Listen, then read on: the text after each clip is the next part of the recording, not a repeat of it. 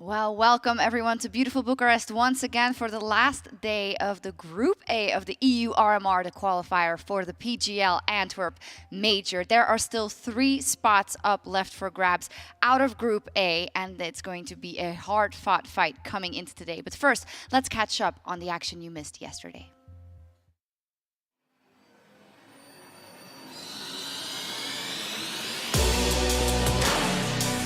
Oh, jump up from Nico on the spot. Winter from CT, they swing out, he shoots them all in the back. Duke as well, trying his best. Oh. And he's got 4 on the round. The double headshot from him.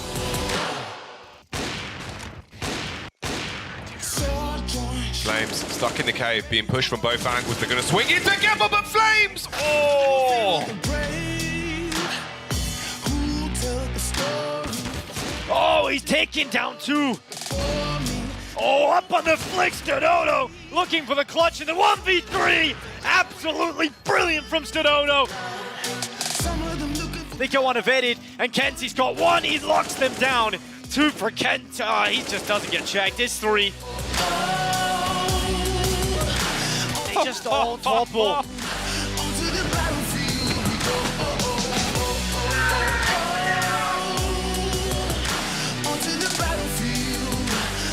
But Electronic, he's got this little bit of a pillar. He 2 kill. Oh, a tap into Zywoo.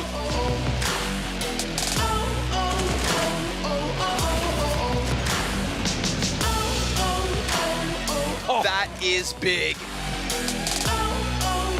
Oh, Zywoo, he can smell them. The stabs are there, and Navi's 16-13.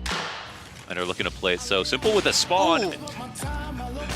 Oh! Simple quickly punches in those digits. Masuda finds Perfecto, so it's a simple clutch. And a no-scope first. A second shot right there. And versus ZywOo, he goes over top. He holds, and he hopes. He falls back down. His 14th kill in 7 rounds. If he can just kill ZywOo.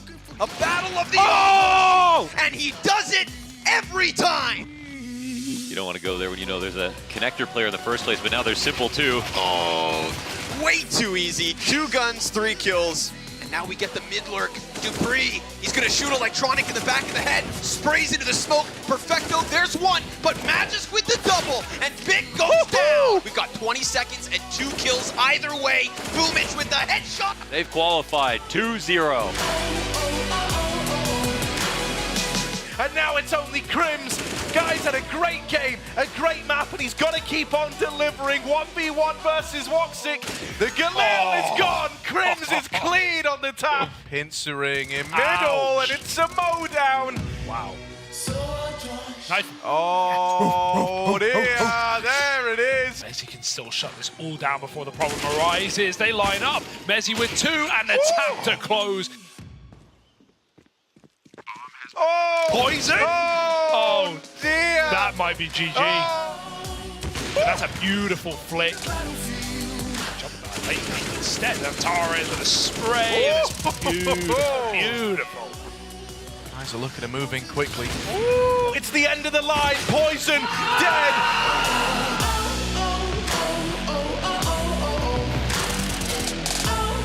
He gets JEC, Dexter next. Oh my god. Everyone can feel it. BMAS gets deleted, Rob starts to activate. BMAS, perfect delivery. Still, definitely a challenge every step of the way. Rain with the slide by into BMAS. Gonna let him drop down onto the hay cart. Kerrigan comes running outwards now. Twist is gonna execute. 1, 2, 3.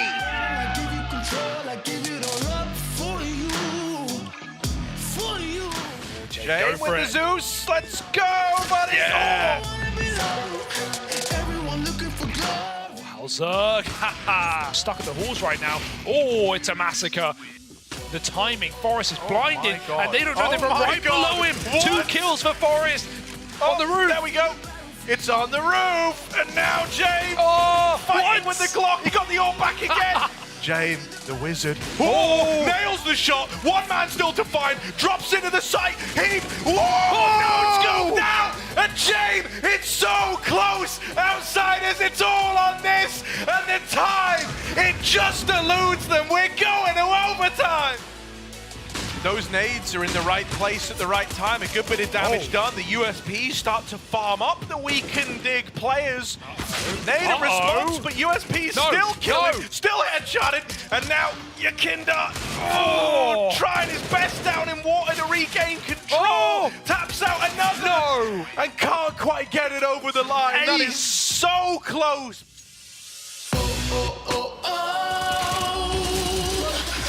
Runs James down. Yakinda trying to fill this void, but he's overwhelmed as well. The Heap Tech 9 onto a double. Flink gives up the site.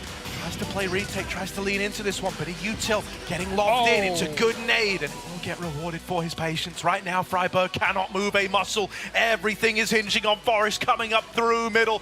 In this fight versus Kicker, he's shut down. A Buster's there to close it, and that's how Outsiders send Dig out of the runnings to make it to the major. An unbelievable clash yesterday at the end of the day between Dignitas and Outsiders. My name is Shox, and I'm joined by Pimp and by Maniac on my desk for what is this decider day in the EU RMR Group A. Jacob, it's a pleasure to have you on my desk for the first time. Your desk. My desk, yes. Let's call it that then. Definitely. But hey, that Dignitas chance yesterday, the fact that they really did step up at times, but it just wasn't enough. What a heartbreak. Yeah, what a heartbreak. They came so close, right? It's a team of legends. It's a team of players who's been around for a very, very long time, at least some of them. And coming into the tournament, most thought that, yeah, they're not going to be competitive, right? There's even these rumors about them. I say rumors, right? There's these slurs about them being paycheck cheaters and not really trying enough. And I think they showed us yesterday and in this tournament that they can still play Counter-Strike at a very high level. Yeah, it is a little bit heartbreaking. It's been a while now that I've been waiting for that result from Dignitas, that one step, that statement victory maybe. That could have been it against Outsiders. They missed the mark on Inferno, and the last map fell a little bit flat. Unfortunately, that brings us to the following standings. It means Outsiders still has a chance to make it to Antwerp in that major. But all in all, I asked at the beginning of the RMR for Group A, I asked, okay, what are the pitfalls here if you are a tier 1 team and you want to make it to that major? And then it was, oh, it's not going to be too bad. But Maniac, it's a bit different coming into this final day for OG, for Outsiders. You're absolutely correct, and what they don't want to do is follow Fnatic's path. A very unfortunate path. A name that has such a legacy in the history of Counter-Strike, in esports in general. They will not make it to the major. This might actually sign the end of the roster as it is. I wouldn't be surprised to see a deep rebuild after that. Not making it to the major is a very hard blow for any team in Counter-Strike. Sure is. You know, it's for Fnatic, it's just a question of bad management for a very long time. You look at the roster and there's nothing that really excites you winning, right? You had Broland being the one exciting piece. He went on to NIP, and then you come into this major and you say it's a shame, you say it's maybe unexpected, but honestly speaking, I don't think anyone expected Fnatic to qualify from this group. They're just not a team right now who have the quality on the server in order to actually make it to a major like this. And so they didn't. If you want to make it to the major, though, it's a bit easier for you. Just get your tickets. We're going to put the QR link on screen right now, and you can also find it on the PGL website in case it's not fast enough. Yeah, Antwerp is great. Belgium is great. The major is going to be great. So get your tickets, please. Let's take a look at the schedule then. Today, we're going to start with 3 more spots that are left for the major. On the A stream, we'll take a look at Vitality versus Mouse, and then we'll have Outsiders versus Saw later. And OG versus Eternal Fire will kick off immediately on that B stream. So we'll get into Mouse Vitality, of course, at length. But let's start by talking maybe about OG then. They're up versus Eternal Fire, Maniac. And, well, this is a team that you would expect to make it to a major, but they haven't quite showed the form needed. You're correct. OG is definitely a name that you would put in the major if asked in the community. But the problem is they haven't given any insurances. Honestly, even that game against Unique, there were moments we just saw the highlights very well produced right here, but things were really tight. We're talking about 16-11 on Ancient, multi-kills left and right. I haven't seen enough from OG to tell you that this is going to be a clear game. Don't worry. I think there is cause for alarm. I think there's cause for worry if you're an OG fan. On paper, it should be easy, right? But on paper is different things than on the server, and especially when you consider Eternal Fire and the roster they have built up, right? You have Voxic, which is a very explosive player. You have Centeras as well, very explosive on the server. I would say 8 out of 10 matches that goes towards OG, right? Under normal circumstances, they should be the better team, but there's this little bit of an X factor going on that they are so explosive when they play Counter-Strike EF, so I'd be a little bit worried if I were OG. Yeah, and there are some players who haven't exactly delivered what they're supposed to. I mean, Flames, a player I'm very excited to watch. Most of the games, he's got that explosive nature, he's got that multi-kill ability, that will to make the difference. The man is on 0.83 rating right now. So what exactly is going on? Are we getting blinded by how spectacular some of the kills are? But if you're really looking at the consistent input, it hasn't been here. It's just meant to. He's been fighting almost on his own for the whole tournament. Manto has been having a great tournament, yeah, but I think you're correct in that, Flames, right? Because we remember the clutches, and obviously clutches are clutches because they happen in important moments. But if that's kind of the only thing that comes to the table, what else is going wrong for that team? And as you say, Jacob, are right, on Eternal Fire, yes, it took a little time, I think, for some of their fraggers to come online yesterday, but Santaris had a monster again of a day. Voxic actually also, in calling in some very important rounds, really stepped up to the plate. This is by no means an easy feat for OG. No, not to forget about Calix as well, which is a player that we highlighted a couple of years ago, saying there's great potential in this guy. Yeah, exactly. You look at the aim, you look at the mechanical skill, and you almost look at the body language in Counter-Strike as well, and you can see that kid is just good at playing Counter-Strike. He's good at shooting hits, and we haven't seen it on a consistent basis, right? We're not going to try to build the point here that EF are the favorites, but any given game, any given best of 3 where they're hitting their shots, OG could be in a lot of trouble. And I think there's a very interesting matchup when it comes to the IGLs, because Nexa is way more tenured than Voxic is in that role, and you have to realize Voxic is now, for the first time in his life, one best of 3 away from being at the major as an IGL. You carry a very particular load on your shoulders when you go up against a team like OG. Yeah, it's actually weird to imagine that one of them is not going to make it to the major, I think, after you see what they've done. Let's also talk a little bit about Outsiders. They are up versus Saw. Now, Saw yesterday won that first map, but in the end, they couldn't clutch it out over Forza. And for Outsiders, you know, when I stepped in here and yesterday I talked about the match, you said, Jacob, it's normal. Outsiders always let it go to 3 maps, and they play better as the game progresses. But I think if you're an Outsiders fan, you're like, why are you doing this to us? It must be heartbreaking, right? Yeah. To be an Outsiders fan. It must be super stressful as well. It feels like it's just a natural course of how they play, right? It goes for pretty much all tournaments as well. They get better game by game. We saw it last major as well. It started out really bleak, couldn't get it going, and then as we progressed, you know, they got better and better and better. I think that's a trend for Outsiders. I will say again, they go up against a team like SAW. I think SAW have impressed all of us. Having 2 victories so far in the tournament is impressive, but we also saw their limitations yesterday against Force. Sure. They won a map, very close, 16-14 on Dust 2, and then they got absolutely hammered on the following 2 by a rather weak Force as well. So if you're Outsiders right now, there shouldn't be any long games. There shouldn't be 3 maps. They should just get it done. Outsiders losing to SAW would mean the death of the team. That is it. There is no losing to SAW if your Outsiders not make it to the major against a team like SAW. Look, I was on board with the romantic train when it comes to SAW. I was wishing for them to make it yesterday against Force. We had Boomer all these train. great storylines, absolutely. The Boomer train, very comfortable one because we need that cushion back for us. support, lumbar Exactly, support. back support. The thing is, we talked about it. You missed that 2-1 opportunity, and now you have to go up against a top 10, at times top 5 team in the world to make it to the major. This is the hard way. There is no easy way in the major if you are. So you have to go up against Yakinder, against James, who finally showed up yesterday. Thank you very much, James. Long time no see. But there's so much talent on the server. Yeah, it's going to be super difficult, and I think we'd all want them to make it, right? It would be such a fairy tale story, but it's going to be difficult versus the Outsiders. So let's hone in on our first match of the day, and it is a big one. Vitality up versus Mouse, and let's start with Vitality up against it here today.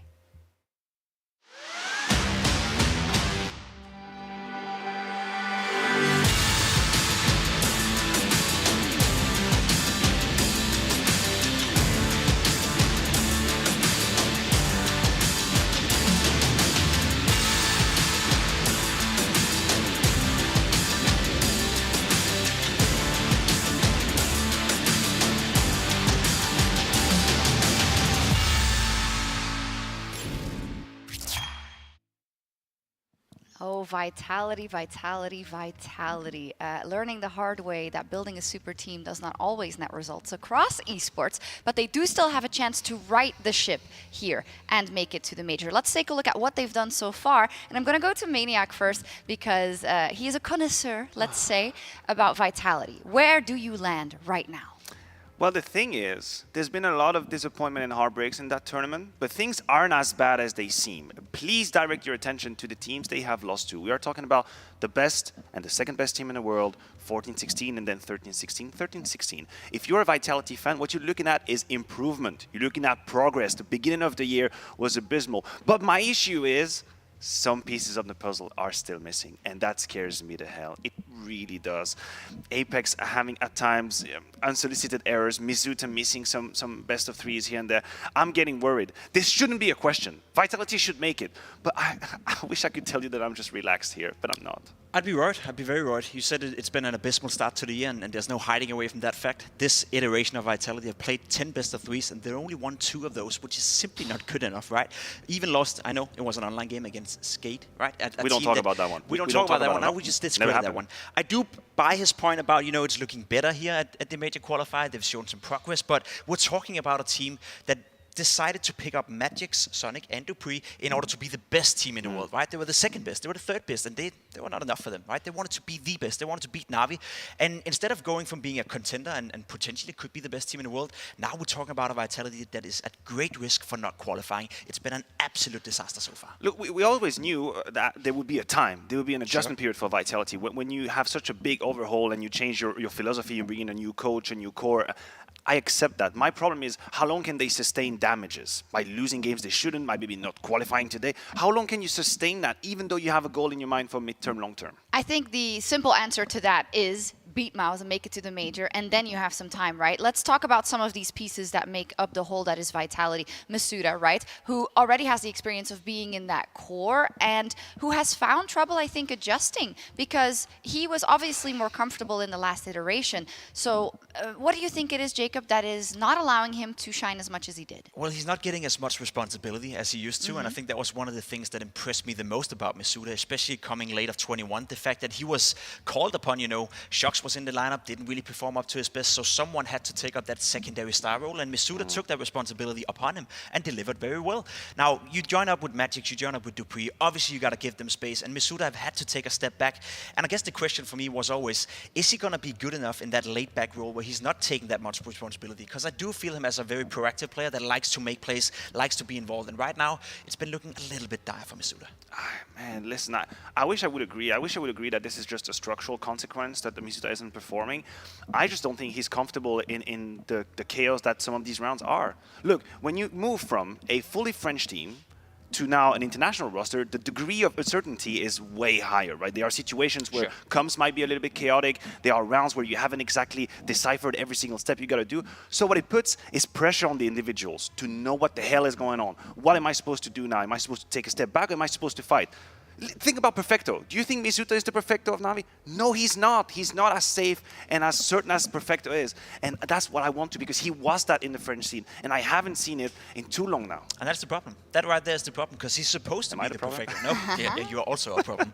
But Masuda is supposed to be the Perfecto of Vitality. He's being put in that role. He's playing long on Dust 2. He's playing these outside perimeters on the map. And if he cannot adapt to that role, then at some point you got to look at either Masuda and think, okay, we got to put you somewhere else. We got to find someone else who can do that role, or we got to find someone else who can do it better out there. They are an international speaking roster now as well. That's another point we brought up, right? When you speak French, you limit the talent pool, but now that you speak English, there's so much talent out there. So Masuda right now, I would say, is at great risk for not being part of Vitality if they don't win today. It's all about what will you do in this new environment, and will you kind of take that period and the new players that you're playing with, the new coach and whatnot, and rise to a different level. I think the same question we asked for ZywOo, right? What is the effect going to be on this change? Beginning of the year, not very good.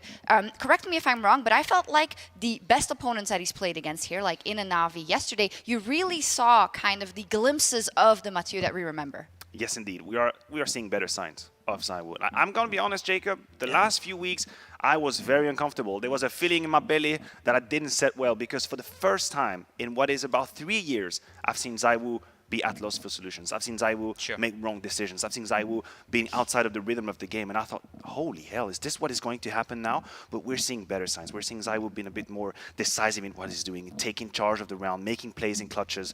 That's better. It's still far away from simple. It's still very far away from that, 2019, 2021 kind of level. But we are seeing better signs. And this is the trajectory that he's on. Then I'm okay. I'll be patient. I'll bide my time. Atypical me, I would like to put a positive spin on that, because I agree with you. He's been good for 3 years, right? This is the first time we see him struggling. That it took so long for him to be in a troublesome period, that's impressive. And I think it's just a question of time. I like that, Jacob. I know you also want to talk about Apex, but we'll do that as the games go on, because I do also want to give a proper introduction to Mouse, who still have a chance to make it to the major.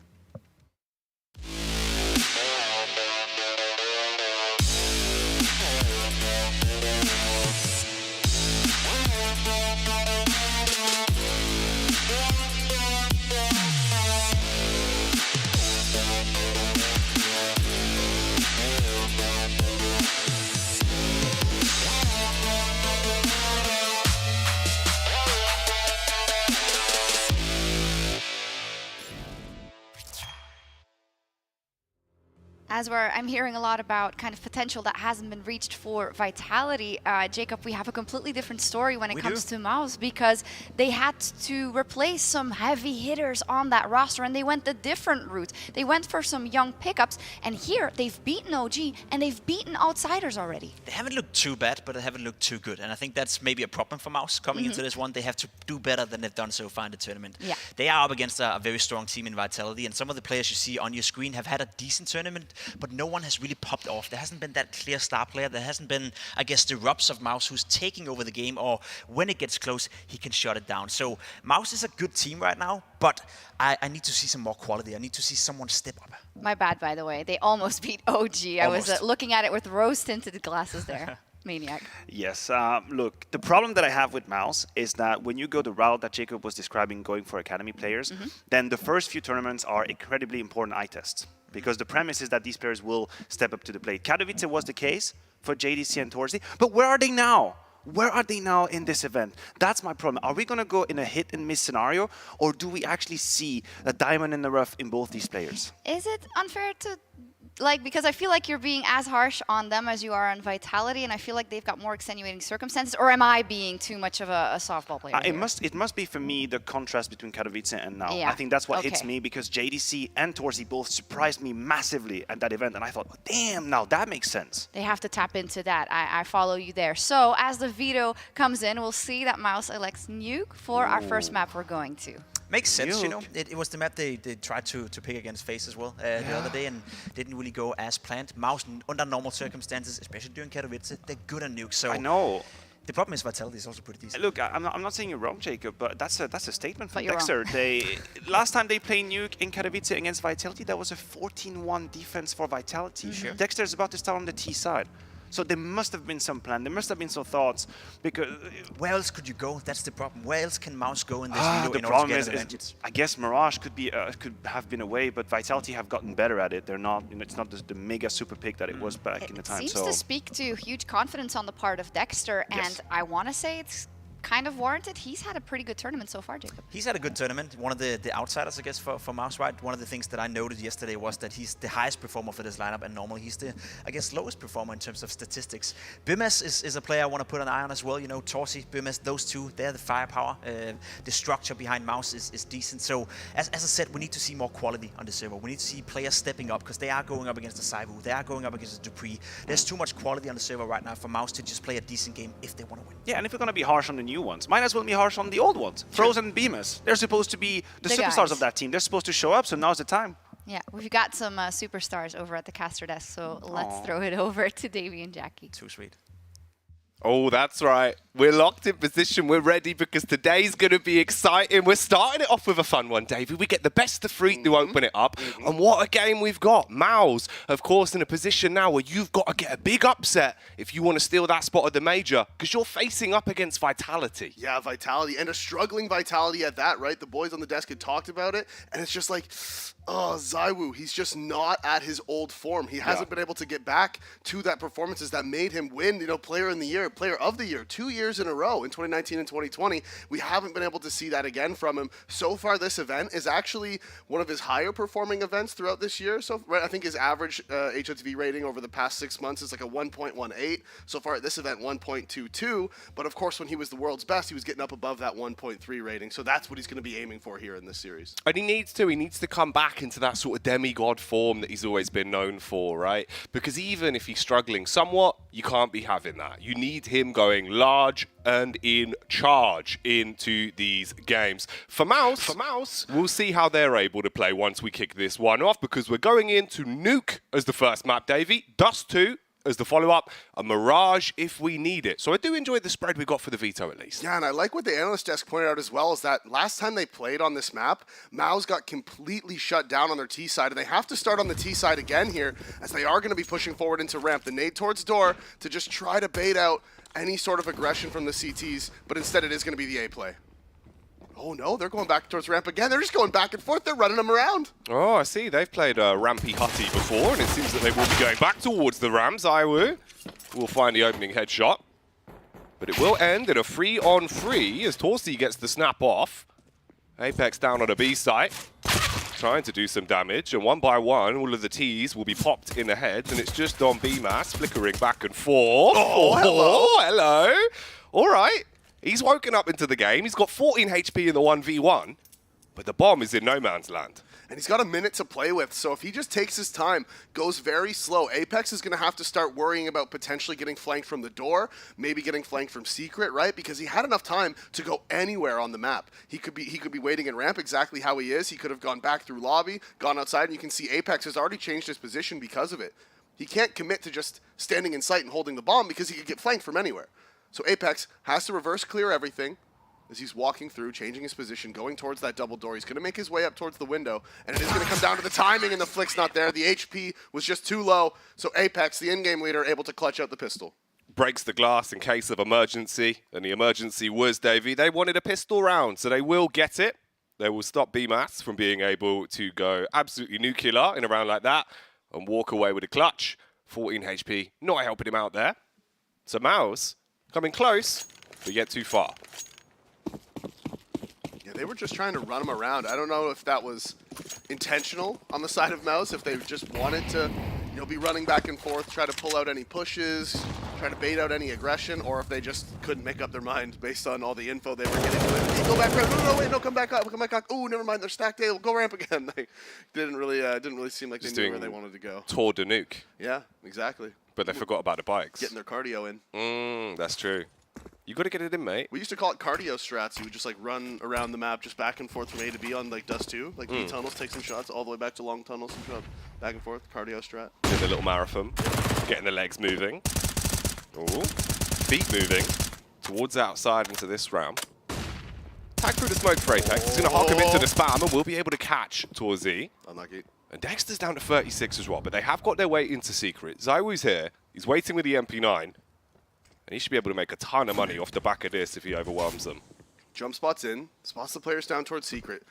Actually doesn't close the door, leaves it open, which you probably want to close it in that situation. Get draft coming in. Yeah, well, that, you know, you're letting all the AC out, but also you want them to have to make the sound cue to come out. See, because now he has to keep looking at it because they could always just walk out on him.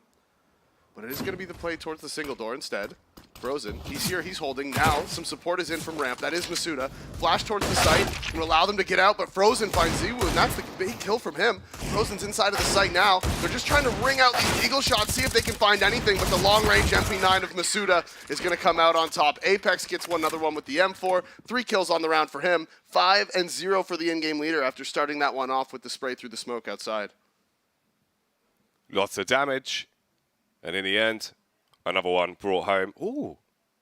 You see that scream from Apex? Oh, is he giving it already? He turned and screamed, Love yeah. that from him. Mate, I love watching Apex. I just like his physical reactions, like outside of the game. It's so funny to me. Like he's just so animated. We've actually got like kind of a battle of 2 very invested players. When you look at JDC as well, when we had him yesterday, or a couple of days ago, right? He was the most hyped up Counter-Strike player I've ever seen. He was screaming round after round. He was giving it one of these, with like the Italian hands. It was mad. Spam coming out towards the door, not able to find anything. It is Apex outside, and he might be able to farm some more kills here. Dexter's got down secret. They're okay with that. They're not too concerned. Apex can't actually find the shot. Oh, peeks out, gets tagged by the Deagle. And he's still just looking for it, but JDC's the one to win out with the long-range Deag. Headshot found. That's the M4 dropped. And Zywoo, remember, he knew that they were going to be on eco this round, so he didn't buy anything into it. Just the USP, so he's going to go collect that M4. Dexter's down in secret, so the play should be towards ramp here. They want to try to collapse on that single ramp player of Masuda, and he has a big job on his hands. Push coming to shove. He hears the footsteps as they do begin to run amok. Drops straight off the ramp and dashes the Molotov to buy himself time. Zywoo, he wraps in as well, and he's holding the line. Watching with the M4. He's going to peek into this. Finds the easy frag back up from Masuda as well. And it's a clean-up crew play towards the ramp. No damage done onto the CTs, just the one casualty of Apex towards the beginning of the round. So all in all, you'll be happy with how that goes, and they do work their way through it. Yeah, you're not going to have a problem with that one. Masuda also found a couple kills with the MP9, just farming up the cash. We are going to see the first gun round here, though. And this is where I'm curious to see what Maus do. You know, talking before the game to some of the other casters, some of the other analysts, you know. People were saying how Maus, they play a very cookie-cutter T side, right? There's sometimes they can lack some tactical depth. When things start to go wrong, they don't have a whole lot to fall back on. If their defaults are failing, they can struggle into these games, and that's why I think we saw that 14-1, you know, half previously when these two teams played. Oh, gap in the smoke. That's going to be bad. Ooh. I mean, maybe not. Because he jumps across, he's now got to go for a second peek. We'll be able to hit that. That was a lovely little adjustment onto the back of JDC. But Frozen has got into garage. He's just going to post up. Zywoo watching such a close angle. The little pixel peek onto CT Blue. Just holding for any close aggression towards main. That's all he's really watching for. Like you said, he has Frozen to back him up. He's going to be holding this big garage play. As Zywoo wants to back off. Deagle to break the glass. Gives away the sound cue, but he doesn't really mind. Apex is walking out. Flash is going to be in. Frozen's actually dodged it. Oh, and they don't clear him. They think Big Garage is clear now. Frozen has the timing. He's going to push forward. Should be able to find this one onto Apex and does. Apex not wanting to commit to swing outside. He doesn't want to swing all the way out and be exposed to the side of Mini or deep outside. So he just clears close Big Garage and then falls back. But Frozen, tucked away in the corner, heard all of it, walks forward, finds the trade back. So it is going to be the 4 versus 4 now, and Mouse with 25 seconds remaining, they're going towards B, but there's 2 CTs down here. 20 seconds left on the clock. Masuta playing close towards the door, needs to strike, does get the flick shot off onto the header towards the, but a missed shot from ZywOo, so the bomb can be planted, and the teams will keep themselves in a round. Frozen! He's been playing to Garage this entire time. Now he takes down his second man as Dupree comes sprinting by. He gets into the 1v1 against Magisk, but he will win out on it, so it's down to the 2-on-2. Flank in the back. Oh, he nearly turned on him, Davey, but too little, too late. And that's it. As soon as ZywOo drops, Magisk, he's just going back for the save. Grab that AK. See if he can recover anything else, maybe some nades, just literally anything. Doesn't look like he's going to be able to. He's just going to run and save that gun. So, Mouse, I mean, crucial miss from ZywOo there, has to be said, on the player going towards the site from Secret. Uncharacteristic miss, ends up costing the team the round. Also, the flash play into Big Garage, I mean, Apex just, again, there's going to be one of those things where people are going to be watching it and be like, why didn't he just clear that corner? Just clear the corner and you kill him. The problem is, and the reason why Frozen is sitting there, is that in order to clear that corner, you have to expose yourself to everything outside. Yeah. You have to swing all the way across the Big Garage, which means if there's anybody playing back red, anybody playing towards deep outside, anybody playing close in main, right, you die. You're exposed to them, and if there's multiple players out there, you're really dead. You're like mega dead. So that's why he doesn't swing all the way around. The difference of exposing yourself to one angle or about 15. Yeah. Not worth it. It does come back to haunt them because of it, so Frozen. Yeah. It was a huge 2K for him, all in all. And Mouse do get their first round on the board. So we're going to the 5th now with a 3-to-1 split. Outside, again, being executed on early as the smokes are up. Apex playing around this. It's going to be a deep flash. They keep missing the smokes, and now they're going to try to cross once they fade, and this is just... That's 2 rounds in a row. The exact same thing has happened for Mouse outside. They miss the smokes, they take too long to try to cross, and the smoke's fading by the time they actually try to make it across. Ooh. Dexter. Here's that shot. I mean, it feels a bit rough for Masuta. Yeah. Not what you want. Now they've got down ramp. They've slipped straight into the site. Apex is here. He's going to come running in through decon. Can't quite get the timing off to get back through the door. So B-Mass, he beats him with the AK.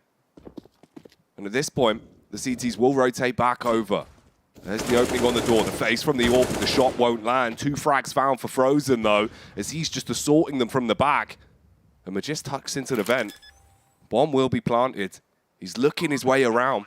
Could be an opportunity. If he can isolate the 1v1s, you might still have a chance in the round. B-Mass playing on the stairs. Will find him. He jumps out onto the site, looking for the frag onto the back line. He knows exactly where towards he is. He's got to kill him. Will take him down. Has utility to play with. Molotov goes out under the double doors. Frozen running into decon, but he's lined up the shot, and that's a hell of a retake.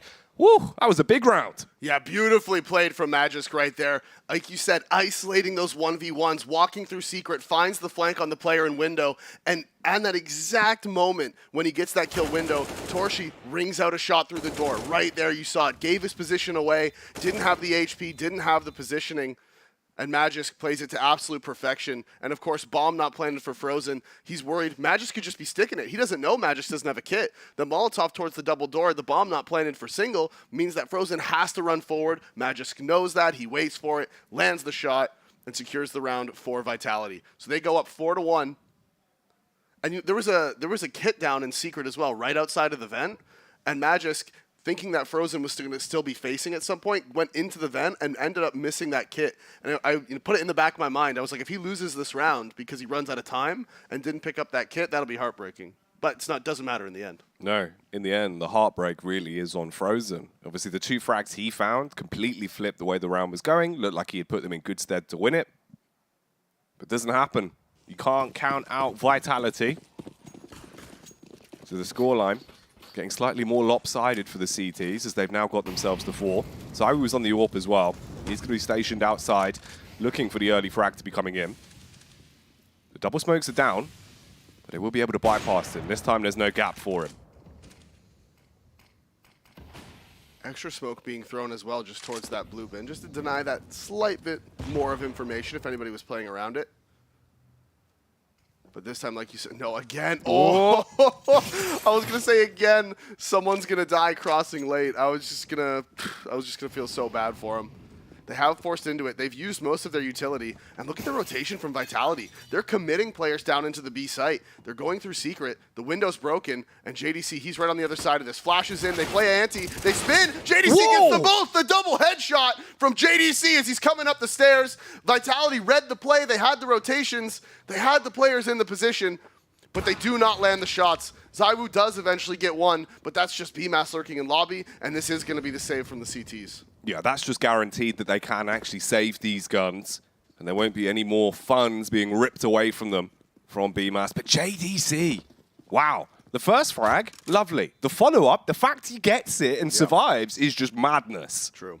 You got to say, it was back-to-back misses from Vitality, though. But, you know, sometimes that happens, and the other team misses their shot, and you instantly flick up, headshot them both. That's all you can ask for. It's all you can do. If you give him the opportunity, he's still got to hit his shots, and he certainly did. Yep. Oh, we're about to see nuke moment. JDC taking 8 damage from the bomb while still being in the bomb site. Yeah, we spoke about this before. I know some of you might not know this, but it's one of my favorite little, you know, kind of Counter-Strike things that some people don't realize. Vertigo and Nuke are the only 2 maps in the pool that do have that reduced bomb blast. So now you can tell all your friends, and we'll spread that information everywhere. Yep.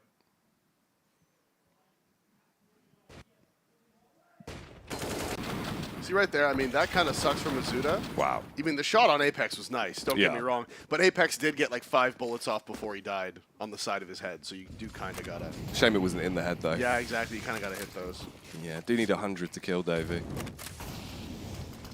Apex. He's looking for a kill. ZywOo's already got one onto Dexter. Ooh, Frozen with a response again. Follows it back up. Lots of damage done. He's down to 68 HP, and it is a 4-on-4 early into this round. The molly from Apex actually helping Frozen out. When you saw when he swung around the corner there, it created sort of the molly smoke blocked Apex from being able to see Frozen because contrast with the fence in the background. That fence in the back, it's actually a thing you can do on T side too, where you throw a molly where those outside smokes normally go, and you can swing behind it. And because of the way that the contrast works with the fence and like the sand and the grass and stuff on the outside of the map, it's like almost impossible to see people running behind those mollies. So there, Apex's molly, he throws it, he swings, and you just can't see him at all. Ooh. They peek out onto Hut as well. dupree's able to get 1 frag before he goes down. JDC goes walking into the site, but he's going to get shot in the side of the head from CT Vent. And it's all on BMAS. He's got 40 seconds to work with here. If he walks out of Hut, he's going to be shot in the face by ZywOo. He's also being flanked with a FAMAS. So he just plays on the lip. Could actually be a bit of a timing for him to work with here. Just depends if he's ready for this. Not going to be prepared at all. Mastua was in the back line, and that's the kill.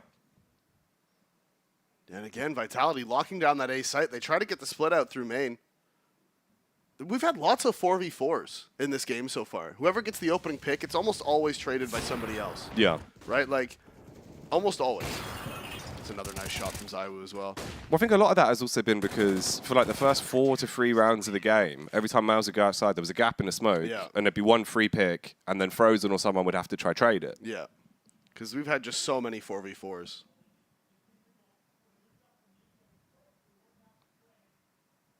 Which is a little bit rare for Nuke. It's not, obviously it's not ridiculous, 4v4s happen, but on Nuke, generally, someone gets an opening pick, and then everything kind of slows down. Right? Whereas here we've seen just opening pick and trade back on the other side of the map. It's been interesting to watch how these teams play the 4v4s.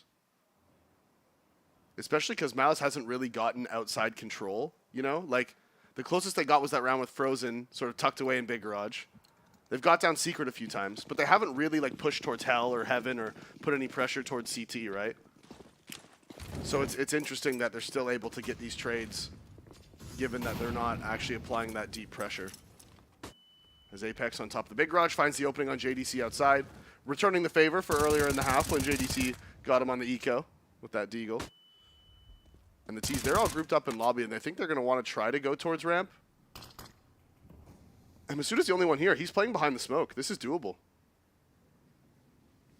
He does start to back off, though. Backpedaling towards the ramp now.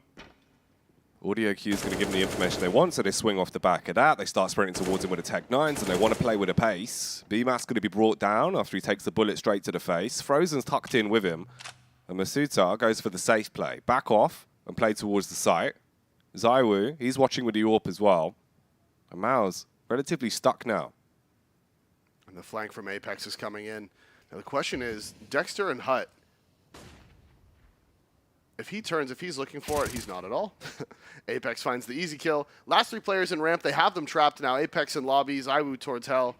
1 player down in B. But it is just that 1 player in B. So if they can get the trade here, get the kill on him, they should be able to get the bomb plant. But it's all about finding that trade, and they're not going to be able to do it. The flick up from Masuda as he finds 3 on the eco round. No kills found for the T's. The CT economy going to be very, very comfortable at this point. Having a little eyebrow flick there, a little itch. Flick it off, yeah. Yeah, look at him go. Sometimes you got him, man. Little eyebrow flick, straight back into the game. That'll wake you up. Just start plucking your What eyebrows. if he's got cheats in that eyebrow, Davey? Oh my god.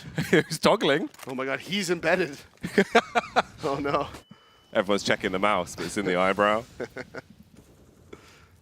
Comes in tomorrow, 1 eyebrow shaved off. You're like, what's going on here? What's happened? This is suspicious. Ooh, Frozen took a ton of damage through that molly to get into that spot in secret. And with ZywOo tucked away in back of Big Garage, I mean, he would have heard that. So they know Frozen's there. They know he's taking some molly damage.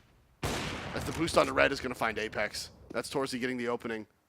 The thing is, will they expect ZywOo back at Big Garage? I don't think so. There's almost no reason for them to expect this, and there's the immediate answer back. This is what I was talking about.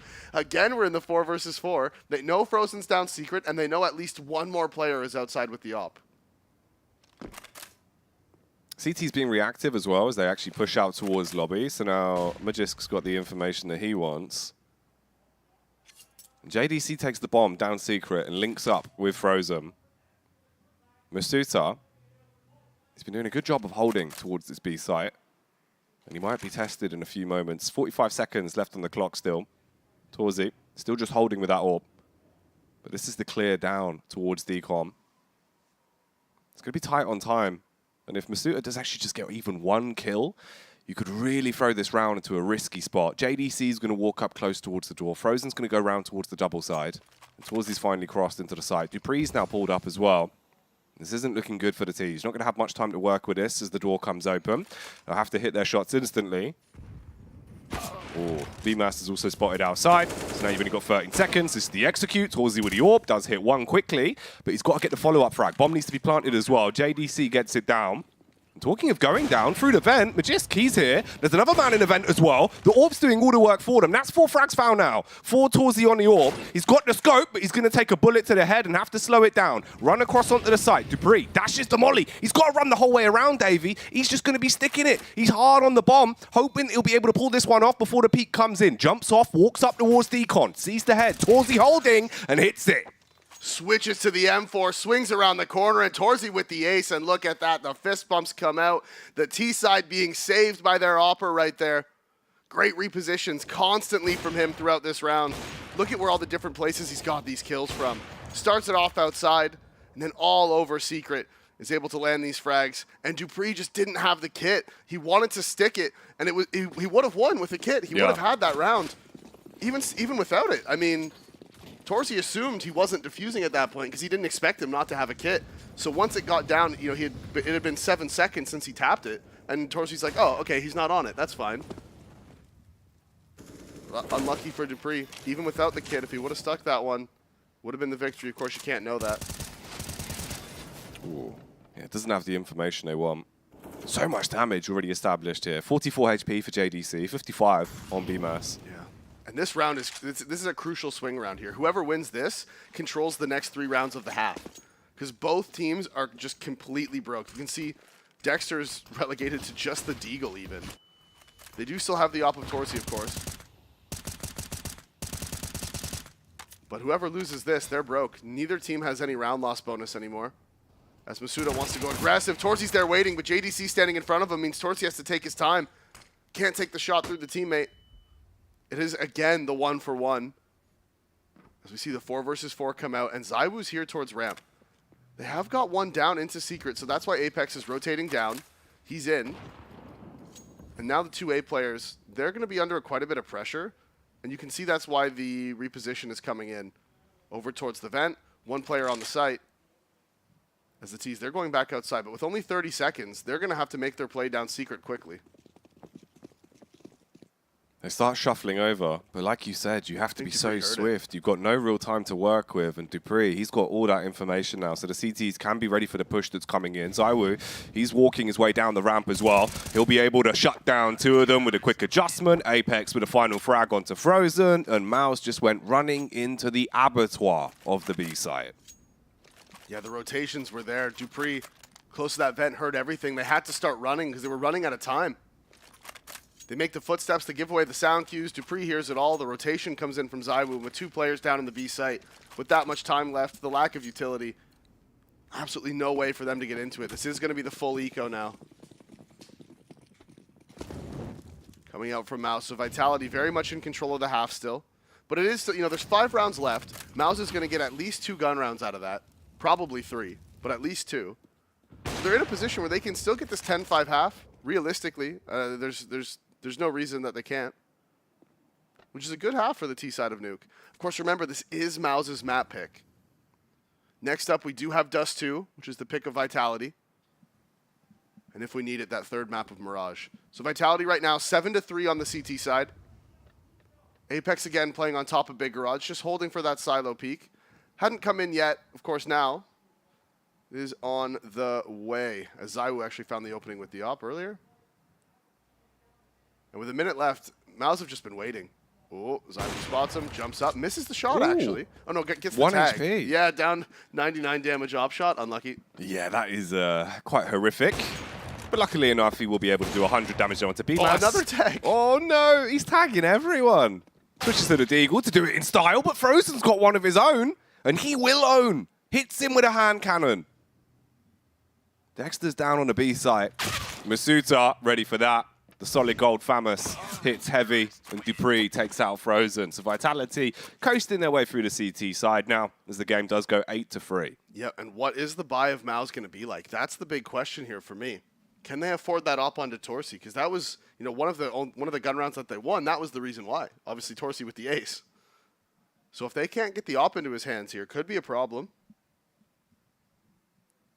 They've been just going outside every single round. Yeah. Pretty much on the gun rounds. It's just go outside, go outside, go outside. They do have the op on Torsi, but he's glass cannon. The T side glass cannon op is a bold call. It is risky. We'll see how much impact he can have.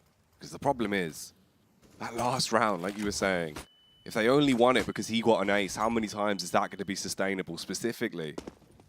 When he is the candle that burns twice as bright but for half as long, and there's a gap again towards outside. If they come walking up, ZywOo, he's in a position to punish. Frozen, he's going to dive around the corner, tucks in close. They're trying to bait him to face on this.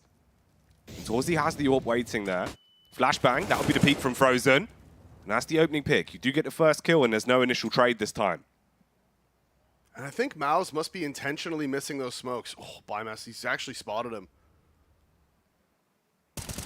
Sees him get across, and I thought Magisk was actually going to win out on that, but instead, Bymas gets the kill.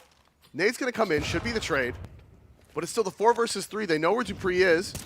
They peek out towards heaven, and that's the double swing. Frozen lands the headshot again, 2 for him on the round. And then whenever he has gotten into Big Garage, he has been a menace here for the CTs. Oh, Frozen catches Apex on a rotate as well to get down towards the B site, but he is now down for the rest of the round as Dexter shuts him in the face with the AK, and it is all on Dupree in a 1 versus 4. Walking around towards the ramp. Not really much more that you can achieve from this. JDC's covering it as well. He's going to be walking up. He's got the angle covered. And that's the headshot. So a 4th round. And again, Frozen getting into Big Garage. That's their play. They had those gap. They had that huge gap in the smokes again. Maybe I'm trying to think of the reason why, because it's happened too many times for it to be on accident. Yeah. I think at this point it must be intentional for whatever reason. And you know, historically there is the precedent where you miss smokes on purpose to either stop people from rotating because you want them to be holding the gap and then you're actually going somewhere else, or to, you know, try to bait someone into peeking around it, right? Like you intentionally throw a bad smoke with a big gap in it to bait someone into peeking the gap. There's lots of reasons why. I think there maybe that big gap is to try to bait ZywOo to peek out from Big Garage where the Torsi's op is waiting for him, you know, potentially. ZywOo didn't actually take the bait if that was the case.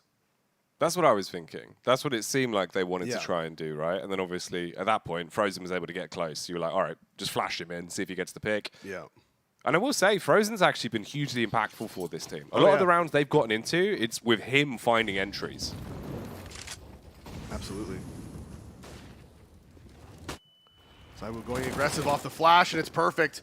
Jumps up on the box, finds the headshot onto Torsi, and he's going to get away. Can't recover the op, but they do get the opening pick. Now, BMAS, he's trying to answer back. He's walked out of the door, and can he answer back? dupreeh down very low, but he lands the shot through the smoke. And for the first time, I feel like in this whole game, not only does a team get the opening kill, but they find the second one as well. Madness, no trade. I know, and it looked like there was going to be too, again. It really did. So Mal's down to the 3 Musketeers. Was it Dexter, JDC, and Frozen that are left alive? Orp in the hands of Frozen. He's going to be walking up towards the ramp. They boost up dupreeh as well, putting him back up towards Mustang. Masuta on top of the box, trying to hold his own. It's a bit of an off angle. If they're not ready for it, you can maybe do some damage and at least comment across. There's the flick up from Dexter. Now they start pushing their way down. Are they ready for Apex, though? He's tucked in towards Dark Spot. They shouldn't clear this. This would be... Apex is in the perfect position. They've already killed the ramp player. They're not going to clear him. He's in the perfect spot. He's in the back line. He finds the first line of JDC, but he takes a shot too soon. Bomb's going to get planted. Apex was in the perfect spot to secure the round, but hasn't been able to do it. A small mistake. And now dupreeh, oh my god. The op of Frozen. It's tucked away in the corner, and Dexter catches Magisk jumping up onto the sink. And oh no, dupreeh's pushing in. He's low HP, but Zywoo's there. It is the 1 versus 1. Low HP on both players, and Dexter just closes the door. He's going to be able to wrap around towards double. dupreeh hasn't recovered the kit. That's on Apex's body towards Dark. I was so worried for Dexter there as he shut the door. He's got 9 HP, but dupreeh's only on 19 health of his own. Time completely gone. He faces out. dupreeh will get the kill, but it won't matter. The ship has sailed, and the round will be going the way of Mouse. So many tight intricacies there. All the little mistakes, all the weird plays, man. Apex just didn't need to take the shot on JDC at all. He had the perfect play. The trigger discipline was there. He waited. And you peek around the corner from Dark, find out where the other players are. Wait for the man to start planting the bomb. Then you know that's one less threat. He did that part correctly. But taking the shot on JDC, Frozen, he didn't know where Frozen was, and Frozen was scaling up on the railing on the far side. He immediately reacts, flicks down, lands the kill. And then Vitality, they're just split up on their retake, and Mouse get 5 here on the T side. And this was going to be a good half if they could finish with 5 to begin with, and now they're looking at finishing with potentially 6 or 7. You've been able to break the bank for Vitality. So it's just the Scout and the M4 that are going to be the real weapons they've been able to bring out. And that Scout is stationed outside. Frozen's already been tagged down to 60 as well. Ooh. God, by the skin of his teeth there. Nearly hit the headshot. He's baited to face back out. Torsi will see him.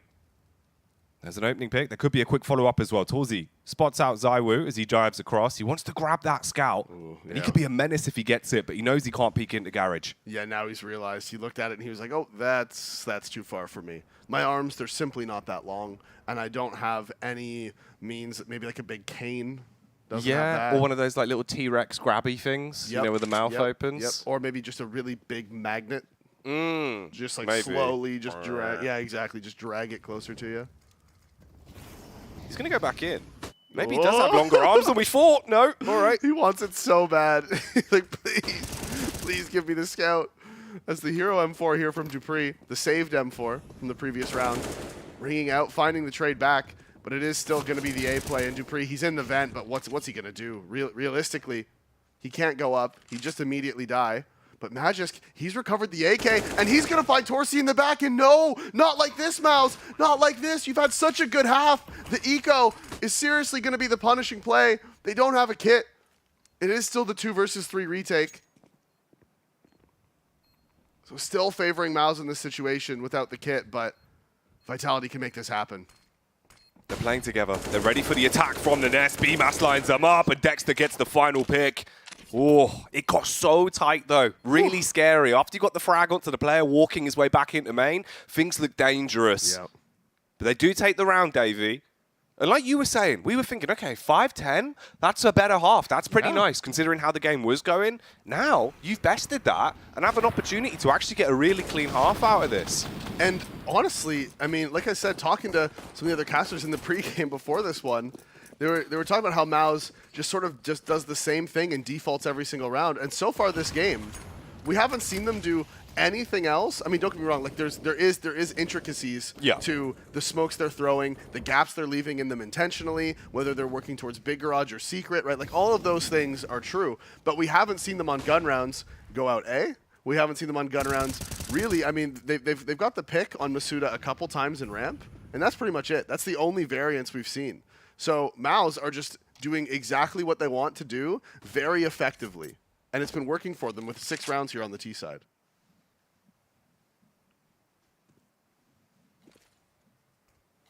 So again, this time, they start to take that control towards outside. Apex is going to be flashed out by his teammate, so he's going to go straight through the smoke. JDC's bypassed him as he's going to be pushing over and potentially able to make a bit of a play out of this one, as he can now flank up onto Nest. There is a 1-for-1, but Dexter, he swings out. Oh, big shot on ZywOo. That's a lovely follow-up frag. Apex in the vent. He's going to be dropping down to a shallow grave, and it's all on Masuda up top by the ladder. Oh, no. Walks into the face of JDC. He'll drop a woo. They'll be dropping the round. And at the end of the day, MOUZ, that's a great T-half on Nuke. That's exactly what you want. Yeah, and I'm a little bit surprised we didn't see more reaction from Vitality to try to stop those outside plays for MOUZ, right? They never put the op down into secret. They never really had aggressive plays outside. We saw ZywOo with the 1 with the FAMAS, right? The desperation push. When the flash came in, he jumps up, he finds the opening. Great, perfect. But we never saw them start the op over towards secret. We never saw ZywOo getting aggressive towards back red with the op either. There was really no, I guess, real effort put in from Vitality to stop MOUZ from making those plays outside. They never stacked 3 out there. You know, like there is lots of responses to force MOUZ to change how they're playing. But Vitality seemed content to let them try to go outside, and MOUZ was content to get to keep doing it. Second half pistol now. And Dexter, he's already walking up towards the ramp. They're going to set up with a utility. But Dexter, he could ruin this. If he has the confidence to go for a play like this, Dave, he'll be in the backline instantly. He'll get all the information. He's seen the barrel of the Glock. Masuda with the first frag. He's gone undetected. Because of all the noise of them running out, they won't hear that he's creeping up on them. Oh, Apex, see you later. And Dupree goes down. MOUZ with a pistol round. And Dexter's going to be happy with that one. Look at that from Dexter. The info play, pushing into ramp early. So risky. He had 3 players inside of the A site. If he goes down and they take ramp control, that could be round over, but he pushes up, he finds the flank. Timing was perfect. The 2 kills on the players swinging out of the door, and then the 180 headshot onto Apex. He was throwing nades on top of the roof. After he throws that Molotov, throws those flashes, he comes down, he tries to trade onto Dexter, but he just misses, and Dexter does not. 3 headshots on the round for him as MOUZ. They tie us up now. It's 8-8 off the back of the second half pistol, and they're on the CT side of Nuke, Jack. It's exactly where they want to be. And Vitality only have Glocks. This is not what you want. And right now, they're just sitting around towards trophy room. If you do barrel down on the ramp, you've got to be praying that somehow you stop Dexter before he just slays everyone. He'll get the first contact. Frozen's here to peek, and 1 by 1, they'll take a couple of kills each. Apex will be the last to fall once again as Torzi steals that one away with a scout. And MOUZ, they've got the lead. The double M4 setup towards ramp really wasn't that fun for Vitality there.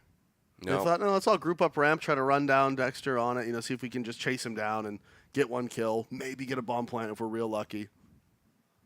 Just straight into the double M4 crossfire. Yeah, just nightmare. Couple of Galils coming out as well as they do buy up into this one. So 3 AKs, 2 Galils. Utility to play with. Round 18, 9-8. MOUZ now leading the game on their CT side.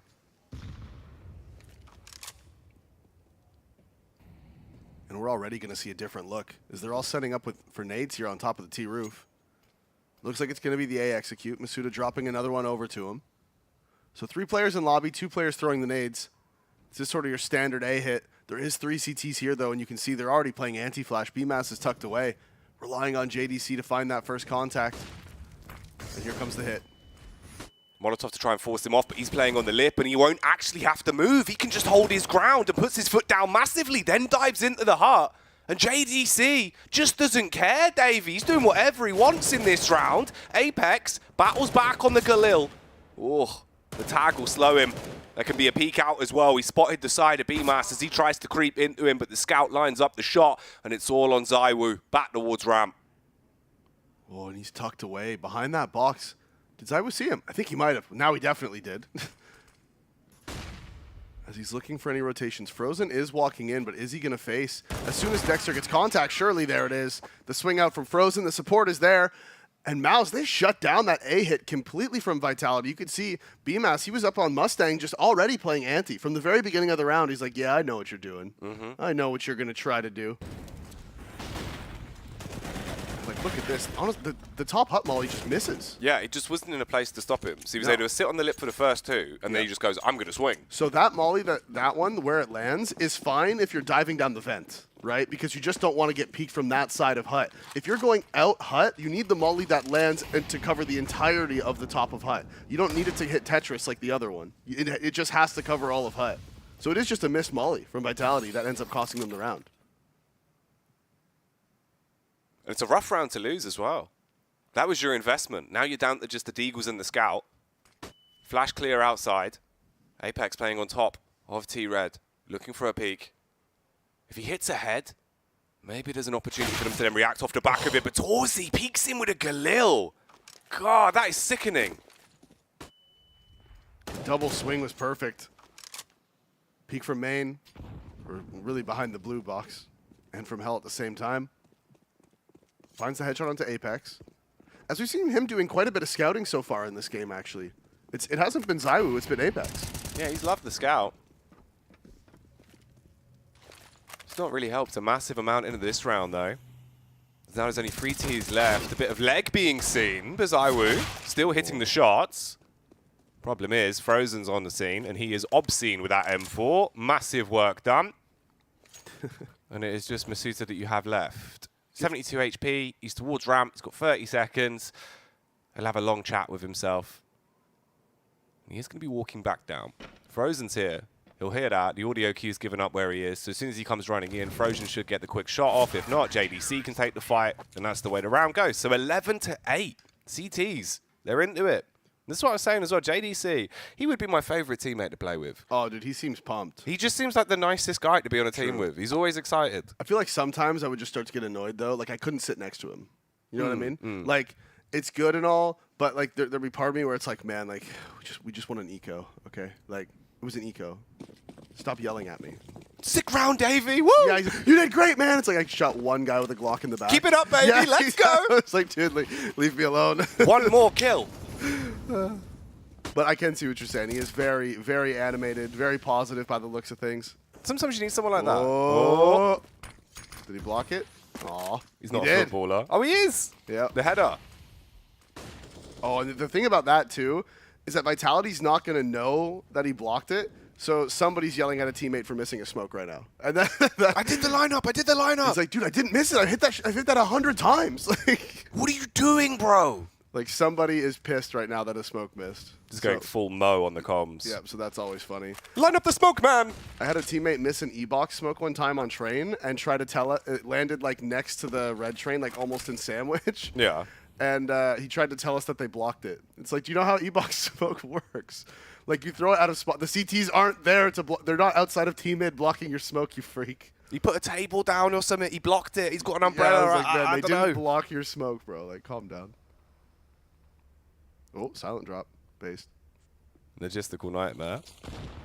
Apex being very vocal, coming across exactly what they need to do in a round like this. Masuta's going to be walking out. First frag goes the way of the T's. Dupree, does he clear tight left? Of course he will. Finds the head of JDC. 2 players, the last remaining alive, are at the back of the site, and BMAS picking over the Molotov. He goes down as ZywOo hits the shot. Frozen, tucked in behind the silo, walks up, lines it up, gets 2 of them, and the adjustment. Oh, so close to saving that round.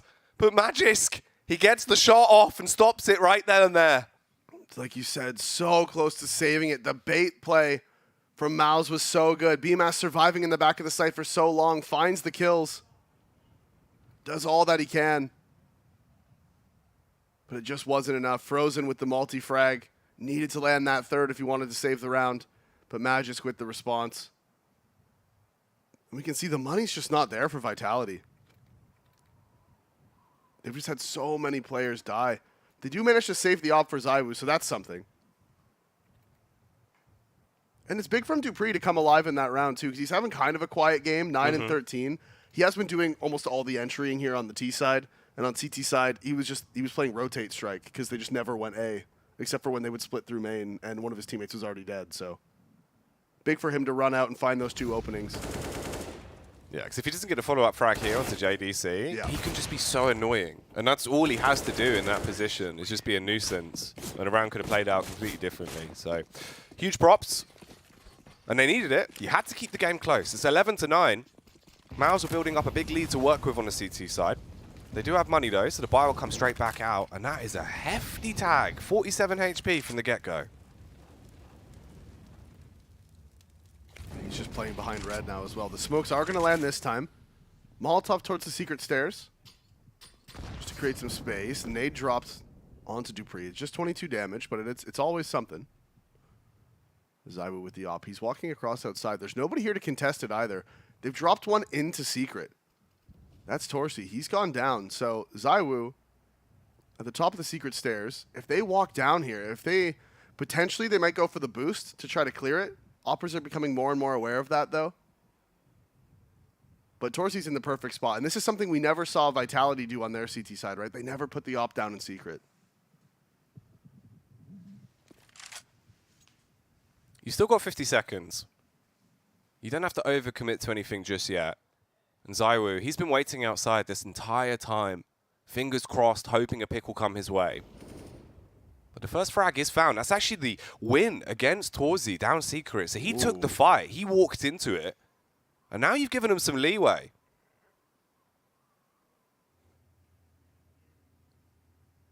They can start pushing up into this B site. Frozen's on a ramp.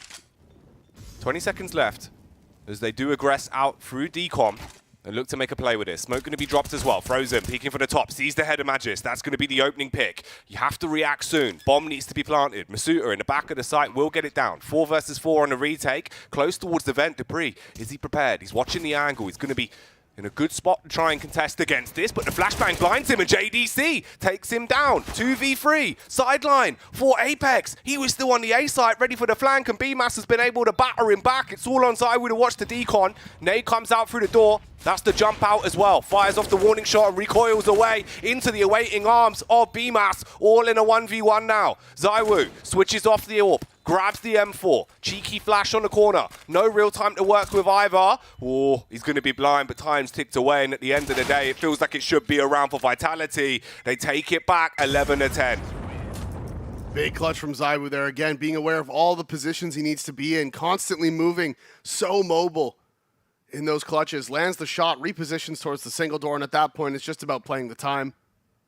Does it to perfection. And I have to say, Torsi going down in secret is shocking to me. He must have pushed forward. He did. He pushed on the angle and just got tapped because of it. You could see where his corpse was at the end. That's just such a mistake. You have full control of secret. You are the most important player in that round when you're down there with the op.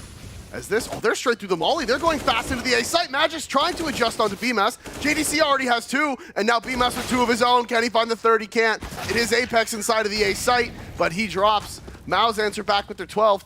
And Vitality, their money's broken. They've had so many deaths in all these previous rounds. They're not going to be able to buy. No cash, no bomb plant, no nothing.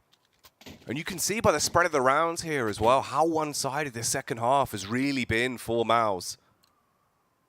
And again, this is another round that should be theirs. If you take now 13-10, you're in a prime time position. This is their map pick, Davey, and they want to prove that. This is a best of 3 between these two teams. For that one spot, of course. Oh, that could be going to for the major and Apex. That is a major mistake. Shot through the smoke as Torsi gets the opening pick. Exactly what they want. Keep the Deagles at a disadvantage. Keep them away from you.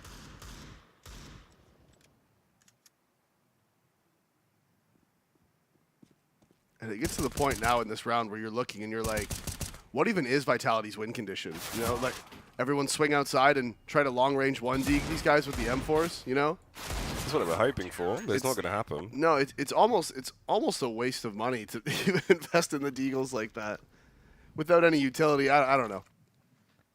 There was just no way they were going to be able to win the round unless they all swing outside and hit crazy long range 1Ds.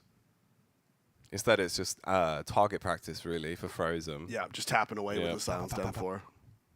Easy pickings. Yep. So they are going to go up to 13. Full buy does come out for Vitality. No op for ZywOo. If he wanted it, he would have had to glass cannon. And he decides he doesn't want to do the glass cannon T-side op thing. He's no Torzy. No. While the smokes come in, we see shots being sprayed out through it, and crucially, that player close towards the T-side vent, BMAS, if Frozen landed any tags through the smoke, BMAS would have heard it and called that out, that they were out there. But because he didn't hear anything, nothing's going to get communicated over.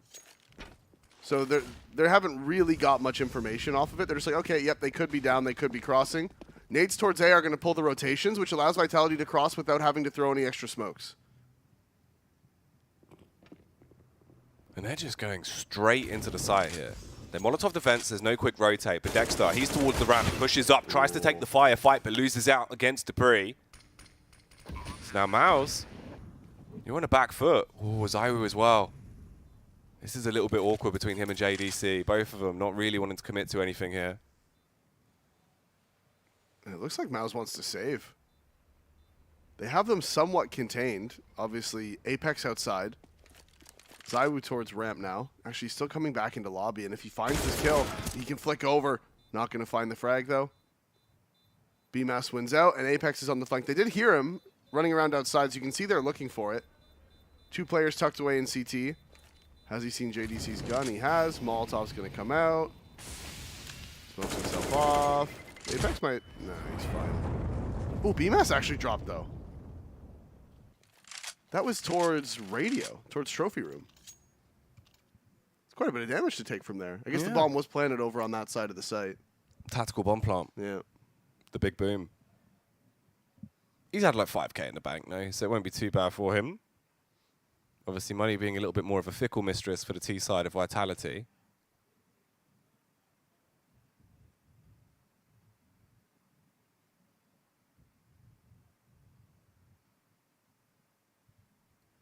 This game is quite close. It started off a little bit one-sided in favor of Vitality in a few rounds. Dupree looking a bit frustrated as well. Yeah, it has been kind of a frustrating game for him, right? He hasn't really been able to get into it at all.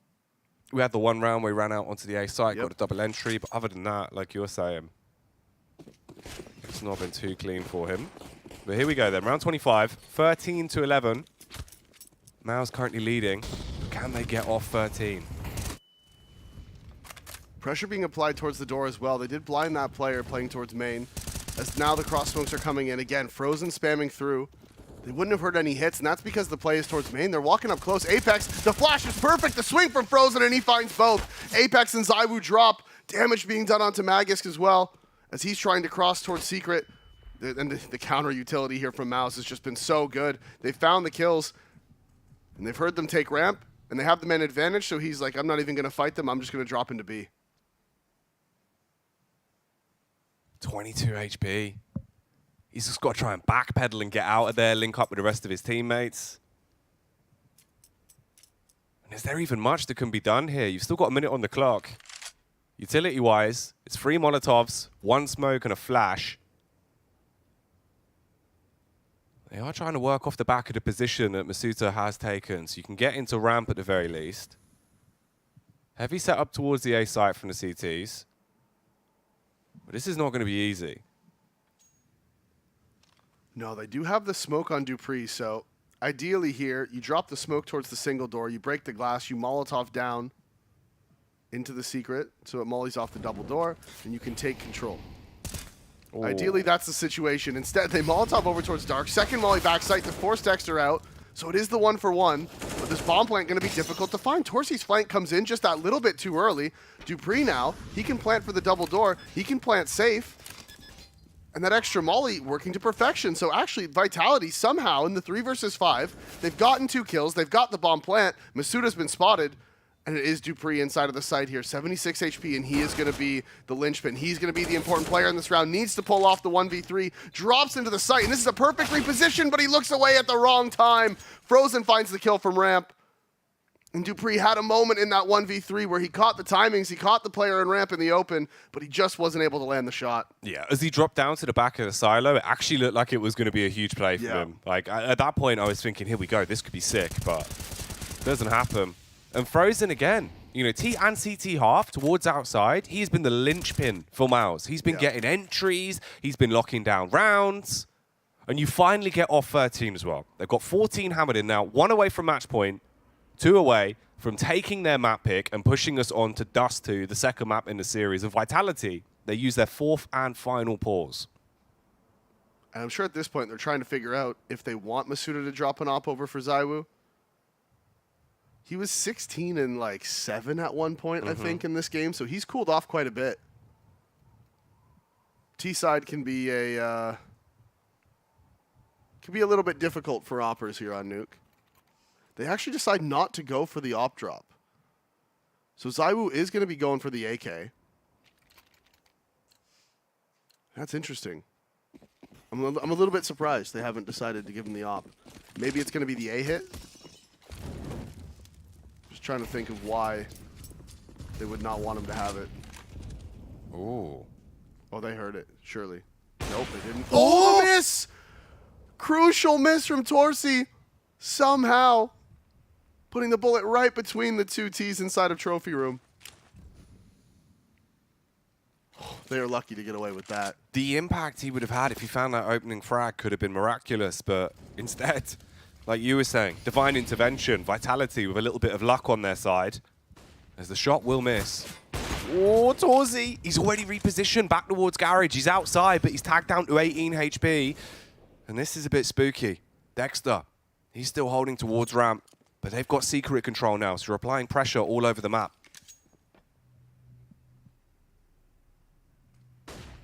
And they're grouped up towards ramp, so this is just going to end up being the B hit, I would think.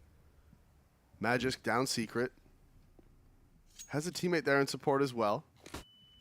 As the 3-man ramp play comes in. So they're going to be scaling forward. MOUZ, they've already rotated a player down into B. That was Dexter earlier in the round. Had to get that one done quickly. As now the split's coming in, and JDC just drops down the vent, seemingly unaware of the secret play, and Dexter wins out on a crucial fight with ZywOo. The bomb needs to go down. Dexter's low HP. They're closing in on him, and dupreeh opens the door at the perfect time, finds the kill, and this should be the save call for the CTs. They don't have the money, they don't have the positioning, and Vitality have the bomb site. You can't afford to go for it. Even just Torsi throwing the AWP into the wind would be a silly mistake to make. So like you're saying, all 3 of them have to just hard commit to the save here. So match point, still not going to go their way. Vitality pick up their 12th. But that is a round that could have unfolded so differently if Torsi got that frag when he went aggro towards ramp in the opening moments. If he gets the first pick, this could have changed. He then wrapped instantly towards outside as well. Doesn't get a kill, instead just takes a bullet, bringing him down to sub 20 HP. A tight game in the second half. Vitality not wanting to give up Nuke. They do not want to give this over to MOUZ.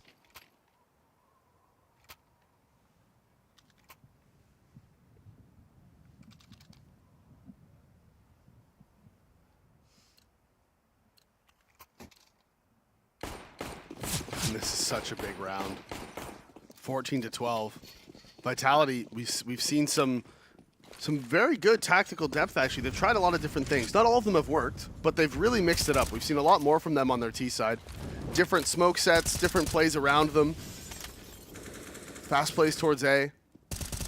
Even the ramp hits. I mean, they've been everywhere here on the T side. Counter flash is good. Frozen does get the tag onto Magisk. I don't know if anybody was nearby to hear it. But again, we see Vitality getting 2 players down into secret. This is just the exact same play as last round. They're just like, all right, bro, run it back. And ramp is going to be open again. Dexter's rotating back over now, but he might be too late. Flashes in, it's going to blind him, and they're going to take ramp control again. Torsi here with the op inside of Secret. Oh, and the swing for Magic's just a little bit too early. Dexter gets 1 for 1 in ramp as well. And Torsi, he's here at the double door. He finds Dupree pushing forward. 2 kills already. Hungry for a third, but his teammate of JDC will be banished from the vent. And Apex, he's flanking up on Torsi. Walks tight towards the double doors, looking at the smoke, and then going to back up to get the bomb plant down. Torsi, paranoid about the face from the vent. Apex charges back in, shuts the door, close shot on the AWP. He's taking a few pot shots, and there actually will be a big gap in the door now. Nate comes in to blow it clean off. Oh, all right, Torsi. And he's still alive, 6 HP, hits it as well. Man, how is he doing this? He is just slapping him in the face with the AWP again and again. He had the ace on the T side. Now he's got himself a lovely little 4K. That's big. That is absolutely massive. I thought Apex was going to get that trade for sure. Even the pick onto Zywoo there inside of the vent. I mean, the awareness, right? Just to be on the stairs, getting closed down on by Apex, and to just have the composure, the calmness to flick up and get that kill on Zywoo inside of the vent. I mean, that is just a massive performance from him. Look at this. He knows Apex is close to the door, and he still knows he's going to be able to peek up and find the pick onto Zywoo. Absolutely massive performance as Maus lock in map point. This was their map pick. They win this one. If this is it, if this is the last round, we will be going to Dust 2 where Vitality's going to need to answer back. And Apex answering back already into this round. Finds the opening onto Frozen. The aggression outside from Torsi as well. He finds him.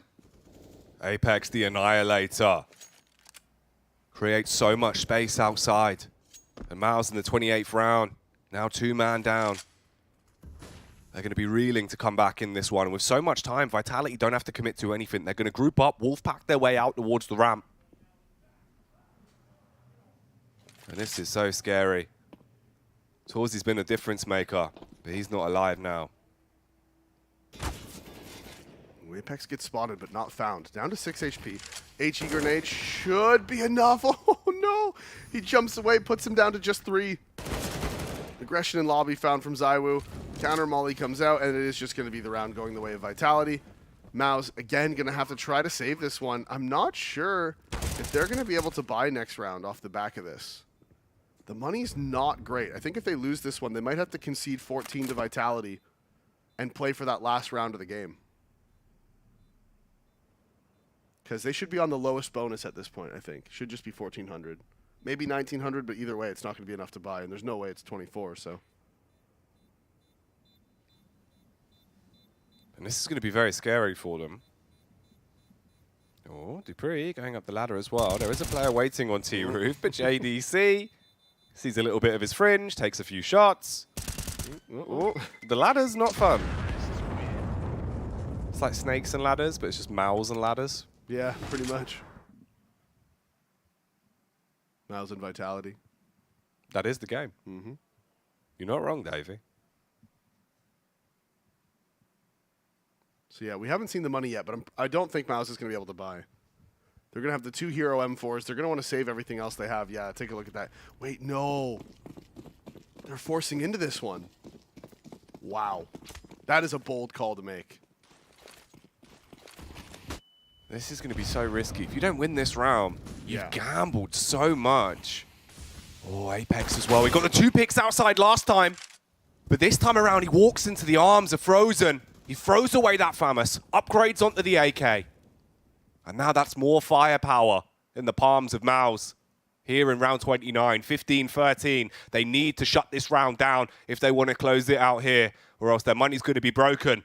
And they're being for a very rude awakening from Vitality. Vitality aggressing towards ramp. Torsi doesn't need the AWP. He'll do the damage with the M4 instead. Mauls Masuta. Dupree, he's dead. See you later, Zywoo, as it's all on Magisk. He might be tapping out, and he might be trying to stay alive, but it's not looking good for him. Half commits to the spray, and JDC gets it over the finish line as they will take the game. 16 rounds hammered in. They win their map pick of Nuke. And we're going to dust 2. And Mouse with the bold call there in round 29 to go for the force buy. The 2 FAMAS, the 3 M4s after they saved the 2 weapons. And I was looking at it and I'm like, ooh, this is ballsy. You don't have the op on Torzi, which has been a huge part of your game so far. How many rounds did he win alone with the op? At least 2 or 3. So to not have the op out on him was a very, very bold call. I expected the save call to come in. You play around the 2 hero M4s, but Mouse, they're like, you know what? We want to end this one here. We want to end this one now. They force into it, and the crossfire and ramp works to absolute perfection, and they close that one out. I was scared though as well because Apex outside, right? He was starting to get into the game. If he does anything differently there, if he finds that first pick even on the Frozen, things could have gone bad. But in the end, he gets fragged out, you get the AK, and all the pieces fall into place. So let's get back over to the desk and see what they thought about that one. Thank you so much, Jackie. I think it speaks to confidence. What we called out, I think, in the beginning of this, that the fact that Mouse went for Nuke, even though they didn't have a good time in Katowice against Vitality, Dexter being confident in his shot calling as an IGL, and the fact that in this crucial round, they go for it instead of waiting and maybe giving them another round for Vitality. So for Mouse, I think this is catching us a little bit off guard, the fact that they could turn it around so efficiently. They stick to the game plan, and as you said, you know, it's quite a confidence pick, taking Nuke upon Vitality. It made sense in the way that there was nowhere else they could go. Didn't start out too well for them, right? We thought to ourselves in the beginning of the game, okay, after this Magic's 1v3 clutch we see on your screen right here, everything according to plan for Vitality. They looked poised, they looked in control, but Mouse have quality, right? I asked them to show that quality, and we got to see that in the later stages of second half, and in particular on the CT side. And even on the comeback on the T side, Jacob, I'm gonna be honest with you, when I see Mouse being able to pull back an 8-3 deficit to an 8-7 on the T side, that to me speaks volume to the preparation they had, because once they had figured out the defense, once they had figured out the holes, they had the utility, they had the resources, and we saw Frozen just rain havoc outside. Zai would try to play Garage, he couldn't. Apex tried to play with the rifle, he couldn't. That was a tactical game won by Dexter. Let's talk about both of the adjustments made, starting on the T side, where, as you said, they didn't get off to a good foot, Maniac, but then they got control of outside, and that seemed like the key, right? Shutting down Apex there. Yes, I think they diversified what they were doing outside, because the very first few rounds were almost Abyss heavy that was always going down secret. Apex knew, Vitality could set in position, and there you have it. Towards the very end of the half, they started to playing under heaven. They had 1 or 2 players down secret, but someone was ready main. So at the end for Vitality, it was really hard to know what was going on. Sort of a smoke screen, no pun intended. And this is Dexter actually always speaking out the right choices. Keyword is variation right here, right? They variated the default they had outside. You talk about it constantly on Nuke. You smoke to go to secret. Sometimes you do the close smokes towards gate, and then you vary it, right? You go in towards secret. You go in towards warehouse. You go under heaven. They constantly kept Vitality on their foot. I will say, you know, Vitality winning the pistol, converting, getting off to the good start, and still conceding 7 rounds, that's simply not good enough, right? They should be able to shut down for Mouse, because it was very one-dimensional in the sense that everything was happening on Yard. And as you said, Cyvo couldn't shut it down, Apex couldn't shut it down. Well, who can then? Yeah, that's the question then, because you have the team like Mouse who is willing to let the changes come in, right? Vary their play in that regard. But when I look at the players that play on Vitality, when I look at Apex, you know, as that IGL there, Maniac, I would expect them to then be like, all right, let's just try and put another foot forward and change it up as well. Were you disappointed in that regard in Vitality? I think the disappointment comes from the second half more than the first. I would have hoped Vitality had a bit more in the back, a bit more in the trousers when it comes to the T side. You could see it was never easy for Apex. Every single round was very hard thought. It was clutches on clutches on clutches. I never really felt like Vitality were in control at any point in this game where they should have been. I do want to praise Mouse a little bit, because I think we put some players on display at the very beginning. Yep. Frozen showed a big time, a man that I think has not always lived to the mental of star he's supposed to be now. T side kind of complicated, but Jacob on the CT side, no joke. 17 kills, you know, 17 kills from Frozen in the pistols, in the clutches, in the eco rounds. You know, he was farming left, right, and center. That counts too. They count too. It's a kill, right? Frozen was doing a fantastic job, and we spoke about it coming into this one. The fact that Frozen is not the star player of Mouse, or hasn't been the star player of Mouse so far in this tournament, is a bit of a problem for them. But when he's showing up, there's enough quality. That's what I was asking for. I want to see the quality of the Mouse Sports players on the server, and we saw that here in Frozen. He is a superstar in his own rights, and he got to showcase that. And that whole trio of BMS and JDC and Frozen, as well as Dexter, again, doing an admirable job. And Torzy, who sometimes, right, he's been up and down, I think, in the RMR, that's safe to say, but we saw him come alive on that CT side as well. And I love that you mentioned Torzy, because I think he had a couple of key moments in the last 3 to 4 rounds. I have this image in my mind where he's labs a window on the B side, and he's basically surrounded by opponents with the AWP. And these are moments where I keep my eye on newcomers, rookies, and I see, okay, what are you made of? What are you made of in the last or in the next 10 seconds? That's now, you're going to show me everything. And he just goes turret mode, left, right, changes his position, punishes Apex. These are good signs. I called him out at the beginning of the game, and he answered beautifully on that map. So let's then look ahead, right? Because the fact of the matter is, Mouse is now 1 map away from making the major, which means that Vitality is so close to missing out on that major. Now, we talked so much about Project Vitality at the top of the day, about the puzzle, about getting the pieces together, and about caveats. Hey, they played FaZe, they lost to FaZe. Hey, they played Na'Vi, they lost to Na'Vi. Fine, we'll give him that. Mathieu, this is it. Yes. This is it, right? They are with their backs against the wall. I am scared. Yes, listen, I think the Vitality camp still, they can write their own destiny today, right here, right now. We know the caveat of their situation. We know they faltered to FaZe and Na'Vi, and there is nothing to be ashamed about. But when you're down 0-1 against Mouse, you can still correct the course. Yep. You can still turn things around, have a 2-1, make it to the major, and then it's a new page that's turning. You go down on Dust 2, 0-2 versus Mouse, and I am out of narrative to save you. I cannot save you on that one. I'm just looking at the maps, and I'm thinking to myself, right, Dust 2, there's a great upset potential for Mouse.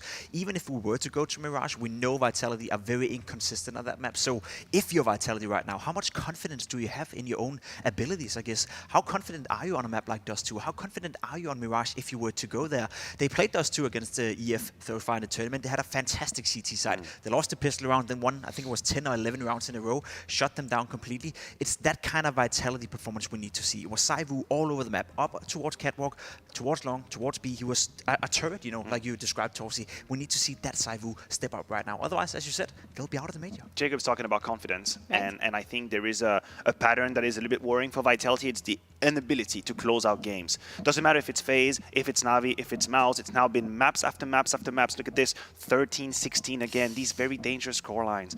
And I think it doesn't really matter who you play against. You start to have this voice in the back of your head when it's 13-13 that, like, shit, I gotta make a move. We're not gonna make it. I have to peak here now. And that's as soon as you stop believing in the fact that you're gonna win the game by doing what you're supposed to, you overplay, you overcompensate, and you make mistakes. And I'm worried about Vitality. And this is, I think, where you can look at it from 2 sides from Vitality coming in, right? On the one side, you could say, you've got Sonic, you've got Apex, you've got multiple major winners on that roster. This is where it all comes together. But maybe that is also playing there. You know, the fact that they are now completely with their backs against the wall, and it has to be activated. And they didn't give themselves any extra time or any extra like leeway, right, Jacob? Do you believe that they can find it in time for Dust 2 and then Mirage? It's a good question. I agree. There's 2 sides to that coin, right? Because all that experience, all those major wins, they also put them in the situation where they're now 1 map away from not qualifying for the major. I tend to believe in Saivu. I tend to believe in quality. I tend to believe in world-class Counter-Strike players. I think Dust 2 is a map that allows those individuals to shine. Dust 2 is a map where Magix and Dupree notoriously are playing well as well. So I think Saivu and the boys here are going to win Dust 2, and then we go to Mirage. But for me, it's a 50-50 game. And just saying that out loud is, it's not good enough. Leave me alone with that 50-50. We're going to map number 3. It's going to be Dupree, yeah, which is looking I on think the for the B entire side. series here, right? Yeah, well, the entire series. Let's take it 1 map at a time, okay? My heart as a Vitality fan has to stick to 16. 16 is the magic number. Let's make 16 on Dust 2, and then we can have a jolly old discussion. It was very passionate, but we still have time. So you do have a little bit of time, I think, to expand your point.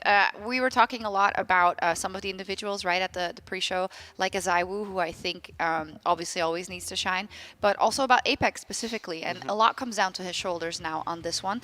Dexter on the other side. So what do you think, Mathieu? I think that the conversation about Apex is quite an interesting one, right? For the new fans out there, might have forgotten the time where he was just a beast of skill and entry frag and making the difference. He had to do a very massive change in how he approached Counter-Strike and in his role. Now, the problem that I have with Apex, and I love him to death, I love that to death, he's an amazing guy. Let's be honest, he has way too many unsolicited errors in Counter-Strike. You look at a game from Vitality, and I can pinpoint rounds where he dies without being forced to make a mistake. It's like tennis. Sure. Basically a backhand that goes in the crowd for no reason. Apex has those moments. I think he sometimes forces the issue.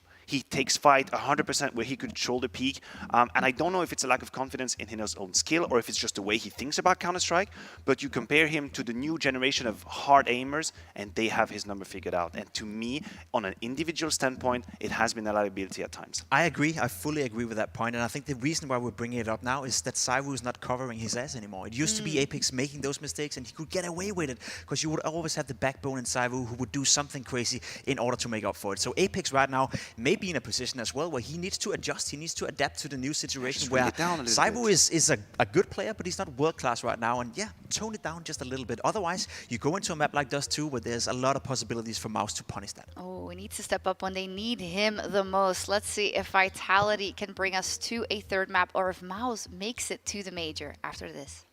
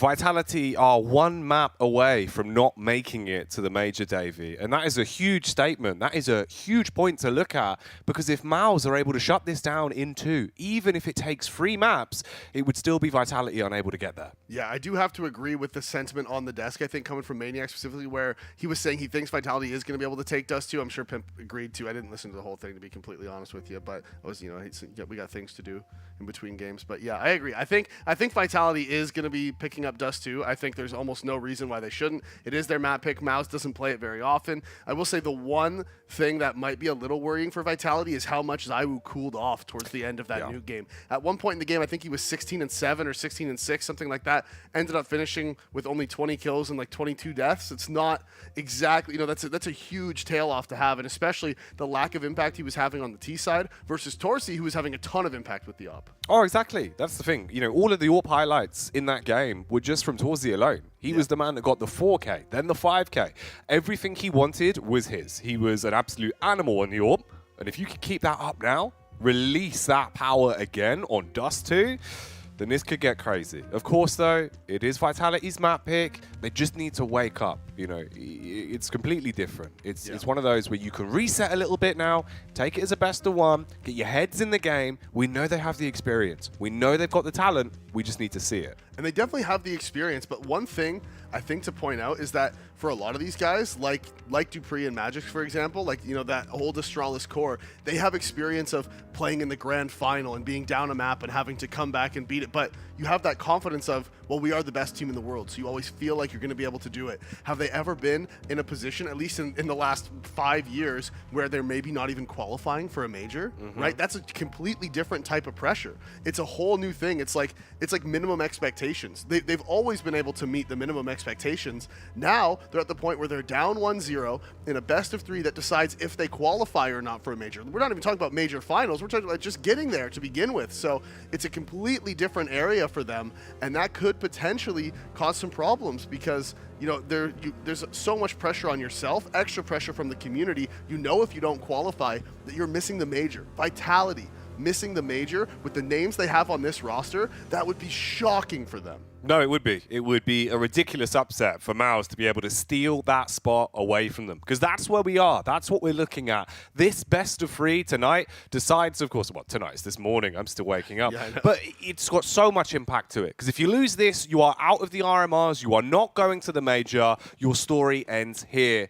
If you win it, there's always an opportunity to deal some damage live in the flesh at a PGL major in Antwerp, but you have to win this series. We go into the second map now. Mouse on the CT side. Vitality will be your tease. And 2 nade sets from both teams. We see the smoke and the molly on Magisk. Smoke flash on Apex. The full nade set for Dexter. So lots of utility on the map right now for a pistol round, and there's Dexter swinging out. No armor, full nades, he doesn't care. Swings, finds the headshot onto Masuda as the cross smokes come in. Oh, the flash out. BMAS wanted to make a bold play, but he takes a bullet to the head and gets shut down by ZywOo. Debris goes running up towards the site as well. Dexter tapping from behind the smoke. And they're going to start to slow it down a bit. Yeah, Just a little minute of time to work with. With how much time they have left, they're just like, all right, we don't even need to take this fight while they have their smoke up. We can just wait. We have tons of time. So they are just waiting. They're holding on the ramp. They're seeing what Vitality... what Mouse is going to be able to give them as Dexter finds the headshot onto Dupree. That's 2 for him on the round. Bomb dropped in an awkward position. They need to be able to recover it as the tags come in and ZywOo covering. Gets the kill onto Dexter. Gets put down by JDC, but the flank is coming. Oh, Apex shooting feet like Quentin Tarantino and eventually goes back down to get the bomb planted. Magisk, he's coming in from short as well. Sees 2 of them. Big dink onto JDC, but Torsi with a USP finds the adjustment. All now on the 1v2. They're defusing a bomb. He's got to push up. He's got to hit the shot, but he's tucked in. It's not planted for him. Nothing you can do. Mouse, take the pistol. Yeah, Magisk just not feeling comfortable taking that fight. He didn't have the armor because he had invested in all that utility. 1 versus 2, he doesn't want to swing out on short as they're both looking at him. But once his teammate went down in sight, that's pretty much round over. He was on the flank, bomb not planted for him, no armor. And no way for him to even close the distance in time. Even if he found both kills on short, he would have to run all the way across elbow, swing into the site, and then kill Frozen defusing, but he had a kit. So pretty much as soon as the player in sight died, that was just unwinnable for Magisk. Yeah, no win condition in the round. Nothing to be found. A Mouse with a map and the opening pistol now in the coffers for them. And Torsi, he was an absolute demon with the AWP. This time he's got a scout stationed towards Car, and they are going to peek into him. Battle of the Scouts working well for Mouse. BMAS, he's just going to play close with the Famas. Flash comes round as well. He peeks back out. Support of Dexter's also there. And Vitality finding nothing with the investment here into the second. Now they do have the scout on Apex. He should be able to get into pit. ZywOo has the dropped AK as well, so they're not out of this round. Tons of damage has been done. BMAS and Torsi are both low. He's tucked away in the corner, and he's not going to be able to get away with this. Nade comes in to do quite a bit of damage, and Apex answers onto Dexter in sight. So this is the danger. This is the risk that Mouse was running. They overcommit. The scout from pit finds the headshot onto Dexter. And now the cross smokes are coming in. They're going to be able to get across towards the site. They do still have that kit smoke on Frozen, which could be the difference maker, as they're going to boost over and see if they can peek out, find anybody peeking above the site. They're not able to see the 2 CTs playing around the smoke as the counter boost comes in now. But these smokes are going to fade. ZywOo. Oh, it looked like he was watching towards it, but instead, big tag onto Dupree. Both of them on 17 HP, but JDC, he's not alive. Flash goes out. The last 2, again, going for another boost. They put BMAS on the elevated peak, and it's not going to help. 1 versus 3. Frozen heads out into CT, and this round looks like it's gone. Yeah, the AK drop for ZywOo, and that's the impact we needed to see from him. We were talking about how important he is for this team. At one point, the #1 player in the world, 2 years in a row. And just fell off on Nuke there, just wasn't able to have the impact towards the later stages. But here on Dust 2, early on, the hero AK passed over to him in the previous round. He finds 3 kills. 3 massive kills for them as they reset Mouse's economy after losing the pistol. And it looked like a scary start. Didn't really feel like they were going to find much from it. But in the end, they get the round. And now you should find a quick follow-up as well. But Frozen, ooh, on a tight angle with a deagle. slaughters Dupree. And they've got so much map control because of this. You pushed out through upper tons. Dexter can run up into T-spawn as well. This could get a bit dicey. Apex might get shot in the back of the head. He just might. They're all looking around. No one's looking for the T-spawn flank. They don't expect this aggression. And Dexter, oh, he wants to drop in, but he doesn't want to make the sound cue. So he is just going to walk and flank. The info here, oh, this is such a good call from Vitality to go down towards middle, though. Now JDC spotted it. He's taking a ton of damage, though, and somehow full blind still lands the headshot onto Masuda. The flank from Dexter's now in as JDC with a second. He got tagged down to 20 HP, playing close behind the door. Magic's nade from beyond the grave is going to find him, but it doesn't matter because Torzy's in the back, and another Deagle headshot for him, and Mao's answers straight back. Oh, JDC. It stands for Just Deagle Kills with a C, Davey, because he's killed 2 of them. The fact he gets away with that when he's fully blind, then you get the flank from Dexter that was developing so slowly like a Polaroid throughout that round. Mate, that's madness.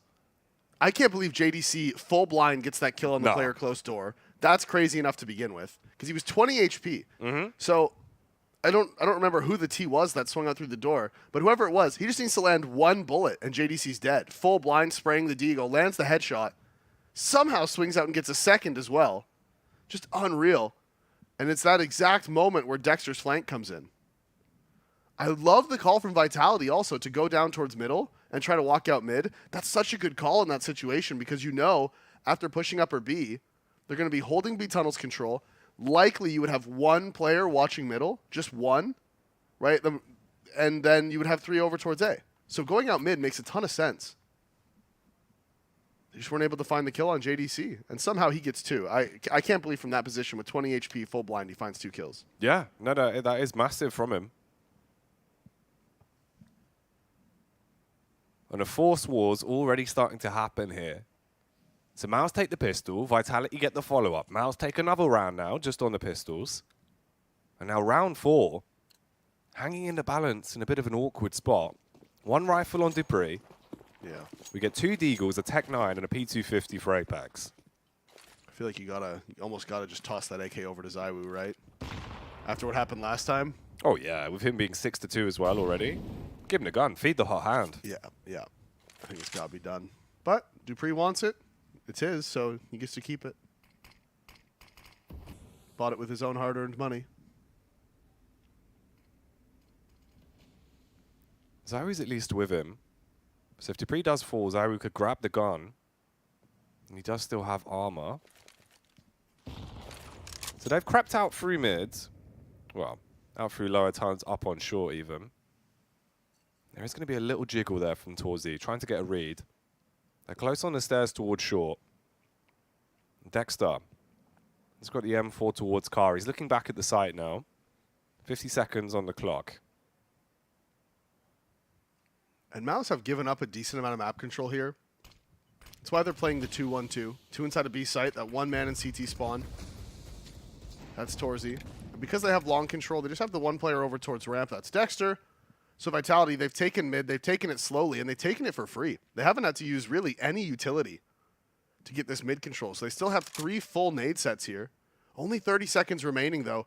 The bomb is out middle, and is the play the mid to B, or is this going to be the fake where they go back up towards short? Now everybody's grouping up, and this is the mid to B play. 1 player outside of the window here, and that's Frozen. Gets his first, can't get the second. Traded by Masuda, and it's all on JDC. Tucked away in the car. 15 seconds. Trying to hide his head. Pops up, managed to get the second. Can he find the third? Everybody's missing. Apex can't land the shot. Magis can't land the shot.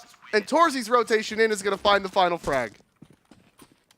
JDC. He's already had so much impact onto Dust 2. And we're only 4 rounds actually played into the game. This is crazy, dude. How has nobody hit him? I don't know. I really don't know. He's just standing there. Shoot him with your gun. Just Famous chopping everyone up. It's like Butcher Pete at the back of the bomb site. He's chopping that meat. And now Vitality, their money has been chopped down to absolutely nothing. It's just Glocks. They've got a full save, and Mouse, for them, they need to just get through this round without anybody dropping, right? That is the big thing for them, because Frozen and JDC are broke. The other three have a decent amount of utility built up. Not utility, money. So they just need to not lose any players here as Dexter, making it very close to Glocks. Just not able to do the damage. Rotation's here to try to save him, but Dupree, he wants to run him down. He wants this kill. Can he get it? Yes. It's a very small, very, very small victory there for Dupree, but he's like, I got you. I got you. You didn't get away from me, buddy. Shot his gun as well. Break that one. Pow. Pow, pow. And it looked like he actually was going to survive as well, man. Awkward fight onto some of the short players, but when he realized it was just Glocks, he's like, okay, let me just take my time, line these up, cuts his way through them. And Maus, 4 rounds already established now on the CT side. But comes back out for Vitality. ZywOo, he has a scope, but it's not exactly the weapon he'd be hoping for. It is the scout he's working with. Spots him towards middle, fires off a single bullet, but no actual tag. And he actually needs a scope to line up the smoke he's throwing right now. That's the one that lands on the hinge towards door, but you can throw it from T-spawn, but you have to, he found this really weird lineup where you have to like double scope in on a certain spot on the wall, put your crosshair on the exact point of like this little smudge, and then you can throw your smokes. You have to have a scope to line it up. That's probably why we see the scout coming out. And then there, Magisk, he's trying to face towards B, but the double play, posted up, the change in elevations.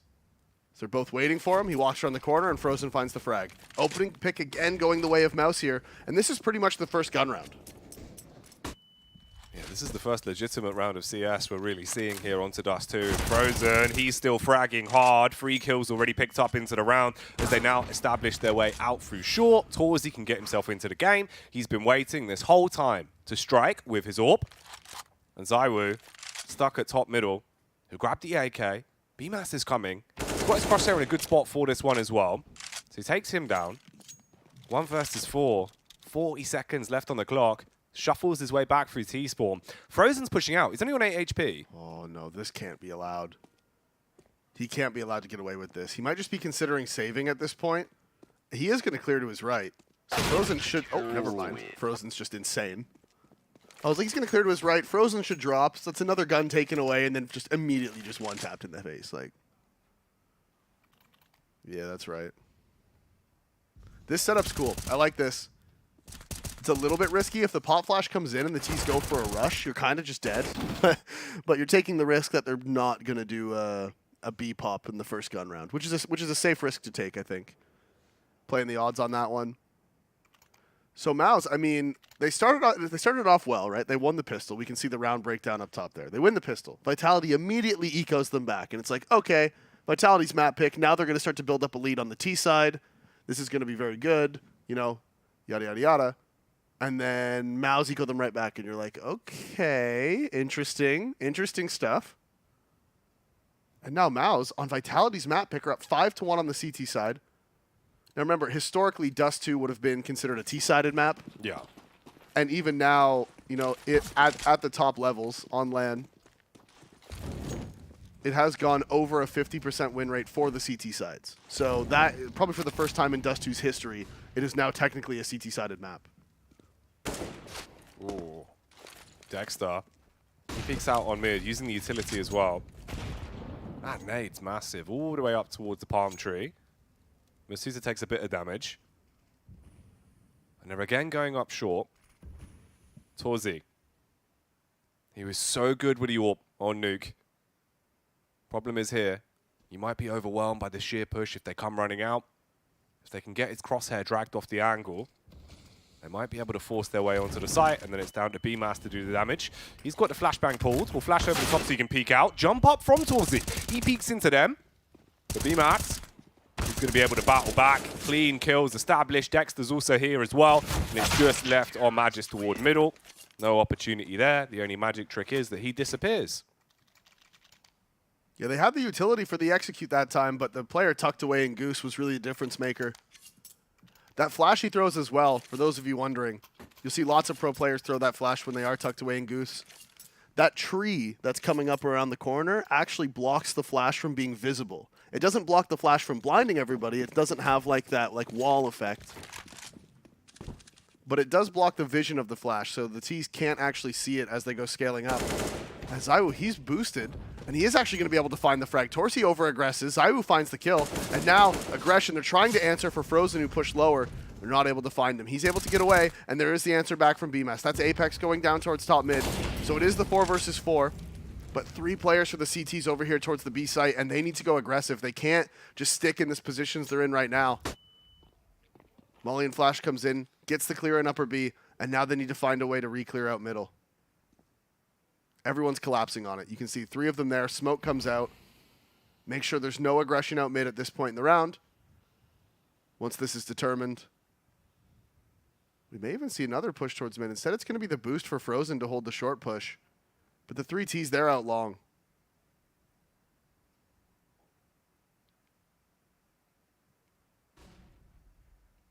Frozen. Where's Dexter? If they go walking out through the doors, they have to win out against Dupree. He's waiting for the face. They crouch walk in, but he gets both of them.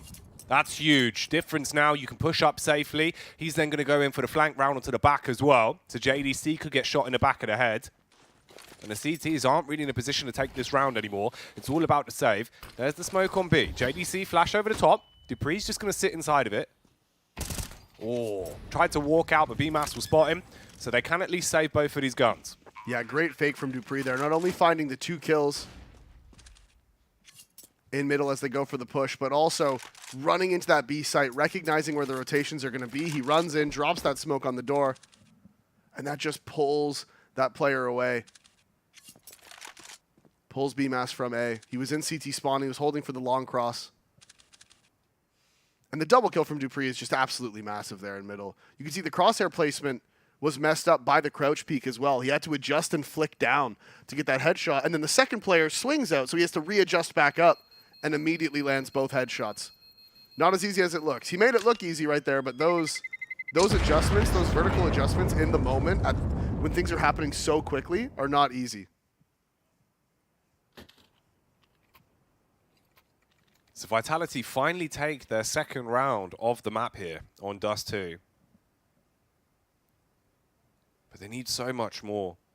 It is crazy that we are staring at a reality here, Davey, where names like Dupree, Zywoo, Apex, legends of the game, of course, that might not be able to make it back to the major if they lose this series. Because Mouse... Oh, here's the lineup. Stick on him. Hang on, let's see if we spot it. See, so you have to double scope in, aim at that like bottom right point of that smudge, and then jump throw the smoke, and then it lands on the hinge at the mid door. Yeah. That's one to steal. Yeah. It's not as easy as you think, actually. Like you think, oh, I'll just do what he does. Double scope on the smudge, throw the jump throw. No, it misses, man. It's not as easy as you think. That is freaky.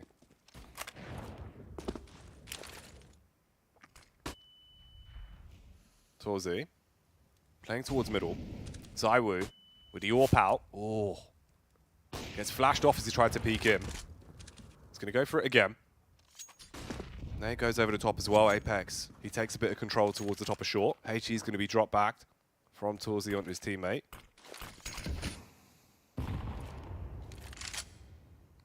And again, Dexter tucked away in Goose. So Torzi's up on the lip. He's holding for the short aggression. Dexter is just going to be baiting. He's going to be tucked away inside of Goose, hiding in the corner, allowing Torzi to take all the op fights that he wants. Full blind finds the pick on Apex before the flash pops. And that is going to be the mid to B call off the back of the info. Now they know the op has rotated over towards the A site. Resmoke has to come into CT. There's 2 CTs in the site. They don't have the utility to stop this. Close on the door. There's the wide swing. It's Frozen. Will be slain by the AWP. A rapid turn from JDC. Oh. He goes peeking back out on the window as well. Puts the barrel in the belly. Pulls the trigger but can't take them down. They've got the site. They've got the bomb planted. And it's all on the 3 versus 3. Zywoo playing off the bait of Dupree towards the window. The angle's being watched. Torzi, he has this scoped in. If there is any aggression, if he hits the shot, maybe there's a possibility to play with this one. But time's ticking away. They're walking up. Dexter's going to be spotted. That's the first phase from Dupree. There's the extension back out. Zywoo drops off. Flash over the top so BMAS can go running in and attempt to bombard him down. He's going to be watched with the AK. And with no real time, they're going to save. Wow, they had 2 kits. The players are low. They knew that Masuda would have been lit, but Zywoo actually finds the pick on BMAS as well, so they don't even get away with the guns. Mouse, they were so worried about that mid flank. You could see there was 2 or 3 of them committing to clearing out, making sure no flank was in middle. As coach, that's the admin calling for the pause actually by the looks of it. I guess the coach probably There's probably like a rule. The coach isn't allowed to signal to the players anymore. So the coach probably has to signal to the admin, pause, and then the admin has to go and tell the player to pause it. Yeah. That makes sense, actually. Time. Yeah, timeout. Tea. Chamomile. Earl Grey. Hot. Orange Pico. Ooh. Yeah. Wow. And this game does have some real tea. A lot of potential drama that could happen here if we do see Miles taking this series. What a mess that would be. For the Vitality fans, I mean. Like, obviously, it's not a mess that Miles wins. Like, good for them. If they win, they deserve it. But Vitality fans be in shambles. Oh, yeah. You would see a lot of ruckus on the old social media. 6-3 right now, though. Here we go again. Lining it back up.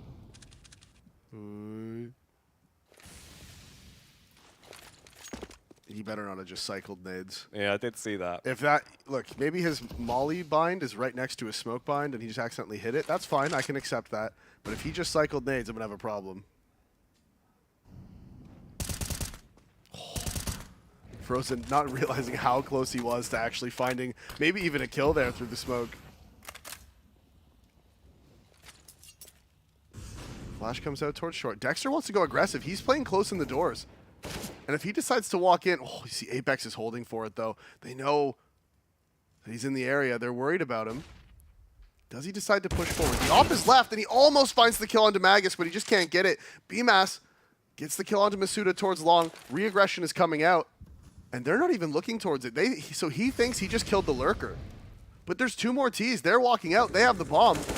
And it is Zywoo with the op. Torsi gets Magisk on short. As the walkout middle, nothing going their way. Zywoo does eventually get one back, but it is just the 1 versus 4 that he's going to have to pull off if he wants to win this one. That's a good start. Gets the snapshot off onto the back of Frozen. He's pushing his way down aggressively towards the bottom of middle as well. JDC's right here. Zywoo, he comes out. Zywoo! He got the tag. Oh, man. Imagine. God. Imagine if he hits that flick. B site's open, then it's just a 1v1 post plant. Yep. My God. That was absolutely grotesque. God damn. The fact he got the tag in. Look at it. Yikes. Dude, that is freaky from Zywoo. Oh, mate. You saw JDC after he was looking at his teammate laughing too, like nervous laugh, like, oh yeah, that was close, wasn't it, guys? Wow. I wasn't worried. Were you worried? Easy round, guys. My, oh my. A 7-3 scoreline here. As Mao's really starting to run away with the game. No money for Vitality either, so the Tech-9s are going to be whipped out. And this is scary, David. The longer this goes on, man, the bigger buffer Mao's are building up.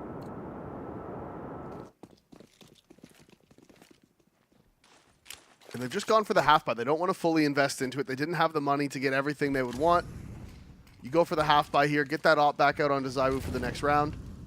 As you see this time, Mao's, they want to fight for middle. They have them grouped up here. Dexter's off short, 1 player close to the doors, and then obviously the man throwing the nades. Flash towards lower is actually perfect, but Frozen gets a little bit shy of it there. He doesn't want to fully swing out into lower.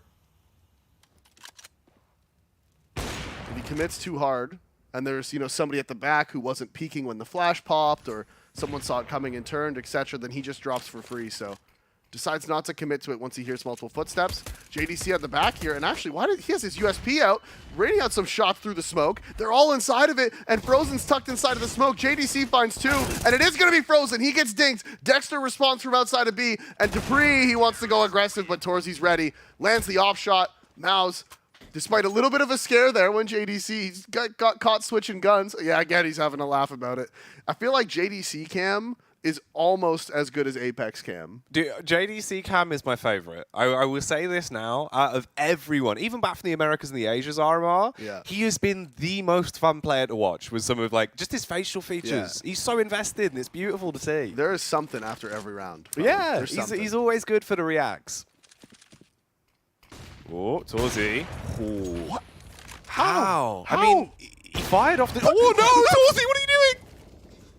What is going on? The double miss from Torsey. Somehow, neither one of those shots landed. The second one looked a little bit more, it looked like a little bit more of a miss than the first one, to be fair. Ooh, this might be a hit, though, from Dexter. No way. He's walking up. They've got their backs turned. Says no read. He's able to get two. He just gats his way through them. Backs up towards T-Spawn, but ZywOo's there. Strikes against him. 3 versus 4, Davey. This round is just ridiculous.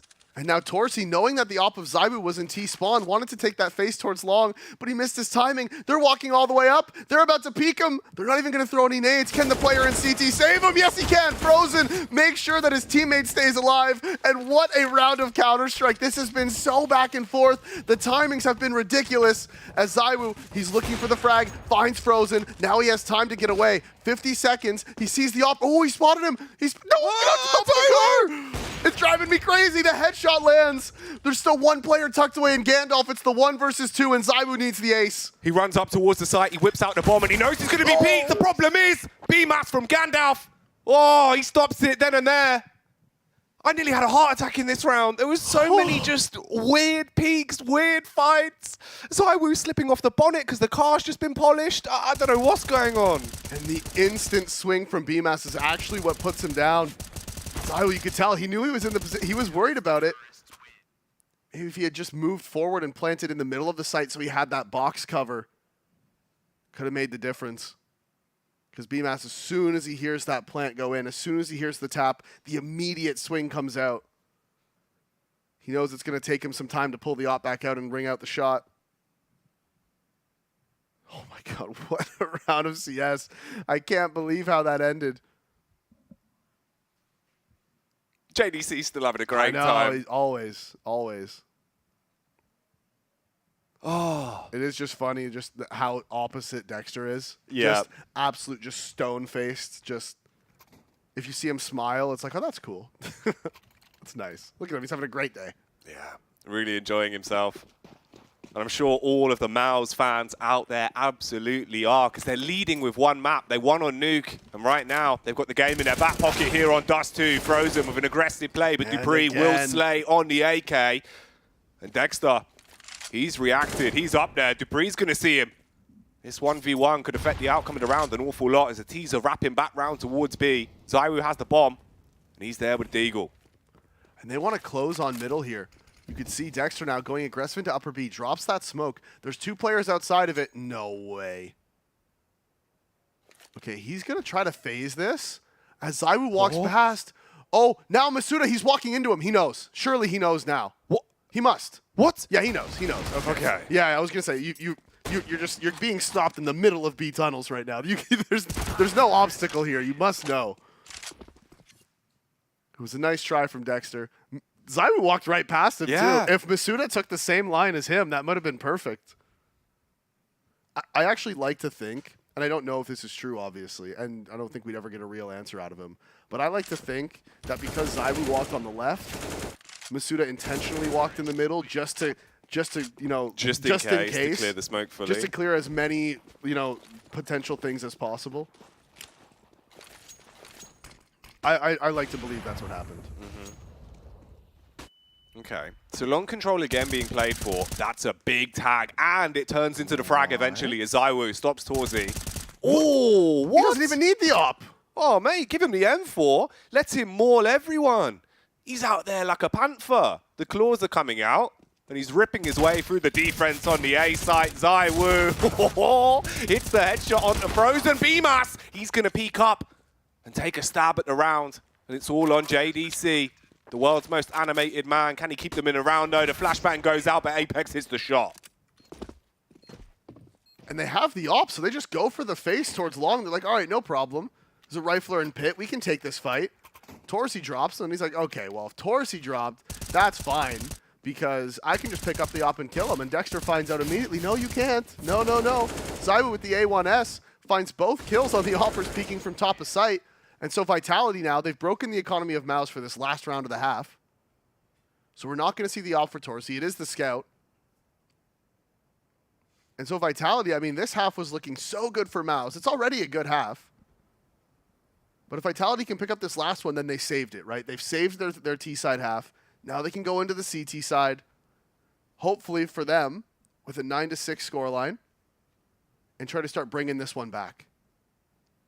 The one thing I will say, though, Mouse, we've already seen what they can do with the Deagles. Yeah. If that happened again, soul-crushing. Absolutely soul-crushing round to lose. It could be horrific for Vitality. ZywOo does have that AWP, though. Watching towards middle for the cross. Fires off the warning shot, and it's not going to do too much. Mouse, heavy stack towards long as well. HE goes in. Will blow off a single toe from Dupree, but as he responds back with the AK, PMAS actually tucks into pit. Luckily enough, they are going to be able to frag back against them. Run through the smoke, Dexter on a Deagle. He hits the headshot on Apex. They're running back towards the car, but Magis with the timing, he's already got out through short. He's trying to shut it down here and now. And they will be able to get a good grasp on the 15th round. JDC in a 1v3. Yeah, he would have to do something absolutely ridiculous here to pull this one off. He's trying to peek around that Molotov. Bomb hasn't got into the site yet. Now it makes its way in. Support is there. Another Molotov comes in. Flash is actually good, but Dupree just gets unblind at the right time. Swings out, lands the headshot. So it is the 6th round going the way of Vitality. And remember, they won the last 3 in a row. So when it was 9-3, you're looking at potentially a 10-5, 11-4, hopefully, you know, if they're lucky. Instead, they win the last 3 in a row. So they get 6 now. They win the second half. Pistol, potentially tie game.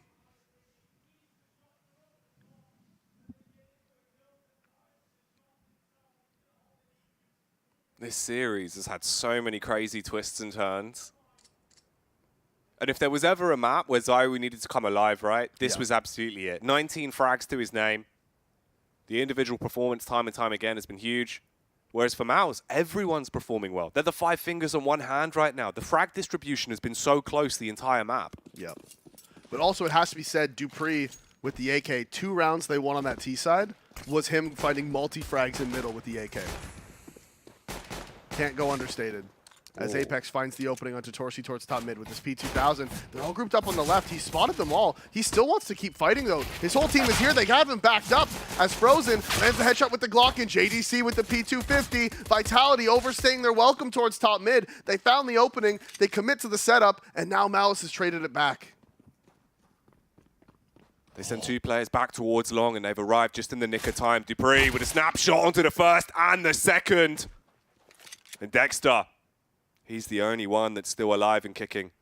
He has the P250. He's going to be walking his way up. The bomb drops slightly further forward. Masuta waiting on the angle.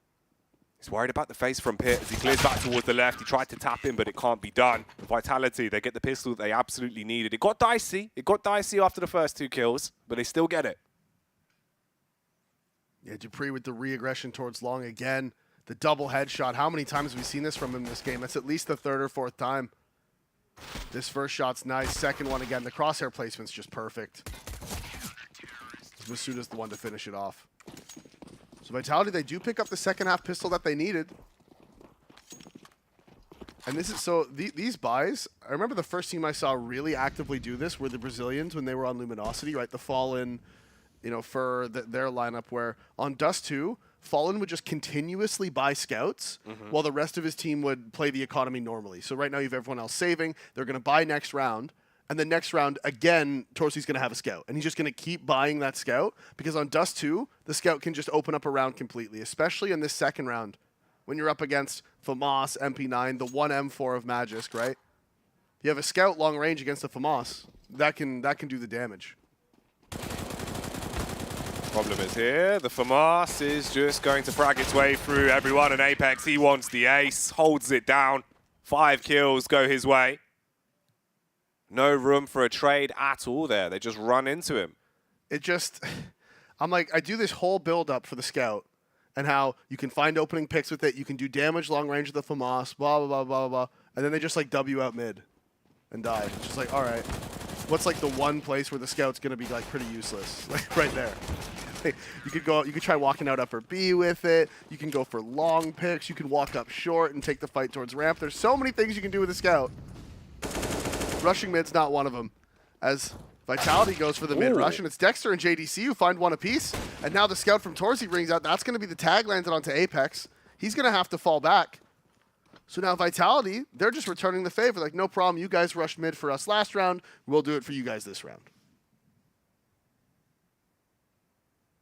Vitality might have gone a bit too bold in a round like this. Torzi What the? flicked off as he spotted him on the side of the scope towards middle. dupreeh is being so freaky. Just walks all the way across mid and then walks back. Somehow gets away with his life. I can't believe he survived that. As the ball moves toward bottom. Look at him, he's doing it again. Oh. He's got an MP9, Jack. He's absolutely mad. Just dupreeh things. 2-player set up on short as well. Apex tucks into the close left. The angle's being watched, and Dexter's going to see the head. Single tap is all that's required. Flash over the top, and JDC follows it up with a kill onto ZywOo. And this has been such a weird round. Yeah, Vitality tried to aggress in mid. It's not a bad call. They are on the bonus round. Although you would have expected the MP9 to go up there. It's probably spawn-based, to be fair. They run all the way up mid. There was the player hiding inside a dark. He just swings out. Gets the first kill. JDC answers from long. And it is just like Dexter and JDC. They're the ones who just... They've got all the kills this round. First shutting down the mid aggression, then getting those kills on short. Catching Apex in the side of the head for the freebie. But it was the bonus round for Vitality. So they're not going to care too much about it. Apex is going to have to drop the op over to ZywOo, though, because he's not going to be able to buy it. Just the fourth. Their money's actually not going to be in a great spot. ZywOo and dupreeh should be on about 38 each. So it's not great, but Apex can drop the op. That's the most important thing, and dupreeh recovers an M4.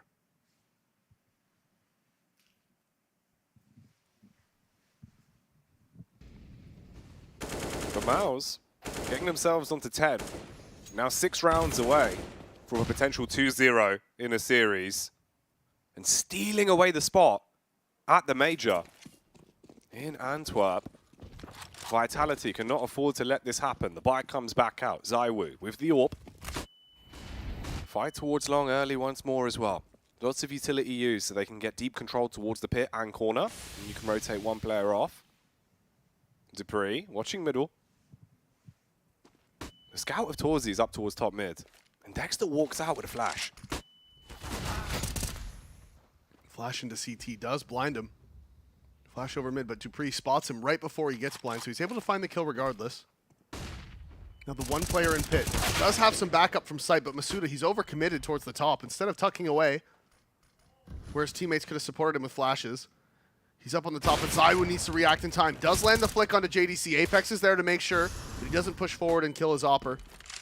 So with a minute left, Mouse is falling back from long, and if dupreeh doesn't catch this timing, he is going to find it. Going to find one, going to find two. They pick up the gun round, they pick up the answer. So Vitality put us up to 9, and Mouse, the money is okay. They are going to be able to buy, but it's not going to be a great one. And this is a different dupreeh to what we had back on Nuke. He was isolated a lot throughout that game. Couldn't really find much impact to get into it. Here, he's been a bit of a difference maker for the side of Vitality. He's getting the multi-kills, and he's just being so annoying towards middle. Always making it awkward for Mouse. Torzi consistently on the scout.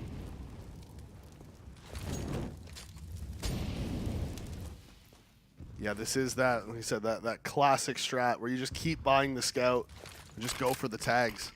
I will say it's a little bit different now on New Dust 2, though. Like, I don't think it's as viable, because on T-side it used to be viable because you could always just post up on the door, you know, shoot through the smoke, make sure no one pushes lower, etc., etc. But on New Dust 2, not nearly as viable. Molotov comes in. Should be the flash coming in now is Dexter. He actually goes aggressive, and dupreeh just swings out and finds him. It's a free kill.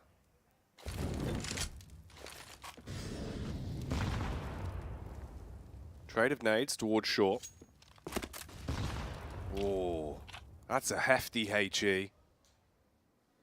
Blows up and deals a ton of damage on the Frozen and JDC. Smoke on the lip. They're going to try and play with this. BMAS is still waiting towards middle as well. dupreeh, he's just watching. Up onto short, through the back of the smoke. And the execute is going to come in. Rotations are nearby. They have 4 players over here. 3 towards A and 1 close in the door, where dupreeh's going to be able to get that flank off early. BMAS is watching for it, though, so it's going to come down to the timings. Resmoke comes in. I think they're going to try to flash JDC into lower, and dupreeh, he goes early, and he is get found. BMAS drops him. Only one player in the B site. They know there's a man here in CT. Can JDC win out on his fight? He can. Magisk answers with 2 from B, and ZywOo takes down the Lurk. It is just Torshi. He's 11 HP. He needs to find the player inside of the B site. Pre-fire towards the headshot box. It's going to be at the flick. Lands the kill onto Magisk, and the bomb is going to go down. Just 11 HP, but it's the 1 versus 2. Oh, that's madness. The flick to keep him in it to win it. 11 HP, wide swing round the corner as Mastua's going to be running out through tunnels, and they do take it down. Oh, mate. That round, so push and pull. JDC in a great position towards CT. Wins out on his fight just as Magisk goes huge. Yeah, the peek from window found both players scaling out of middle, and that's just... he was there by himself. He was completely isolated. As soon as that player in CT dropped, dupreeh dying towards mid doors. That meant Magisk was completely on his own. He was entirely isolated. If he doesn't find those multi-frags, that's round done. Mouse gets into the B site. The post plant's almost impossible to retake B. But he finds the kills, and it's just massive. Absolutely huge performance for Magisk. Cannot state enough how important that was for him to get that multi-frag. Tech9's doing what they do best. They run into the B bomb site as Dexter will be able to open it up with a tasty little headshot. Magisk, again, a multi-kill. Switches out to the USP, peeking left, peeking right. Apex comes in with a good night uppercut onto Torzi, and they stop it. It looked like it could have got a bit scary.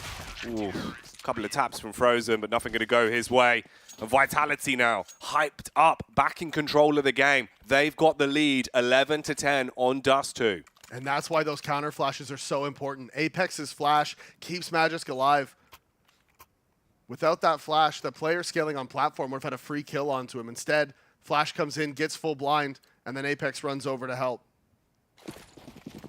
Those rotators, on holding the B site on Dust 2, the rotators are play the most important role in that. If you don't have those counter flashes, that presence being shown, you will just drop. As Masuda's tucked away in the corner, they are able to find him actually, and there's 2 for dupreeh from long on top of the platform.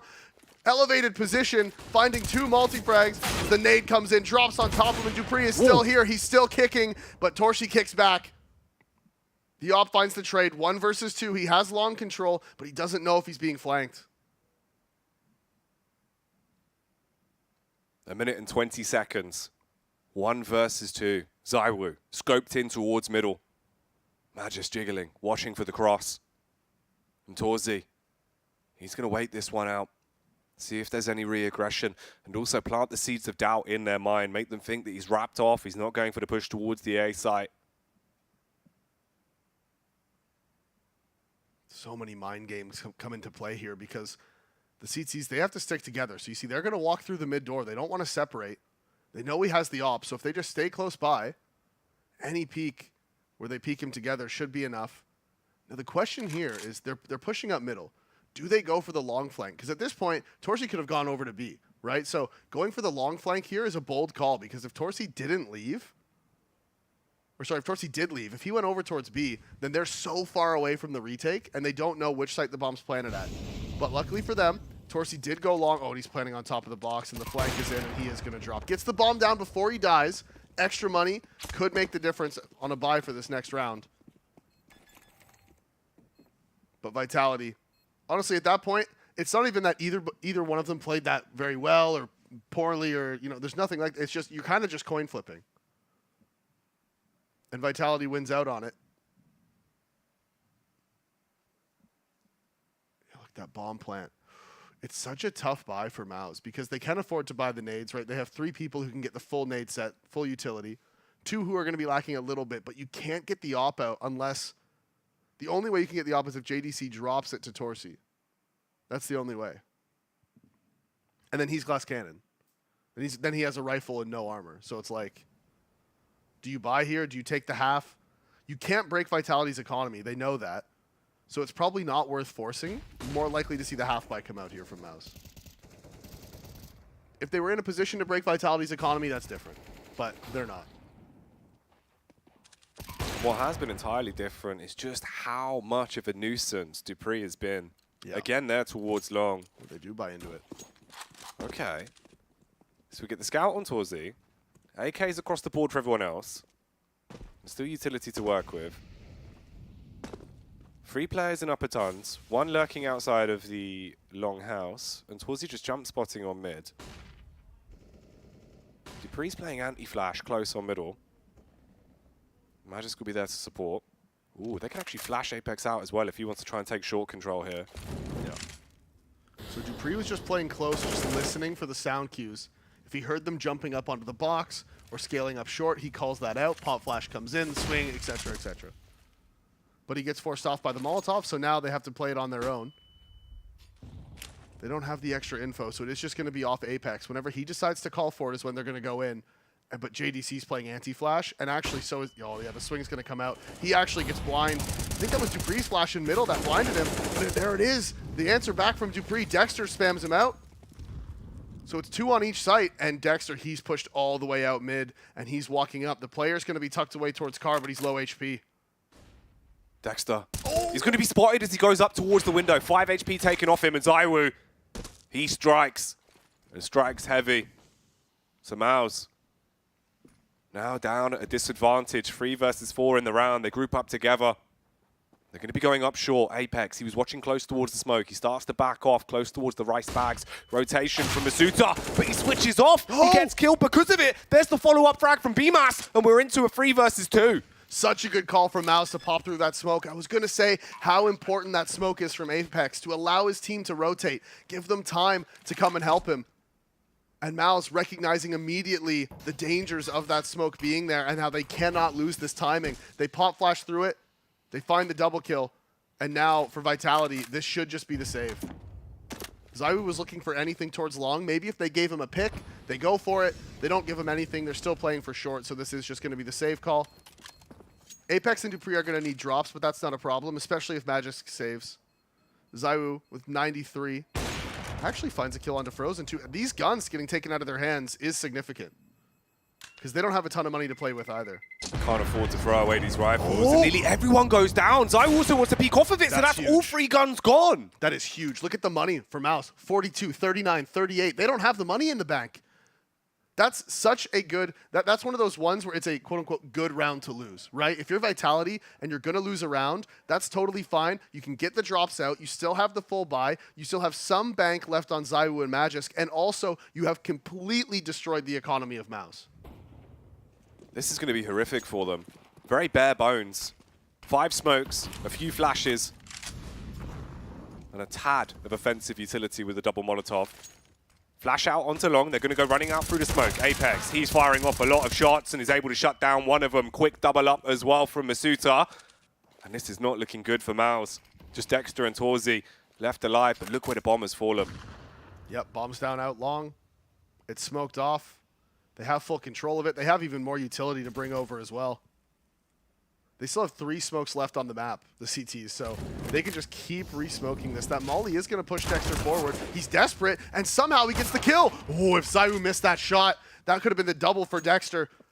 But ZywOo, 26 frags in the map now, and he has come alive. After slowing down on Nuke, he is definitely here, awake, and vibing here on Dust 2. And he needed to be. This entire Vitality roster had to wake up, had to snap back into reality. Torzy walking into the scope, and he will be fragged out there by ZywOo. 13th round, locked in, 3 away from taking the second map of Dust 2, pushing the series 1-1 and keeping themselves within a chance of making it to the major. And Masuda just playing anti-flash actually finds all 3 kills as they scale out before ZywOo was able to finish it off. And that trade right there is massive. If for some reason that shot gets missed, Dexter finds him, recovers the bomb, 2v2, tons of time left in the round.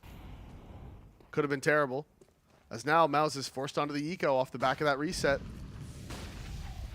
They are going fast out middle. The bomb is there as well, so they're going to go for this. There's 3 CTs inside of the B site, though, and they have utility to drop towards the door, so the split is going to be so difficult. Mouse have tried to overwhelm the defense of B once before with the Tech 9s. They found a single kill, and that was all they got. It's going to be all she wrote. This time, it's actually the Deagle that strikes, and that's the opening pick for Dupree. He holds. Good cleanup. And it's just on JDC. He's out at middle. He's most likely out of the round as well. Vitality, they're going to be getting themselves a 14th here as Dupree. He charges into upper tons and gets a 4K in the round. Yeah, he wanted to finish that one off. Finish what he started. Yeah, that's right. Get him going, baby. Get him going. Let's go. Get the hands flowing.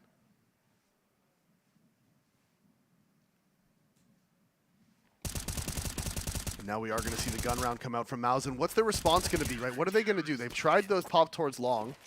Haven't really found success over there. Torsi now with the first op on the T side. Shot through the smoke. Close, but doesn't land.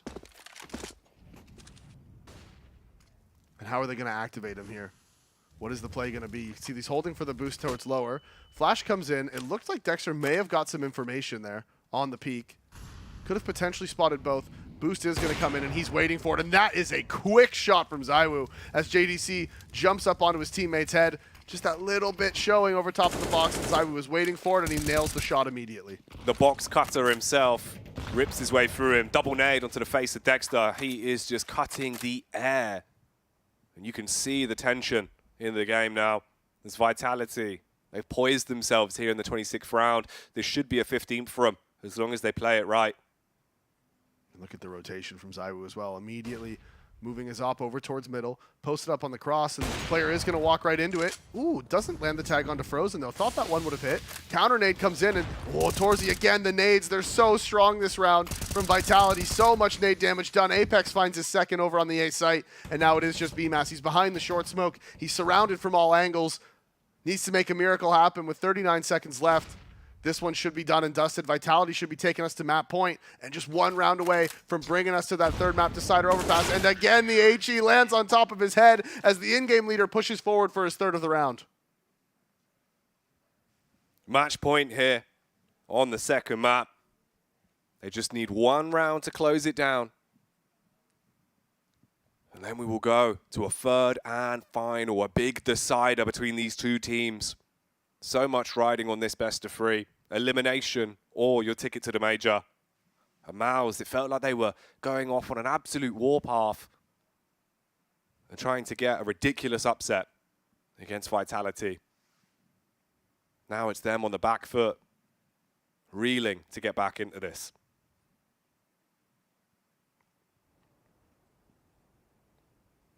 And the buy's not going to be good for this last round either. Again, the scout on Torsi. He's had lots of scopes this half. It's just, you know, not the op. No, it's not. It's a shame as well, because the one round he did have the AWP didn't really have any room to flex his muscles. Yeah. Like I said, it is a classic strategy to just continuously buy the scout. Like it's old school, it's classic. Seen it time and time again. But on the new Dust 2, it's just not nearly as viable as ZywOo. Finds the pick on him, trying to get away. And again, Dupree with the AK. How many times this game? T side, CT side, doesn't matter. He doesn't care.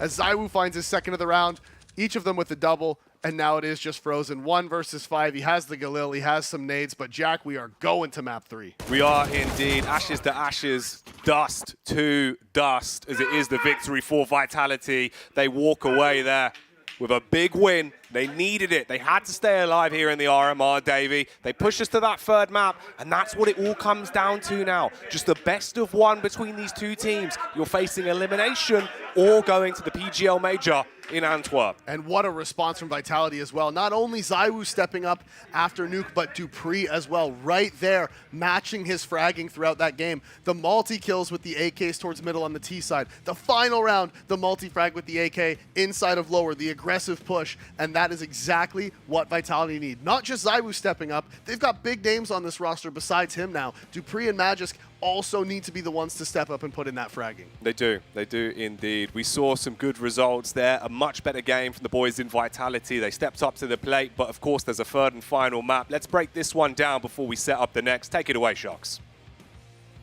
Thank you so much. We asked the question before this, which page in the book was Vitality going to turn? Was it going to be the players, those multiple major winners stepping up and grabbing it? Or would it be them kind of fading into obscurity and not making the major?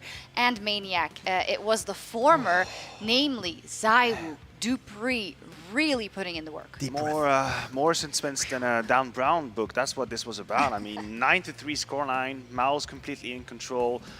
Shell shock on the faces of Vitality. No solution abroad. And you think that's it? They're gonna go silently and quietly into the Knights. Mouse is gonna push them aside, and actually no, there is a reaction, and then there are two names that we need to mention, two names we need to put under the light. It's dupreeh and ZywOo. It's 58 kills between these two to save Vitality, literally save Vitality and give them a fighting chance. First and foremost, ZywOo, right? Because he came in first. He was the guy on the T side who, when they were down 8-3, he stepped up, he found impact, and he kind of gave them a bit of hope, you know, going into the second half. We talked about it coming into the game as well. Vitality have struggled a little bit on their T side on Dust 2 notoriously. They weren't looking good against EF as well in the first game. Their CT sides have always been solid, so for ZywOo to win those couple of rounds where he just showed up, gave them enough confidence to, I guess, cruise through the second half, right? It wasn't really a close game. It wasn't competitive in the second half. So as much as we want to be, you know, afraid of Vitality perhaps going out right here, it felt like to me they were in full control from the first half. You're right. The defensive side was very much controlled,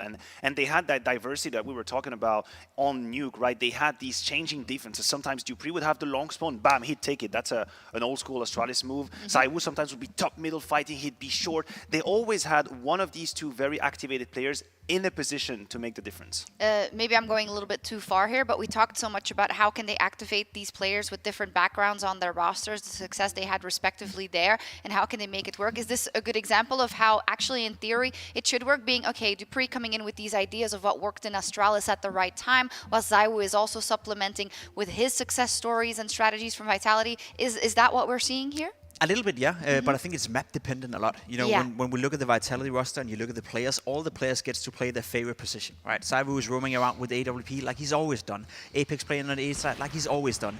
Magix and dupreeh towards the B bomb side like they did in their entire time in Astralis. So this map specifically, I think, is very well suited for Vitality, which is also why they're picking it, right? They have confidence in the CT side. I don't know if you agree, Jacob. I would make a difference between ZywOo and dupreeh. On one hand, I think if you are Vitality, if you build the game plan, you want to really think and tailor his positions, his roles, right? You want to let him be in like a multi-kill, very aggressive type position, as he does on Dust 2 CT side. But I wouldn't give that leeway to ZywOo. I think if you're ZywOo, just have to pop off every time, Every everywhere. single time. Sure. As simple as it is, he has to pop off every time. And he did on this one, right? And he absolutely did. He did, and he beat the challenge over there. In a little bit, I think we're also going to take a look at round 17 specifically, but that brings us into kind of an Apex talking point as well. You didn't hold any punches in the last segment, Maniac, about Apex and sometimes his decision-making also as an IGL, but then also how he puts himself in the line of fire more often than not. But we saw here that it maybe even started their momentum, right? Their comeback in round 17. Oh, well, I do believe that Apex getting that ace, although it be against pistols, it just mentally speaking was a very big game changer for him just to feel like he's back into the game. He had a really quiet and dry first half. He struggled immensely. And still on the CT side, I mean, I'll be a little bit annoying, but the amount of times he gets caught being completely committed to a position. What happened to shoulder peeking? What happened to being with a teammate somewhere? I feel like sometimes he's selfless to a fault. Like he thinks he has to take that risk. He has to take that line in order to cover XYZ, in order to prevent from whatever. But think about yourself a little bit more. Just put yourself in better positions and don't allow your opponents to come back to you. If you really want to put Apex under the scope, right, he started out the game with a 1-11 score, I believe. Then he had the round you referred to with the FAMAS, gaining a bit of confidence. The round after, he made a call where all the team was supposed to rush up middle and they got absolutely destroyed by Mouse. And the second round they lost on the CT side was Apex being caught off guard again on the CT side. So I agree with you, right? It was good to see him come back with the FAMAS, but there's still some of these dangerous moments in his game that he needs to be careful with. That's why you're the analyst and I'm only the host, right? I think he's the one that we'll be having under a scope specifically going into this last map as well. Another follow-up question for Vitality, now that this is a map that they won. We also talked about Missouri before this. Is a situation in which dupreeh is doing a lot and ZywOo is doing a lot, and that allows Mizuta to be able to exert a little bit more patient maybe in moments. Is that where he can shine more? Hopefully, right? At least you should give him the confidence that it's not needed for him, right? We don't need Misuta to drop 25 kills. We don't need Misuta to be the difference maker all the time on the server.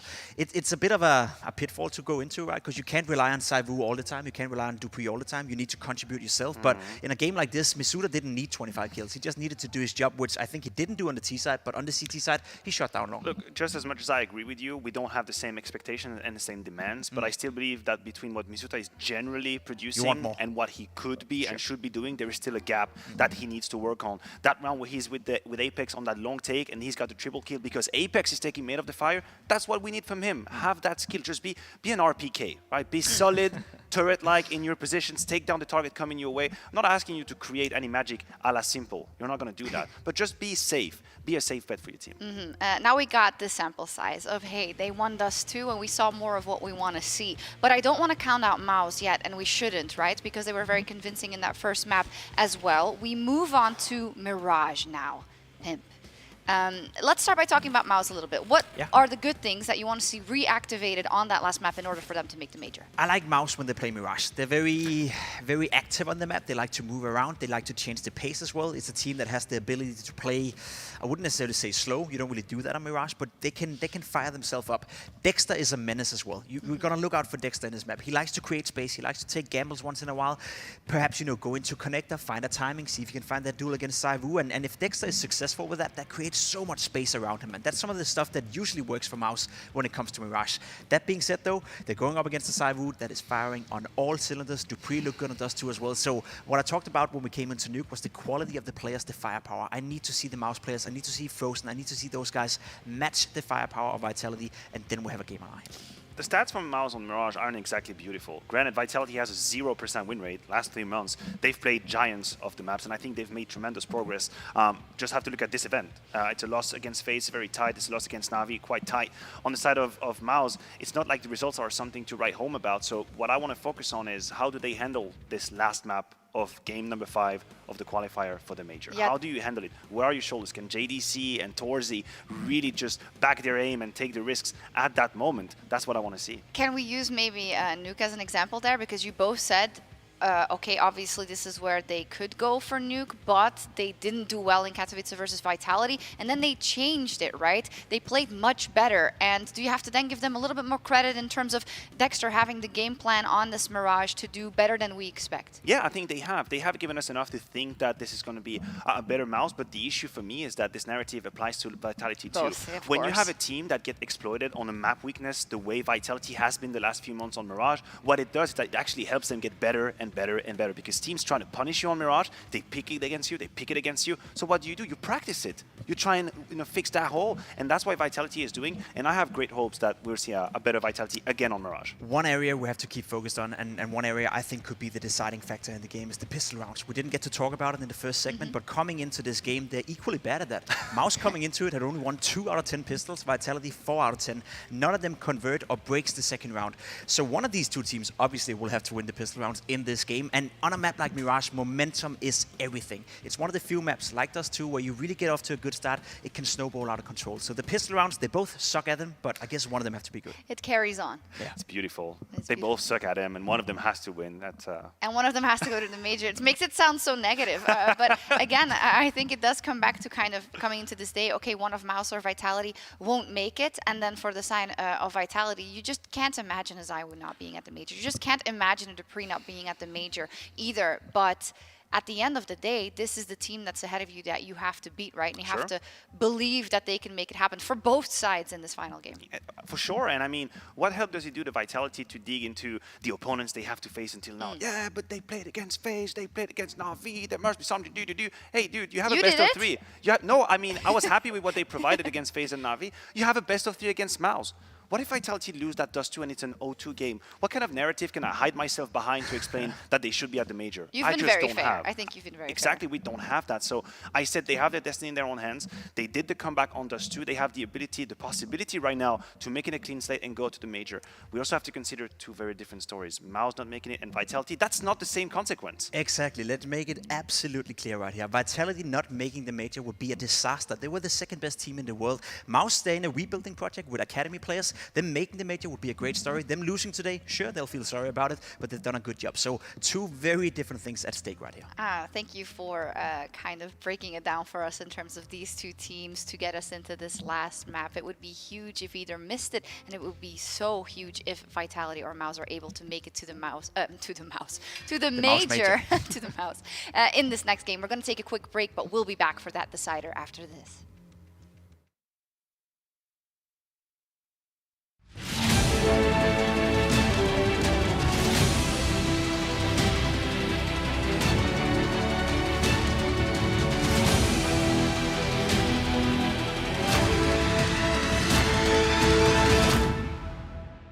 To succeed in this game, you need to invest in yourself.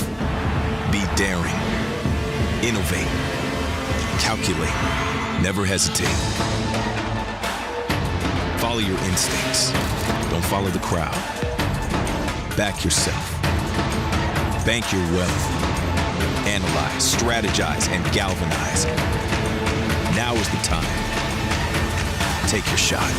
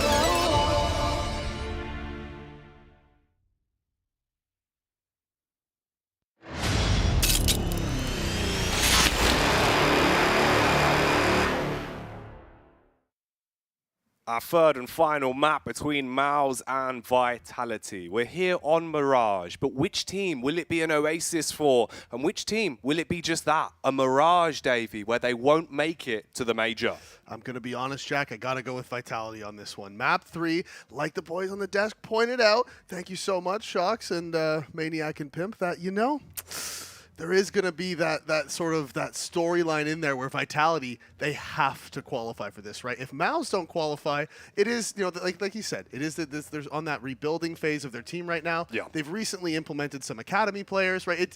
It's okay for, like, don't get me wrong, Mouse, they're going to be disappointed if they don't qualify, but it's not the end of the world for them, right? It's not, you know, they are in that early stages of that rebuilding. Getting this far, competing against Vitality, going into that next cycle is when they'll be looking to really, you know, stamp down their impact. But for Vitality, if they don't qualify for the major, that is, like what Pim said, a complete disaster for them. It is.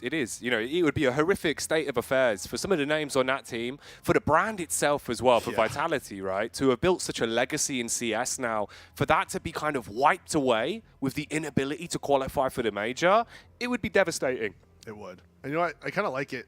On Masuda's jersey there, they made sure they put all 3 A's, which I find it kind of funny. It really is Masuta. Mm-hmm. You got to elongate it. Yeah. The more kills he gets, the extra A's you add on. Oh, yeah. Oh, dude, we used to do that in scrims way back in the day, like 1.6 stuff, where every time you would land a 1-deagle on someone, it was like a deagle-only scrim, and every time you would 1-deagle them, you would put a little star in your name, and the teams would just start getting so tilted. Like, they're just like, dude, stop putting stars in your name. Like, why are you doing that? It's not even funny.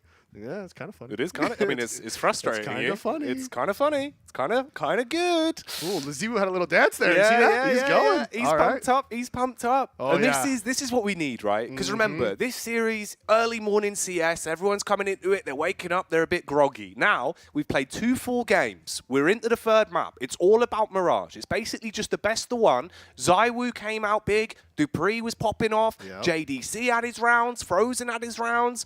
Everything we needed has now fallen into position. We just got to hope that everyone goes full throttle here in the third and final map. Although it's got to be said, look at the difference of vibes between the two teams, right? After Dust 2, Vitality, you saw after their huddle, they're laughing, they're joking, they're fist bumping, they're like, yeah, we got this. This is our game. Mouse, just serious, just stonewall. They're like, no, we are here. We just lost Dust 2. We could have had the 2-0. We go into Mirage now, and we got ourselves a matchup. We do. We have a hell of a map here. This is going to be a fantastic game of CS, mate. There's no way we don't get a good game out of this. Mouse have shown that they are built of strong stuff. They've been causing upsets. They've been taking wins with a roster that really isn't even in its final form yet. You know what I mean? This is kind of a benchmark event for them.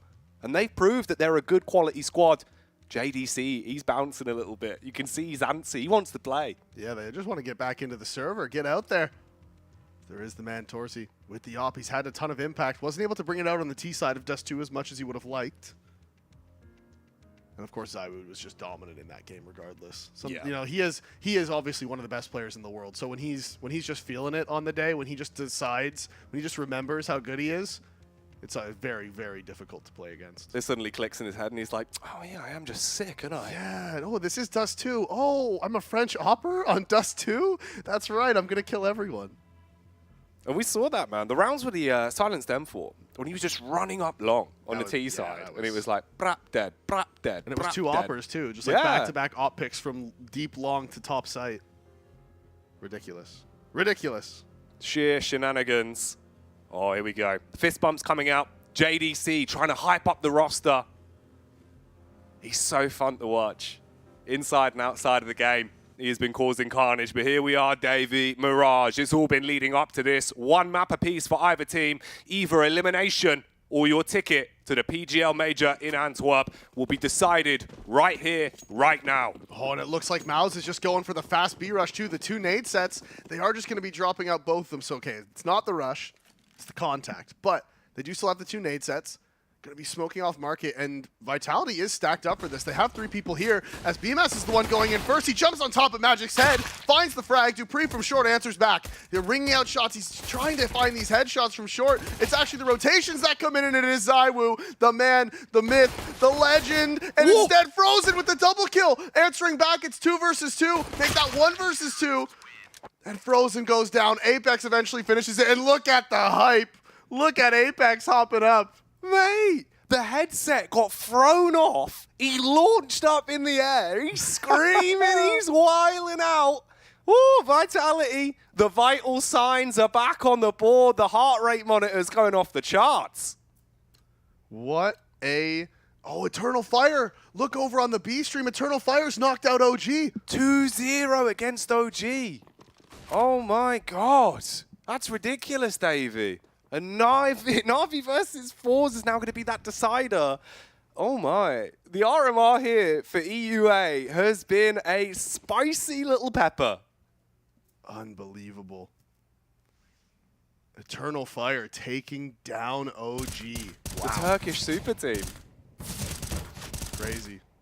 This is just going to be the eco frags for the M4s.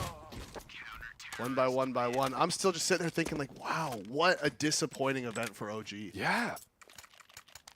Jesus. That is gnarly.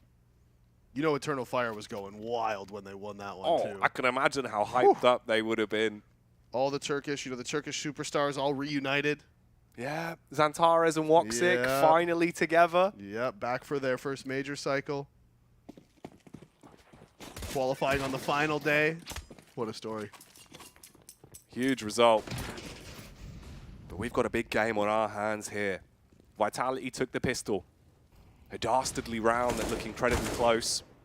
But after winning it, they hold their own on the eco. Now there's a buy to work with for Mouse, but Dupree and Zywoo taking names towards middle. Yeah, the boost towards the ladder room to try to get him up on short early. And crucially as well, the reason why you do that boost is so that if there's anyone defaulting upper B, they don't hear the player running off of short, so they can't calm that to their teammates in middle. As the timing not working out in BMS's favor, is going to be able to find one. The jump up from Apex, though, immediately gets the trade. So it is still the 4 versus 2. Just the 2 smokes and the 1 flash as well. Not a whole lot of utility to really try to take any map control. JDC, he's top mid with the bomb, and he's worried about this A flank. Whenever the CTs have 4 people up, there's always a risk of some form of push just because they don't have the bodies to hold everything they would want to hold. And there is the push. It's Apex going through halls. And this is what JDC was looking for. It came a little bit later than he expected. As Dupree now in window, he should be found by Frozen. He is actually found by Frozen, but not before he puts a bullet in his brain. Dropping him down to 9 HP as JDC walks up short. And the T's are splitting right now. They're honestly just gambling. Apex has actually pushed through all the way through A, and you can see that means they're going to have these extra players over on the B site. Masuda swings, gets the trade. It's just Frozen left. He's in connector. He was hoping to find 1 rotation kill, but he's just going to save his gun. Frozen. He's got to let it go. He can't have the round here. That has to go over to Vitality, so that will be a 3-0 established on a CT side for them in the 3rd map. Upgrade from the MP9 onto the AK as well, so Masuta getting even more bang for his buck. But it does seem like we get a technical pause here. Wonder if there was some celebrations going on. Maybe a drink knocked over, a keycap accidentally knocked out of a keyboard, you know? A mouse accidentally unplugged. I wouldn't be surprised if the entire table went flying in this series, mate. With like some of the reactions we've already seen. Everyone is living it right now. That was always the risk with Pasha, you know, if he ever slammed his desk too hard, he might just breaks the entire desk, yeah. That boy is so dangerous. Mm-hmm. That man is a bad man. Ooh. Yeah, yeah. The vocalizations from Davey. Exactly what you want. You can get his Christmas album. That'd be pretty funny. Yeah, The Sounds of Davey. It's just moose hooves. Yeah. And the noise of maple syrup being poured. Christmas has certainly not come early for Miles into Mirage, though. No money to work with. So the 1 AK on Frozen that was saved. I do have the quick update for you. So now, because of that win over on the B stream, FaZe is now locked in that Legend spot. And we have a tiebreaker between Na'Vi and Forza, which of course we already brought up. But now FaZe is confirmed Legend spot now off the back of that. And then we are going to have that tiebreaker between Na'Vi and Forza for you guys. So a lot that's going down at the EU RMR here live from Bucharest. Round 4 is live. They are grouped up towards top middle. The totem pole with the AK on the elevated peak. That'll be Frozen, just peering into connector. Vitality not wanting to give up anything for free at all here, just playing for the choke points. Yep, they do have their utility. It's been bled out quite a bit here from Mouse. Just the 2 smokes left, the 1 Molotov on Dupree, and only 1 kit on Masuda as well. So if Mouse, if they can find an opening, I mean, they only have the 1 smoke on Dexter. So with 45 seconds left, they're going to be creeping out middle. It has been given up by Vitality. They've just collapsed on the sites. They've given up control of middle. That's exactly where Mouse is going as they're creeping up short. Molotov dropped on short. 25 seconds left. This is going to leave them with no real time to try and make a big, bold burst into the B site. HE dashed out as well, bounce off the wall and tag Frozen up slightly. Dupree ready to farm the frag, hits the first, the bodies go flying. And it's all on JDC with a P250, but no! Dupree turns on a dime. Oh, he domes him, Davey. And BMAS, best case scenario, don't die after time. Yeah. No, that's good for him that he actually dropped right there, because if he even just saw him and was like, I'm just going to kill you after time instead, that could have been an absolute nightmare. But he does drop, he does go down, so no gun saved. The hero AK from Frozen in the previous round, not coming to really anything. No kills able to come to fruition. As Vitality getting off to a great start here, following up exactly how Dust 2 went for them. Now they're up 4-0, and they have just continued that momentum. They've carried it over. And Miles, their response? Slow default towards middle with just 1 man throwing out his utility. Good nade there from Window as actually BMS finds the opening onto Zaiwu inside of Halls. Can he find the second? He can. Dupree swinging and trying to get the trade, but BMS wins out. The flash over the A ramp, it is just going to be Magisk here. He's by himself. And at this point in the round, with 120 left, Miles needs to not overcommit to one site. If they just go for the A execute, if they just commit onto this, and they go into these 2 players, there's always the chance for the multi-frags. And you can see, this is the right call. Slow it down. Find out where the CTs are. You have the numbers to sacrifice. Use somebody as that sacrifice and find out where the CTs are going. BMAS finds his 3rd of the round as well. See, that's why you slow down. That's why you throw out your utility, you slow down, you use the time to your advantage. The clock is your friend in these situations.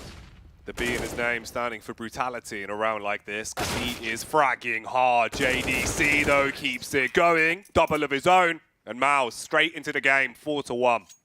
And great mid-round call there from Mouse. Good calling from Dexter off the back of those 2 opening picks, right? I mean, you can't rely on that every round. That shot from BMAS is huge. But you can't rely on the other team pushing into Palace every round and giving your Palace Lurker 2 kills, right? So when you get those opportunities, you can't waste them. When you're up 5v3, there's like a minute and 25 seconds left. Don't panic. Don't rush into anything. Don't run into the stacks. Just calm everything down, find out where they're playing, and react accordingly. Boost up on short for the Opera as well. Nade comes into window. Ton of damage onto Dupree. As ZywOo swung out, but Dexter through the smoke actually finds the headshot onto Apex. ZywOo couldn't answer off short, and now the play is outside of Palace, and the rotations are coming in, but they're not in great spots. The peaks were there. They were trying to swing to cut down the push from Mouse, but Torzy, he's set up, watching for the face towards jungle. Instead, the CTs all group up towards back of CT. They're trapped behind a Molotov for now. It will dissipate, and the smoke's there. It begins to fade. And this is going to be a hell of a scrap, Davey. A 4-on-4 fight. Full control of the A site. BMAS again with a good night hit onto Masuta. Dupree tries to reply, had the smoke pulled, but doesn't dash it out. That's a big nade, though, as BMAS, he gets blown out of action. But because they've got into the B site, Dexter's calling for the rotate, he's holding for the lurk, No, he and can't they are peek this. backpedaling. No! He just peeks. Huge misplay from the in-game leader. You just need to hold and contain. And look what's happening now. Look at the response. They're rotating over to B. And Vitality, they now have control of both of these sites. The one place they don't is middle. So Mouse, once Dexter goes down, they realize where the opening is. They're going to walk into mid. They're going to try to walk up short. But Magisk has tucked himself away here, and he's waiting. And the timing is going to be everything. Finds the op of Torzy. There's two players here, but he turns his back as they swing. Whoa. They don't catch him. He's tucked away. The pre-fire's out. The damage is done, but no kills. And ZywOo with the crucial miss. They're trying to cross the site. And a second. JDC with the headshot through the box. The bomb is going to go down, and Dupree has to save it. Dupree in the 1v2, he's walking up, Frozen's watching the angle, and he's gonna take him down. JDC with a multi-kill of a lifetime there. That is ridiculous. ZywOo, he gave them the opportunities. He misses the shot with a boomstick. And JDC shuts it down. Such a back and forth round, a consistent game of push and pull. When Dexter got into the B site, that looked like it was game over. Then he faces, all of a sudden you're thinking sick. Vitality have brought it back, they're gonna get a 5th round, but no. JDC, man, crazy. And Mouse was up 5 versus 3, and Vitality answer all the way back to put themselves in a 3v2.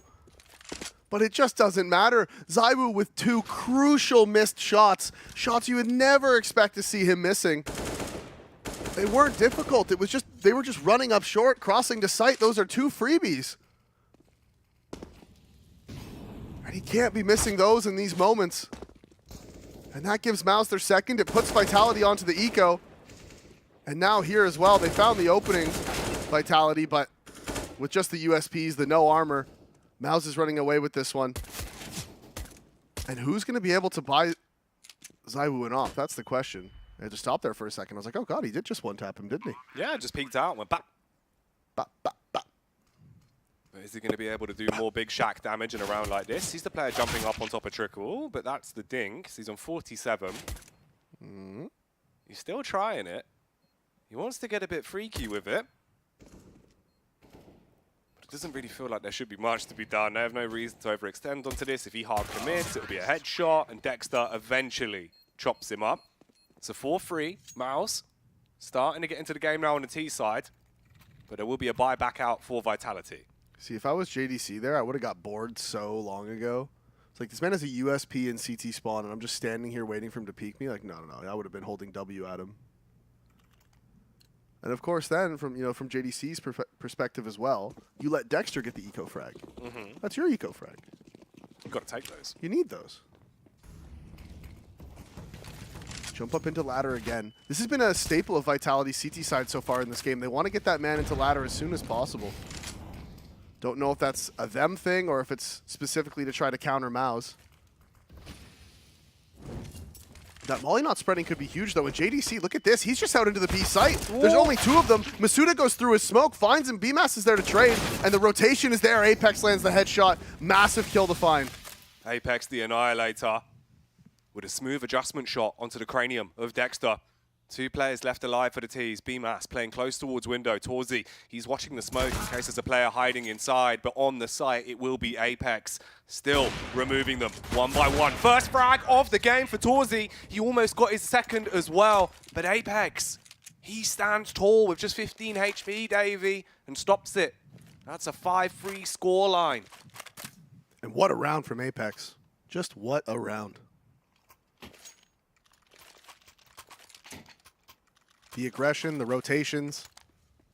Look at this right here. I mean, that kill's huge. If Dexter gets that kill, it's a completely different round.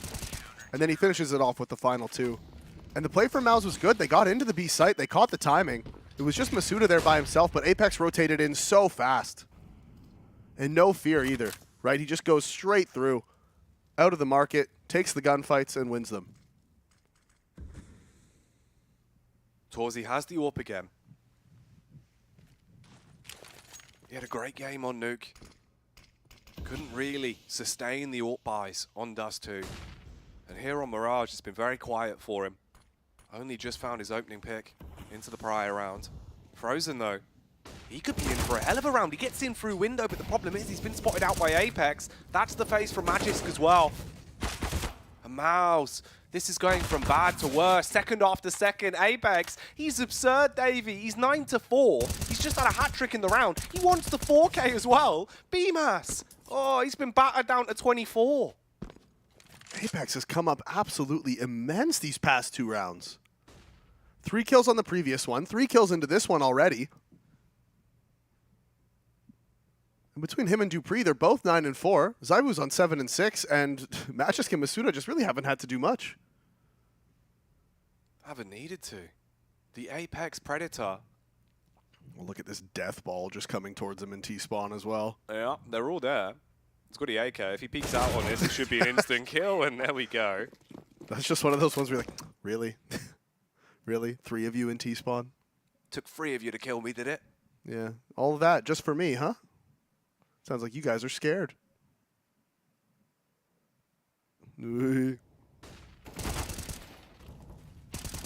Apex. Look at that. Hell of a Like, game, man. Look at him. that jump up, I was wondering, I was like, how did JDC die there? Because he was walking away in underpass. And I was watching the radar, and I was kind of looking, and I was just, well, how did he actually kill him there from inside of window? Now we know. Sonic clap. Oh. I just imagine Sonic goes, "Hoo," every time he claps. Yeah. He just seems like it, doesn't he? Like, I'm sure he doesn't do it, but it just seems like he would. It feels like that's how he'd approach it. Yeah. Keep them all hyped up with the oh. I mean, Okay. just big John just, oh! Oh, yeah. You know? Get the energy flowing, mate. Yeah. The Mouths, they need something flowing through them. They need some cash flow as well, because the money's not there in a round like this. You've just got the pistols to play with. Big HE towards middle. Apex, he's been confident. He doesn't have the HP to really go for a bold play. He's on 13. He wants to get out for the murder hole. JDC lets him get away. Jesus, man, that was so close. JDC almost finds him. The jiggle peaks from ramp working. Zywoo not able to find the frag. Eventually does onto B-Mask, and then Magisk from inside of the site as well, just tapping away. JDC in the window actually finds Dupree and Frozen with the kill onto Magisk. So now this is getting interesting. Apex is down to just 13 HP, and Zywoo is peeking up top. He hasn't spotted the player on the bench, and somehow it's gone back and forth. Frozen gets the kill onto Apex. JDC on Zywoo. The bomb is down ramp. The Molotov finished him off, but now he knows where he is. He has the time. He doesn't have to commit to the A site. There's a minute left. JDC with the scavenged AWP in the 1v1. Masuda peeks out from the top of the stairs, backs off because he is aware of what the possibilities are in this round. He quickly dives his way up through the window. JDC strikes because of it and hard commits to the bomb plant. Bomb's gone down. It's all in a 1v1. Oh, the good reposition. He heard him run towards bottom of connector. He's convinced he's still over there. At some point, he's going to have to figure this one out, but can't. Masuda with the instant reposition. Yes, you tell him, Apex. You tell him. Great job, buddy. C'est très bien. C'est magnifique, Masuda. Maximum we from Vitality as they are getting into this game now and they are bringing a series back. They want to make it to the major. They want to be present there in Antwerp at the PGL major. And that round was so dicey. The fact it goes down to the 1v1 with just the pistols, you're staring at Apex's HP. He had 13 to work with. The second they got the frag onto ZywOo, it all started to look so terrifying. But they've got a big lead. CT side, 7-3 here. ZywOo on the AWP, dives out of window, looking for an opening kill towards top middle. He does head back into connector, smokes out the Molotov, slows it down. And look at Apex. He's still challenging from the window. And we're starting to see this more and more where teams on the CT side, they just don't put their oppers in window anymore because you just get smoked off, right? You don't really get the chance to actually take any fights towards mid. So the op goes somewhere else. You do still want someone in the window position just to make sure that there's no fast window jump plays or fast boosts or anything like that. But a lot of the times now, it's actually the riflers that are playing inside of window and they move the op around the map. So far this game, it has been Apex for Vitality, and he's found a ton of impact, 9 and 5. Him, dupreeh, and ZywOo have been doing their jobs to absolute perfection so far this game. As Apex now re-aggressing towards ramp, and he is on point in this map. Finds the headshot onto JDC. That's a huge scalp to take. Massive pick. Oh, the reface though from Frozen. The connector killer. Lands the bullet. Oh, dupreeh. He just comes walking up, gets the first and the second. No real response can be made by the T's. As ZywOo, he flicks straight from the cranium of Torzi onto the chest of BMAS. And they are bombarding their way through them, Davey. Such a lead established now. They're doing so well here on the CT side. It was a little back and forth early. But Vitality, once they've got the guns, they've got this economy built up, and they're playing with such confidence. Just the aggression. Taking these fights. ZywOo back on point. Those 2 misses earlier really haunted him, and now he's like, no. Not anymore. Not again. Mid control being fought for again and again by Vitality in the opening moments of these rounds. And dupreeh, he pushes out through the Molotov. Runs up onto short. Maus are grouped up. They're in the apartments. And this HE from Apex could be lethal.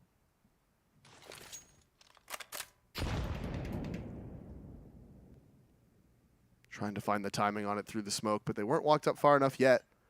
Without a lot of utility, they are just going to be going for the B pop at some point. The flash to make him so he can jump spot. Just trying to get as much information as possible. And it's actually a little bit of faulty information. It's caused for that rotate as they want to collapse on middle here as the pressure's being applied, and this is when they're going to pop out B. Once they know the short player is over towards middle, but Masuda finds the double, looking for the third as they're crossing the windows, and it is dupreeh. He's there to help. He finds the frag. He's low, but it's not going to matter. Masuda's still alive inside of the site. Oh, Frozen. Hits him in the head. dupreeh tucked into the back of the van. There's going to be the peek out from Apex, but he goes down. dupreeh still holds his own. It's all fallen onto Dexter in the 1 versus 3. 35 seconds here. He's looking out. Needs to grab the bomb. All the angles being watched. It's very uncomfortable for him. Peeks onto short. The Magisk had it covered. Vitality. Back-to-back rounds. 9. Now achieved. And this is looking so dicey. You need to get a buffer on your T half. And Zonic giving him a nice little cuddle there. And Maus, yeah, I think this is probably a Maus tack, right? It's just got to be at this point. You've lost too many rounds in a row. Take that tack. And there, Masuda, he was caught in no man's land, but the flashes, whatever flashes Maus threw, just didn't blind him. They didn't get him because he was kind of caught out, actually. He was mid-rotation from van towards back sight when that hit came in. But the flashes, for whatever reason, the timings just weren't there. They weren't able to land it. And so look at this. Vitality, they started it off well with the pistol. Maus answered back. Off the back of that round again with the unfortunate misses from ZywOo. Not to be mistaken with... Oh, never mind.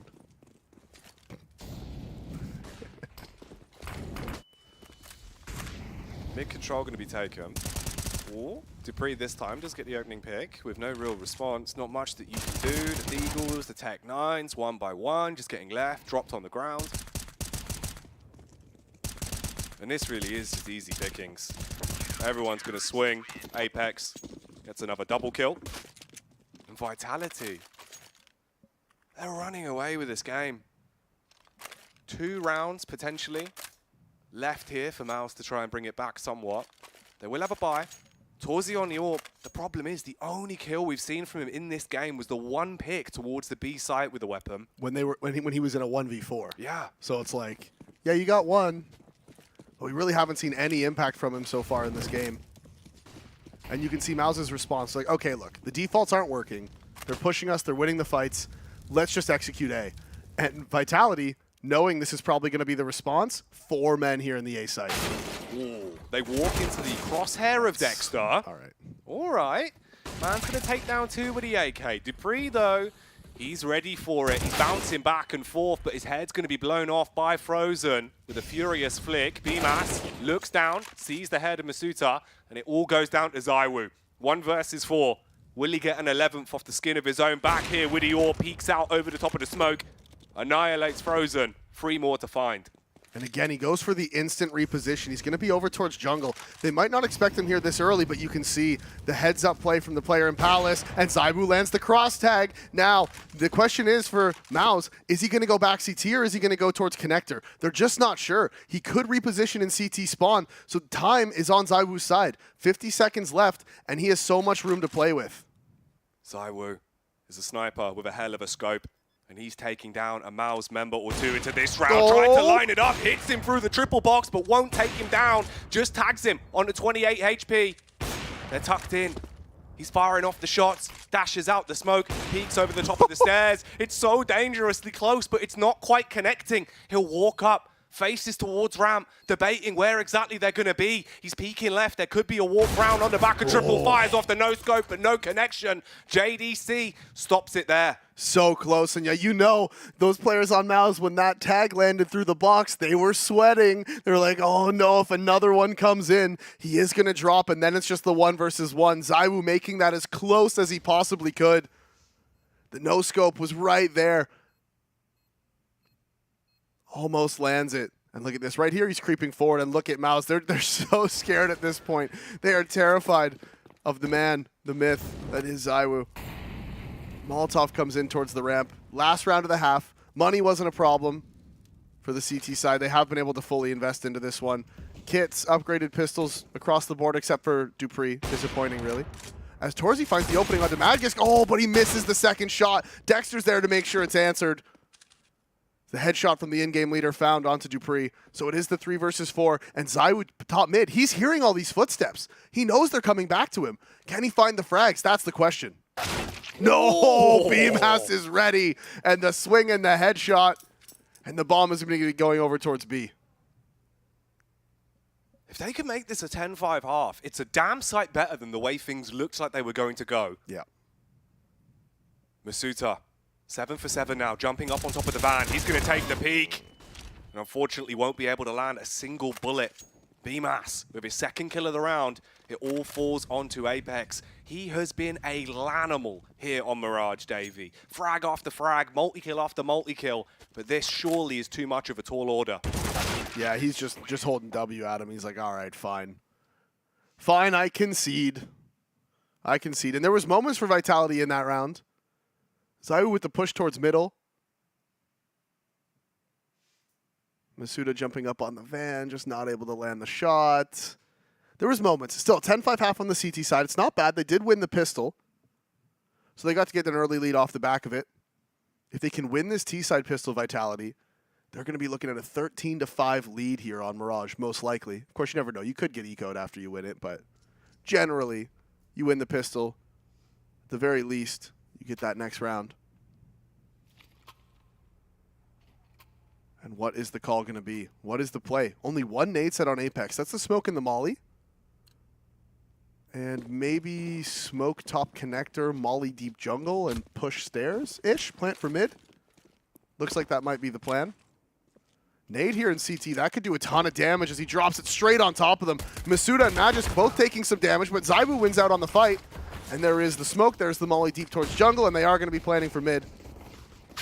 So is that bomb going to go down? Is it going to get planted? It is finally, but they're not covering the stairs. JDC walks through. He finds the kill onto the planter. Zywoo eventually drops, and it is Dupree. He's in the 1 versus 2, but JDC with the 3 kills on the round.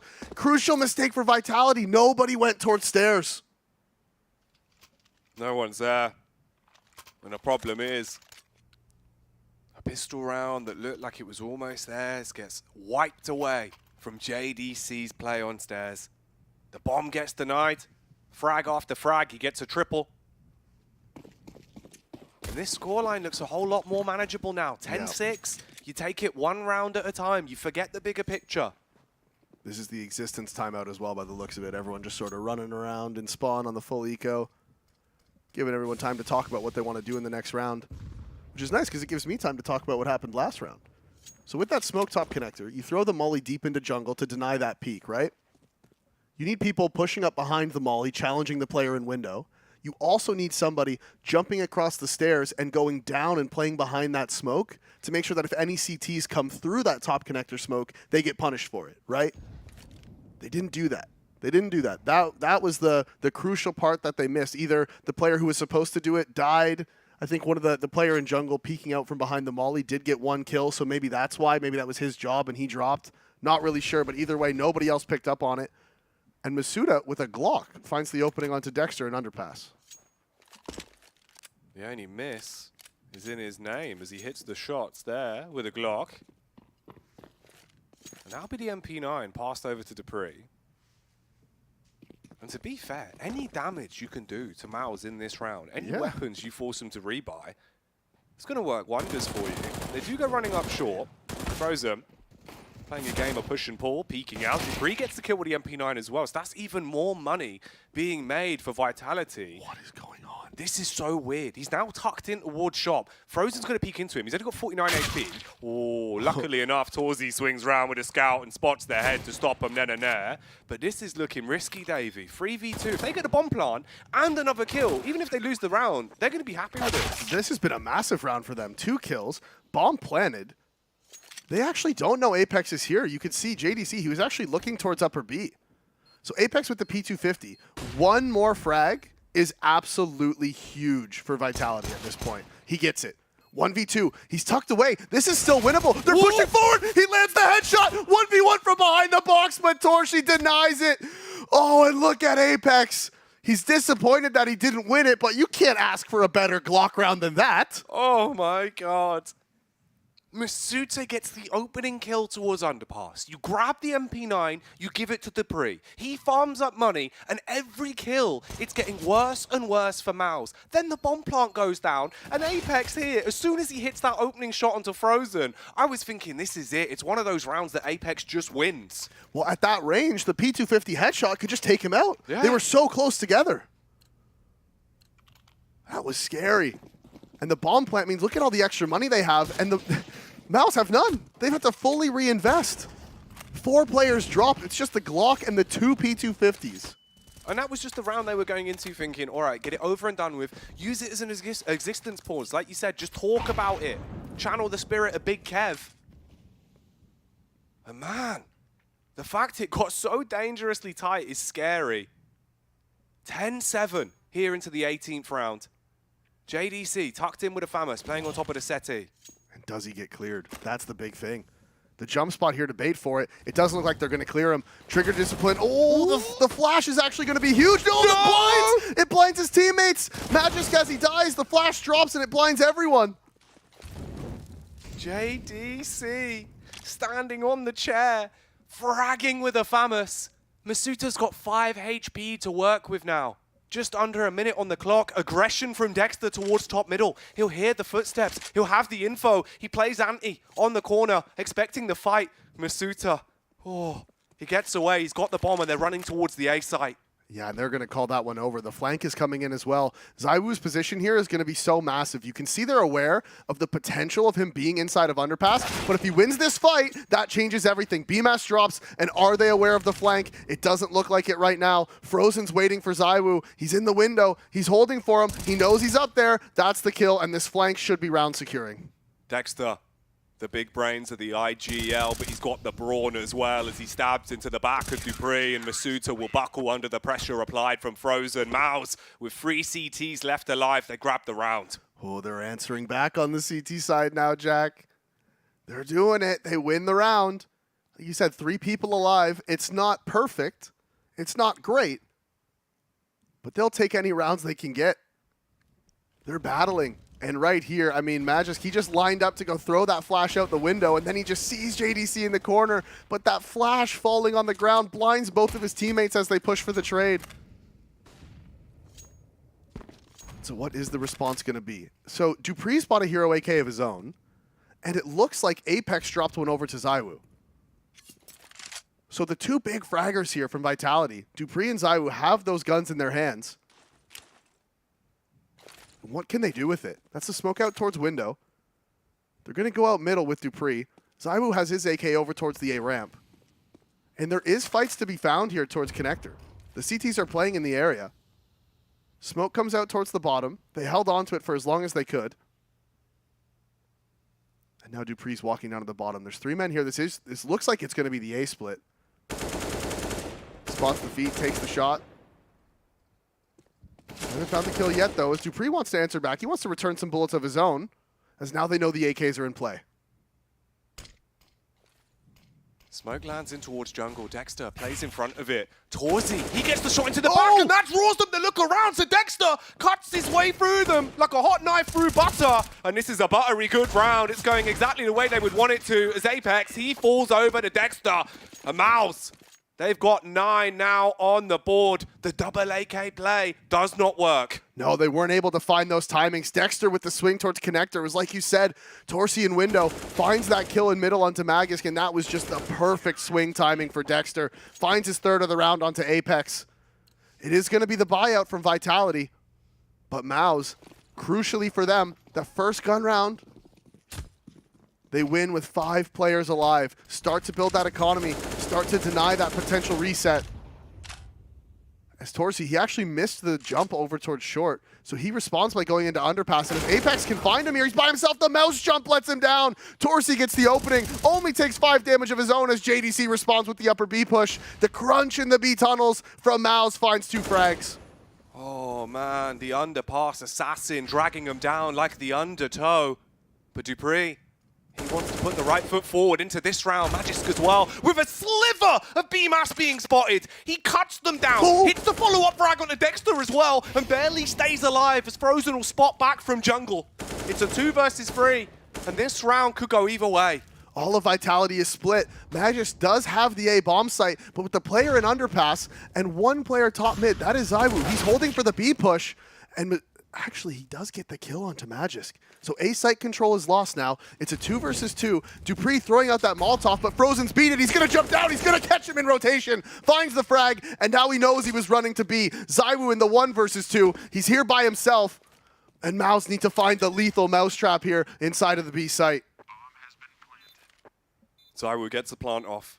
He has a Molotov and a flash to contend with in terms of his utility. He's going to back off, back round towards the bench, and post up like a gangster. Mouse, if they can make this retake work, it would take the game 10-10. ZywOo firing off shots and eventually connects onto JDC. Flash over, reface, he's seen him. The nade comes in. He had the Molotov prime, but he'll hold on to just his AK for now. All in a 1v1. The spam's there. He's brought down to 31. He drops the Molotov. That should be the round-winning play. Frozen, not much that you can do now. He realizes that the rounds run amok. And he's got to back off. He's got to save what he's got because you can't get it. He will find the frag, but that's it. A mere consolation prize. 1 HP though, he survives, at least brings his gun into the round, but what a perfect play from ZywOo. From the bench, isolating his 1v1s, peeking out on either side, making sure they both can't face him at the same time. He gets the first kill, repositions behind the pillar, uses his flash to cross to the left. Just absolutely perfect CS. Not a single wasted movement, not a single wasted anything from ZywOo there. All of his mechanics coming into play. And off the back of it, Vitality going to take their first pause. They do need to figure out their buy. They did lose all 5 players, but they got the round. They got their 11th off the back of the hero play from ZywOo. And the fact that this is their first pause goes to show how comfortable, how cozy they were on that first half. They were coasting their way through it. They were living it large. And now you finally take a pause to figure out the buy and also the knock-on effect. Slow down Mouse slightly. Now I will say, Torzy, he's pulled out the AWP again here. First time we're seeing it on the CT side for him. He struggled massively with the AWP on T. He's finally gotten into the game. He's got 7 frags now. But can he punish with this gun? Yeah, he has to do something massive here. they lose this one, that is it. That's money gone. All those players left alive in the previous rounds made it so they were able to buy up into this one, and the flash just goes a little bit too deep, and BMAS is punished because of it. Magisk waiting behind the corner, able to peek out and find the opening pick. So Vitality here in round 21, up 11-9, the crucial money-breaking round of this second half. They find the opening pick to go up 5 versus 4. Smoke in the window. Torzy. The contact. Oh, He's seen him. He backs off. Posts up. Ready for the hit coming in from short, but they're pushing him between two different angles. He gets the tag onto ZywOo, but he's still alive. He's going to reface out. And Magisk was blind, living like Daredevil. But JDC, he's the real hero. He gets 2 on the M4 and leaves it in a 3-on-2. And Frozen on the instant flank, but because they have control of the B site, Magisk is turned around and he's already holding for it. Frozen looks like he's going to clear it, but who lands the headshot? It is Magisk on top. He comes out on top. Apex now was also reflanking Frozen, so they knew where he was. Bomb is down, bomb is planted, and Dexter does have to save. He has the M4, he has a little bit of bank left over, but without a kit, without any real entry into the round, he's going to try to hold on to his gun. And Magisk has recovered the op of Torzy as well. And I got to point out, it's a very small thing, but for Magisk in upper B there, right? We saw him walking up. We're on Torzy's screen. It looks like Magisk is going to just walk straight into Torzy's crosshair. Instead, as soon as he gets up to the point on the angle where he's going to die if he keeps walking, he runs across. And that means Torzy can't react in time. And it's crucial. It's so important that he does that because the footsteps he makes doesn't matter at that point. Giving away the sound cue doesn't matter. His teammates are coming up short. The only thing that does matter is if he dies inside of upper B, because then his team is scaling up short, having to worry about market, site, and the B apartments. So Magisk staying alive there and running across that angle is the difference maker in this round. Great reactive play. And Torzy, the tag onto ZywOo, the fact he nearly did. Hit 2 hugely impactful shots. It's rough. JDC, always the one trying to keep the morale high though for this Mouse roster. No matter what the result is, he's smiling, he's trying to keep him hyped up, he's dropping the claps.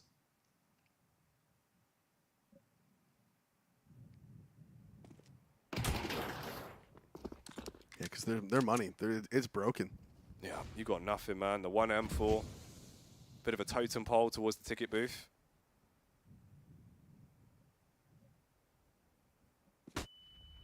Yeah, just the eco stack on top of ticket. Hoping you can catch somebody walking out. That is a one-way smoke for Dexter, so Masuda needs to be careful. He does face into it, and okay, as soon as he gets tagged, just immediately one-taps Dexter. And that's the 1 M4 down in middle as well. It's gone. No chance of recovering it. So they are just relying on this 4-man stack here.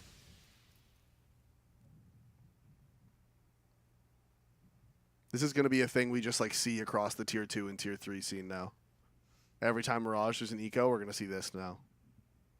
The thing is, with the difference in elevation, it is at least awkward. Oh, so yeah. if someone walks it's out, good. like, you know, you can't just spray your way through them. Yeah, you do yeah. have to flick. No, it is good. Like, if someone does just, like, run out ramp, like now, the flash is there, so they're all going to be blind, and that, of course, is the bad part about it. You just die. Yeah, you just die, don't you? Yeah, and Dupree did actually just spray his way through them. He did, so yeah. Fair play. Yeah, no, look, if you could do it, you could do it. Zonic with a bit of a giggle on that one. Yeah, you just gotta.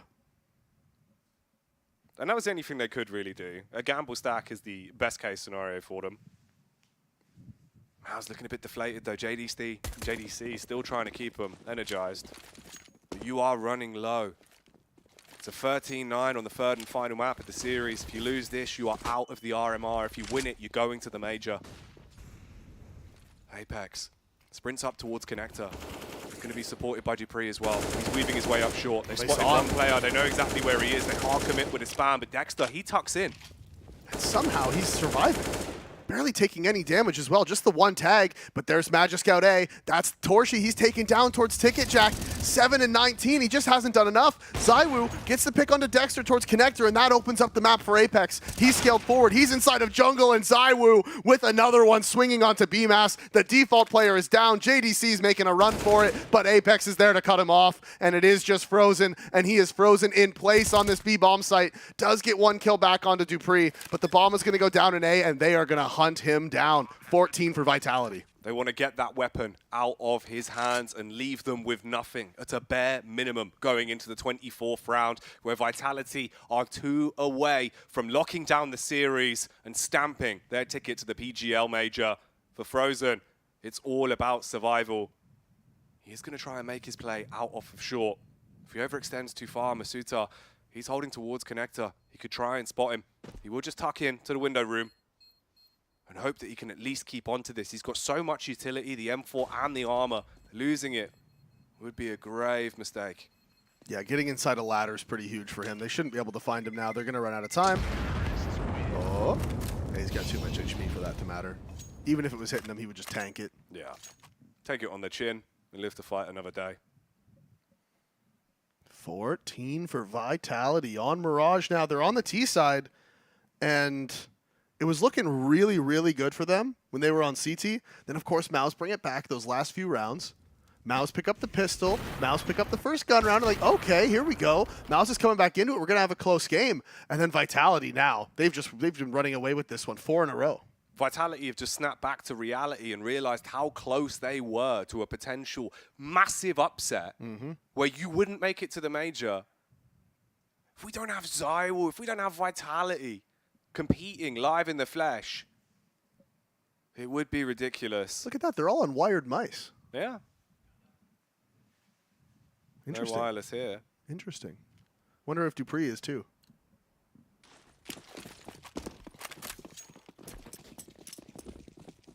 Oof, and this is rough for Mouse as well. Yeah. I mean, they force off the back of Frozen's saved weapon.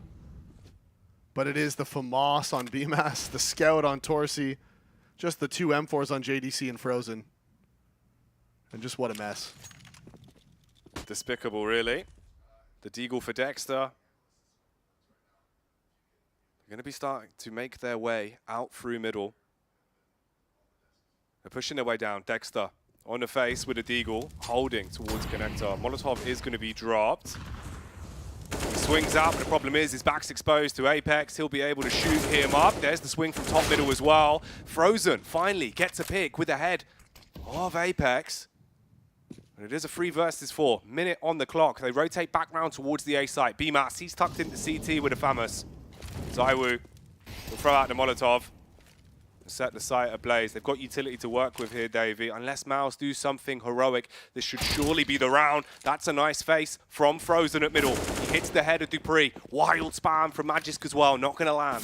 3v3, they're in the site, and they want to go aggressive in CT. Torsi's found with the scout, but BMAS, he's answering from the ticket booth. The bomb has been planted. Can he get the second? It's actually Magisk to win out with the flash, and ZywOo getting close to the smoke, gets naded by his teammate, but he's still tucked away in the corner, and Frozen will not expect ZywOo in that position. It actually is a perfect bait nade for Magisk is what it was. You throw the nade right at your teammate, the CT will never expect him to be there. You can see that reflected by the fact they're giggling about it. Not the intention, but it did work well for them. And now you've got 15 hammered in. 1 round is all you need, and you have so many to play with. You can afford to make mistakes here. And Mouse, they don't have that blessing. They don't really have anything, Davey. Not even the full buy into this round. Limited utility. Torsi only with a scout. And they're going for the A hit. And it is just the A pop-out Palace as well. This double ramp play could be a problem. They're inside of the ramp. Dexter hasn't turned yet. They're coming out of Palace, and the opening pick goes the way of BMAS. Dexter answers back as well into Masuda, and they're shutting this one down, Mouse. 3 kills go the way of the CTs. That ramp play working perfectly to actually stop the Palace hit. And ZywOo, he has the bomb inside of Palace. He has the op. Magisk has gotten up short. He's caught JDC in movement as well. Now, does he find the timing? No, JDC peeks out and clears it. It is ZywOo. We've seen him do some crazy things so far this game, but this 1 versus 5 might be a little over even his head. 50 HP. Bomb on the back. Slowly skulks his way round through T-Spawn. The problem is, even if he loses this round and still does damage, a frag here and there, yeah, it could ruin Mouse. They're already in such a bad spot. He may want to just throw that op away too, because Mouse isn't going to be able to buy one. And they should know that, based on the fact that Torsi had the scout, the M4s are there. Yeah, I wouldn't be surprised to see him walk back and just throw this op away in T-spawn. He might just try to hold on to it. Looks like that is what he's going to do. But if they start collapsing on him, throwing it over the wall there wouldn't be the worst play. Guarantee that they won't be able to get 1-4 next. There is going to be the peek out. That's Dexter. Oh. He's like, nah. Yeah, none of this. Not worth it. Nah, I'll just, he can have it. You can have it, buddy. So it will be a formality.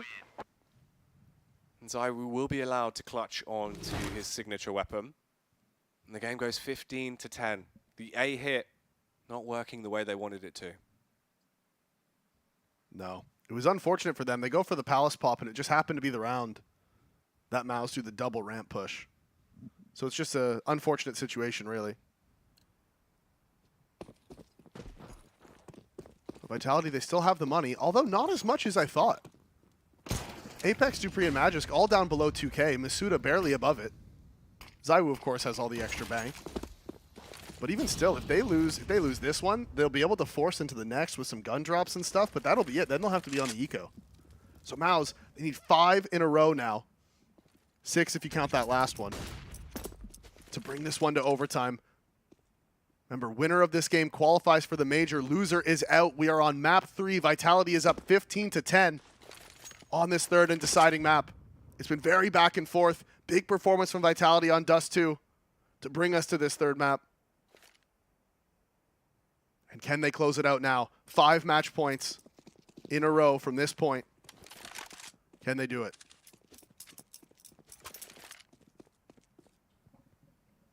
Close ramp set up from the CTs. Bomb rotating back around. Dexter, smoke in the hand, looking for the contact. His teammate in BMAS playing anti-flash on the ledge.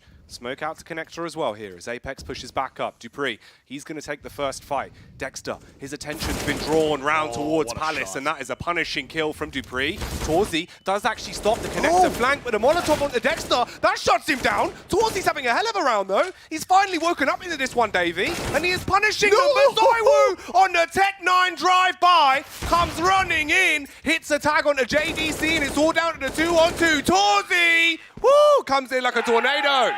Torsi with 4 on the AK. He doesn't need the op. He's had a quiet game, but comes up massive when they need him. 4 kills from the window on the A-Cross with that AK-47. And Zaiwu, I thought, when he ran forward with the Tech-9 and got that trade on the player inside of the vent, poor Frozen trying to creep through as Zaiwu found him.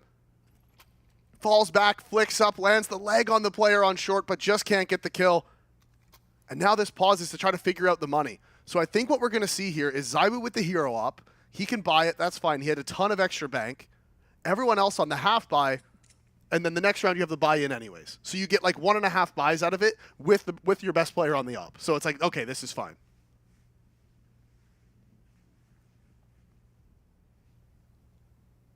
And the Battle of the Orpers will begin again as well, as Torsi's pulled one out. Highlight here on Dupree and BMAS.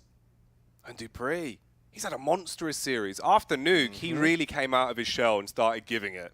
Absolutely. He's been fragging right up there with Zaiwu the whole time. Yeah. And crucially as well, Magisk, 20 and 16. He's that third guy we were talking about. Those 3 need to be popping off if you want to win. If you're Vitality, that's what you need, and that's exactly what they're getting into this game. Boost up towards the ramp for Zaiwu to try to find the opening on the player crossing, but they don't give him anything. Torsi has recovered that op too. He's got that in his pocket now. What's he going to be able to do with it in his hands? Because we saw 4 kills with him from the AK last round, and we haven't really seen anything from him this game with the op. It's not been too stunning when he's had the scope. Zaiwu, though, looking over the top, peering into sight. He's going to spot him, and that's Dexter done. And the hero op working, the boost to find the opening. And now that's going to mean there has to be some reaction from Mouse. You can see Magisk is waiting, Masuda's waiting. They just want to hold for these pushes, and here it comes. Flashes in, it's not good. Torsi misses the flash, and BMAS is punished because of it. So the weapon stolen away for Magisk. He's now got a free upgrade onto the M4. Things are going to get messy here. The comms are going to be hectic for the CTs of Maus. You're in a 3 versus 5, and you're not sure where they're committing to yet. And they have the nades for this execute, so they are just going to be throwing out the A nades. Crucially, they don't have Molotovs. Doesn't look like it's going to matter because no CTs are playing inside of the site. dupreeh is going to be lurking towards middle. The A smokes are going to come out. The op is here in CT spawn. Flash is good to push him off. Now ZywOo has the line. It's all about Torzy to cause turmoil with the AWP. He backs off towards CT. If he peeks into it, ZywOo, he's ready with the response. The fly swatter, frozen. He gets contact towards Connector and drops in the nade, but they're able to bypass it and stay alive. He hits the headshot through the smoke onto Apex. That's his 2K, and now it's a 3-on-3. All about the retake. JDC walking up to the stairs. They're going to flash over to slow it down. If he peeks out, he might be able to get a shot on the ZywOo. But no, it's too slow. It's too late. They're tucking in, Davey, in this round. It's getting freaky. It's getting absolutely ridiculous. The smoke on Palace. Torzy actually wins out, finds the kill on ZywOo, and it is the 1 versus 2. Masuda with the deagle, and somehow 3 versus 5. Maus brought it all the way back, and they are not done yet. Oh, you can see, even they're thinking, how are we winning these? How is it so close? God. What the hell, Jack? What is going on? This is just balmy, mate. And Torzy, the one time when we're saying, you know, he's got to go huge. He absolutely has to hit his shots. And he did. Frozen as well. The critical clutch play towards Connector. That's massive. That double kill was huge. Not only do you find the lurk of dupreeh, but you also kill Apex right as he plants the bomb. Just the one tap through the smoke. Dexter now reacting. You can see change of pace from Vitality. They're walking up short. Dexter, he spotted the head. He spotted the kill. That's going to be the first. Can he land the second? No, but Torzy gets it. And actually a ton of damage done to dupreeh as well. Maus, they are biting back. They are not done with this game yet. They are not done and dusted. They are not out of this one. They are fighting for their right to play at the major. Dexter, the double killer, leaving us with an absolute thriller here in the 28th as it's all on Apex. He's towards middle. Dexter's walking up, clears Delpan, his head's going to be spotted. That's the adjustment from Apex, but he's still got to take 4 more to the grave if he wants to close down the game. And Torzy, with the AWP, he goes big again. And we're seeing Torzy wake up, and that has been the difference in these past few rounds. He was very quiet throughout that first half. Even through the first part of the second half, we didn't see a lot from him. And then that 1 4K with the AK seems to have rejuvenated him. He's come alive into this game. He's getting frag after frag, multi-kills with the ops. That round he had 3. And this has been an unbelievable resurgence here. You can see Zonic, they're taking the tack. Vitality wants to, they just need to calm everything down. Just channel all that energy they had early in the game. Bring it back out. There's no need to panic. You're still in control. You still have the match point. You can take an eco if you need to. You still have a couple rounds to play with. But Maus really this is showing a lot of balls for this team, right? They have 2 players who've recently promoted from the academy. And it's just, and they are fighting back against absolute legends of the scene. 4-time major winners in Zonic, dupreeh, and Magisk. And they are just battling back. Players who, this time 6 months ago, were playing in the Academy League. Even the fact that they have made it to this position, to be in a best of 3 to qualify to the major, is enough of an achievement. But now, Davey, you're in a spot where in 2 rounds you could push it to overtime and still actually have that chance to go to the PGL Major. This is just a crazy story for different reasons for both teams. Yep. And here, so Apex has the hero AK. He's going to be entering out ramp. They're going to throw the A smokes on the right side. Those are going to go down. They're going to have to try to flash him out. ZywOo has the 1 flash. And then there's this double lurk and underpass. Now, I'm not sure if they're going to try to boost him up into window or if they are just going to try to lurk up into connector. But this flash needs to blind Torzy for Apex to be able to get out. Flash comes in. It doesn't work. It doesn't blind him for long enough. That's a free kill for Torzy. The hero AK is dropped. And now Dexter is clearing this underpass play. And that's the thing.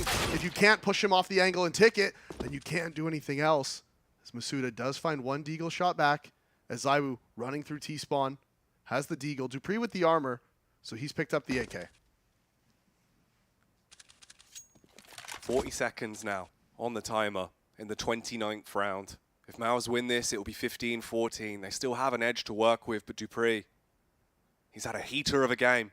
Can he once again turn up the flames? ZywOo clears towards Sandwich. He wants to clear under. BMAS is there. Lands the 1D. Bomb going to be whipped out and Plant going to be coming in. They get it down and they leave themselves in a 3-on-3 that could be winnable. Masuta, he's only got 3 HP. He peeks out towards Connector. ZywOo still sticking to his guns, literally. Expecting the fight. Has to support Masuta. Tucks in, so they've got 2 players in Connector. That's the face from JDC and the bullet landing on the lips of Masuta. He's going to wide swing on this as well. Spots ZywOo trying to play anti, and it's not going to work. It's all on dupreeh in the 1v2. And he's tucked away at Tetris. They're not sure. They know he's in this position, but they don't know if he's ramp or if he is tucked away. They are going to push him. They're going to give him the 1v1s. dupreeh lands the first, jiggling out, and the second. The headshot from dupreeh, the hero AK. And look at the relief on his face. He wins it out in the 1 versus 2, finds 3 kills with that recovered AK from Apex, and Vitality are going to the major. That is huge. The round from dupreeh. The tap, the adjustment. He's not even excited. He's just glad it's over. He's just glad they make it to the major. That was just relief on his face. He took his headphones off. He took them out, and he's just a big breath, a sigh of relief for Vitality. Now the celebrations can begin. Now that it's over, now that you've made it, now that it's done, it is going to be the round going the way. And look at JDC, the heartbreak from the Mouse boys, but they should be proud of everything they've accomplished. To take this Vitality team that far and that deep on map 3, you should be proud of yourselves. For what this roster's achieved here, for how quickly they've grown themselves into a great position at the RMR. It's incredible, but it's an upsetting loss for them. They knew how close they were. They knew they took it the full 3 maps.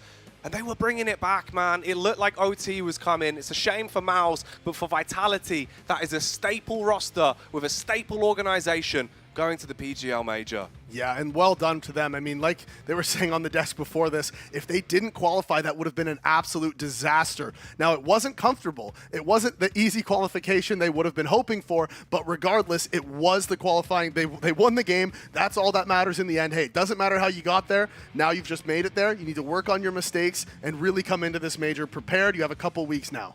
2 crazy storylines there for both of these teams, and this is one that we have to dissect, so have fun with it, Shocks. What a game.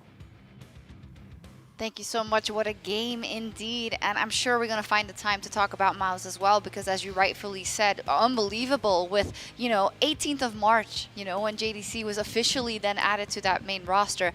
But it is Vitality we need to talk about first, because the odds were up against them, because they stacked them against them themselves, let's be honest here, Maniac. And it all came down to Mirage and to dupreeh at the very end, who had been so instrumental for them throughout this campaign. Again, individuals kind of bailing out Vitality, putting themselves in very complicated situations. I mean, I understand the pressure is really high, but I don't see how we have to rely so heavily on individuals to save them. dupreeh obviously was a savior. ZywOo had a great series, the one what we expected, we hoped to see. And even Magisk rolled back the years on that Mirage. He had multiple opening, very impactful kills.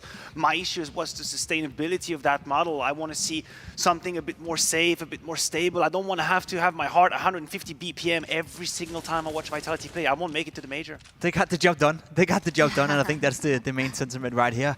I fully agree with you, right? We got to see Magisk, especially in the second half, find so much impact to get them back into the game. Mouse played a tremendous game as well. They put them under a lot of pressure, and it took everything, all the experience you mentioned, right? All the majors, all the tournaments they won, they had to use all that in order to get it over the finish line. Very, very well done, sorry, to Mouse here, but at the end of the day, you can just see this individual class that Vitality have, right? That's why you pay them the big bucks. That's why they're some of the most tenured players in the game of Counter-Strike. You even see his reaction right here. He's not celebrating, he's just relieved. That was such a big moment for him.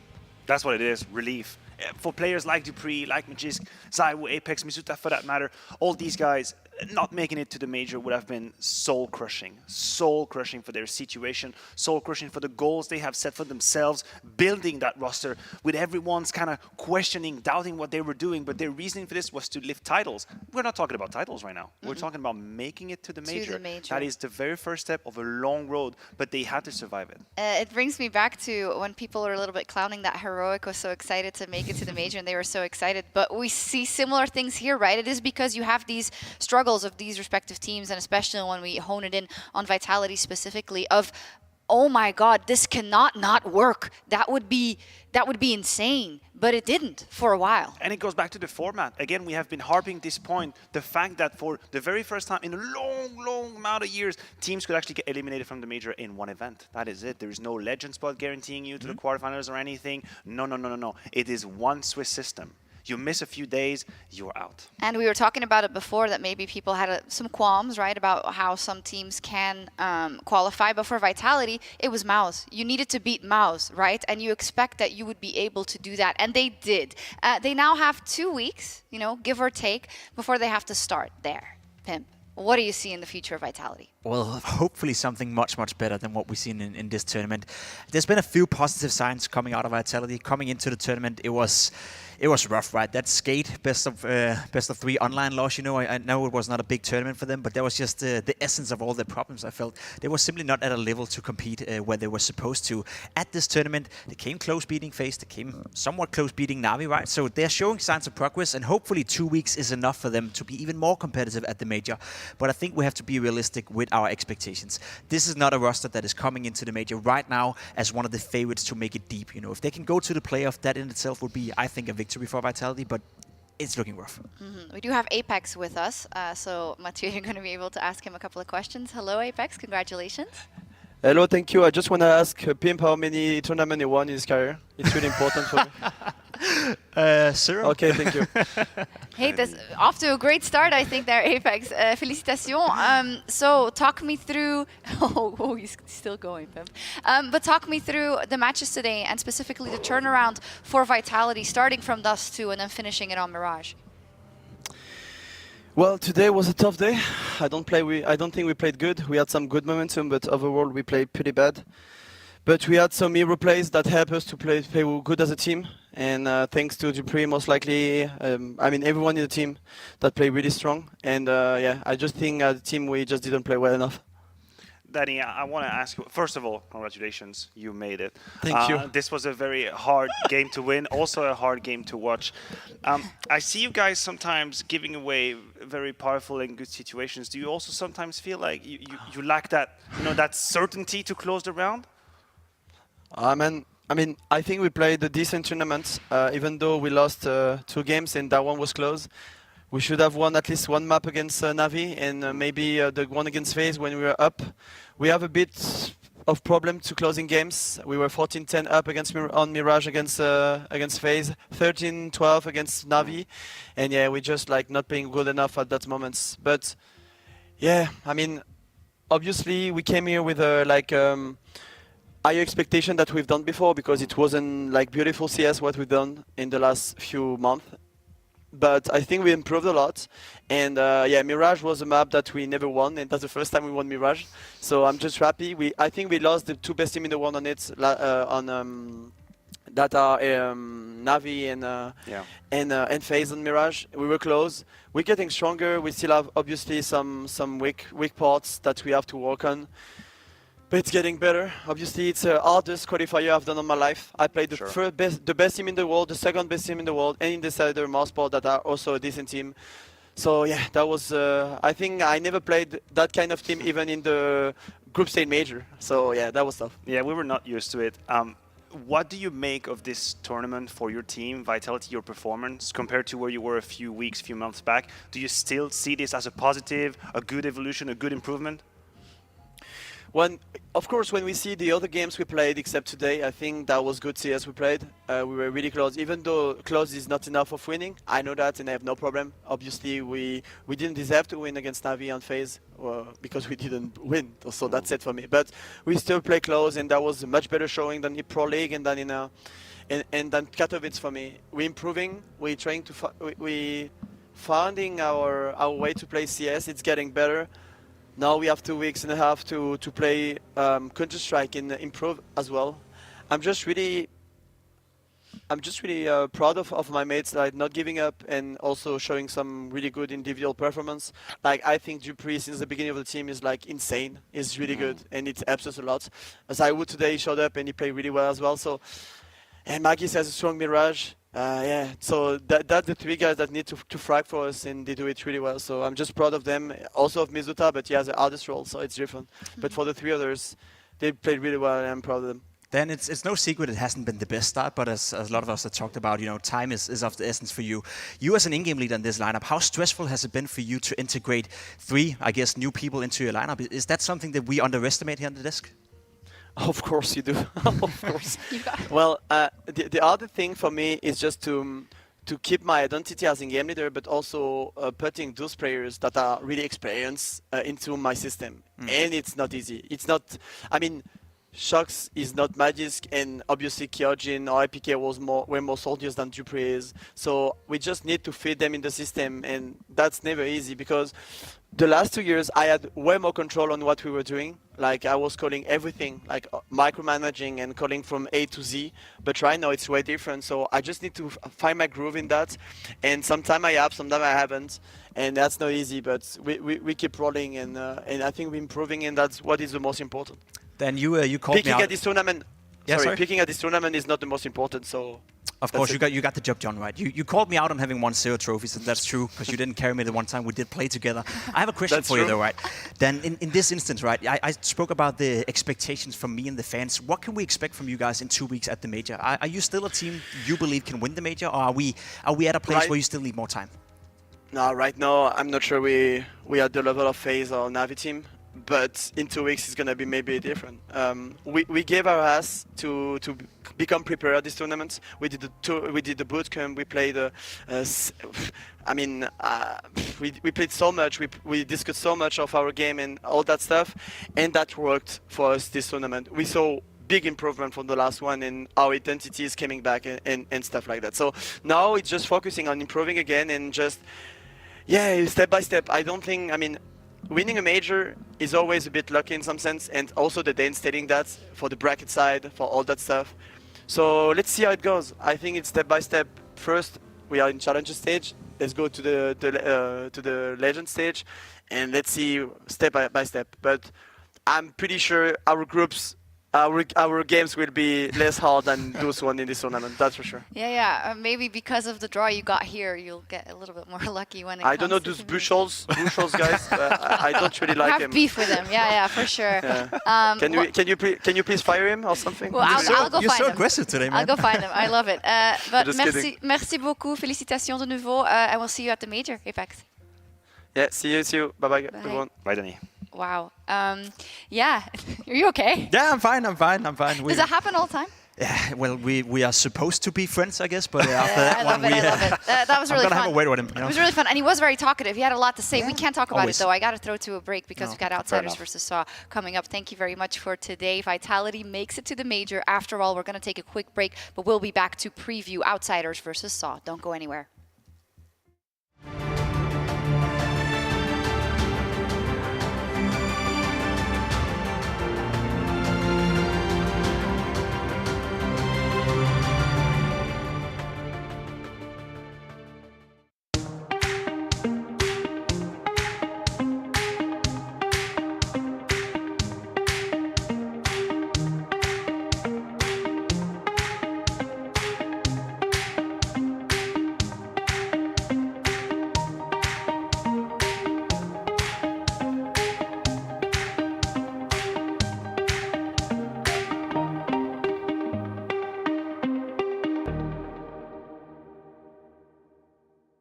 Let's go.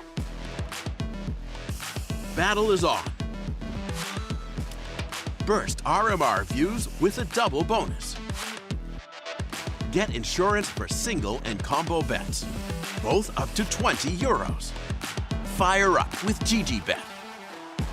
GGBet, this is real.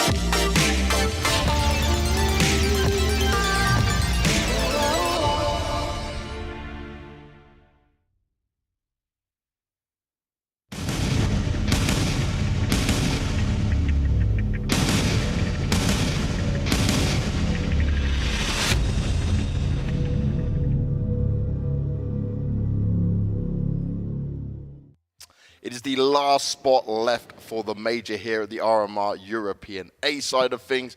And we've got an interesting matchup. It's Saw going up against Outsiders.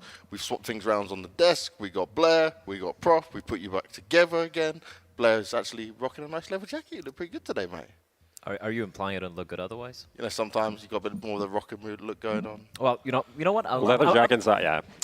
A leather jacket can make anyone look good, Banks. So, but thank you, I do appreciate it. And Prof, no turtleneck, but a shirt on. No, I mean, I need to diversify my style and just my branding. I don't want to be just like the turtleneck guy, right?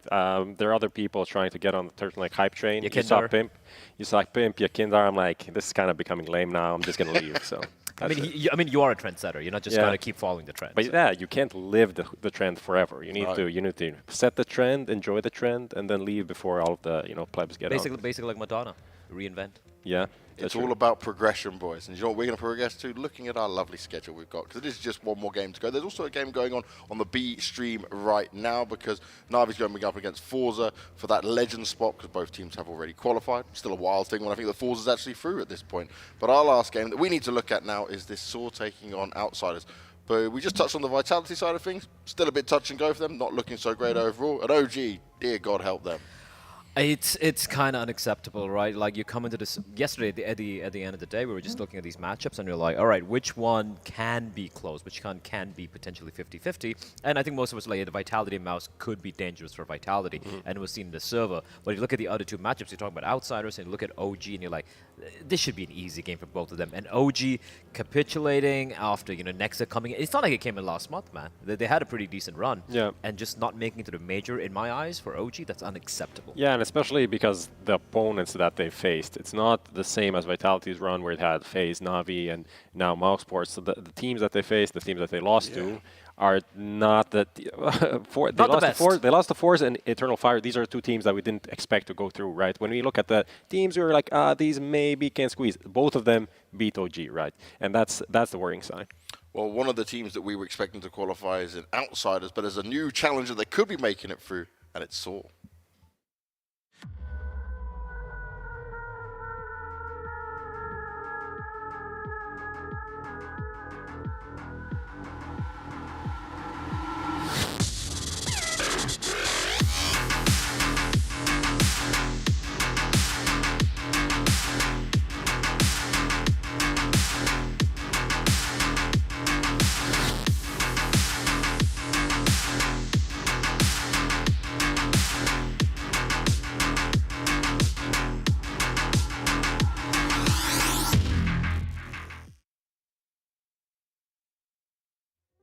Now, guys, I've got to be honest here. When it comes to Saw, I have a sweet spot for these guys.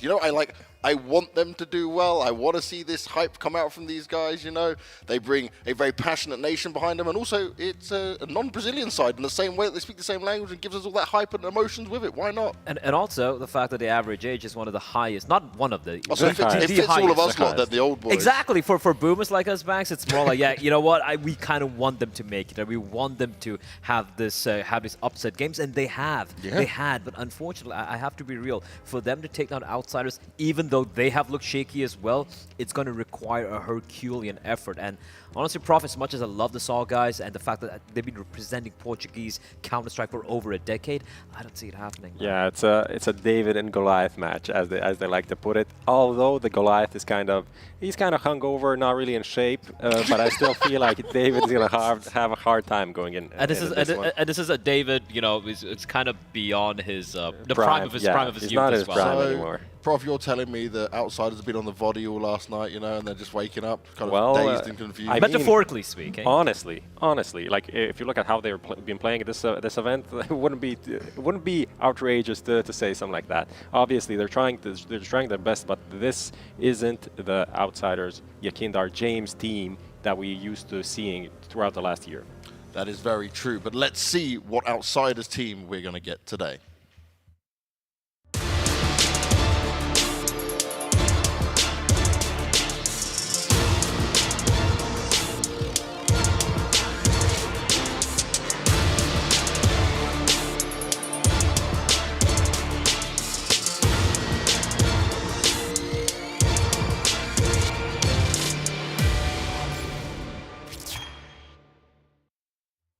Now, this team right here, they certainly know how to draw out a game. A long game, a long series is what these guys are known for. But I'll be honest, right? We look down their results in this, and you start to question where this team's at once again. I look at that Dignitas game. There was a chance where they were losing that game 2-0 yesterday, Blair. A chance? Like, it came down to literally a couple of 1v1s at the very end, and we could literally be talking about the other veterans in the scene. We could be talking about Saw. We have, you know, like, so many veterans in the scene, and we have, like, Forrest and Freiburg. It could have happened. This could be Dignitas, and that would have been unthinkable, right? And that almost transpired. So for outsiders, look, let's be real. There are a lot of extenuating circumstances, not just for this team, for a lot of teams in the region as well. But I look at them and how they started this year. When they got in Flit, they got them into the system. An ESL challenger, albeit against lesser teams, they were fantastic. IM Katowice, almost till the final couple of games, they were incredible. And then they crumbled. Pro League, they were nowhere to be found. And over here, like you said, getting smashed by Big, losing to Mouse, and almost losing to Dignitas. This is not the outsiders we expect to see. And they do have some, obviously, circumstances that we're all aware of why that might be affecting them for sure. But also, we're seeing different players on this team step up now. We're going to bring up a little bit of a highlight here between Muteris and Kicker. Kicker on your screens right now because, you know what, we're always talking about James. We're always talking about Yakinda.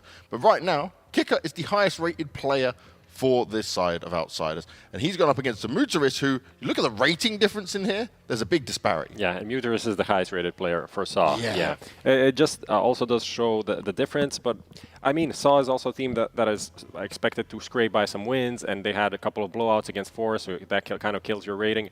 Going back to Kickert, he's someone, Yakinda even said it in one of these content pieces, he was asked about him, like he's a big game player, and I know when you think big games, you think about like grand finals and all of this, but for them, also just getting through this and getting to the major, that is when you need to step up, and you need to make sure that even if in these situations where you're playing against Dignitas and you're losing, that someone gets that round, gets that play, makes the move that's going to win you the round. Absolutely, and we saw that against Dignitas as well when the going was when it was looking pretty rough for the side of outsiders. Kicker was just a hero multiple times and was playing at a level we knew he could always reach, but he never showed too much. But as you said, he's been so clutch, so impactful for his team, and I think it's pretty cool to highlight that in a team of Yakinda and Jame and all these guys, he's the one who's kind of the star player right now. Now, we're also going to look down at this situation between the AWPers in here, right? Stododu going up against Jame. Now, we know what Jame can do. We know Jame is certainly more capable when it comes to AWP. Yesterday, he nearly pulled off that crazy 1v2, you know, when he flew out. We thought he was all making the wrong decisions.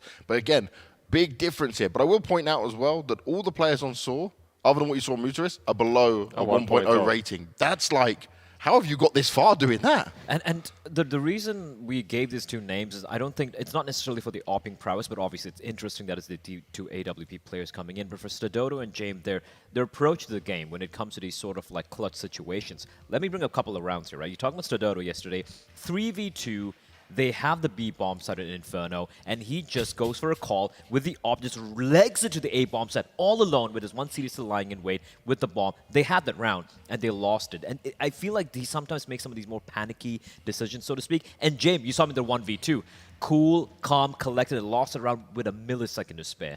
That's a difference in mentality. Do you know who James like? He's like Launders, you know? Nothing seems to bother him. He just goes at his own pace through life. They're the same people, just chilling, going forward. But we do have our map picks coming on the screen. And for me, when you look down this, boys, is there an advantage we can get here for either side? Or should this just be outsiders like you've already been preferencing? The problem here for Saw is the nuke permaban from outsiders coming in. That's just the map they don't play, and that's a map that Saw is... That's their best map, and that's instantly out of the combination here, and that's really rough. Interesting pick of Ancient. Both these picks are very interesting. Yeah. Yeah, I mean, we expected Overpass to be picked by outsiders and Vertigo to be picked by Saw, right? Yep. Maybe they're mind-giving a lot. Look, for Saw, they are clearly the underdogs here, so I don't really blame them, so to speak, of picking Ancient, right? It is a map which they can potentially kind of pull off an upset on, but this Dust to pick from outsiders, I thought it was kind of going to be the decider. Yeah, it seemed like Overpass was a better option for them. Saw kind of struggled on the map, but also Dust 2 has always been, you know, a J map, and we saw Saw yesterday not really putting up a fight against Forest. They were literally destroyed on every part of the map. So I think probably they looked into that and saw like, yeah, this is like bread and butter. Let's not overcomplicate it, overpass and go with this map. Personally, I would like outsiders to play like the favorites and be like, yeah, sure, we might see your weaknesses in Dust too. We're just going to go to overpass because we're just a better team. Yeah. Right? It's a map that they are probably one of the best in the world on. And it's kind of weird to say that about outsiders, but if their map pool, I feel like it's been slowly been kind of narrowing over time, and overpass is the one still fortress they have. And the fact that they haven't picked it is a bit of a surprise, James. Well, let's see if there is going to be any surprise in this game or if it's going to be outsiders taking the win. Maybe Saw can pull something amazing off, but I know two commentators who love commentating the outsiders team, and that's Hugo and Harry. Oh, hell yeah, we do, man. I feel like you're always destined for a nice, long, old series with this Outsiders squad, right? I mean, and the Dignitas one delivered in spades just yesterday. I think this one's going to live up to the hype as well, right? For Saw, this is one of the most important moments, really, throughout these guys' pretty long careers, you know, dating back all the way to, like, the kick days for guys like Amutiris. He's had, like, many pieces of this squad in and out of that roster, and now it's been, like, this getting the band back together almost, like time period. And it's super cool to even have them here, you know, being real. So I think, you know, this is such an important moment for this team. I'm assuming they're going to be bringing their A game. Yeah. A lot harder when you don't have your best map in the pool for sure. Dust 2 for outsiders. It's their pick to start off the series, and I'm very excited. They always give us a banging game, whether it's whether it's a win or a loss. Like, they long it out, Harry. They make every team work for it. They already took down some legends in Dig yesterday. They're going to try and do it again with some of these old school names. What a fake right now. Flit is all the way up long, but they're still defaulting. James is still in T-spawn. The bomb has not moved out of its original destination, despite Flit almost getting into that A bomb site. Imagine if he crossed in. James, what's he looking at? What's he waiting for? Quick smoke over Xbox. And this guy, he's in no hurry. He'll get his major spot when he's good and ready. Yeah, with no reaction from, you know, like Flit running up the A site, I am kind of left wondering what the grandiose idea was here. They're going to try to take Catwalk now, walking down it with 3. Utiris and Just going to get a kill apiece, and so this is kind of cooked. This one's pretty much done. Yeah, I wasn't a big fan. Yeah. You know, there wasn't like a stage 2 to that plan. It was like, Flit, you're going to go up long, bud. You're going to sell the A play. What are we going to do? That's a good question. What are we going to do?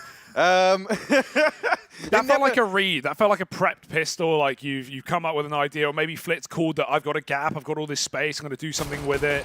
And, you know, outsiders, if he crosses in, Harry, that whole round is pandemonium if he gets into the bomb site, but you never know. And James will die immediately on the B bomb site.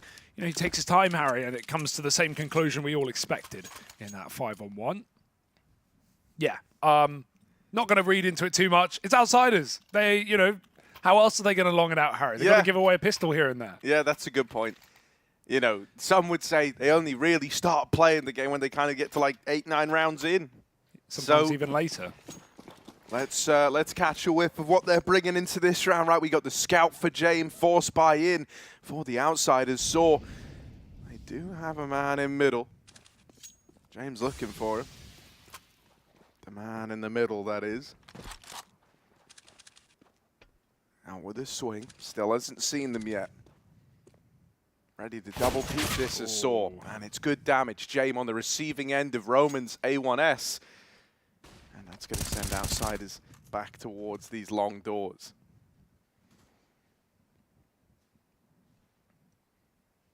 James, he looks like he wants to do the Zai-Wu smoke, maybe. The hinge smoke, line up with the scout. Goes back to line exactly that up. Double scope. Oh, changes his mind. Instead, going to pop his team long. They want to go. And there's only one man here. Arky in the pit. Shouldn't be blinded too much by this flash. He can cover. Out it goes. All right, wall of smokes. They're going to use this to get pit. That's the game plan. Get a scout, set up in this pit position. Arky's seen the smokes. He's backed off. He knows he needs to tunnel in dig a little hole. They've got to clear it, though. It seems obvious for Outsiders. The jump will confirm. Stododo can't really help out Kicker. That's a lovely clear. Just tapping him down with the tech. Does loads more damage through the smoke. And now you've got a rifle and all this long control. Outsiders are really cheeky. 30 seconds, so they can't wait forever. Buster's walking into B, but this bomb can't come and join him. There's simply no time for a rotate. It has to be A, and Buster's got to go now. Yeah, he might be able to like get some 6 CT spawn wrap off, but if his teammates don't make it into the site, it's never gonna matter. The bomb's been dropped. Buster, oh no, buddy. And now baby. Kicker dead on the cross. James, you need to die, but I know that kind of goes against your whole shtick, but he will get mowed down. And so Saw able to recover that one. It's a shame, you know, I thought Outsiders were kicking it into top gear. They had a really cool wall of smokes down towards the long side there. That's such a neat idea. Yeah, if only they saved one more smoke. We saw that long cross at the end. They only had one, Harry. One! And it was on the end. It's not like they even put it in the middle. They're like, yeah, we're going to use a lineup and then we're going to jump the rest. Like, no, if you're going to do one of them, you should do the first one so you can at least get close to jump the edge. Otherwise, you're jumping into a smoke that you can still get spammed through. So, yeah, right now we're seeing some cooked rounds out of Outsiders, but there's something to them, Harry. There's something behind them. There's a game plan deep down if you dig enough in there. However, Saw is stepping up and they're not letting the weirdness, the wackiness of the Outsiders catch them by surprise. You know, Saw are not favorites, right? There's no sugarcoating it. The Veto certainly helps Outsiders as well. But one thing that is nice for this series is we saw Outsiders play this map the other day against Big. They got bullied. They got beat. They got bested. And, you know, it was Big. They did go 3-0, taking down FaZe as well. But even so, this has often been a go-to map for Outsiders, as it often is for CISCS. So nice couple of rounds out of Saw, keeping calm. I'm surprised no one peeks there after time, right? James committed at Car with 4 seconds. You can guarantee a kill after time there, really. Yeah. I feel like people don't abuse that enough in 1vx's, or XV1s, I guess, knowing that you can just. If you're ruining James' money, you're in his head. Because this guy is the accountant of Counter-Strike. No, I mean, dude, that's very, very true. You know, I think one of the teams that kind of do that the best and always have done are Big. And, you know, look where that's got them. They're in a good spot, aren't they? So, especially when God B was in the team, they were actually so good at everyone believed in the don't peek philosophy, and there were so many clips of players running to die with 10 seconds left, and Big are just running away, and then you're in the open trying to chase them, and then they all peek you after the clock. It's really annoying, and it actually goes such a long way. Stododo's on a USP, saving for the big green. I'll say this, though. You know, I think the reason why Saw don't do any of that is they just want to be winning rounds. You know, for these guys, this is such an important series. This is... what an opportunity. Probably the biggest moment they've ever been in, you know, and a chance to really, kind of, you know, send one home, you know, So I think you're just taking everything the moment you get given the opportunity. Yeah, especially some of these guys have been playing, you know, they've been in Go for a decade now. So, you know, we've seen players like Maturis back in the day. There we go. Little flusher by for Stododo. And he's already got 1 kill from it. Mutiris even pushing down short. Well, back away. Doesn't want to feed the beast down here in middle. Ooh, clean for Kicker. Any more from this Deeg? No, they run into the USP of Stododo, and it's a little too much. It's a little too strong. He's mowing them down. And with support from that A1S, it's nice, it's clean, 4 alive, and the fact that you actually get out with the A1 on Stododo means that it kind of feels like you didn't even really lose anything in that round there. Yeah, which ones are Outsiders again? Because right now it seems like the money game is just being won out by the CTs. Obviously early days, waiting for that gun round from Outsiders, and now they're going to have it. Stododo will be AWPing, so we're going to see that immediately here into this first rifle. James looking for the cross shot, misses the jump up, and that's probably the reason he doesn't get the shot. It was very close through the wall, but doesn't get on his teammate's head in time, and Stododo, no middleman in that engagement. He just direct delivers a death to James. 5-on-4, and it's a beautiful beginning to this map for Saw, knowing how much this means, looking for this big upset, but the job isn't done.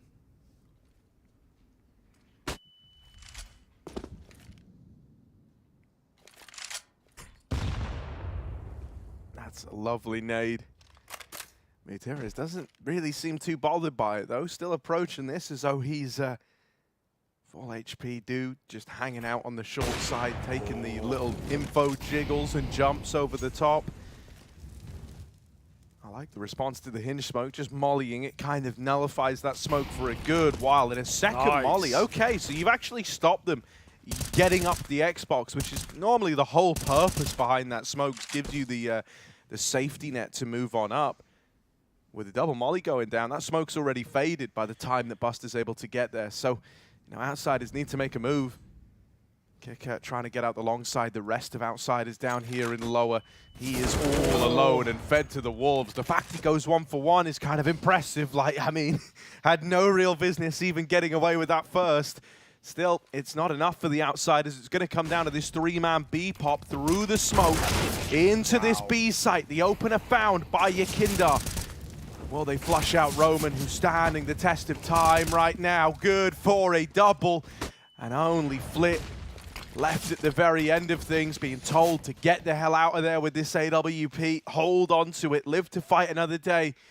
But it is Saw now up 4-0. This is a very convincing start. Yeah. They're disrupting the game plan so well from outsiders. Some of these rounds have been a bit weird, but that one was super clear in the game plan. Kick it late long with a cat take. But like you said, with that double molly in middle, no cat take, not allowed. Outsiders don't want to risk crossing through the or past the double doors when they already know the AWP is located there. Really, really nice reaction from Saw. And yeah, it's a great entry from Yakinda in B. The perfect smoke to clear that close left corner, but it doesn't matter. Roman holds on. And Saw keep building back bigger and better, leading on this CT side right now on their opponent's map pick.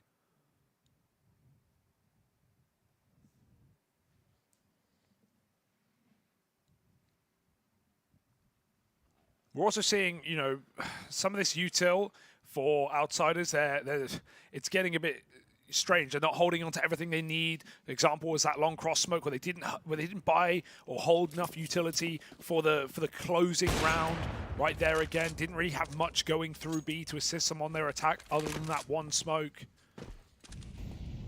Jamie's got his AWP back at least.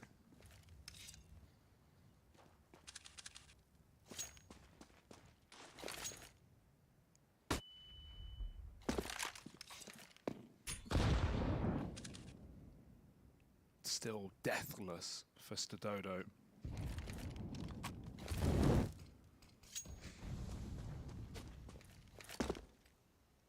Yeah, I mean, this 8-0 start, it's got to feel good, right? It's got to feel good. And he's got James to face off against in this round. Will he keep himself flawless? James waiting in middle with the AWP, hoping that he's going to get given away in. Given an opener, but outsiders, or sorry, Saw not moving a muscle. So the outsiders, once again, you know, they've got to be the ones to make a move here.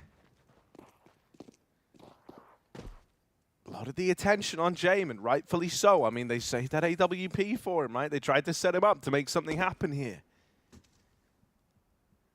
So let's see if he can find them a way in. Dropping a bit of util over on the short side. Might try and self-flash. Give himself an angle. They're going to boost up over this smoke. And he looks into the site, but nobody there for Saw. And now that molly even tagging up the two players that were trying to boost. Outsiders looking to move in, looking to go now. Stododo here with his AWP, flashed off the angle. This is good space getting created by outsiders, right? They recognize that there's no one in the site, and while it did deny them a chance at that opening pick, it has given them room to get this bomb planted. It's some weird little, I was going to say 5v5 retake, but the silence has been broken by Arky at Car, and Gutierrez has already snuck up the ramp, ready to push on in. This retake's looking very clean, and it's all starting to go wrong for the outsiders. They've seen Flit in middle. At this point, he's got to go back up Cat if he wanted to win the round, and it's already too late. Sorta on the bomb, even if he ran it, ignoring that he's in a 1v5.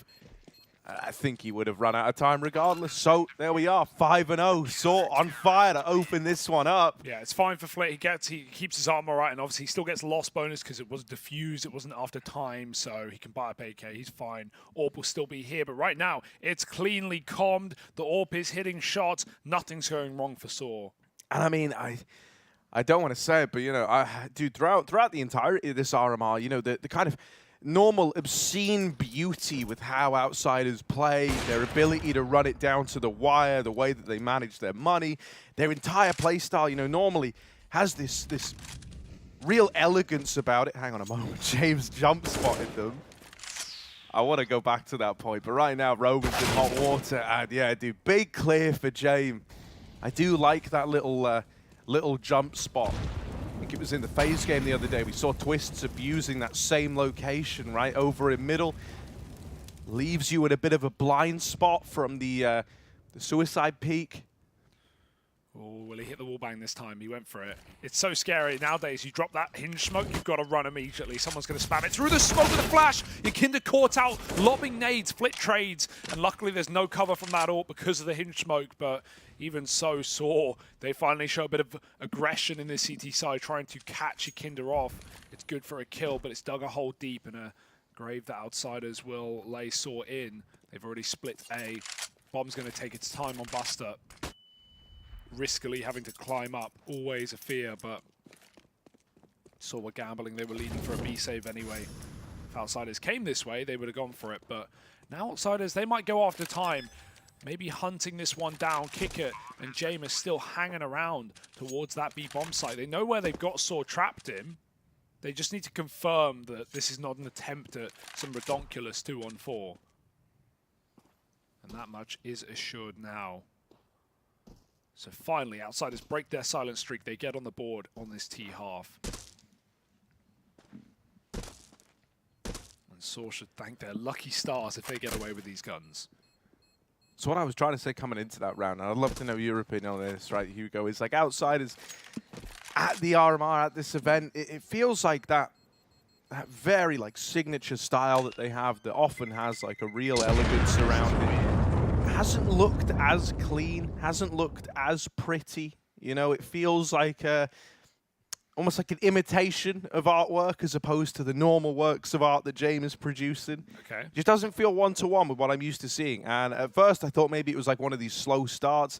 And while, you know, they were able to like build back in and win it out over Dignitas just the other day in that series, for example, there's just been like moments of shakiness that I wouldn't normally attribute to this Outsiders team. It's been their T sides without a doubt, right? They have looked pretty weak all in all. Especially, I think what you're mainly thinking about is that Mirage game, right? That first game against Dig was really not nice, and a lot of rounds where they were just saving with 2-on-5s and they couldn't get any space. And even the beginning of this Dust game looked kind of similar, like where we can't quite figure out what the plan is behind some of these ideas. They're there. Maybe they worked once, but yeah, I think T-sides have been the problem, but you know, to continue to harp on it, they're a team that just never give up. They'll be down 10-5 and they'll still, you know, lose a pistol and still get a first rifle and start picking up steam, putting together 9-10 round streaks. So you got to keep that in mind. I think, you know, they just need a few T rounds to get going. In that Dig game, it definitely needed the warm-up, but once they got it, man, by that third map, they were just in full control that entire game. A few crunch rounds for Dig near the end on that T side, but ultimately, Outsiders, that one looked pretty clear, pretty clean cut. Let's see what this T side looks now. They force Saw out of middle. It's often been this double aggressive setup with the AWP. Now they were already back to CT spawn with their AWP, and Outsiders don't want to play with it. Materials behind the smoke, got to care for spam. James looking for a mid-pick, but everyone's so passive now. Does the Dodo want to break that silence? Still need to die, and it's just James off the angle, but James immediately gets back on. He even got team flashed out of it a second time. It's a bit awkward, but it's not the end of the world. Meanwhile, Saw are ready to pop up on Cat. They're walking it dry with no flash, just walking aggressive. Flit is ready for it. He's trapped in the corner, but there's the teamwork coming out from Yakinda, trading him, or helping him out, rather. James gets wallbang headshot by the AWP, and they're just going to run away. They've got A for free again. As Saw lean B, they are left with nothing. Yeah, man, that's a bit of a shame, right? Yeah, the double up on short, the no util swing. You know, when you're up against outsiders, you kind of need to be ready for anything, and they are like double set up on the short side, hoping that you were going to make a play exactly like that, right? They were almost beckoning you to take that short peek because they were so ready to lock you out and use that as a way to open up this A play. Materis and Arky end up giving outsiders away into that round.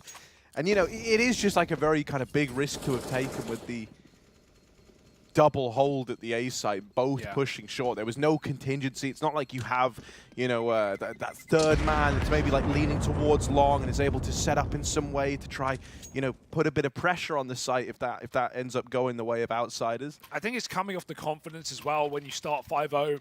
You're feeling really good, you're calling, you're calling for flashes, you're playing aggressive. Stododo has all these mid-angles and mid-fights he's winning.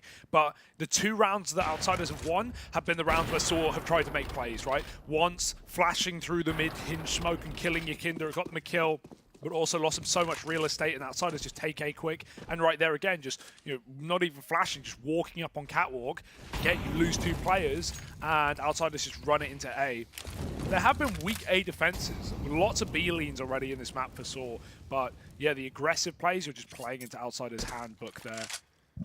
They're so ready for it. I wonder what it's doing to James, the fact that he's 1-6, right? And he's normally this like big, like at a bare minimum, you know you're going to get like good kills, low deaths. That's kind of like the James classic, right? Yeah. Lots of money saved, always on an AWP. His AWPing counterpart on the other side, 9-0, right? Still building into this. Stododo's about to get pressured. They're moving up the short side once again. They're trying to use the catwalk to break this A-bomb site open. Stododo goes up, over, and then down. Yakindar's going to find him. So much deeper than that AWP was ready for. This is such a speedy round, and this is kind of what we like out of outsiders, the ability to change the pace up. Not always these slow defaults. Every now and then you'll get rushed and you won't be ready for it. You'll get caught with your pants down. There's the late lurk on long, this time not even getting traded. Kicker kills Arky, and it's already a save. Saw, they'd love to hold on to these guns. Materis, don't give him a reason to go for this retake. That's 2 kills as the hunt comes in CT spawn. His team are so far away though, they're not considering this round. For a second, you get scared, but Saw hold on and try and keep their guns. Materis might die to the bomb here. He's going to have to go wide, but he is tagged up. Jay making sure he's got him trapped in spawn, leaves at the last second, and Materis will do the same. Let's keep his weapon after all. But 3 rounds for outsiders. I do like the pace change there. And outsiders building up into this T side. That was the shot. Not even lined up, not even based on anything. Just flick, AWP, wallbang headshot. Feels Through good. smoke. Yeah. Trying to get the longest kill feed he can.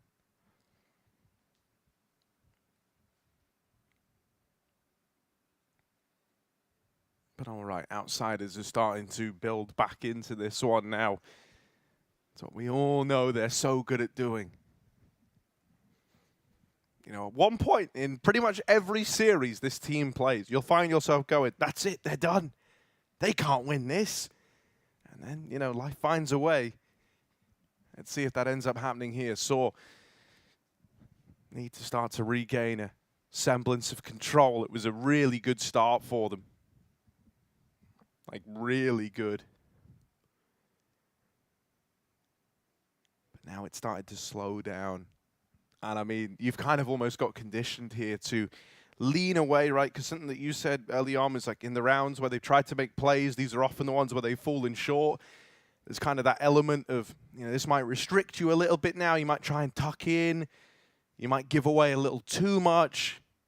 Yeah, the A-holds have been weak, right? That's the exploitation for outsiders, often because they're getting mid-picks, as you just mentioned, but right there, the pace change. Stododo does not think that Yakinda has W mashed into default. He's scoping for the cat cross at Gandalf, and Yakinda's already on the site, so just beat him on the timing there.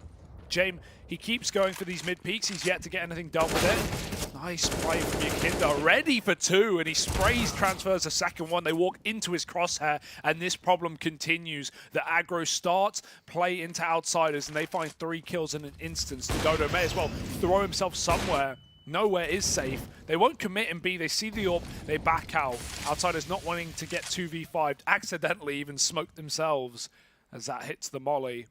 Maturus at long wins his 1v1. But Outsiders, as long as they group, there shouldn't be a problem. Uh-oh. Ooh. He landed the tag. Luckily enough, Yakinda walked the B tunnel smoke and actually comes in with this like side swipe into the B play. Maturus hears them running up shot. Like the bomb's still in spawn. Like Outsiders really are just looking to frag, looking to hunt down that last remaining man. And yeah, you know, that one spirals out of control. It's interesting to me that they double down on the calls to go aggressive, right? I was kind of expecting the opposite was going to happen. You know, maybe they play it too safely, maybe they tuck in too much, but no, they go, what if we keep going aggro, but just more? Like, what about just more men? I mean, typically, your tunnels crunch with 3 players, 2 lower, 1 Normally upper. it's enough, That's a right? nice play. That's it. You know, it's a nice play that works against a lot of teams. It catches them off guard. We've seen no B aggression all map, but yeah, Yakinda just sprays 2 players, both headshots. And so now we're going to see what you're talking about, Harry. Now we're going to see the passive rifle rounds. Maybe there's an eco here first where, you know, it doesn't really matter what you do. But once we hit gunnies, back to playing very safe. And let Stododo work, right? Because he's been a nuisance in middle.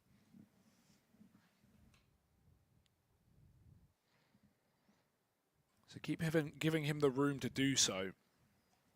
Pause before we get there.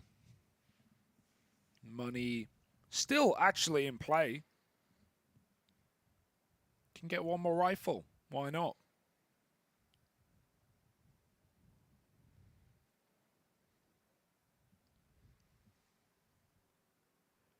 But yeah, this is no longer a 5-0 game. This is Outsiders waking up, and it was about time. Yeah, man. I mean, it always is, you know, this is always kind of the ebb and flow of how these games go. You know, it feels like it just takes them a little while to figure out exactly what it is you're trying to do, get in your head a little bit, you know, like kind of... It's such a shame, I think, that Tunnels Crunch gets repelled so decisively, because actually with how James been peeking middle, the fact that he doesn't like often lean into that boost right away, he's trying to kind of like take like a faster peak, right, by hopping straight down and then going to the boost a little later. It's certainly giving you the room to go for plays like that. And it almost feels like if it was any other round apart from that one, it actually would have been a good decision, right? Because sometimes you've only had, you know, maybe like one player leaning towards B. That round, it's unfortunate. 2 guys there. Yakinda, one of them, and he looks like he's having a very, very hot start to this series. Yeah, some jokes are being cracked over in the Outsiders camp, seeing some laughing. So yeah, they're feeling pretty feisty right now. So don't want to get overwhelmed by the pressure here. That's the fear for these guys. Yeah, they may be you know, older, they may be experienced, but in terms of playing these hugely important you know, LAN matches for a major spot, they've not been in this position before, so it's something new. Got to stay focused. James keeps going for the mid-peak. Will miss the timing again. He's hoping for an AWP fight. There isn't one here. Stododo's relegated to a FAMAS. Long take coming in. No flash. They just swing it. And Kicker was caught. The Flip will trade almost to Maturus off the spray. Down to 10 health. And Stododo re-smokes the corner. So Outsiders locked out a long early and saw the perfect start to the round. The triple long take will pay off. But they've had no mid-info, so Stododo's got to care that Catwalk is corrupted. Meanwhile, Saw push B. It's hugely risky in a 4-on-3, but it's also the perfect call. They know Outsiders were focused on long in the early round. They know they have a bit of room. And, man, they've got so much info right now. Can they set up on flanks in time? Outsiders are still heading back out long. You know, this tunnels push, it's nice. It gets you the info that it's not the B play, but you still need to hold on to long. Looks like we're going to have a bit of a reposition for Stododo. He was playing inside of this A site. Well, now he's set himself up at Car. Hoping that from this position he can give his teammate a bit of a helping hand. A little, like, wall of smokes that's put up by the Saw squad, but the nade removes the man in pitch. Stododo dead after 1. Yakinda going to mop him up. But low HP on both him and Buster in this 2v2. 20 seconds. Yakinda trying to go back, but he's dead on this one. That's the bomb tumbling away with it. Any chance to win the round? And even swinging right at the very end there to find Buster. Was he Saw going to come go in with the cat? response. Was he going to go cat with the bomb with 20 seconds? Was that the play? Because there's no time for B. Yakinda knows that. There's simply no time. Maybe he can make it cat 20 seconds. Feel like Yakinda knows his timings. That's still very audacious. Didn't believe there was a flanking player. I mean, at that point, if you want to make that play, you have to believe there's no flank. If you're gunning out, clearing corners, you won't have time. So it's a knife out play. You know, if there's no one there, he could backstab, but not going to happen. A rebuy for Saw as they pick up a massive round off that long take. Again, no AWP, but Stododo scoped, still looking down mid.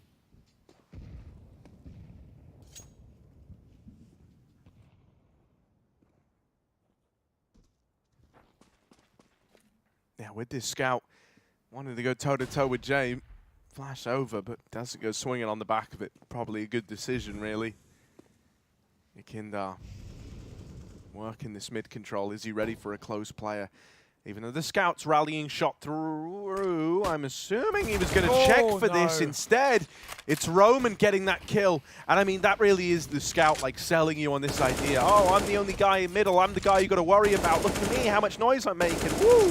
And in reality, you know, Roman was sat there waiting in this little bait and switch setup the whole damn time. There's always been double mid, right? That's because Saw have been leaning B. They've been 1B, 2 mid, and outsiders know that they've been abusing catwalk all game, but the double mid is still here, and Roman gets another. Flip won't be ready. The flash goes too deep. It does nothing. James can't even get there in time. Roman just bounces out like a bunny. And right now, outsiders, their eggs are getting cracked, Harry. 3 on 5. There's no treading going on. It's full-on boot stomping. They've got some smokes dropped on the ground. They can run a fake on this mid to B, or they can commit with it, realizing that scout's lean back into CT spawn or headed towards A. They've got a bit of room. Kicker going to take it. He's got to get this entry right now. Roman, he's spotted the play. He knows what's going on. Just behind the car was good cover, but it's an instant headshot for Kicker. Low health, spam through the smoke. Buster trades another, and now there's a chance. A very quick plant on the box. Buster peeks for more, and outsiders keep double dipping now in a 2-on-2. Even the AWP wants to go back into more James. Oh, that's a tag onto Mutiras. And through tunnel comes the Dodo. They're holding for it. He does deal with Buster. And so James, low HP on both these players. They're going to double up on the tunnel side. Whoa, first fight goes the way of James. They've got it. But he's not ready for Mutiras. And so there he is, arriving late through the tunnels. That. Wonderful manipulation of the info, right? Wonderful way to sail James down the river, and with that defuse Saw, they're right back into this one. Yeah, a very nice try. A 3-on-5 there from the offset. Roman doubles up in middle, and it comes down to a 1v1. So that's outsiders just doing what they do best, making these unwinnable rounds look good. But yeah, James, he kills one tunnels. He thinks he's just going to get insta-swung from door or window, as would be the expected play after hitting Matiris in mid. But nice reset, and they group up for a 2-on-1. Saw. Oh, this is the first time James not boosted for mid. He's run down. He's got to play a trapped. They've got to smoke their way out. The molly will do nothing. That player has already escaped. But that's really awkward for James. The first time he's not gone for that pick, they actually make a play out middle. He has forced them back to the bomb sites, but that one's got to be really annoying.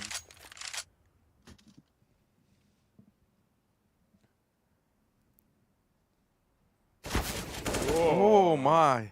Buster with a bit of smoke spam. It's the Dodo. Low on the other side of it. Hinge smoke dropped in by Yakinda, giving you a path up onto the catwalk should you choose to take it. Stododo, look at him go, pushing in to the upper tunnels. Buster holding for this. And the timings. That is some of the rough. That is Counter-Strike right there. He's held that for a solid, 30, 40 seconds, and just as he slinks off the angle, that's when they take it back. Oh, he's missed the timing again. Buster, how could they have done you like this? Oh my God, now Justice, no, he's got it. No way you messed that one up. And now, up the short side into this A play, outsiders moving in. The Kindar going to try and do something weird around this smoke. Meteor is waiting at Goose. This is a golden opportunity, a golden Goose. If he finds anything from this, instead it's Yakinda and Flit just tapping out these players inside of the A site. Might have been a triple lean, but they're dismantled entirely. Stododo moving up through CT. He's gonna have to like jump for this, man. He's gonna have to do something wild as he's all alone now. 1v3, might have a chance at the ramp fight. Missed shot for both. Oh dear. Oh no, it's gotten very ugly very quickly for Stododo. And Yakinder, beautiful round out of this guy. Yeah, him and Flit, that double entry team, when they're running insights together, it's a glorious look. Carry on T side, great headshots, that hard clear on the Goose player, 2 long picks as well. Could not have gone better for Outsiders. I am enjoying what Sora are using their utility for, though. They're not often using these smokes for choke points, mainly because you don't know when Outsiders are going to commit. You know, is it a fast one? Is it a slow one? Am I getting faked? So what they do is when they know it's a commit, they're like right-clicking smokes in the open and playing behind them. We see them doing it on long, where they get Arky trapped in pit and trying to bail them out with corner smokes and making walls. Right there, was it Maturius or the Goose player just drops more smokes on the bomb site, really delays Outsiders, but they don't panic, they don't go through it and risk it. They just wait 5-10 seconds and then they double entry into A. Great kills. Maturius on the corner, getting cleared. And Flit, got to be very careful, but Maturius jumps away while Flit's pulling nades. He's like, nope, fine. We just won't fight then. Yeah, I mean, you're delaying the inevitable with USPs, and maybe they regress, right? This is a good round to just everyone group up middle. Look at this play for Saw. They're hoping for a mid to be, and if it doesn't come through, they're going to be the aggressors through this door. Flit walking into danger zone, and he's going to get 2, maybe all, maybe 4. Maturius shuts it out after 3. Pistol out, trade that kill, and eventually James taps it. It's Outsiders getting a nice clean anti-eco, and looking to win the T side still.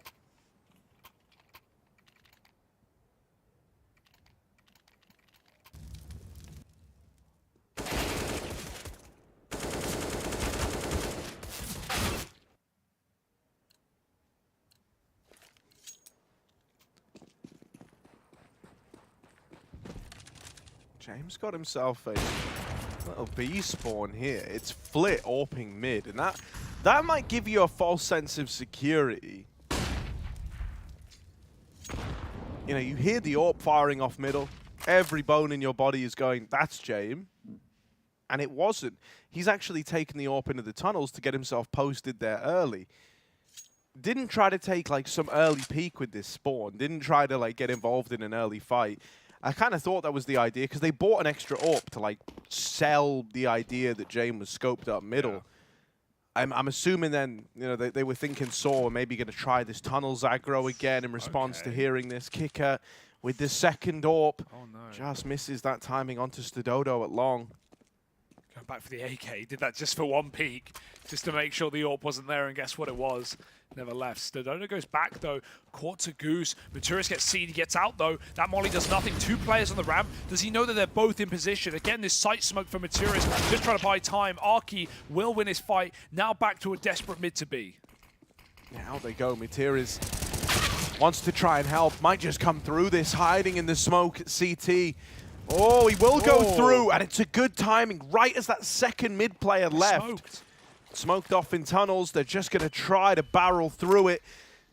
And they come just behind Big Box here with the first. Up, over, and he does drop Flit out of the round. It's only James, 1 versus 4. No choice but to run away to try and save this AWP. And he knows they're going to be hot on his heels right behind him.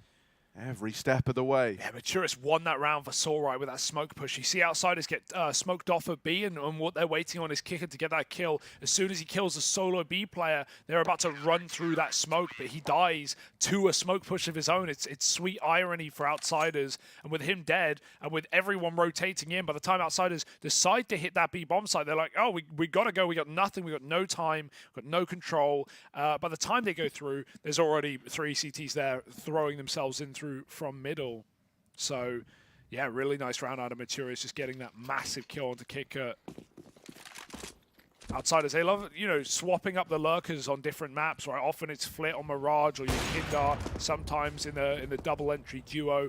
This time it's Kicker, often lurking late out long on these T sides. You know, even in the past when Flit joined this team, it was Flit, you know, doing those long lurks. So we saw that interview where Outsiders talked about the changing of roles and how people are now more comfortable and the swaps that come with it. And now we're seeing the results of that. Kicker is back to his long lurk. Stododo scoped up with Arki hidden in the corner. Outsiders. The one route to rounds has been catwalk, but that has been predicated by picks in middle or on the A site, and right now they're doing nothing. A very safe setup for Saw. It's kind of what you wanted, Harry, now towards the end of the half. That's a beautiful grenade coming in from Maturis, and he's gone back full Alexi to pick one up out of the spawn to do it again. He could even finish these kills if he dunks them well enough. Getting laid up with Util. As Buster fakes out a B play, it won't cause much panic. They've been double B all damn game. They're fine. They're assured in this position. And now with Maturis hidden in Goose and Roman on, Arki in spawn, they've got a good setup to deal with this APOP. Maturis going to play around his little underhand smoke. Second nade goes out and it does whittle them down. Kindar makes it into CT. That comes as a surprise to Stododo. That's a hard one to say, isn't it? Arki dead as well, and now Buster's finished off. Nice. That's the beautiful. A-hold of their dreams, man. That's what they've been trying to do all half. I love the Alexi nade, cool, right? The decision to go back in a spawn, grab another nade. It does net a kill for Mutiris. Really nice stuff. Stododo gets wrecked from your Kindar dropping down, but he at least gets the info of like, oh, okay, they've got this guy trying to make a play. Everyone be ready for that. Maybe one of these B rotators can help us out there. And yeah, man, it was a lot more measured. It kind of, they went heavy towards the long side and were pretty lax with Catwalk, having like Mutiris be the guy to keep an eye on it. And once they'd really locked down long in the early round, they felt very, very comfortable to rotate Arki up. He could help Mutiris.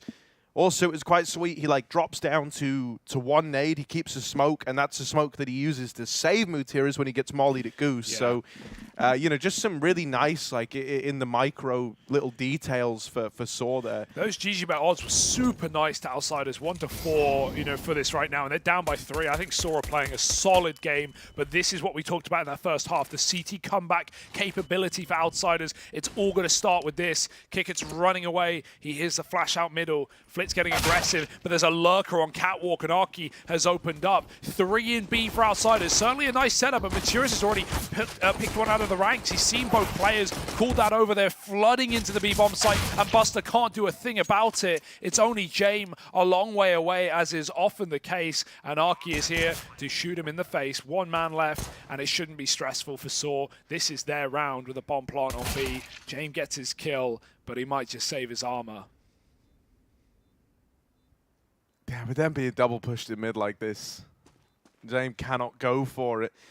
He feints the footsteps back like he's running away, and that will pull a peek into him. Is he ready for just how many there are here? How is he doing this? He's moonwalking, counter-strafing, and just popping shots down middle. They're hunting him, though. They've made it all the way up to top mid. Maturis, another one. James been tagged up, and he doesn't like his odds. He gives it away. He's going to buy a scout in the next anyway. That's a James classic on CT, no matter the map, especially Dust. But right now, Saw are writing the script, Harry. This is Outsiders map pick, and they are now on 10 rounds. So really clean mid to be. Into a triple setup as well. Outsiders just get flooded. They don't win any fights. 1 from Kicker is all they have in that B-bomb site. Here's a scout for Jame. Flint's got a FAMAS likely dropped over. Do this a lot. Can that one rifle be put to use? They saw him cross pit. Yeah, they know he's here. They don't know how well armed he is. Right, FAMAS versus Galil. Really nice lurk for Just. Oh, this is the modern day PlayStation versus Xbox. Which one of these is better? The Galil swings. Oh, the FAMAS wins.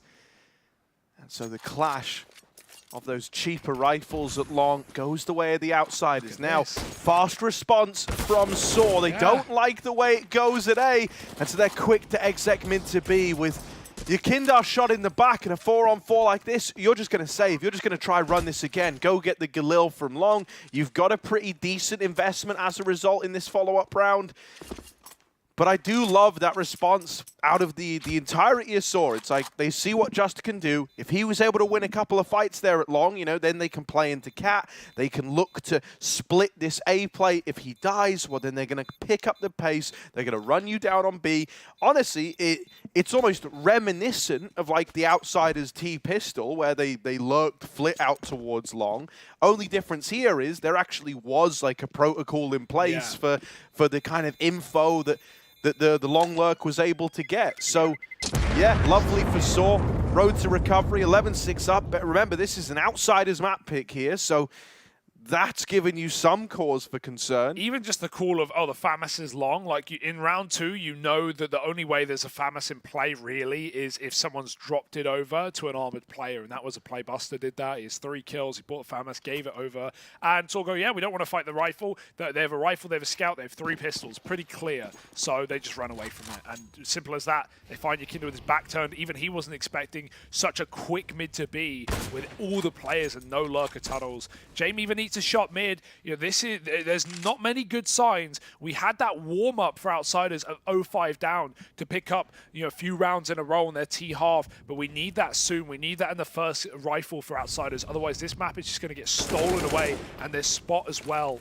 Again, mid to B. Bomb is laid down mid. There's a chance to crunch. Yakinda gets a deep shot off. Flit's been mollied though, and that bomb escapes into the safety. Yakinda's got a multi-kill again. They haven't cleared him. They're running in above and through the door smoke as well. This is so weird. Stododo's going to clear him though. CZ lets us down almost. Yakinda just caught again with his back turned, and it's a 2-on-4 that Outsiders might just want to give up. Yeah, saving, you know. It's only a FAMAS and a Galil held forward, but objectively, it's just a better call, right? You either go and die trying a 2v4, or you get out with something. And now your rifle round's not even M4s, Harry. Now you're playing Galil FAMAS in your first gun round. Obviously, Buster has no money, so it's good for him. But ooh, this is really good from Saw. It's just very basic T side, but it's working so well. Because I don't know about you, but I think it was apparent from how our analysts reacted. I was pretty surprised with the veto we ended up with. It took a few like turns I didn't see it taking, and Dust is always a terrifying pick in my eyes. Like even when you looked at like the NA RMR and those BO1s, it was like the map that Liquid opened up with, and they got schooled on it. You know, like it by is 0-0 Nation. It is, yeah, exactly, right. Who went out 0-3 or 1-3? Sorry. It is like one of these maps where, even if you're good at it, it can still feel like a coin flip. You know what I mean? And it's like, when you look at the results that Outsiders have had, it kind of is like a coin flip statistically to this team, right? So it was a bit of a weird one. I really thought we were going to end up on Overpass. I was surprised when that wasn't the pick, and I think Saw maybe was just as surprised. They're trying to relish in this opportunity on Dust too. Buster's having a really rough game, Harry, and he just got wall banged through the door. That wasn't like info. They naded the cross, which is nice to see, something that some teams have been punished for this event for not doing, nading or smoking. So Buster's 3 kills in, and then he gets legged through the door, and now he's the B anchor. And then you ask yourself, what have Saw been doing all half? Mid to B split. So your B anchor, who isn't performing, now has 30 health. Like, this is... Saw are poised to win this game right now, Harry. It really is all on this rifle round for Outsiders. A 14-6 comeback is not something to rely on. They've got to have breathing room. This is their chance to have breathing room, and Saw are faking them out right now, throwing all their util, getting everything out of Outsiders, getting that panic. A team that never sweat, never stress, right now aren't looking their best.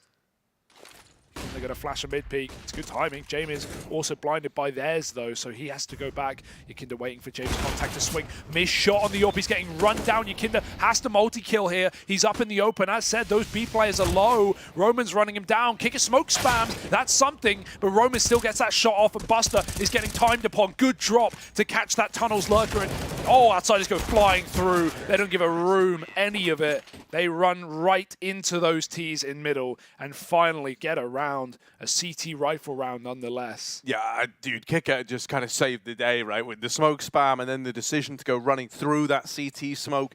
No one from Saw was ready for that. When you're playing Outsiders, you're expecting a certain level of respect, a certain level of pacing where everything's very, very timing-based, very kind of ratty. And instead, you know, he just runs the smoke. He's like, nope, this is the last thing they're going to anticipate.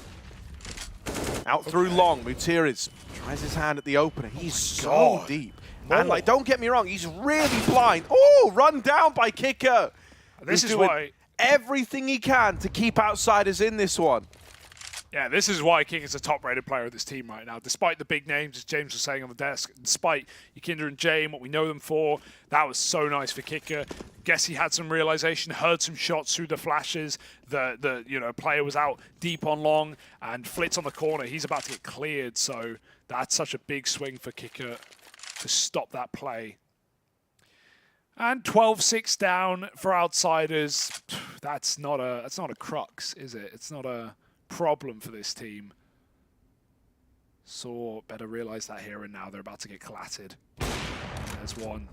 Yakinda hungry for more though. Roman's on the angle and Yakinda's got them both. Oh, almost a third. Stadado. He's got the bomb back at least, but getting into B won't be easy. Even with Buster struggling, a 1v1 on a bomb site should be easy enough for him. So Stododo will put distance and go back to T-spawn for this hunt. Kicker, did he get his head spotted? No one's called it. Doesn't look like it. Kicker, he could even knife this kill if he wants to be a cheeky boy.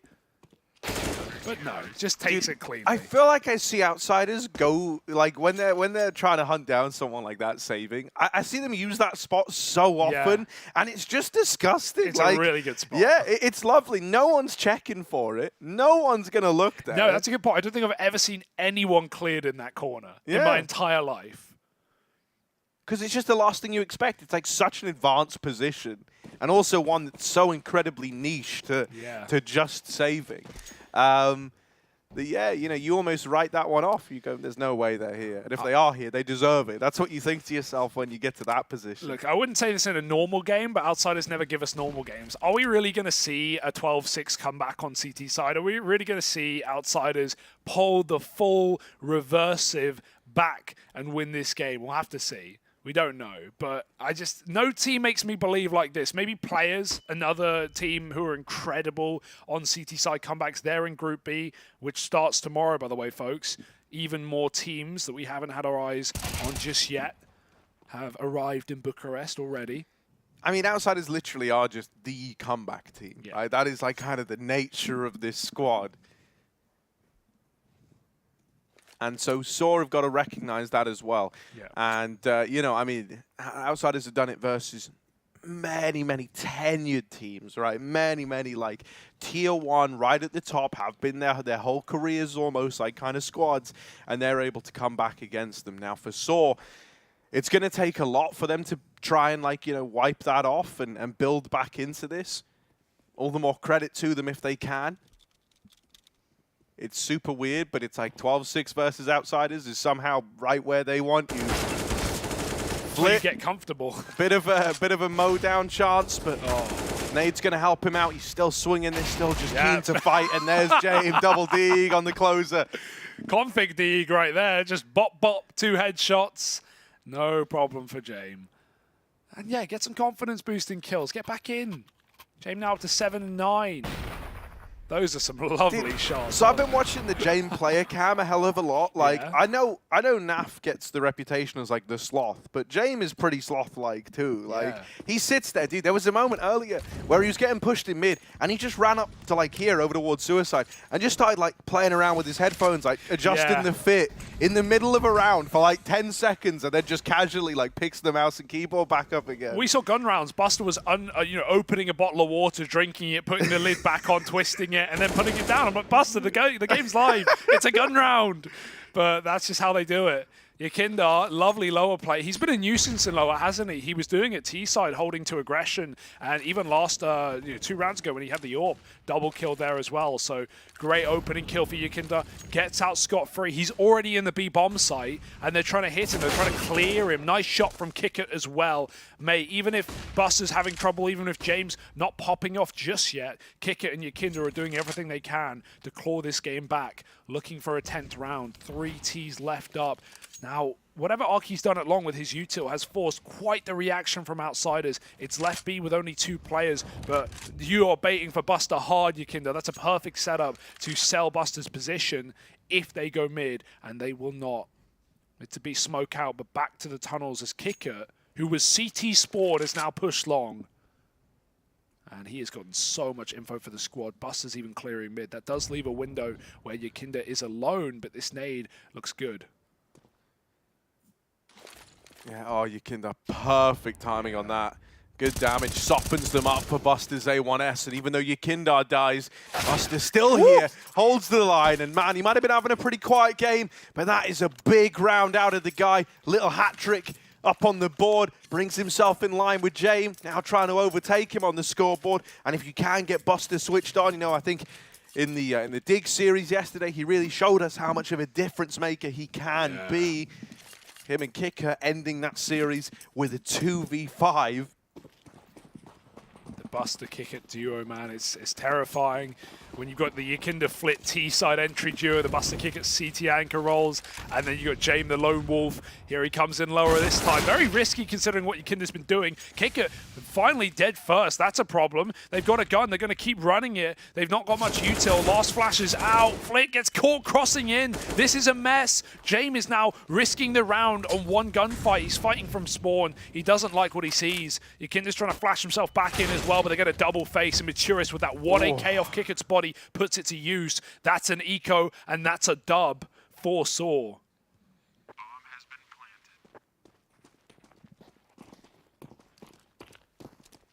Man, okay, things just got a lot more interesting. Outsiders, simply put, were not ready for the pace of an eco round like that. Saw, they play that one like they've got nothing to lose. Suddenly, you know, this T side that's slowed down somewhat, you know, been hinging around finding these picks, just becomes like a very grouped up 5-man affair. Something that actually, to their credit, is Dignitas were able to keep exploiting against outsiders, right? They were able to just kind of keep running these 5-man, very, very quick, explosive rounds, explosive pushes. And outsiders haven't really seen anything like that for the last few rounds. It very much took them by surprise. Funnily enough, these rounds are often where you're at like your most confident as well, I think, if you're Saw, because really, if you lose it, you know, no one's going to blame you, no one's going to feel bad. It's a round where you go into it with nothing. So anything you do get feels like a massive win. You play very, very loose. You play very, very confident. It's just snowbally, isn't it? Look at those 2 entries. It wins the round, right? Like, you get a gun, suddenly the gun gets another entry, and you're going, oh, God, what's going on?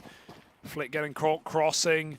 Kicker not ready for a cat take that quick, and they're going to go back to it. They like the pace. So do outsiders. 3 here. Flick just trying to take his spawn to the pit side. He made it. Who saw what? No one saw anything. Everyone's flashed just behind the smokes. That's a wall down thrown by T and CT sides. Kicker dodges a flashbang. They've got to play a trap blue bin, but he's got support. Kicker, that's a nail-biting shot, and Flit's going to go over the top. He will die. Kicker doesn't last long either. That's a bit of a chase for Flit. Maybe he wasn't ready for more players coming late through the door smoke, but they flashed their way through, and Saw now have a very nice advantage. What do they do with it? No smoke for the cross. They've got to go back. I like this call. Oh man, this is such a key moment, because you know you're not going to get many moments like this. And even when you are 4-on-3, these are the kind of rounds at these sort of scorelines that outsiders somehow pull back. So Saw, they're doing everything they can to get all the value out of this hard work that went into opening the round up. Yeah. That went into creating this 4-on-3. They want to deliver on it. Spidey senses, they're tingling. Kimber's going back. Can he stop it? One bit of util. Warms up. Oh, that could have been a collat if he just hit the shot. Going back for more. Another chance. Can they close peek? They cross. He hits them. Jamie even gets a wallbang back from spawn. Oh my Outsiders goodness. a 3-on-4. They know only one man's crossed in. Yakinda will check close left. No doubt. No, he doesn't. He goes for the bomb plant and just takes them 2. James now in a clutch, but no chance as he gets faced by just 5 kills in that round. The long entries and the B closes. I really thought Yakinda was going to check it. That is insane. And dude just had round of life. Like, there we go. That is so pivotal. As well as getting this gnarly double opener out on the long side, then does this to outsiders as they try to move in on the retake. Even there to end it all, just soaks a bullet from James AWP. Everyone did. And goes on to close it with an ace. Oh my goodness. All right, Saw, they're looking reinvigorated. They're believing all over again. Wow. I mean, and dude, that's such a feel-good round because it's not like he aced in like a round that was super winnable anyway. Like, that was spiraling out of control. That was becoming a bit of an outsider's classic where, yeah, you've worked hard for the opener, and yeah, they're 3-on-4, and you probably should win it, but oh no, somehow they're making it happen, and then he just rises to the occasion. Stopping outsiders when they're on a roll like that is incredibly hard to do, and he makes it look easy with all 5 kills going his way. Oh, they make it. They just about make it. Kinder, I think he took damage to the nade. He peeked it close. He's gone back for lower control. He's hit his shot. Right now looking like the primary AWPer of outsiders.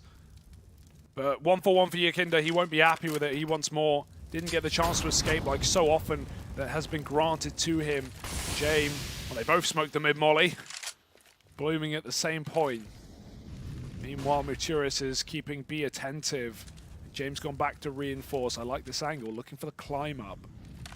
Buster has the other side of the smoke, but no one's hitting B. Not yet, at least. It will be this execute. 4 players grouping up in tunnels. James is at least in the right spot. Buster's been doing solid work anchoring. We need a round out of these 2 now. Yeah, the big man, the front man of outsiders is already out of the round, so now it's going to have to fall to the other guys. Buster goes 1-for-1. James, this is it. This is your moment. This is the chance. He's got to deliver. James with the first, dancing around this pillar, dancing around the site, just not giving the engagement over. They're wasting a lot of time, but Arky will eventually clear him. 35 seconds. No way. They go running through the door. Smoke Kicker knows he's found a gap, knows he shouldn't be here. Stododo dead, and now Arky all alone. Kicker's going to lock him out of the round. And so outsiders, they do manage to hold on. That's so aware from Kicker as well, right? Last time, it's exactly what happened when they ran through B. They go through that smoke because they're looking for the plant, and they're hoping it's default, but Arky's planting, the other guy's planting safe, and it's the AWP that's walking up on him to try and cover the smoke walk. Kicker's still aware that his first fight is against the other player, not against the planter. Would have been easy to just double down and hunt that plant once more, but outsiders, they won't make the same mistake twice. And they do good on Yakinda's opening kill. A solid B hold as well from Buster and James, a kill apiece. Now back to long. This time the numbers aren't here. This time it's only Flit. Yeah, he doesn't need to go and fight this though, right? He hears all that util going over and he knows better. Just falls out, joins up with Kicker. They could even boost a player up into the site, but instead, Kicker's hanging around here early on. Attempts the smoke spam. Stododo, does he want to drop down into the pit? Pretty standard, right? To try to get your AWP here, just shuts down this entire sight line of long. At least that's the idea behind it. Outsiders, they've padded this A bomb site up. There's 4 here right now. Starting to peel one away to go take middle, but yeah, look at the kind of freedom that being toyed with right now by Buster and Yakinda. They've taken tunnels. Yeah, they can keep this heavy A because they have Yakinda lower. I'm surprised Buster's still hanging around for a late mid, looking for that cat lurker. At least ensures James doesn't need to worry about his back. But outsiders, they should know this one isn't a fake out. There's no T-spawn rotate now. It is going to be the full A attack. Saw's moving up. Kicker's dumping util. Stododo fires off a shot, confirming the AWP's position. And now outsiders know. They're all walking up the close wall. Kicker swinging out. It's a bit of a lineup, but only one from it. Trades go back and forth. CT is smoked, and Roman's going to use this timing to try to move in. They couldn't clear Flit, and as they go back to try and trade him, that's where the peek comes in from James AWP on short. Beautiful bit of synergy between him and Flit here, and it's getting worse by the second. They get churned up. Yakinda even wraps long to help close it.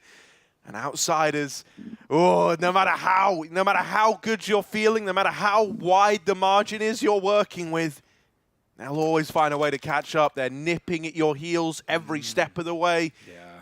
And they're now trying to lap them right at the end. Saw, been sat on 14 for a moment, just going to have to take an eco. Gonna have to take a partial investment, hero gun for Roman. But the stage is set for outsiders to close this gap even more so. Yeah, just hoping for another snowball round. Yakinda's doing it again, man. He's up to no good. And well, no good will that round be. Roman finds the opener. Nice smoke shot for Jamie. They've already made it up, Cat. That's got to be communicated. Right now, his team are re-aggressing on long. They want to give this position up. James trying to cycle guns out of position. This is so dangerous to do right now. He couldn't find the AK. It's been retrieved. Justice holding down the corner. Thank goodness James didn't go through. That would be a freebie. But I even admire James trying to sneak that rifle out of position. What on earth from Stododo? Wallbangs kick it through long. And this is now suddenly scary yet again. Another eco round that has been made more than it ever should be. 2 AKs, a scout, a deagle. Util is always going to be the problem in this position. Where do you go? Do you just group B? Is that your only option? 50 seconds. They could go Cat, but this AWP is still remaining back on car. James has gone all the way back from spawn where they last saw him. He's watching for the long lurker. A scope fight he knows as Stododo comes through, but they literally don't have a flash for this corner. It should be James' kill. So good at staying focused on these angles for so long, but he's gone back to check Cat. The option's open. There are players coming from both sides. He's alone. He's being split. Flit just saw them going up short, though. He comes at a cross. Still, they're wrapped at long. Uh-oh, it's starting to get out of hand here. Flit busted down in CT. Try to catch players crossing this bomb. Has got to make it over. Oh, and it will make it. Just about sailing over the top of the CT players. The nades that goes in. Oh, there's no time. No time. The nades have done it for Outsiders. That is insane. Sort of thought they'd done it. But waiting with nades with the artillery barrage from CT, they've stolen it away. I was just about to say, if anyone else planted, they'd be dead. All those players were low. The one guy with health sticks it. He gets double naded. One then the other. It does it. Nades left in spawn go the furthest they possibly could, and they win a round with seconds remaining. An eco that should never have been Soars anyway, but they made that theirs. That was a 4-on-2. 1 and a second will do it. Outsiders. There's simply no time to get that bomb. That is insane. That is like mega brain right there. Leaving the double nades in spawn. Oh my God. 12-6, Outsiders are favorites. They are 1 away from equalizing. You cannot catch this team sleeping. Like, that's going to hurt as well because you think about what you just almost did, how that would have been you onto 15. That would have been you like getting in the heads of Outsiders a little bit. But in the end, all these advantages that you grind for, all these incredible fights that you have no business winning, the run boost even to get you past, you're thinking like, wow, you know, we've done it.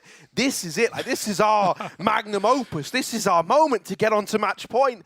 And it's all stolen away by $300 that was spent by 2 different players, right? At the start of the round, pushing G, dropping the nades in spawn, and that just snipes the round away in the final, 5 seconds. Insane. Insanity. Yeah, insanity. Only word for it. And they keep going. All right, still, Saw, they have a chance. They just called it a pause. They have a moment of composure.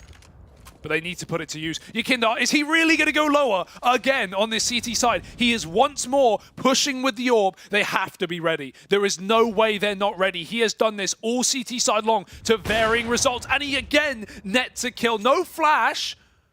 The AWP is even watching. Stododo sees the smoke is up in middle. He calls Lower. And they go walking right in to Yakinda. Now the timing's still there. Roman could walk through, but he doesn't know that he's got an open sight line. Kickert's luckily enough aggressing back in spawn. Checks it. Gonna go and watch the Cat play. Outsiders don't have a lot of info. They've turtled up in this 5-on-4. It's a good call. But I just can't believe not only that Saw aren't checking it, but Yakinda's still doing it. At what point is it enough? Never for Outsiders. And this time he gets out 1 for none. He doesn't even get traded. Molly right side. Buster's got the AWP now from Yakinda, letting him rifle. Buster missed shot, dives back through the smoke, and Yakinda covers with shots through it. They're going for a mid-to-be. The info's there. Kickert's got his kill. There's no smoke in spawn, and there's no chance at this round. Saw have to win it on fights alone, and Kicker is giving them none of it. Flit dropping off Cat. Good flick for Stododo back, but there is no chance. Yeah, he's got 30 seconds, and look at the minimap, right? Outsiders are all flooding him. They're all looking to remove this AWP from play. They know what Stododo's hoping to do here. These guys practically invented the save. And do you really think that you're going to get away with saving while James in the server? Stododo walks to his death. And James is the man to deliver it. Outsiders have now tied this game up. 14 all from 6-12 down. Are we even surprised? Are we even surprised, Harry? Is there anything new to remark on for Outsiders? Not really. It's just another day in the office. It's par for the course. Dude, it's just insane. It's like the way the Outsiders are able to win series, it's not just them winning. They destroy your mentality. They destroy you in these long, drawn-out games. That old idea that, it's better, to get, wreck 16-3 than it is to lose 14-16, Because then you could just go next. It's like, well, that's almost what James' whole philosophy is built around with this team. It's like, what if we really just ruin them in every single map? What if every single one is close, they're tired, they're exhausted, and we're still ready to go? We're still believing. It's a tie game now. Saw have got to be in their heads. Yeah. If you want to find yourself in a seat, you can scan that QR code there. Bag yourself some tickets for the PGL Major in Antwerp. Yeah, maybe you'll catch Outsiders there. You never know. With this kind of performance, they are only 2 little rounds away from locking in their map pick in this series. Ancients up next. Flashing long. I like this. Since Outsiders started giving away long control, they've been all the better for it. Their A-holds have been really solid. With Yakinda having all this info lower almost every round, they know that they can play 3 or 4A. They know that they can deal with these long plays from the bomb site. And Yakinda, what do you think he's up to this round? He's pushed upper now. He's got all that control. Buster can go back and watch mid to B and also assist on Catwalk. Kickett's clearing it right now. James going to hit his shot. Of course he will. He's woken up at the right time and he's broken the hearts and minds of Portugal. 5-on-4 and Saw. We know where they are. Outsiders know where they are. And they're coming to you.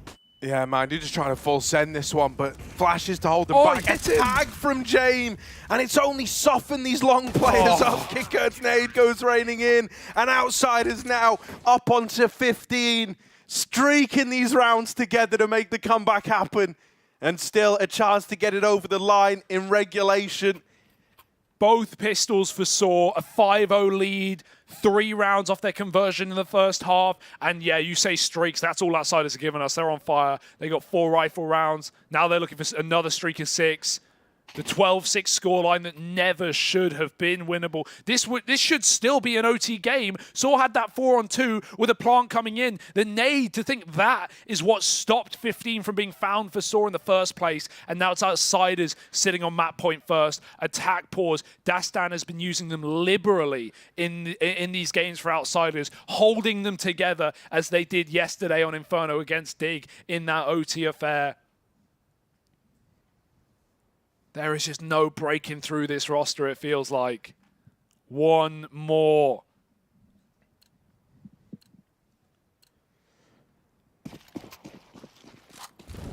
Please don't push lower. Well, the money's in a really bad way for Saw. They might just have to try a bit of a rush here. They're going to go looking for Yakinda down in lower, right? That has been such a consistency. And of course, it's in round 30 that Yakinda says, no, I'm done with the lower pushes. Instead, I'm going to lean into this B site. And well, it's a good read out of the Outsiders. They've even got a CT player leaning this way early. You're going to have a nice fast rotation out of Flit to come and help. You can get caught on these jiggles, right? The smoke jiggle Buster's doing. If he peeks in as they peek in, they might just bop him. There are definitely ways that this time he can go astray. He's even holding a smoke, not a molly. I feel like as they peek, they're going to rush it, right? They're lining up their util. Smoke might do nothing to stop this assault.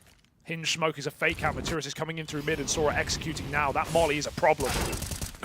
Flit in mid finds Mutiras. Yakinda up in the window. Good for 3. Wow. And Buster's there to close in the blink of an eye. The comebacks happened before you even knew what hit you. Sorko a map down 16-14 to the Outsiders as they long this one out. A full 30-round affair, pulling it all the way back from 6-12 down. They managed to win it at 16-14. It's just classic Outsiders. It is so what we've come to expect from this squad. They're learning how this feels, the devastation of having this team come back against you. And man, I mean, that's just got to be the most brutal feeling, the most horrible feeling to be in this position where you had such a golden opportunity on your opponent's map pick. And you get that dealt to you. It's the experience play. It's the Outsiders through and through. It's what we know them to do.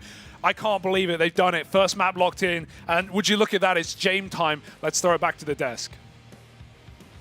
Yes, would you look at that again? We see Outsiders take a long route to victory. We're at what, 12-6? Then we see, Outsiders remember how they're supposed to play the game again. And they start to do some damage. James takes a hell of a lot of time to warm up into it. There's a lot to unpack with this one, boys. Go on, Prof. You look like you got something to say. I'm tired from this game. I'm tired. You didn't even play. I'm tired of watching James. I'm tired of all of this bullshit. How can this be the thing that they pull off? We've broken him. Time after time after time. They look like absolute dog, and then they look like, I don't know, a decent team. I'm not saying they looked amazing, because at the end, I think Saw also misplayed their hands in a bunch of these situations. Yakindar's aggression, like, okay, he is aggressive, he is good, but how can you just allow him to go into lower and kill you every time? Like, what's going on? Where are the protocols? Yeah, absolutely. Good question. We are in agreement here. I really do feel like, listen, we try to move away from the meme, right? We're like, paid by the round, all the rounds. But that's what it came down to for Outsiders. I won't lie, Saw, they get off to a fantastic start, right? 5-0. They win both the pistols. They convert the anti-ecos as well. So first 5 rounds in the first half, they won by them. The first 3 rounds as well being won. And everyone looking really good. And 12-6, that's a scoreline in which I think Outsiders are like, hey, wait, we picked this map. Yeah, this is our map. We're kind of supposed to win this. And then Yakindar steps up. I think it was consistent throughout the entire matchup. And Flit, though, what a showing at the final few rounds. Yeah, you got to give him a lot of credit for that as well. But you also got to feel bad for Saw. You feel like you've got a grasp of the game. You feel like, okay, yeah, we're doing it in style. And then, like, even the eco plays they're able to pull off. Yeah, I mean, this game that they had, this map, was the first time in the yesterday against Force. All of the maps that they started 7-2 down, 8-2 down, 12-2 down. Right? They never got going early. Here, they had a 5-0 lead. Stadodo was on point. He was 8-0 after these 5 rounds. Three opening picks. Like, we're, this is kind of interesting. And where's James in the meantime? Where's James? Not even in the meantime. I think until 20, 25 rounds into the game, he had like 10 kills, 10 deaths. He was a non-factor. He doesn't exist on the server. It's amazing. At the same time, Yakindar is 20-20. Like, how can this be the same team? How can it? He was missing shots. He was completely out of it. Let's talk about the one guy who has been kind of like the shining light in what has been a pretty black hole for Outsiders, Kickert. No matter what's happening, Kickert seems to deliver every single time. Now it's a straight line. Yeah, like he's just delivering, right? And he's giving a star performance, ably supported by Yakinder as usual. Crack. He's basically battering ram, opening style. The way he gets a 3K, just spraying out from window to close out the series, just typical Yakinder, right? But there are worries here. Like James, as the IGL, the star opper, one of the heavy hitters of his team, he was missing, and he's been missing too much right now. I mean, this is rough, man. How can these be the stats? 14-12 for an Opper on Dust 2. 30 rounds. Of his caliber. 30 rounds, their map pick. Like, he's one of the best Oppers.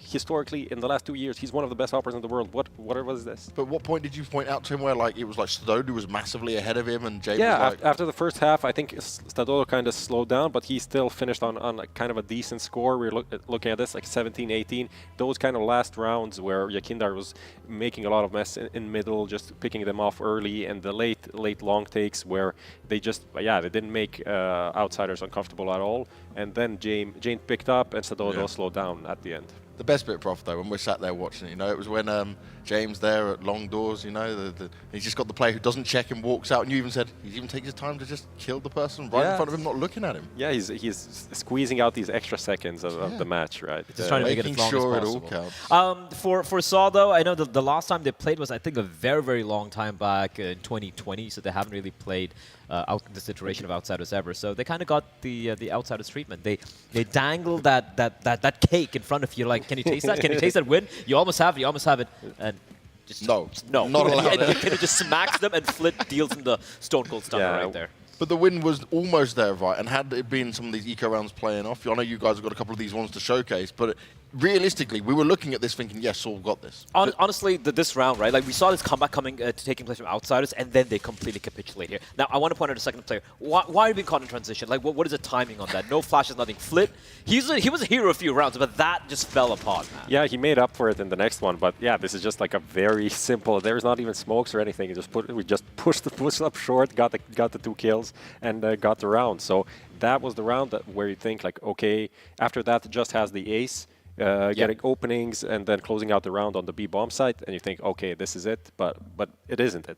It was again another eco round that happened. Another eco round that happened that probably Outsiders should have lost, and then a bit of magic happened in the last second. We'll look at that shortly, I think.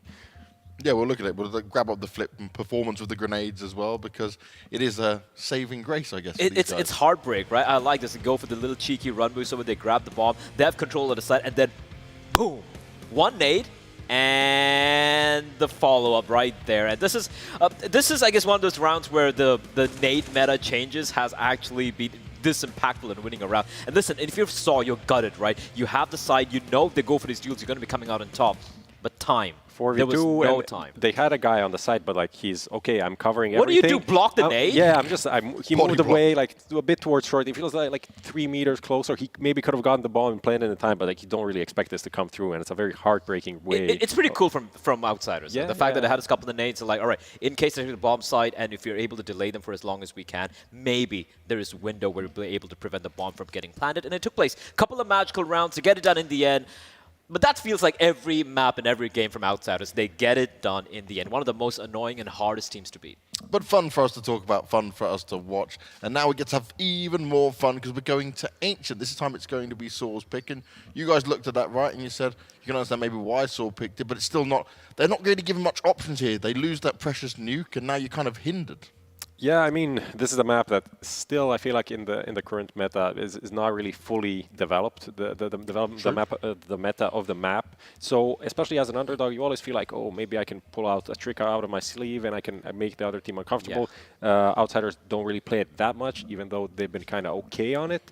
And SAW have been leaning into it and trying to make it their own. So I see the angle there, even though, yeah, since they lose nuke, maybe another map could have gone through like a Vertigo that we expected. But I think this is maybe even the better pick for them. Yeah, like Vertigo would be the obvious pick coming in, right, for them. And then, but like we said, you're the underdogs over here. Maybe a curveball being lobbed in could make things interesting. But the thing is, again, for Outsiders, they have played this map in the past. They have been pretty comfortable actually beating a couple of teams who are normally spectacular on Ancient. And like Prof said, Ancient is a map which I don't think has been completely figured out yet. And yet we have a couple of teams like Astralis, like NIP, like Na'Vi, who seem to be still really, especially NIP, and Outsiders beat NIP just a couple of months prior. So it's a map that they can play, and they're going to be starting the CD side. Oh. So if I'm SAW, this is not looking good. And my thing here for SAW, I'll be honest, right, is that, okay, you've picked into it, but you're going up against a team who hasn't played it for a couple of months. You don't know what's changing it, especially a new map. You're kind of going in a bit dark, right? Yeah, their last match played is exactly 2 months ago, or almost to the day.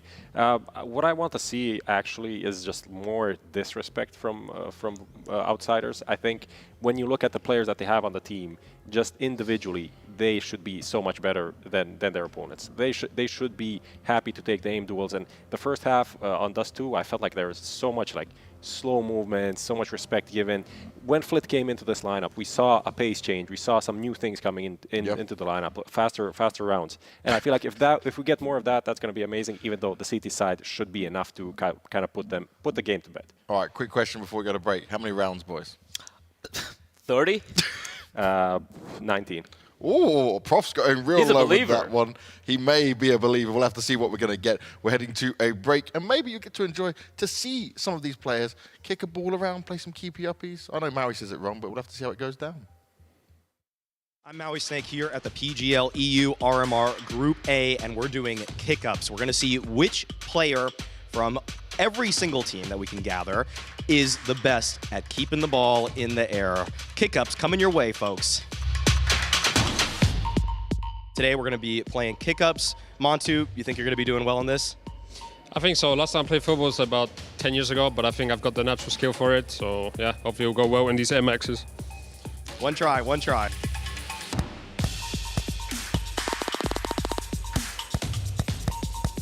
Oh, okay. I think that's like mid-20s on that. Yeah, it's okay. Joined by Forza's Zorte, and he is going to see how many kick-ups he can do. So how are you feeling right now, Zorte? I don't know. I feel like 10, probably 5 or 10. All right. Well, let's see it. Let's see it. All right. On you.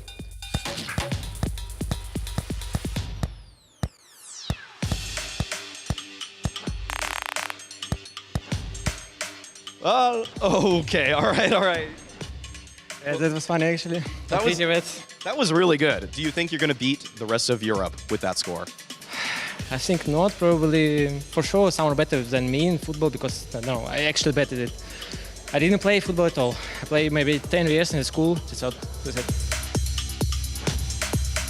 I am joined by Stadoto of SAW, and he's already getting some warm-ups in. But, Stadoto, I've heard you're incredibly good at kick-ups. So when we go live, you ready? Yeah, I'm ready. Okay, ready, set, go. Oh, okay, that's a little over 20. 22. Yeah, okay. It's hard. Too much pressure here. It's harder than play Counter-Strike. We're here with Woxic, and he's going to do some kick-ups. Not bad, not bad, not bad. How do you feel? It's hard with the sneakers, actually. Joined by Apex from Team Vitality, and he is going to be trying his hand at kick-ups. This guy, I mean, you have a lot of confidence. I've seen it, Apex. Yes, but one try. So much pressure on myself. Can you handle the pressure? Who knows? I guess we'll see. All right, here we go.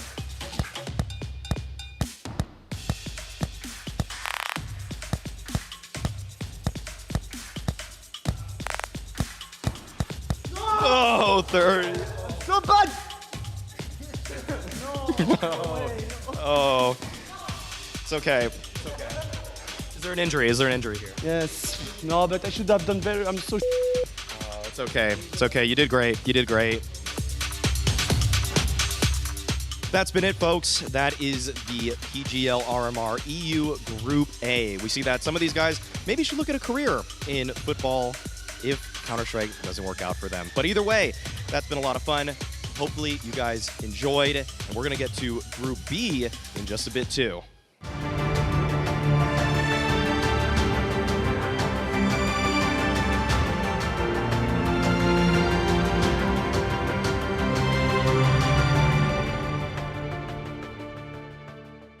To succeed in this game, you need to invest in yourself. Be daring. Innovate. Calculate. Never hesitate. Follow your instincts. Don't follow the crowd. Back yourself. Bank your wealth. Analyze, strategize, and galvanize. Now is the time. Take your shot. Let's go. Battle is on. Burst RMR views with a double bonus. Get insurance for single and combo bets, both up to 20 euros. Fire up with GGBet. GGBet, this is real.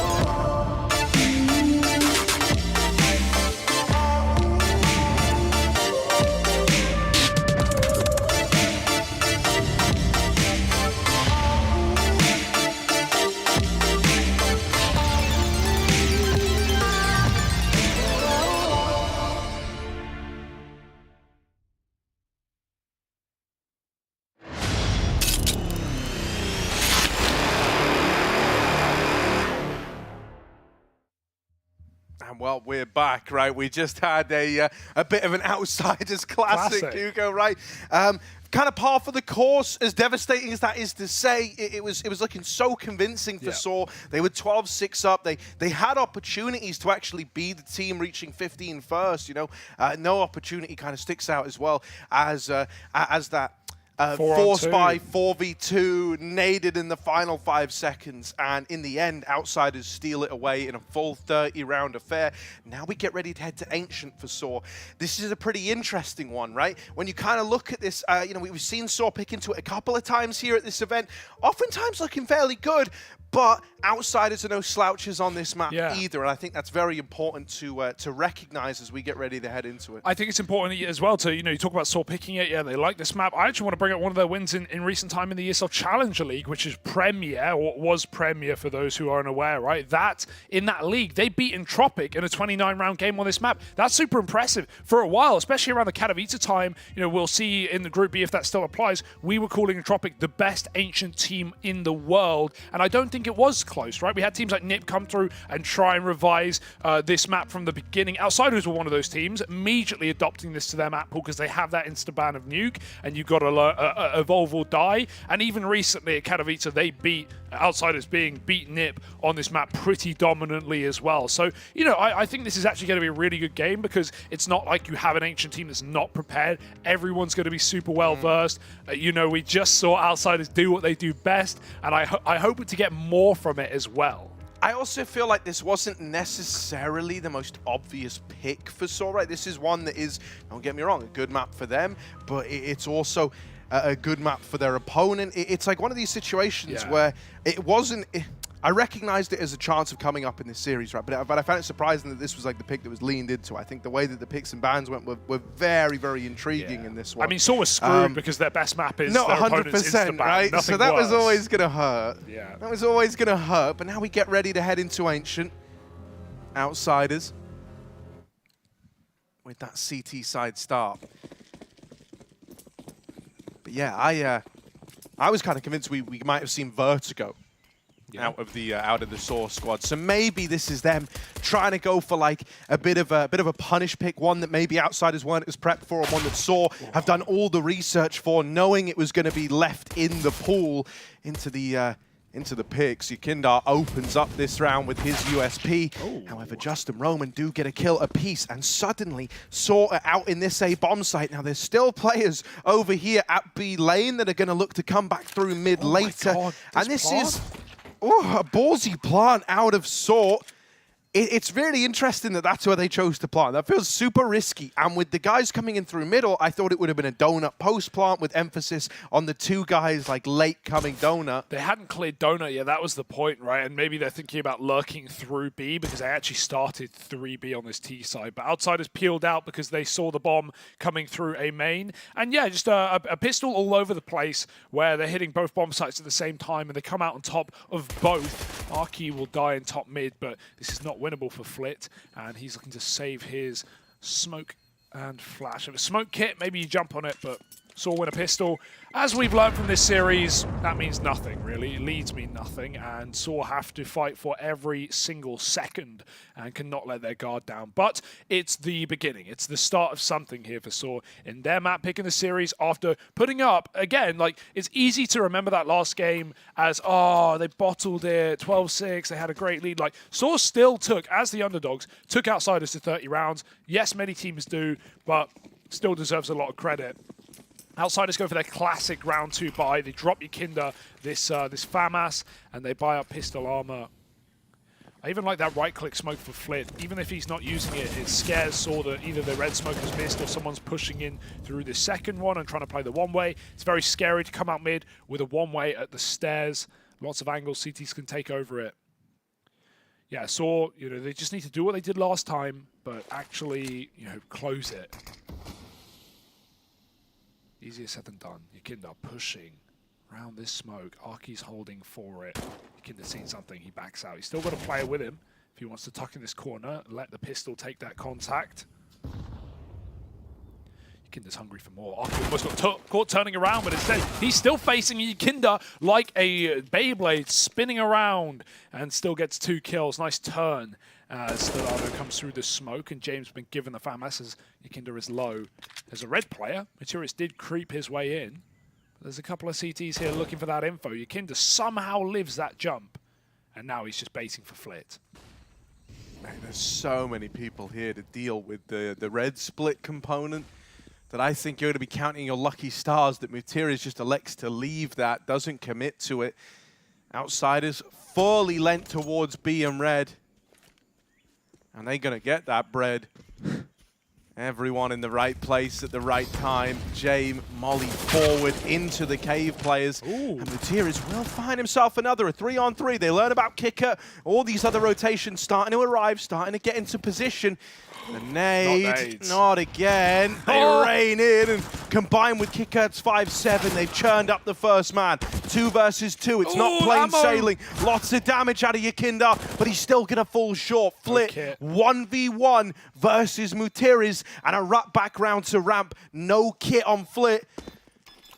Taps it, hopes he gets given a peek. If he doesn't, if Mutiris calls his bluff and plays the time, he should have this one in the bag. Flit running out of time, turns around. It's going to be close. Oh, it's real close, but I think he's got it. I think that swing out of Mutiris might have just, with seconds to spare, given this one away. And there it is. Outsiders, milliseconds the difference between that being a saw round, a recovery in the 3-on-5. Or Outsiders stealing it away with the force. That's a shame. It looked like I was believing Maturius there. I thought he was going to call the bluff. I feel like that's your best play, right? You hide, you just don't face on that first tap at all, and you just go, you know, if I face, I'm 10 health. I'm probably going to die unless Flit's looking at Cave. But you see Flit had, you know, he had full info. Plant is not for Cave. He held it for ages. At that point, the timing is so good for him to check ramp. So, yeah, I would have loved Maturius to call that first tap and, you know, maybe face on the second, but it's the risk. You know, it's easy to backseat it from here, but when you're in that position, it doesn't feel comfortable not trying to win the round, not trying to rely on your individual ability. But Outsiders, they still are forced by a sick round out of Yakinda. Double kill. The nade as well, combo with Kicker, who, you know, he's top-rated player of this team right now, this event. He performed on Dust. He really did. As did Yakinda. And now we have Yakinda dropping this orb for James, so he's got it really early in this matchup. Nice molly wall. Yakinda's going to fight through it. Oh, MB9, he's flashed out though. Charged down. Buster's going to re-aggro, but he's calling for a lot of rotations. Kicker needs to care this red corner. Again, Maturius in the corner, and he walks right into Kicker. 3 stack at B, it's not going to be easy. Oh. They're hoping they can break their way in, right, with the long and short smokes down. Oh, Buster. Almost awkward on the timing. Able to smoke him off in cave and nullify this side of the hit. He just needs to turn and deal with the sight man tag through the smoke, but still winning. Buster drops that bomb in cave and now gets the hell out of there. James posted. Stadado has found one. Buster going back for a fight that he didn't really want to be a part of, and there's a path to A open, but he's going back down the ramp. Now that he's seen a doors player, yes, the Dodo's like, okay, I've been given a gap here. I've been given some room. And he's going to try and show Outsiders this is the last thing they should have done. They've given him a path to get this bomb down at a bare minimum, now splitting him through Donut and CT. He's got to pick one of these angles, one of these fights, and he's not able to win it in Donut. Just falling short of the clutch. The extra plant money is appreciated, but it will be an Outsiders round at the end of the day. James robs the defuse, literally doesn't do anything that round, but it's his. Of course, Kickett's going back for an AK on the B-bomb site as well, so James can stall it for him. It all works out. Everyone's happy. And Outsiders take a 2-1 lead early in the game. Even more scary when they're leading, right? At least last map, they were on their back foot the entire way until the end of their CT side, where they went on a huge streak, a couple of them. A 4 in a row and a 6 in a row. Port's coming in early for Saw. Better, well, not even late. Better sooner rather than later. The money's a bit broken as well. Might have to half this one. The temptation is always there because you kill 3 and you know that the money isn't established for Outsiders yet, but they can do more with less. Yakinda's still on that MP9 for the cave push. He's already, as much as Harry, he was setting a precedent of aggressing lower on Dust 2 last map, he's already setting this precedent, like, you cannot take your eyes off of Cave. You cannot relax towards Jag. I will face, I will fight, I'll go through smokes, and especially when outsiders have this really nice molly wall, like Banana on Inferno, just throwing 2-3 Molotovs, meaning that Saw either needs to run through, take a lot of damage, or smoke it, or just completely give it up in the early round, and that just gives Yakinda too much space. So right now, it's a good precedent set. There's a 3 mid start instead of the 3B start this time, leaving Buster alone to throw that util from Cave. He'll give it up. Actually gets smoked by Saw from Spawn. Buster flash for a ramp peek. Risky to leave a solo B early against Eco, but Saw aren't playing a rush there, working D picks in middle, and there's not much going on here. Flitz tucked in, he doesn't need to peek, there's no molly available, and Kick It's spotting for him as well. Oh, just the dry face over at this B side of the map. Ooh. Doesn't go their way. They do have him trapped in middle, just gonna walk up on him. Flit dead, Kick out there to trade, and Yakinda, once again, you talked about the precedent he's setting Cave. Well, he just keeps setting it, doesn't he? Roman now in this clutch, and he knows that lane's been taken, gonna go fight Donut, looks for it. Buster's running for the AWP. He was running before that round even, was getting fought for. Buster was, the second James died, Buster sprints off of B to go get the AWP, knowing that someone's gonna kill this mid player soon. They never get it, Harry. They never get it. They have to buy their own. Ugh. It's so expensive, James says. I only buy this twice per map. I know what's on his Christmas list. Yeah, man. He's used to the open bar treatment, but this was like a BYOB type situation. Buster flashed off the top of ramp. James now on the angle. Whoa! Missed shot. Tucks himself back in. Yakinda goes swinging, goes fighting, and will get dropped on his attempt to duel at ramp. Now, Buster's still inside of the site, playing around the pillar. And Nade could finish off Arky down here at the bottom of ramp as he throws the Dodo up into the boost. Gonna look for a pick with this AWP. Kicker in main wins his fight. However, Stododo will deliver with the AWP. And the wrap from Just is exactly that. Really should have just locked this round in for Saw as outsiders are left saving. So wonderful scenes. That was a much better time of things over towards B. Also, one of the first times we haven't really had Yakinda leaning Cave, and you could really feel the gap that created, the pressure that was applying to the site hold. They put a lot of energy in trying to win the ramp fight, deal with the ramp component of that split.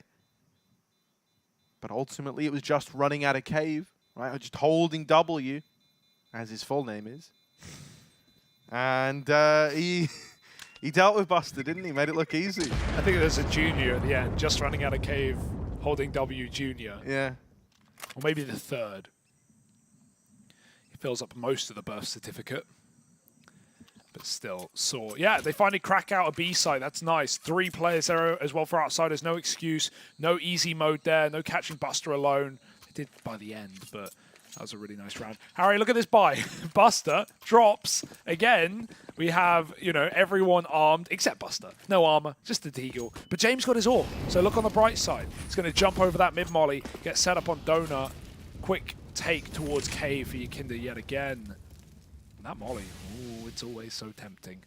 Oh, I love this for outsiders. You can boost as well without having to do any of that crouching going on. Okay, they do this boost. This is even nicer from further away. And you barely see anything, but that's all James needs. Just a nibble at your back. He'll find Just. Teeth in the neck. And Yakinda's solo B right now. He's calling to James, watch out. The site is open. You got to be aware. But he's heard no util, no reason that Saw should have snuck into this bomb site. So James is going to spot on that cross and scope up on the boost, knowing this AWP is still in play. So much Yakinda's going for it. Yakinda's going for it. He's going to catch him. Nice shot. Stododo dead. The AWP's gone. So much your default is going to be leaning B on this T side, and Outsiders, they hit all these timings. Oh, God. Oh, yeah, it's going to heat up. Oh, it should Spam him. stop the plant. Yeah. Oh, it will still come through, but only Mutierrez left. Lines up a double. Oh, my God. Mutierrez with 3. It's for they him. do get into the site. The bomb's planted for him. Ooh, nade sails past, and it locks him out of a chance at winning that round. A 1v5 that he brings to a 1v2 in the blink of an eye. But it's all stripped away by a nade. Man, the util out of Outsiders is always very, very clean, right? From the molly to kill the bomb planter. You know, don't get me wrong, this was beautiful out of Mutierrez, but you forget about it so quick once this nade just sails in, pinpoint precision, nothing he could have done. If HEs don't exist, Saw win this series. I'll Yeah. say it. That's what it feels like, right? Just Outsiders' util damage is sickeningly good. And yeah, not even just the damage there, but just shutting down someone who's on one, who's ready to isolate a 4th gunfight. Just really nice stuff from Mutierrez, but not enough to win a round. It was a 1-on-5 anyway. The damage will go somewhere here. And they know that Sword know that they still have Outsiders on the ropes, right? This is 4-2, but this is no money being built up. We're seeing Buster, you know, dropping orbs to play Deeg, no Kevlar. Like, we've just got a grand for a couple of players here on Outsiders. So Saw, just keep rebuying, keep trying to break this money open. But Outsiders right now putting together some dynamic CT sides, starting triple B, starting triple mid. They throw their classic smoke towards the door from the T-spawn. Oh, there's smoke preemptively for the Molotov. It is good, though. Mutierrez is running him down. They hear the tags. Flitz swings through Donut and gets that kill. And already an early fight won. That was 6 flashes over mid to get Mutierrez out. And he still dies. Like, he's still cut down as though they weren't getting, you know, flashed every second that passed. The triple B set up. Oh, collateral for James. Woo! How? They try to pour into B. They try to rain flashes over middle. They try to get juicy with it. But in the end, you know, it was just ice raining from above. James with the double up at ramp. Stalactites, baby. They're the ones in the ceiling, right? Stalagmites on the bottom. It's one or the other, Harry. Yeah. You got that right. I think I got my geography It's right. because tights. The way I always used to get told to T for remember top? it. No, tights go down, but like that was like the yeah, no, acronym. I get how your brain works there, but now I'll remember that forever, Harry. Yeah. Buster, he even got mollied in Cubby, and then he held the smoke for like 5 seconds, and then he dropped it and doubles up. They're like hard clearing him. James off the angle, and Buster just mauls him. Now Yakinda's had enough. Now he's bought an MP9 again, and he's pushed all the way in through B. Buster's baiting for him. He's begging them to swing. He's praying for a fight. Yakinda's dodging a flash that doesn't exist. There's no util here in this round. There's a triple fight on ramp for Outsiders. Sora going to get turned into mincemeat, Harry. Mincemeat. Here they go into the grinder, churned up, and just Roman left.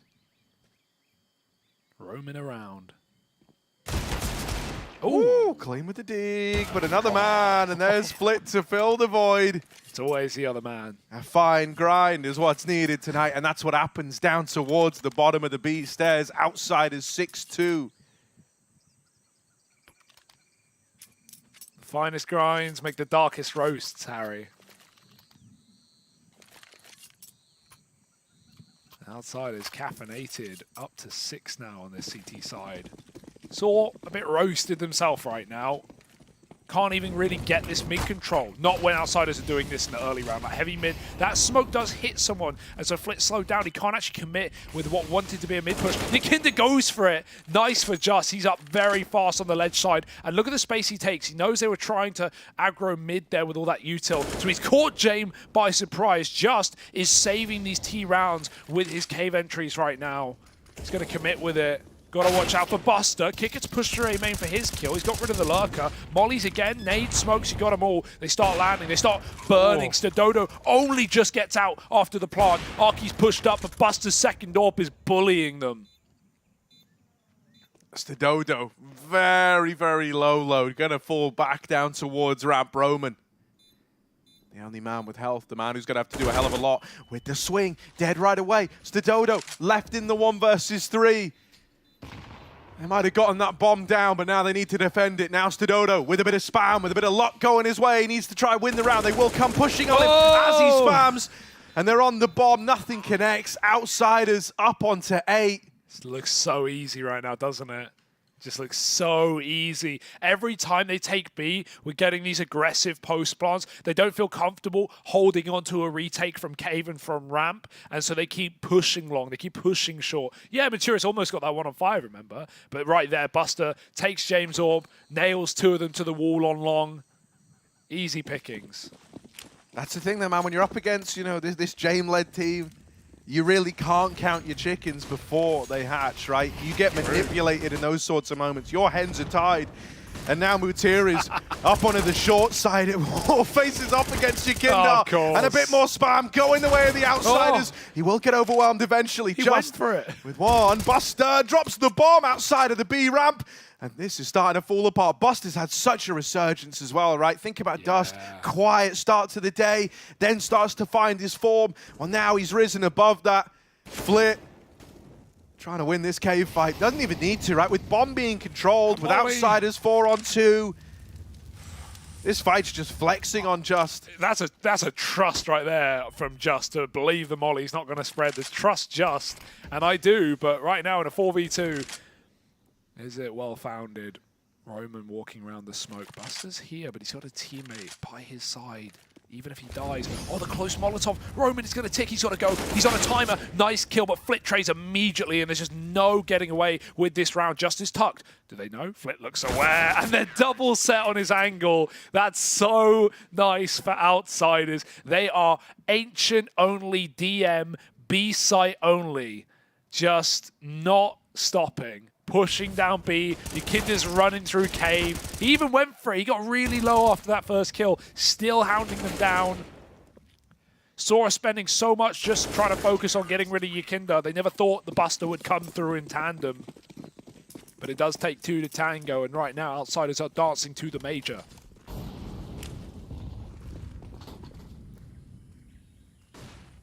Oh yeah, the A site, that exists too. Yeah, I mean, dude, you can't really blame him for not wanting to head this way. It can feel so rough to get into. Ooh, okay. With the opener, Flit running the donut smoke, and even though he's traded after the first, he's done his job. Still, is it going to be enough? Mutiris with one more added to the tally, a 2v2, and they're going to split up, go their separate ways. Goodbye, A-site. We're going to go back to something a little more comfortable. Out into mid. Just goes pushing. Into James, that's really fast! And even though Just is going to trade it, it's a 1v1 now. Buster, where does he want to go? How does he want to read this? How does he think Just is going to manipulate these rotations? Ducking back in a donut. Aptly called, as he might have found the hole, might have found the gap. Buster hears the plant and now starts to wrap back CT here quickly. They've seen each other, they both know. We said that Buster's been looking so good. He's had this resurgence, but not enough to get past Just the point man of Saw, the one guy who's been trying to put rounds on the board, doing what he can. Feels like one of the only people who can go toe-to-toe with Yakinda in cave and live to tell the tale.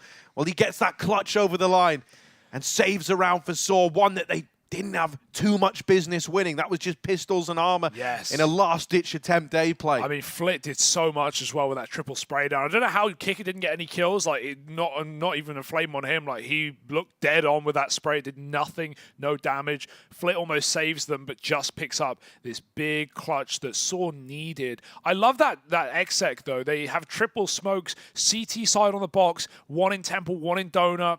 You know, it means if outsiders want to fight for the bomb site, they've got to die in the open. There's no cover. They can't play the headshot angle on default. They can't, go anywhere. They just have to commit, and that's why Flit, goes through and gets 3, but still a conversion round on pistols, and maybe that can reinvigorate Saw just to get a couple of T-side rounds. It's rough, right? When you pick Ancient, you know you're starting T-side. No one's giving you that satisfaction, so It's par for the course to see a dominant CT half, but outside of how clean can they keep it? It's a B rush now, running right in. Buster gets the info, but only one kill. James, they are deep indeed. He's not always been ready for how far they've gotten in this B bomb site. Now he is. Kicking, getting spammed through the smoke. Yakinda even picked by an orb, and it's falling apart. James wants to save, but the molly might trap him in.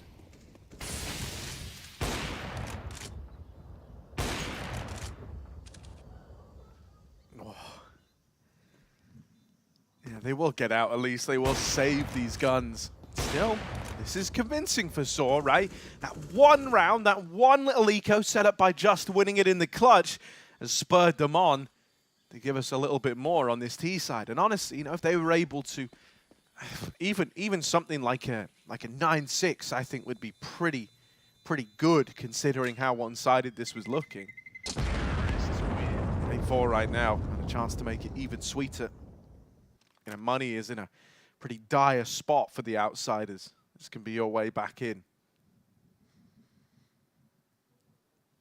Yeah, it didn't feel like Saw were going to crack this economy open, right, after all these crazy buys in the early half. Yakinda pinching pennies, buying MP9 on gun rounds. Now he's playing Mag 7, Harry. He's gone full roof fire in the cave, but no better gun for it. Clotman smoke for Flit. He's wanted to go through so many of these rounds, and he will continue to do that. Setting up, Yakinda, good shot. Molly forward, got to fight for it, and he will die. The flames don't help him. James picks Stododo. That's a big fight. Stododo's actually been pretty good. He's got 3 and 10, but he's had a lot of B picks in these 3 kills. They're all B picks with the AWP on the boost, really. So that's a huge kill for James to actually win the fight out for outsiders. They're going to pull back out of A. But where is this bomb going? Because right now, Roman's walking up on a lurk as we speak. Matura's throwing nades into B to let Just work this cave yet again. And it has kind of conditioned outsiders back to this B bomb site. Flip might climb up ledge. Even if he stays here, it's a difficult spot to clear for Just coming back from B later. And, you know, really Flit should hear footsteps. Just, is he going to walk the whole way? Flit checks it. Timings are everything right now. Outsiders, they don't know, but this A site is corrupted as we speak. Just, he's selling a B fake. He's throwing utility. Flit might even activate to backstab at this point. He's got some warning. No one is at A. Outsiders don't know, but this is going to confirm with Just going here. Even if he gets this kill, that's going to tell outsiders what's up. Now they got to turn around. Now they got to consider that Roman can be deep. Dude, Roman is in a good position to get one, but he needs more than that. Even then, as you say, outsiders should be considering this. They haven't known about A for a long while. There's James dead. This is where, you know, if they trade this, that's huge for the outsiders. It's going to leave them in this 3-on-1. They're wrapping through main, 10 seconds. And they've dropped the bomb. Roman, you've got to go quick. You've got to go fast. And it's the backstab from Flit to deal with them. That gets so awkward. Dude, Flit is sick right now. 18 and 3. We've been hyping up Yakinda and Cave because, yeah, those are the flashy kills. Buster pushing down ramp. It's Flit who has consistently shut out every single player that has gone middle in this map. No one has been able to take this position away from him. And now, not only is he staying there for so long, allowing all that B util to come in, waiting for a lurk, he guarantees the info back for outsiders and shuts out around on a flank. They want mid again, but I don't know if they're going to get it. Flit's here. James AWPing Donut. He's had to give it up. This Molotov thrown over from T-Spawn is a problem. Flit, he is a solution. Swung back into the cubby. Into the cutout. They want to molly it. Maturius doesn't commit. Buster fighting the AWP on ramp. This is scary. Stododo's getting flashed back in. Buster dodges it, but he's trapped by the Molotov. He still gets a dink off. Stododo low again, and Flit even escapes what was about to be a Molotov. It finally comes into cubby. Flit's already left. He's changed position, and he's causing more commotion. Oh, that's a pivotal moment in this one, though. You deal with Flit in middle, and in that same moment, they're up. Stododo's won his fight. Now they're walking red into kicker. There's more. He goes to leave after the first, and Mutira sees that he hits this timing. He's going to recognize the huge gap that he's been given. Kicker was only off the angle for a second. He might be considering someone could hit this timing, but he's not expecting to. He's not expecting the bomb to have already made it past. James gets out, wanting to leave, wanting to save. Surely not.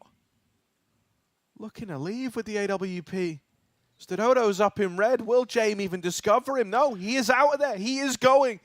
He just exits from the round, decides he doesn't like the way it's looking at him, and he would rather go next.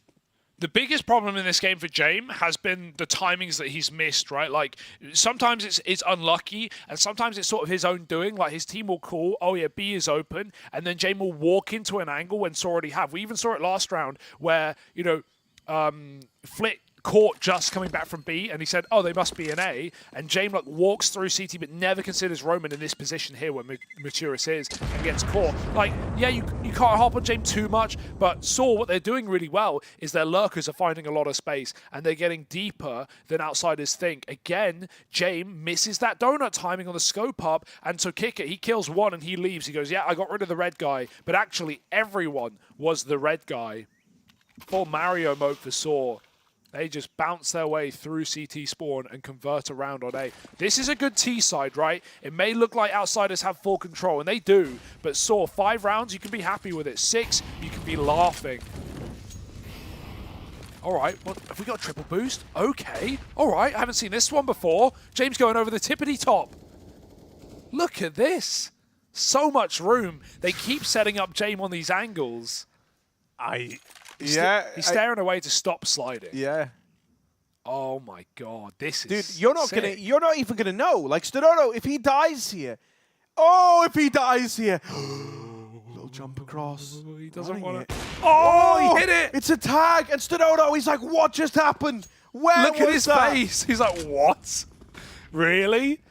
What gimpy little boost have they done now? Because he thinks they're like on the long angle, where you can get like a deeper angle down. And, you know, they were on the long angle, just triple boosted over in a way that you certainly weren't ready for. Flit, don't you dare. 19 and 4, they're going to flash him. It's a good flash. Here is checks for him. Flit is so blind. Yakindar here to trade that out at least. Now gets the upgrade as well. Smoke down at the top of the B ramp. That's clean for Roman. And a missed shot for James. They're getting closer. They're moving in. Oh my goodness. Having to fall back. James can't afford to miss anymore. He needs to start landing shots. Rerouting onto the long side. Looking for a way back in. Oh, finishes the job onto Stododo. And now needs to step up in the clutch. He was high flying to open this round. Throwing up on boosts. Given chances. Now he's got to take them away. Over on the long side, fears that he's getting wrapped through CT, and he's close to the mark, right? Arky is here. Now with the backstab, James. Oh, head taken off. Turnaround for Arky. That's more like it. Yeah, so they come back alive in this game, right? It was looking pretty dead at one point when, you know, outsiders are running down ramp and Yakinda's doing what he does in cave. Flit's keeping them out of middle. Finally, we start to see solutions for Saw. Outsiders have been saving that boost. Definitely not seen that one before. It all seems so obvious when you watch someone do it, but that is very cheeky indeed. Unfortunately, only a tag in Stododo. He is finished off later by James, but it's not a 1v2. And it is Saw sitting okay. 6T rounds. Pretty good. Pistol would be nice, though. Outsiders. Now they've got to lead by example. Keep up in the front. This is a map to win, to go through to the major, and to eliminate Saw from contention. The final spot in Group A. Group B starting tomorrow, of course. More teams, more fan favorites coming through here in Bucharest. James handcuffs out to catch a couple of these CTs, pushing through A main, but just is going to hit the headshot. There's so many more where that came from. Oh, can he trade? Flick can't. This is a nice aggressive pistol, and it's forced Outsider's hand into B. Yeah, they can ease back into this comfort of knowing like they can have a bit of a 3-on-2 inside of the B site. And well, with that fight going the way of Kicker over on lane, they've still got contingencies. They've still got the ability to play around this bomb by holding on to lane. Opens up rotations between cave and ramp as well. Ooh. Spotting a man here is quite nice. You know that as a result, right, the actual site take from CT is just that much weaker. Still, you need to hold on. And the other two are not able to do that. It's all on Kicker now. Ooh, they've tapped the bomb, but they weren't sticking it. Gives Kicker an extra second, but with the kit in play for Saw, there's nothing he can do here. The stick finds success, and Saw grabbed the pistol to open up this CT half. Yeah, nice and aggressive, right? That was kind of punished on Dust 2 when we saw Saw running at outsiders, going on these like lower crunches and pushing mid. They were definitely getting caught in trouble by this default. Obviously, those are gun rounds. Pistol's very different, but a nice way to force outsiders' hand into that B execute. They wanted to get weird with it first and fake out A with those two players, but Saw will stop it. And now we have Deagles out for the outsiders. Saw 3 MP9s, 2 A1Ss.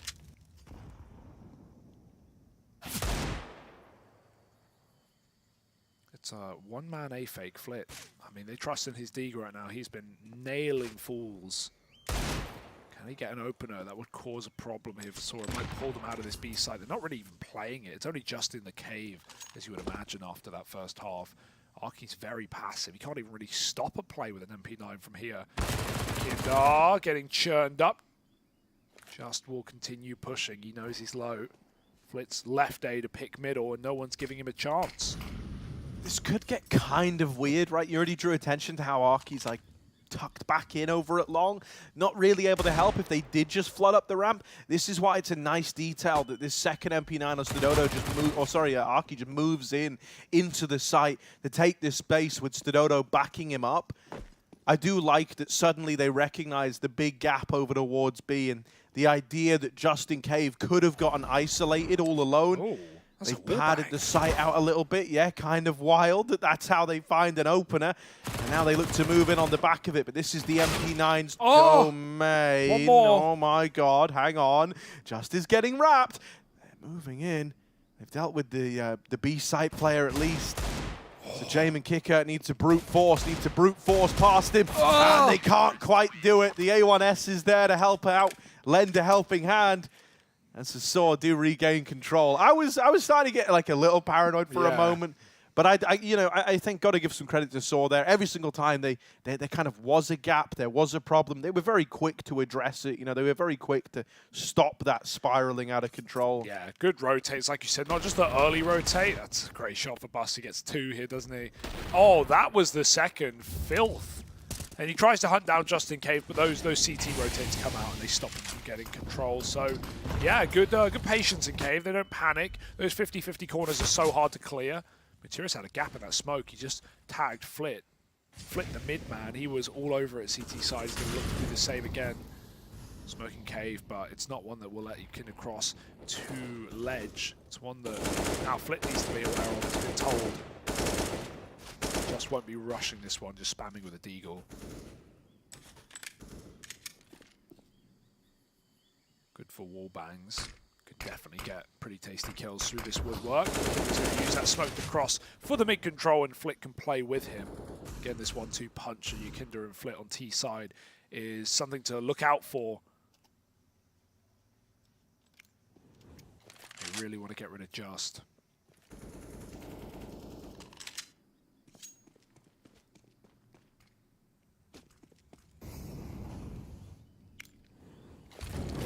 Seconds. They've lobbed a red smoke in middle.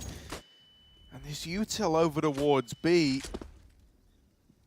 But there isn't a lot of time left anymore. You've still got players dedicated to mid and A. You've gone and you've tried to take an opener in through Cave. That didn't go your way. By the time this Molotov fades, is going to be about 20 seconds left. Are they just going to... They're going to go through mid to A. That is bonkers. And if this bomb gets dropped going middle, the round will be over. The round will be lost. Mutiras, it's in the palm of his hands, but he can't quite drop the bomb. Still staying alive on default. James needs these kills. There just shouldn't be time for this. It's so close. A nade could end it. And there's the plant denied. Yeah, outsiders, they leave that one down to the wire. But it's one of these rare circumstances where it doesn't go swimmingly, it doesn't go according to plan, and so you see, you see the other side of it. You see how ugly it can look when those openers don't materialize, when things don't go right. Yeah, Roman does a great job of just hiding behind default and not giving that headshot fight over to the AKs, and then even just tries to crouch for James, forces his final bullets out, makes James stick a plant, and yeah, too many CTs there for James to get away with that one. Not today, say Saw, and they see Saw back into an even odds fight. 9-9 with outsiders on eco. Flit is crept mid. There's no one here. They've started heavy on A because we had XX smokes come over this site. That's given a lot of room away. Or Jamie's gambling with this gap. It's going to favor Just, you'd think. Flit won't commit. He knows they've taken this one up eventually, but he does have red room. Semblance of it. And so now outsiders have to decide, okay, we've got one smoke. What do we want to do with this position? Flit is the point man. Yet to see a round one on this T side, though, and this shouldn't be the first. B is the weakness, and outsiders have established that, but this push through Donut is not great timing because Flit's still in red. And I don't think they'll be clearing him. This bomb could be locked out. Yakinda's dropping off. If they push mid right now, they kill Yakinda, they get the bomb. What is this play? They're leaving B. Stodono's going to check it. Yakinda doesn't want to lose a package. They've seen it. They run away. They don't want to fight this one either. 30 seconds. They know they're still being held in the default. Flit activates. He gets his kill, but they surely won't let him get the gun. Chasing him down. Bomb's still stuck in middle, and these rifles at range are picking outsiders apart. They're going to try and run with the bomb into a B play. They're going to try and join up with James. If he can carve a path, if he can get them in, maybe there's hope. But as he goes short with a man at long, Yakinda running the risk of going down. Safe plant. Oh, just comes in his dying breath. Yakinda's plugged the numbers in, but that's the end of the line. Oh, I thought Yakinda was going to plant for Jamie. He had all that space up on the short side. Instead, you know, he's not super open to long. That player has to swing out. But even if Yakinda gets that plant, Jamie, he's not in a position to play the bomb. He can't do anything. I would have really liked to see a short plant there from Yakinda just to give Jamie a chance to win that clutch. Not to say that that was a good position for outsiders, right? It looked like a B play, but they were faking it out. They wanted to go back late middle. And that double donut push, while it looks really awkward as they run away, they at least get the info. And that reminds Saw at 30 seconds, like, no, this is not a commit. Outsiders aren't taking B. And they're able to just hold off and fire off those A1Ss from Donut. All right, problems are rising for outsiders, but here's a gun round. So maybe a reality check for Saw. Rave bangs through the wall. Woodwork ruined. See, there's definitely some tendencies you could exploit if you're outsiders. Like, even thinking back to the game versus, it was either Unique or Quasar. I don't remember which one Saw played, but I think it was the Unique game. Mutirius would always kind of take a very, very similar pathing into Donut, especially if Red gets smoked. He would just underhand a smoke in front of Donut and then drop in there. But that was something that was getting exploited against him. I'll come back to this point because we got a little B pop. They try to keep it simple, and it's anything but just with a mow down. Wow. And that is crisp and clean for Saw. 5 alive, a flawless round. What I was going to say is, you know, this kind of links back into like the idea of Saw even picking this map. You know, was this something that outsiders were 100% ready for? How much did they prep for Ancient in this one? Because it feels like some of the things that other teams have tried to exploit against Saw, we're not really seeing in the same vein for outsiders. And occasionally some of these rounds feel a little slow, a little directionless, like they're still trying to feel out how this CT side is approaching situations. Oh, mid-smoke goes in a little shallow, and look, man, Mutiri's playing over the top of it. See, so often, if this red smoke lands, he goes through, underhands the smoke, leans into Donut, and we've seen teams try to exploit that tendency, try to quick pop flash out mid and spam him through the Donut smoke. But he's been given a decent degree of freedom here in middle, right? The A-hold hasn't really had to answer the call all too often, and whenever it has, it's very, very late in the round with, you know, 1 or 2 kills making all the difference. Rotations have looked really clean out of Saw, and that's in spite of them not really having as much early info as outsiders did. Yeah, this AWP rotate is so big just to have it in the right place. Will it get smoked off, though? You presume there's some util available here. Flit's got the only smoke outside of A main. Yakinda's too far to do anything with his right now towards this A bomb site. Maybe he's got some lineups from ledge side, but he's got a cross past Just, who's been such a problem piece, right? On T-side's Just, he was the only guy getting any entries, any space towards Cave. It didn't feel like it was worth it. Well, now it is. He's warmed up, he's keeping it up, and Sora in the lead. They are so ready for this A play. They're not even looking at B other than Arki. Stododo, easy shot, dry peek. There's a flash over the top. He takes off the angle. Roman wins a fight, getting rid of that mid component, and Stododo's going back for more. They're boosted up. He's got a flick. He will miss it, but it's not a problem. There's no kills for Outsiders in this round. There's so much space for Saw. They even smoke so they can walk through, but Roman has wreaked havoc on this A site with 3 kills. And while it's just a B winning multi-kill rounds, it's Roman at A. Stododo's just floating between the two. And as much problems as Saw were having a middle in the first half, because Flit was just destroying from red, donut, cutout, push, close mid, ledge. He was everywhere. Maturis is just keeping it clean. Outsiders haven't even taken middle, really, in this T side. Just to force Saw out. Now they're going to B-rush. It's their only option. Yeah, it didn't work so well last time. Will it be a different story? Oh! No, it's much the same. Just a different protagonist this time around. Arki with the mow down. Kicker and James, not long for this world. James in T-spawn. Just going to try and do some damage, perhaps. To my brain, maybe. But this is don't dirty worry, for guys. Saw. This is dirty. Yeah. Okay. Okay, Saw. Rising to the occasion. Would have been easy to be mentally collapsed by that first map, the way that they lost a 12-6 lead to the Outsiders. CT come back on Dust 2, and they were even down in this second half as well, coming in 9-6 to the favor of Outsiders, a pistol round, an aggressive one at that. And actually, I'd say this is fairly tapered CT side. They haven't done much pushing, they haven't done many mid-takes per se. Oh, the run boost. Up they go, over to ledge. Stododo going to put this orb to use. Kind of sad because it's a really slick move, but Outsiders are playing it so respectfully, so slowly outside of B that the run boost doesn't even get a chance to open. Hello. They are still surprised at just how quick this double setup was in position, and Stododo fighting for middle, helping out, busted naded, and it's clean. It's another flawless round. I want to say that's like their fourth now? Feels like it. Like, this isn't just winning rounds. This is dominating rounds.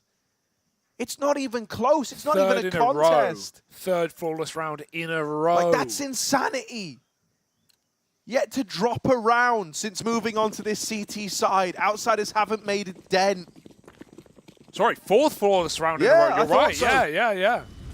Oh my god, this has been sick. James trying to fight middle, just dueling with Maturis. That they will do it.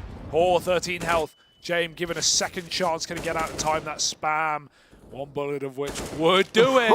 And he almost hits James out of the round. Yakinda's in the middle of the B site. Okay. Don't tell me how. I won't believe you. It doesn't make sense. They're molly. They know, though. They're checking. Yakinda flicks. And Flit found Roman at the same time top mid. There's a hope. There's a chance. Yakinda wondering, where is Just? Where is the caveman? Would he be cave? He could catch the bomb if he gets aggressive. Meanwhile, James holds for exactly that play on the A site. They hold off. They leave Yakinda tunneled in the middle of B. James wins an A battle. Kicker's come in with the bomb. Just missed that timing, as his name would suggest, and Flip does die to that late mid repeat. But they think it's A right now. They have been, completely duped by this lurk of James, who has had enough. And meanwhile, the B plant is in. That's going to force a save out of Saw if they're allowed. At the same time, 12k, Harry. Maybe they just go for it. Maybe they just throw themselves at B and see what sticks. Yeah, I mean, may as well. You ain't running out of money anytime soon. Peek at Ram. Oh, Stododo will hold on to it. Now, you're going to have like a mental clock. You're going to have a mental timing as to how fast this lane player can get here. And right now, Just has kind of like beaten the odds on that timer. In fact, he's done it quietly. They don't know. He's in the site. Oh my god, it's going to be close. They flashed it. They don't believe he's got it. It's so down to the wire. And he's just a millisecond off. Nice try. It's a good try, right? Nice try. A damn good try. Trying to do that against Outsiders as well. Yeah, they're the Time Lords though, Harry. They didn't even go for it. They didn't even try and run B. Yakinda's like, nah, boys, you're fine. James got like the The Michael Serra, you know, like self-timing going on. Yeah. The ability to just nail it down to a T. I'm trying to think what that is. That what's that film? No, don't worry. I know what you're referencing. I just know he does it in Arrested Development. That's right. Yes. So look, Nade's out into mid. Flit. Running amok. Up onto lane. Bit of spam for your Kindar, but Just is going to win that. An early 5-on-4. Flit moving in, hoping to trade this. Oh, the nade. The nade's going to be big. It's tickled Just. The molly. Oh, the molly. He's Just still got faith. He's pushing the smoke. It's his only option. And he's won it. Just is disgusting right now. How does he not only live through that util, but he even gets a second kill? Oh, forgot the AWP. We'll grab it, but it's a 4-on-3. These rounds are cooked. Outsiders only just got a T round on the board, and that was really just Yakinda, right? Running into B, getting all that space. Saw didn't know. Well, Yakinda's dead now. And with Flit gone as well, the top performer for Outsiders left in silence. 3-on-4 into the B-bomb site, and with this AWP tucked in on long, Arky's playing in cubby. Good re-smoke at 40.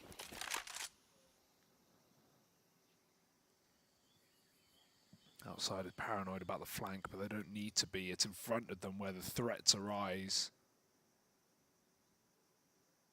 Double long is nice. They have a smoke. A save is like kind of justifiable if you don't get anything here.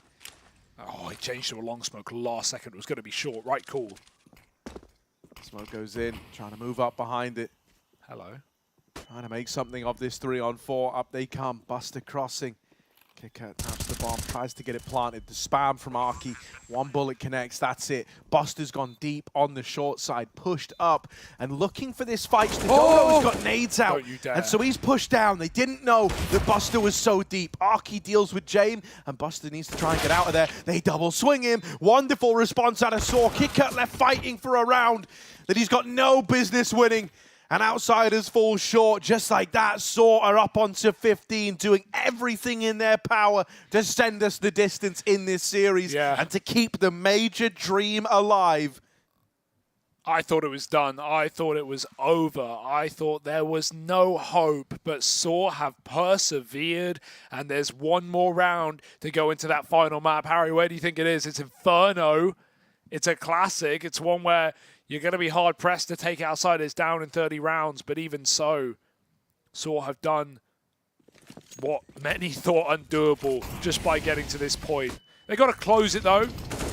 But I think with the momentum in their pocket, with the money maxed out, with the T side that we've been seeing out of Outsiders, it's been nothing like it. Nice wall bang from Buster, taking down Just, but Flit even ran through the mid-smoke, man. He was like 19, he was 18-3.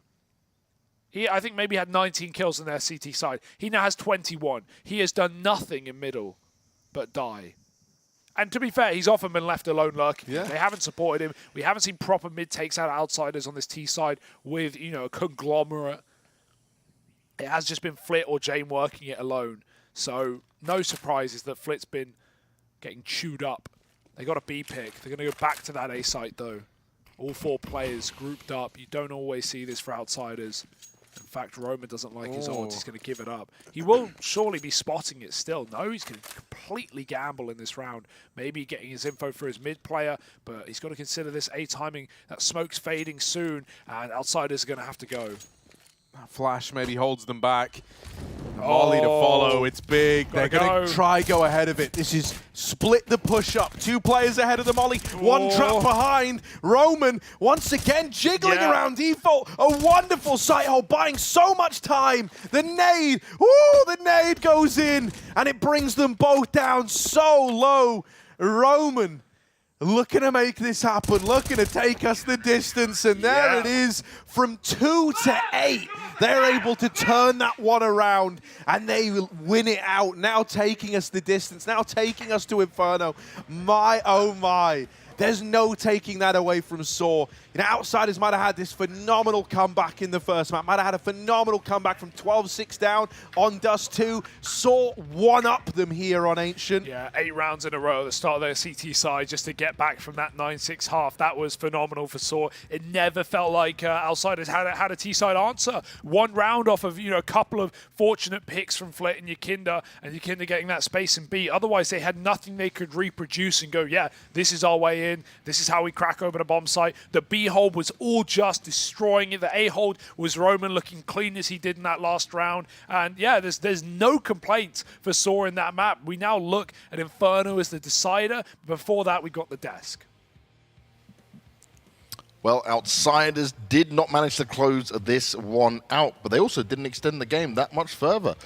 You guys gave some predictions at the beginning there, Blair and Prof, on the numbers, 19 and, well, all the rounds. And you know what? We got a, I guess, kind of middle ground, 25 is close enough to it. But you say a lot of respect there to Saw, because Outsiders, CT side, yeah, they get 9 rounds. But then after that, it was just all about Saw. They didn't give them a single chance. It looked like Outsiders didn't know what they were doing on the T side. I mean, the first half from the side of Saw, I think they pick up, what, 6 rounds on the T side? That itself is a monumental achievement, right? Because now you're going to be switching over to the more favored side. And honestly, I felt for Outsiders, it wasn't like they had a crazy CD side. We saw a little bit of aggression from Yakindar, but good adaptations coming in. The second half, though, the second half Tell me about it. made me want to stab my eyes out because I don't know what Outsiders were doing. Some of those rounds were abysmal. And I'm not talking about Outsiders, sorry, Saw doing anything crazy, like really pressuring them towards extremities or mid.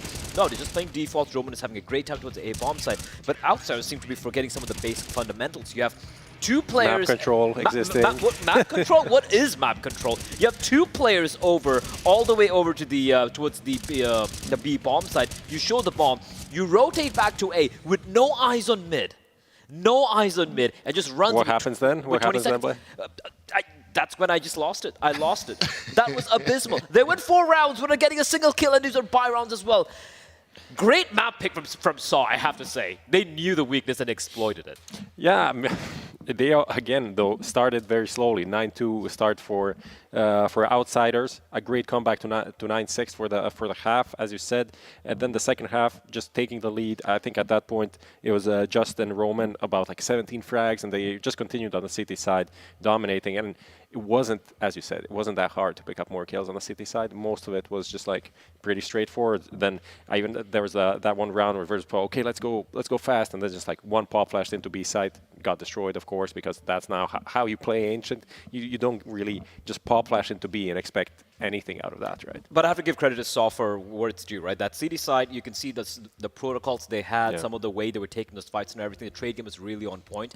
They knew what they're doing on this map, like much better than the side of Outsiders. So even though they might not necessarily have the firepower Outsiders does, they made up for it when it comes to everything else in CS. Even the T side, like the later rounds that they won, were these mid lurks going into CT spawn, just making the other side uncomfortable. It's something that we see like Config pulling off, let's say for Astralis, who have been probably the best team on Ancient, One right? of, yeah. Yeah.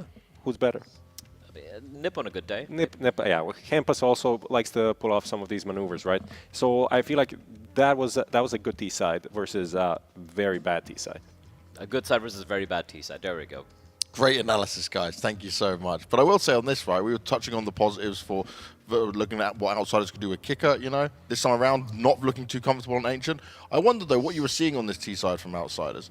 Do you put this down to them maybe being out of the meta, not playing for quite some time? Because you mentioned it's a couple of months since they had to go. It's been a couple of months, but if you're a team like Outsiders, and look, this is a team where they might not be really title contenders right now. At one point very recently, they're like, we were picking them as dark horses to make very deep runs, potentially upset some of the best teams in the world out there. And as a team, when this is a map you're allowing through for your opponent to pick in, you expect them to have at least an understanding, a basic foundation of how to approach a T side. Because let's be real, everyone's going to be struggling on the T side of Ancient. And there was just a lacking of everything. It was just literally everything. Round. It was shocking. One round of the Which is Yakinder again, just pushing into the B bomb side and just making it happen. That was shocking. Now next we're going on to Inferno. It's the decider, and the loser, eliminated, the winner, goes forward to the major. Now, I'm going to come on to Outsiders Inferno we saw yesterday against Dignitas. They just about won that. It wasn't looking pretty. They were falling for the same old traps again, but they were drawing it out and they made it work. Are we worried at this point? Do you think this could be Saw taking the spot? I don't think so. I don't think so. I think Kickert is really good. Really good on Inferno. He's been really good this tournament. He's an important part of their T side. I feel like if that continues at least like 50% of what we saw so far, that should be difficult for Saw to deal with. Although like this was a very inspiring win for them. Maybe the way they played yesterday against Fours on Inferno, I saw that was awful. It was very awful, but also it felt very pressured. It felt like, oh, we need to do this now, and all of these rounds are just falling apart. When someone was supposed to step up, it would be the opposite, right? Just crumbling in the moment. So I don't know if this is going to get to them now, because again, it's that map that's going to get them to the major, right? Yeah. But that being said, in a way, they're not expected to win this. So in a way, this is like less pressure now. Less pressure on them than yesterday. And then yesterday, because they're facing outside. Okay, listen, I lost the thread there, The bro. thread is less pressure because they're playing favorites. But you have to point out the map loss they had against Fours yesterday, 16-5. You just look at the scoreline, they got banged out. But like you said, a lot of those crucial rounds, if they hadn't gone for some little bit of panicky decision-making, this could have been a close scoreline. It could have been 16-10. I still feel Fours would close it out eventually, but it could have been a much more closer scoreline. So if they're able to... And this win's really going to help, right? With this win on Ancient, looking how convincing they were, even the individuals really popping off. If they're able to find a level of composure, because VP are going to make you sweat. They're going to slow things down. They're going to make you start to panic, and you're like, what do we do right now, right? And if they're able to maintain that composure, and if they're able to just crack a few heads and stick to the game plan, we might actually find ourselves a pretty competitive map. That being said, though, I still have to slam it Outsiders closing it. There is also the most important thing that we need to mention now. We didn't really start with it in the pre-show, just because, you know, we expect Outsiders to kind of close this out. It's not going to really be a discussion, but the discussion now is, can Saw actually pull this off, and what that means for Outsiders if they don't make the major, and with the teams that they faced, because it's not like the run that Mouse had, and everyone could give them like kind of an asterisk and say like, oh, he played against a very good team. Yeah. Like there are no excuses for Outsiders to not make it here. Like for them not qualifying for the major could spell like it's literally disaster for the lineup. It is so unfortunate as well, because they're one of the teams obviously being affected by everything happening around the world and all of that. We can't ignore that. But at the same time, like you said, right, what has to change? Because this is a team, like we said, if not favorites in some of the big tournaments they played this year, they were the dark horses, the team who was going to be making a deep run and maybe falling to a Na'Vi or a FaZe. For them to fall like this, nothing against Saw. I think they've had an incredible run thus far. It'll be fantastic. It'll be a fairy tale run for the Davids of Saw, but for a Goliath like Outsiders to kind of go out with a whimper, it's going to be shocking. It's going to be even more shocking than OG. But don't you feel like, from what you've seen from Outsiders so far, at least today in this series, that they don't seem a little even more off than what they have? Something's missing. Yeah. We know definitely. something's missing for sure. This whole event has been pretty abysmal, but as you said, it's been a trajectory that has been followed kind of steadily throughout this year. Late last year, the Flit edition, the major. I feel like there's a lot of promise there. Bring back Sanji. Bring back Sanji. No. That's a hashtag that people can put out on Twitter or in the Twitch chat. If you want to bring back Sanji, write 1 in Twitch chat. There we go. If you want Yakindar to go to G2, write 2 in Twitch chat. Because G2 is 2, obviously. Obviously, yeah. That's and with perfect. Sanji, they'll be number 1. And if you think Prof has lost his mind, you can press 3, maybe. Okay. All right, there we go. All the numbers. What about for you, Blair? Any numbers you want to throw out there? No, I'm not very good with numbers. Goes to show. You know, we know this all from start. Yeah, I never went to school, man. I don't even know why I'm here. You didn't go to school for analysts? No. Like, you don't have an analyst? Look at mine. It's right here. Analyst agreed. Are those letters? Yeah. I don't know how to write, but I know how to talk in front of a camera. I let Google read out my stuff. So realistically, you boys are still thinking Outsiders have got this. I'm actually not too sure at this point because I've not felt confident in what we've seen there. But what are we thinking then? Is this going to be another close one? Do you need to see a dominant performance out there? Because either way, this Outsider goes to the major, they ain't touching many teams. Absolutely. That's the thing, right? Even if they're able to get this win, it has to be convincing. And like they're a team who many people were expecting the beginning of the year. And with Flit coming in, they look so good. I wonder what kind of fell off for these guys. And if they look shaky over here, I know we have a couple of weeks for the major, but let's be real, we've been giving them excuses for a while. We looked at the way they fell in IM Katowice. We're like, it's okay, it happened. You lost a heroic, and then I think they lost FaZe or G2 if I'm not mistaken.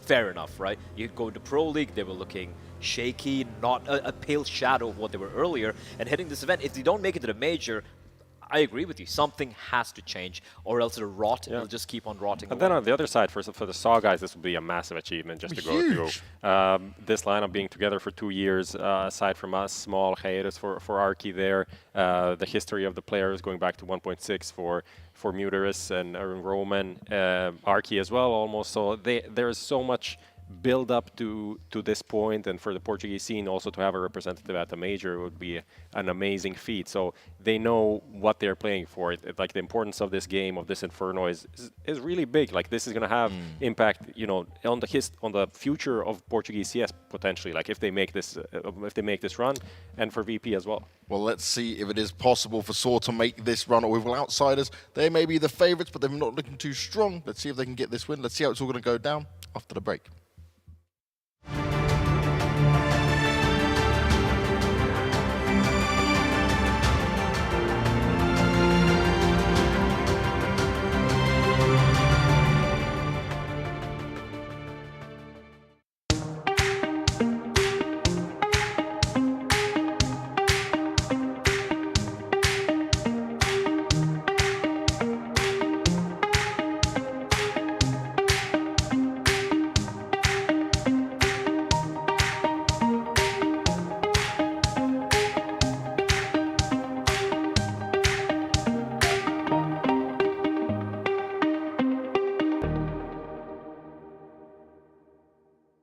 Let's go. Battle is on. Burst RMR views with a double bonus. Get insurance for single and combo bets, both up to 20 euros. Fire up with GGBet. GGBet, this is real.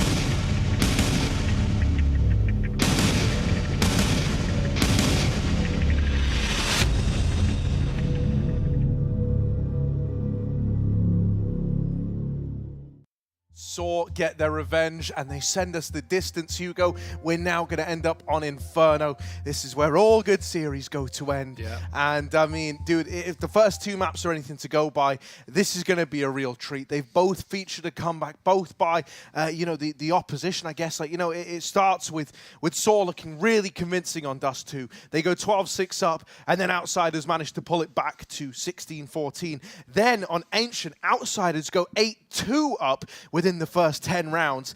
And then we have this monumental turnaround moving into the CT side, especially SAW just come alive on their map pick, and they managed to steal that one away at 16-10. Yeah. So, you know, I think Inferno, just by default, just by how these first maps have gone, is set to be thrilling, especially with so much on the line. Yeah, Outsiders going to an Inferno third map decider. This is nothing new for this squad, right? We've seen them here many a time, and many a time they've stepped up rather than shut up and shut out a series. Even against Dig just the other day they did it. We all saw that overtime affair.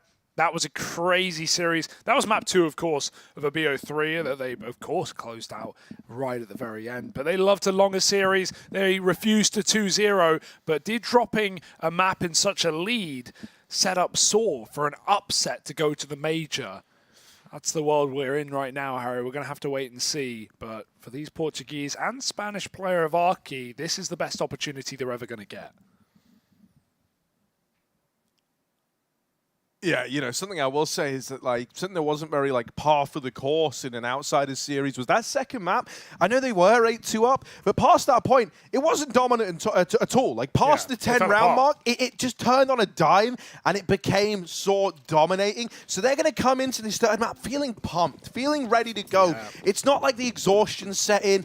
You know, if anything, you were probably feeling a little trash after Dust 2, after how close that ends up being.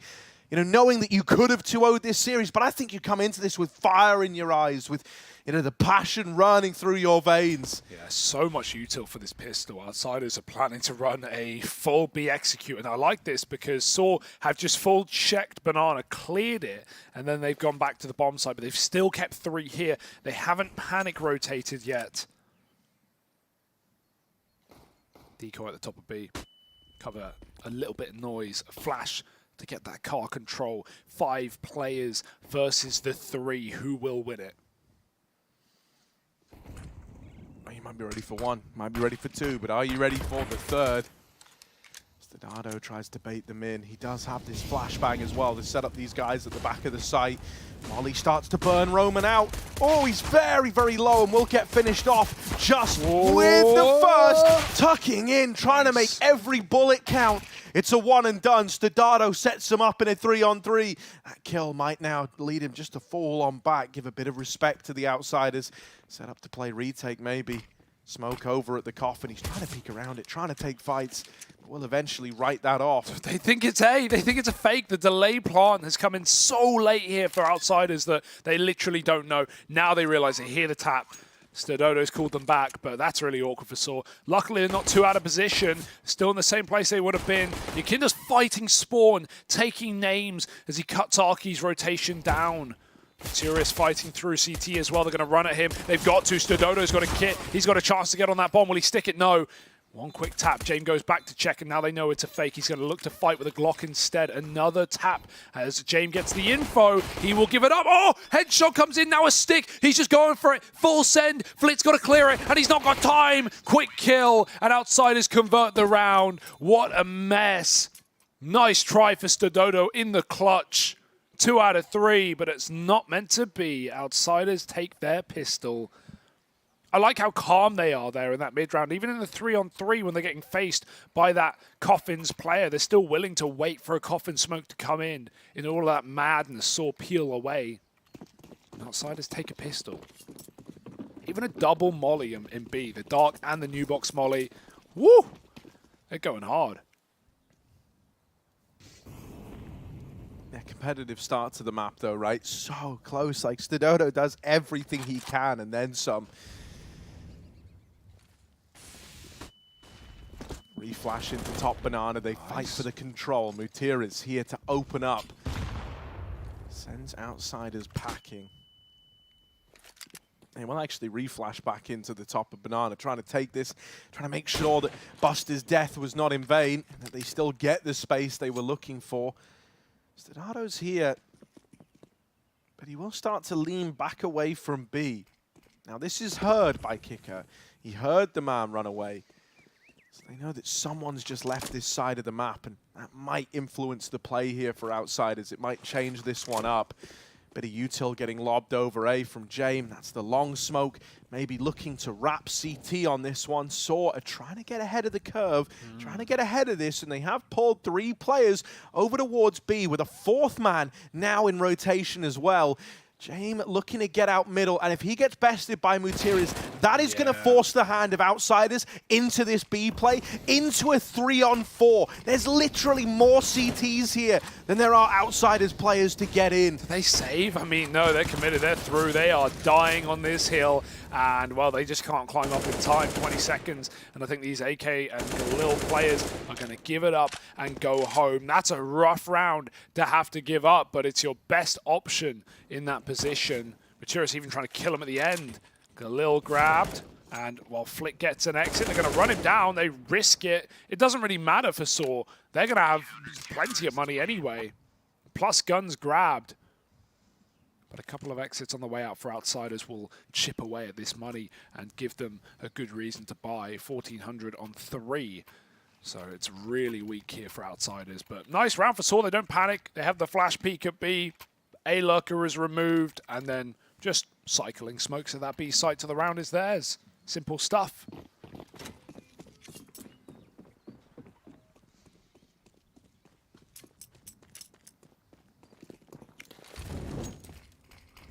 I think it shows a very good understanding from Saw as well as to how Outsiders like to do these little gimmicks on the T side. Like, so often, right, these kind of last-minute pushes, the kind of info plays out of Jame, like out of the top mid, these are often where Outsiders do their best work. But that one there, Saw read it like a book.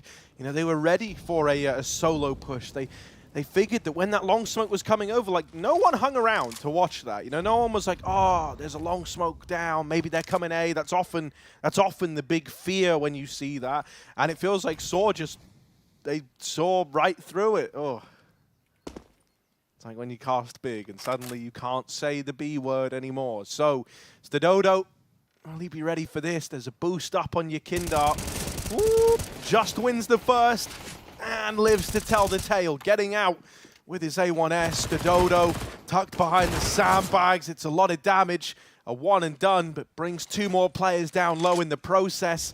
Softens them up for this solo B hold. Just up over on top of the oranges. And peels away now after getting that double. It's just Jame in a 1-on-4. With 30 seconds left, he might just be saving. Saw are really here to play today, aren't they? I mean, just the ability to hang on in this series by their fingers, by the skin of their teeth, despite the way that first map went, not just taking their pick, but they've come out of the gate swinging in round 2 of this map. They're hunting Jame. Roman is not far away at all. If you're taking Jame down after time, you are not going to be leaving him as a happy chappy. They have time to clear this. Jame got to hit the shot, and it's Roman after the clock killing Jame. You saw the face on the can there. He was pissed. No money now. And that is the first time all series that Saw have gotten away with something like that. Really wrecking Outsiders in the early game. It's got to be a full eco anyway, but it's made worse for Jame, who's delayed on his rifle rounds. Oh boy, is this the changing of the guard? Is this the takeover? It's certainly a little nod to Jame, like, look, man, your tricks aren't working anymore. We see right through you. Because that's now back-to-back rounds where he has been individually outread and outpositioned by Saw. The whole J mantra is about this economy management. It's about keeping, guns in play, keeping it competitive when other teams would have long ran out of money. And so punishing him like that, it's a minor detail, but specifically against Outsiders, it's one of these things that could get in their heads a little bit.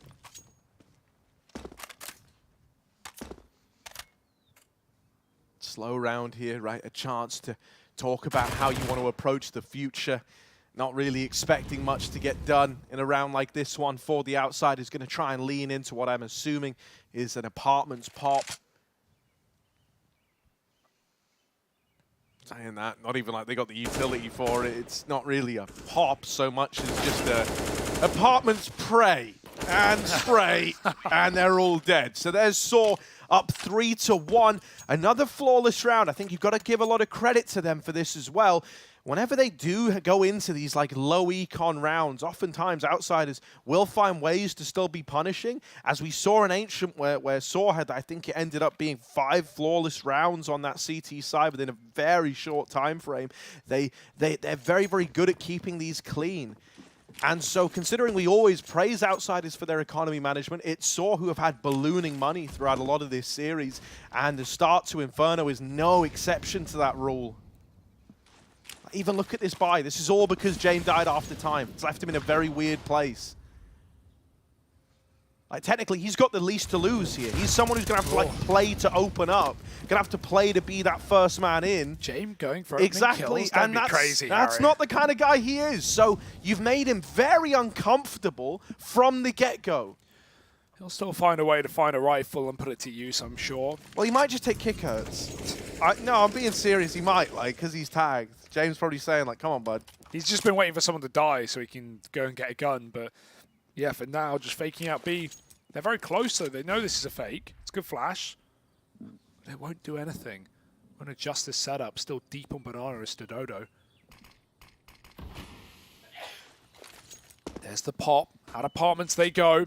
Second flash needs to be a good one. Roman barely blinded. Yakinda is, though. Flit still gets that kill. Yakinda does get overwhelmed, dropping in. Maturis does the same back to Flit, and this nade could be nice. It falls a bit short. Actually, Kicker's on 4. He sits by the Molotov with nowhere to go. He must die. Buster trades, coming out of Apps with a double kill. Might have saved this round. James managed to find himself a rifle. Outsiders are in pole position. Nade in. Gonna be nice, right? Softens up Buster as the sight man. That smoke cuts James out of the equation for helping out on the long push. He can watch short, though, and it's a false sense of security for Just. Dodo now knows where one of these guys are. He can't quite locate the sight man, but he does have this bomb. Sticking it, No way. full defuse. No James way. needs to swing this. James needs to swing it now, and he will, just in the nick of time. A second on the board for the Outsiders.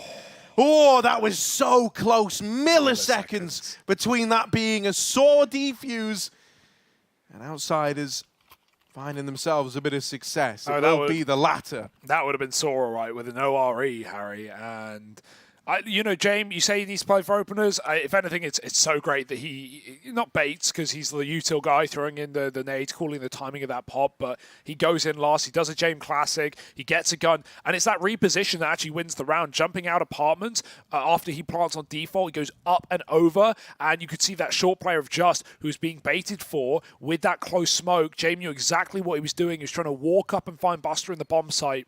Jane provides so much cover and then even goes as far to stop the defuse himself. He runs that down just in case it was a stick. Yeah, James saves that round. Absolutely, no doubt about it. Excellent double from Buster, though, without him cracking open heads coming out of the apartments late after everyone else fell on short side. That round's never even in a position to win for Outsiders. So Buster and James combo for a second round on, you know, a broken bye for at least him. Back to a banana take. Kicker, 0-5.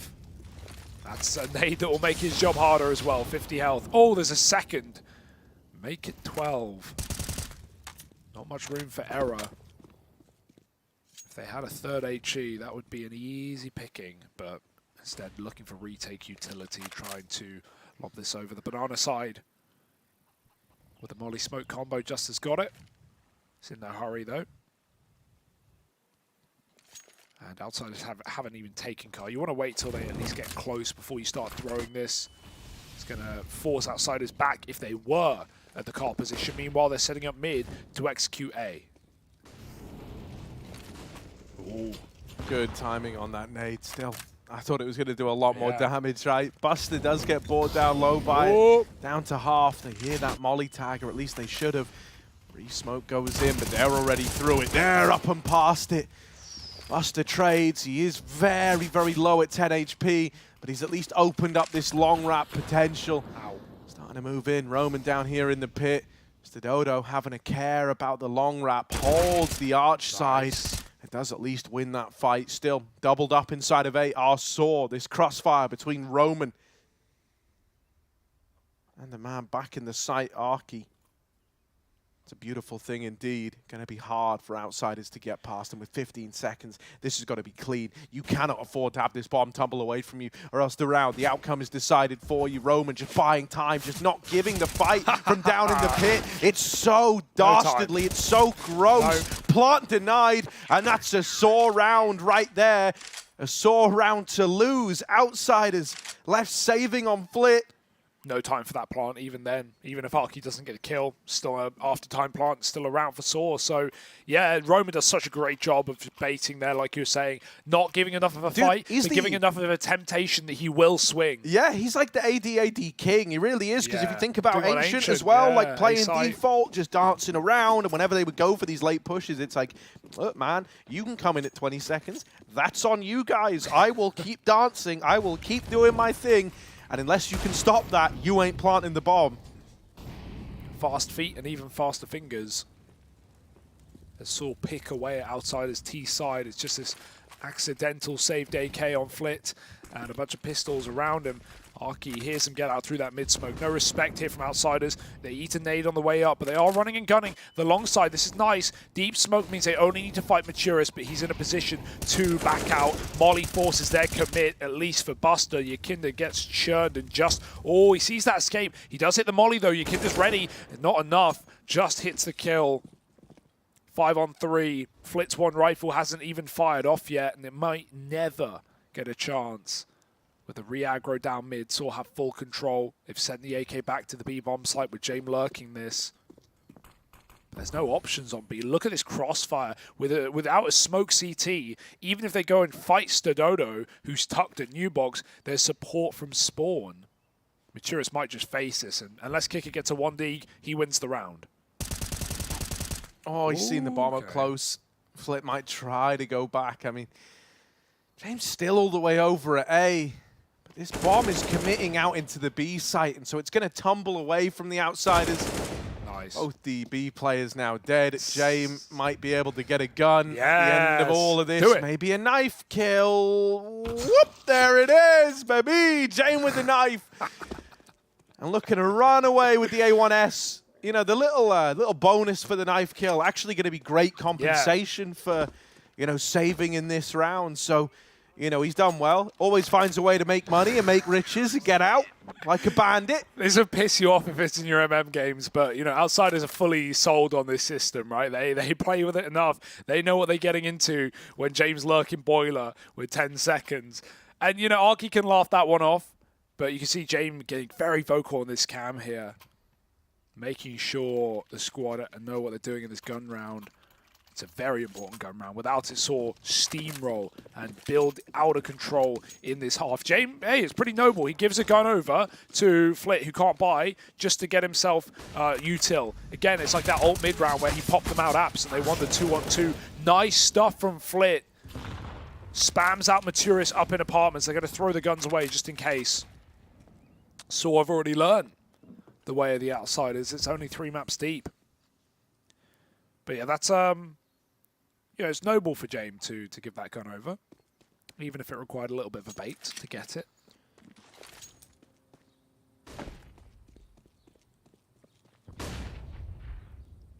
Yeah, it's an interesting one though, because at the same time, whenever I think James, that's never the kind of move I think of.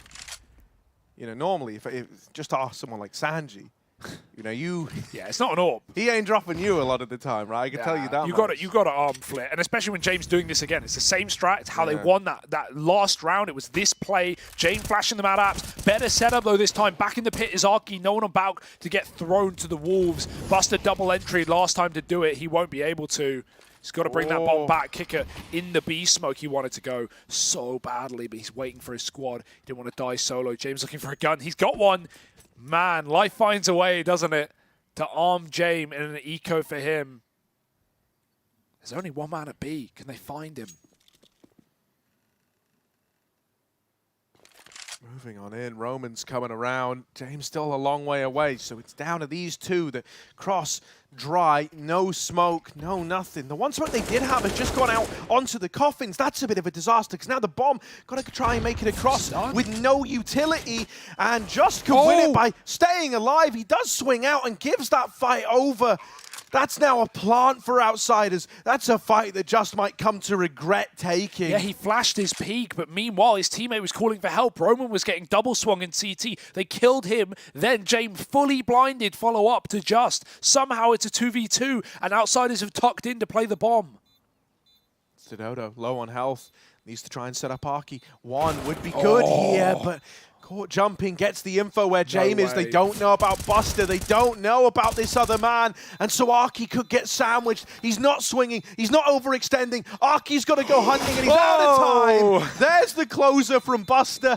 And he teaches Saw how to play the quad, how to play that backside position, never peeks, never gives that info away. Yeah, and I love that he baits James there, right? A taste of his own medicine, but James probably says, don't do anything, don't peek. And because of that, that last player thinks Buster is hiding coffins. Because why else wouldn't he trade James? Why else wouldn't he just swing and win the round? He wants to play the time. He wants to guarantee that he doesn't get flick shot or he gives up his position, and you see how well it works. That last player has no idea where to look. And Buster does it again. Buster's really winning some rounds right now for Outsiders. I also think James requires credit in these T-side calls. They look insane. They look bonkers, but they're working. The 2 rounds, James hasn't had a gun, and he's had to, play safe to throw utility. Outsiders have somehow mangled their way into a winnable position. Both times converted. It's just, it's like modern art, Harry. Some people just splash paint on a canvas and sell it for $1 million. And a lot of people go, well, that's not art. That's just splashing paint on a canvas. But to someone, it's worth buying. There's a metaphor in there somewhere. Yeah, that's a pretty boomer take, because nowadays modern art is a JPEG, Hugo. It's literally not paint on canvas anymore. It's pixels. Your age is showing there, actually, Hugo. And well, here we go. Flashes into top middle. Outsiders trying to take all this real estate, trying to take all this control. Oh, flash peek. No one's out mid, though. They get that clear, but it's misinformation. Do they think mid is not corrupted? That would be incorrect. 4 players here. Kicker throwing his nades at B, trying to sell it. Has kept 2 guys here. And Outsiders, they're going to go back to that B side. Maybe just looking for an execute. They don't have a lot of utility. 2 smokes and a molly. That's perfect for a B pop. Flit tries to sell something on A, but they are coming in through. Double MP9 hold, MP18. Let's see how they can do. Oh, it's damage, it's a kill, and they both find a frag apiece. At this point, Saw don't need to go peeking, but they want to try and stop the bomb. If they do, they could win the round. They run it down. Oh, it's close. Luckily enough, James providing Overwatch, providing cover for the bomb plant, and Mutira's first man on the scene, and he's been cut down as well. This was a 5-on-3. Now 2v2, Arky wrapping. The timing is here for this swing, but firing off gives away his position. Now James 1v1, Roman the man to beat, just trying to play around the timer, trying to play around this bomb. James holds the line and holds his own in the clutch. Outsiders, hell of a round to have found. They're up on a 4, they're closing the gap. You can never write these guys off. Unbelievable. Saw go through the smoke, which, is a bit ballsy in a 5-on-3. I wouldn't say a necessity, but it's also not a bad play. They know killing that plant, and like you said, with 5 seconds is the round, and they try and risk it. They go 2-on-4 down, Outsiders, and they still clutch it out. Beautiful shooting from Yukinder, and especially James to close out another clutch hit for Outsiders. He's marvelous. There's no other way of putting it. I don't know how he does it, but he keeps building in rounds for Outsiders, block by block. It's not Lego, it's Duplo, Harry. They got big bricks. 4 up for Outsiders, full eco for Saw, and this is the breaking point we've been waiting for. Kicker's 0-9, but he's just been in that rough role where you're solo B, you're taking banana every round, you're eating nades, you're lurking, and also he's the entry round into B as well, so he's often just getting traded on these first fights when they do commit. Kicker may be 0-9, but I will say this, he's never died alone in banana. He's always held the position for his team to come and group with him, so I don't think it's too bad right now. But if he starts waking up and actually cracking open B sites alone, then Saw are going to be in an even worse position. What a game we're getting. It's well worth waiting for to go to Inferno with these 2 teams. James playing pistol again. Course. Why buy a gun? It's full eco. Grab your teammates when they die. Free gun. Yum, yum, yum. So, maybe there's 2. Oh, yeah. These were actually rounds that Outsiders lost a lot of yesterday in that Dignitas matchup. I didn't think we would see it happen again, but it certainly could, right? A 3-on-3. Weapons retrieved. They've only grabbed one of the AKs. The rest of the gang are trying to fast flank. Over here at B is just waiting in this smoke. Oh, even one would be so juicy. Just waiting, coming in, backstab! They turn, but Yakindar can't deal with him. It's a 2v2. Follow-up damage to Kicker brings him down so low. And so Jame, we're looking at this guy to try and be the hero again, try and cook up a round-saving idea. They're chilling. No one's moving a muscle. No one wants to give this kill over. Kikut's going to try and cross to deal with the sandwich player. And now he's been seen. Oh, that's such an important kill for Kikut. Deals with him. 2 kills in this round. And of key importance. Fake on the bomb plant, hoping that baited a peek at a Just, and it hasn't yet. He's wrapping CT. Kikut could get found out in the open. Out in the open. Just with the tap. Hasn't committed to the fight. Jame needs to plant this bomb. Just is going to run at him. Oh, he thinks it's a fake. He calls his bluff. A decision he might come to regret. Now he needs to win it with the USP. How are you meant to do this? Jame locks it in. Stops that eco round from getting out of hand. Oh, man. I love this game right now. This is so entertaining. James sends Kicker on a death mission to clear out that Cubby player on B. He says, mate, you just walk it. I'll cover. Kicker gets spotted by Justin CT. The Cubby player swings knowing he's being walked on, and both T's are watching him. Just gave it a go, but if only he ran that plant down. James is in his head in that 4-second stick in the 1v1. What a call. Even fake footsteps. Kicker finally comes alive. He breaks his silent streak. Triple nade at B. Keeps Just trapped. He's calling for a flash. He's calling for help. But he won't need it. Outsiders are not taking this position. They are just playing with your mind. Mate, 2 clutches already for Jame. But more than that, if you include the Buster Jame conversion round as well on A. Outsiders, it's USPs. It shouldn't have been a one-on-one, but the way that they convert these very tricky situations is beautiful. Even if it's ugly, the way they get there.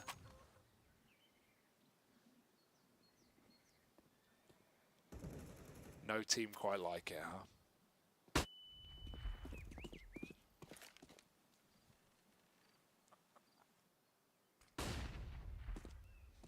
Taking top banana away again. Super early in the round. Have some time to go back, clear top mid, establish this kind of standard default, right? You're trying to restrict the flow of information to soar in a round like this. They smoke off long, giving the illusion that, yeah, we're out in middle. We're having a little look in mid. In reality, everyone is here over at banana for the outsiders. Ready, primed, looking to get into this B bomb site. Stodado over in CT is smoked off. Flashing to set up his teammate in the back of the site, Just swinging out. Stodado finds one through the smoke. A bit more damage, softening them up. Just this time doesn't want to get caught overextending. He's being a lot more safe with it. Running through the smoke was Mutiris, and Just denies the plot. That's so much nicer. He learned from his mistake of rounds gone by. The one round that tumbled away, that started this little streak out of the outsiders. Well, this time he goes, okay, you know what? You guys are going to leave it down to the wire. I might have been a bit overzealous facing last time. This time, you'll get nothing out of me.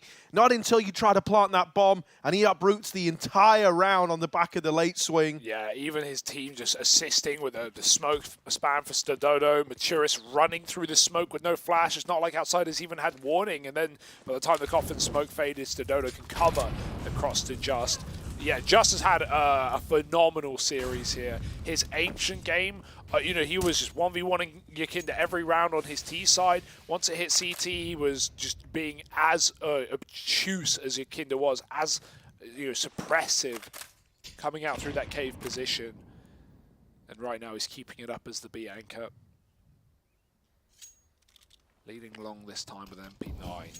Money isn't great. First T-AWP for Jame. They're going to try and use it to pick B. If they get this, they could run it. Oh, that's a clean shot. Goodbye, AWP. Free gun for someone, but Stodado, that's a beautiful kill from what is the AWPer. He won't be able to grab it, though. And, I mean, if outsiders get that B kill, they can just run through. So important he holds strong. It keeps this A stack together. Maybe he even has util back a B to find. Meanwhile, Just has begun that rotation. So there is a gap on A, but 3-on-4 with these wacky weapons. I want to say Outsiders shouldn't win this, but you never know.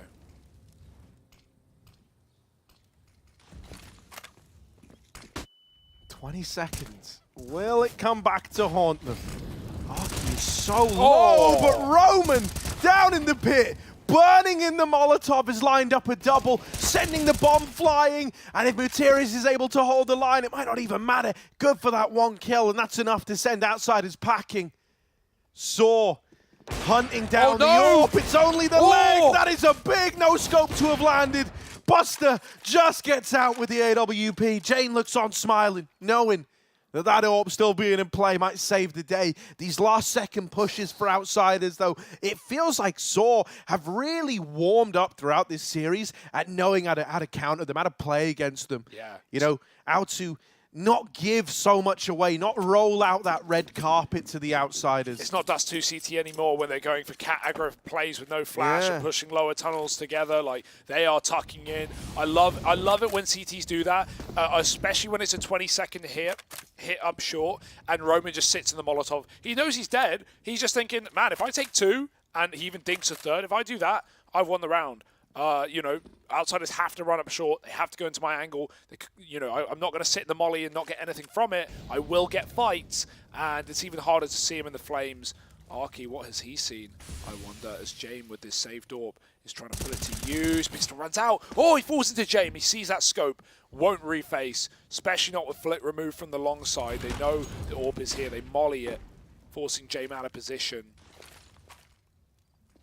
And this should not be anything here for Outsiders. There's no way this round can get weird, because even with 1 AWP, even if Jame gets opening kills, there's only Glocks to capitalize upon it, and a single flashbang held by Buster. Also a quad A-lean out of Saw. Again. You know, more than comfortable putting faith in just to anchor down that B bomb site with the kind of day he's having. You understand why. And this bait and switch at long, it was meant to be a little bit cleaner than that. You know, looked good initially with Mutiris finding all the glory. However, it has carved the path into a CT wrap. Now, 25 seconds again, it's down to the wire. Just, oh, I love this, bro. He's so grimy to be this cognizant, this aware of what's happening. And he's going to hear the footsteps, going to hear them both running through the ruins. He knows he's in the spot to win this round. Once again, killing the bomb could be enough. And he just hides. Oh, it's so filthy. Up and over and in with a double. Beautiful round from this guy. The hard counter. The hard counter to the Outsiders. Yeah, this guy's a beast. Youngest player in the team as well, 25 years old. This is you know, the highest average age team we have here at this RMR in Europe. And yeah, Just is so solid, as he was on Ancient as well. It's so cool to see him and Stododo. Okay, yeah, we've been seeing a couple of ace stacks in these last few rounds, but him and Stododo playing together, right? They were the pieces of the pie from Offset that joined this team a couple of years ago into Saw, whereas the other 3 core came from Giants. All these players having played alongside Mutiris in his career, having dabbled in kick over the years, Spanish and Portuguese brethren together. But right now, it's Justin Stododo causing a commotion, causing problems for Outsiders on this B side. Running fast up long, change of pace could be nice. But Outsiders, even though they run up and they get a 1-for-1, they slow it down immediately. Kinder's very cold. He can do that. Kinder can go cold on T-side Inferno. We saw that against Dig, but then he really stepped up, swapping over with his typical aggression down Banana. Nice boost for Kicker. Spots that player. Did it go both ways? He's not getting given another chance. Nade pull. Ooh. And now he goes for it. Roman walking back into the nade. Molly as well. Can't sit in this one. He will die. Kicker trades after 1. Still a good frag. Finds info. They know it's an A play. It's all down to Arky. Oh, damage. They're going to try and flush him out, but they can't get past him. A missed shot for Kicker. Will course correct, and now 1v2. Put up on a plate. He dealt with Stododo and Just both moving in. Oh my goodness, they're going through the Molotov. They're running at him. It's wild, and he's not ready for it. The disrespect to find that round. Oh, they play through the Incendiary, through the Molotov. Wait till they're both grouped up, till they know it's that plant, and they've got that second window where he's coming up off the bomb, pulling the gun out, and they just sprint at him. I think so many teams would have given more respect there, might have given Kicker a little bit of room, and that's often their downfall. Dude, this is an incredible game out of Saw to still be holding on at the end of the half at Inferno, looking for a double-digit CT side. This is unprecedented.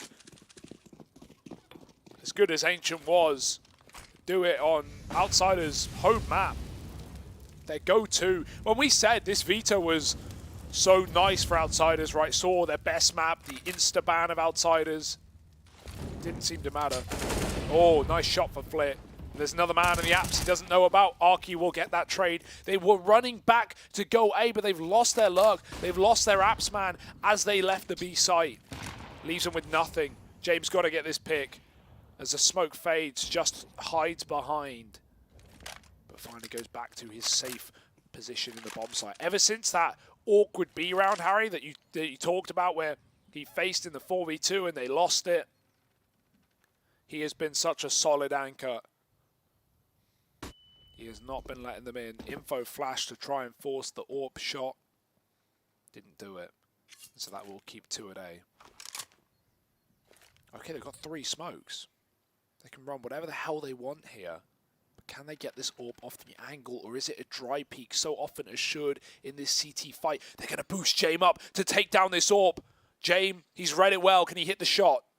Stododo's going to have to flick. He shouldn't win that, Jame. Wonderful boost up to get the opener. Now back at the site, it's just. This guy has been causing you so many problems in the B plays. So often, it's down to a mixture of him and the time, neither of which have been your friend. They've both been enemies, so in they come. Flash goes high. Just could swing on the back of it, but James got him this time aware. Holds on, and a 3-on-2 now presents itself in the post plant. Now the clock is ticking away. It's against Saw. Now they're the ones having to speed things up. Wow. Jame nails yet another shot with this AWP from Banana, doing everything he can to put a 6th on the board for Outsiders. On the smoke fade, Arky with the first, but Jame holds the line and doesn't give anything up in round 15. 6-9 at the end of this first half, and a 4K from Jame to get them there. He has been the guy winning rounds in this map. Like, if it's not Jame setting off, going berserk in a post plant, it's not been around for Outsiders. What a sick opener into that B site. And like you say, covering off the flash peak, just goes out running back with the flash, and James stops him. He goes on to kill absolutely everyone. Even hits the headshot over Coffins, for crying out loud. And it's Saw come up coughing out blood, but they still sit up in a 9-6 lead, Harry. That was enough to shut down the previous map. Oh, sorry, it wasn't enough to shut down the previous map for Outsiders when they were favored after their CT side, but Saw, I don't know, they've got a reason to believe here. They've got an upset piping hot and a lot of util for a pistol.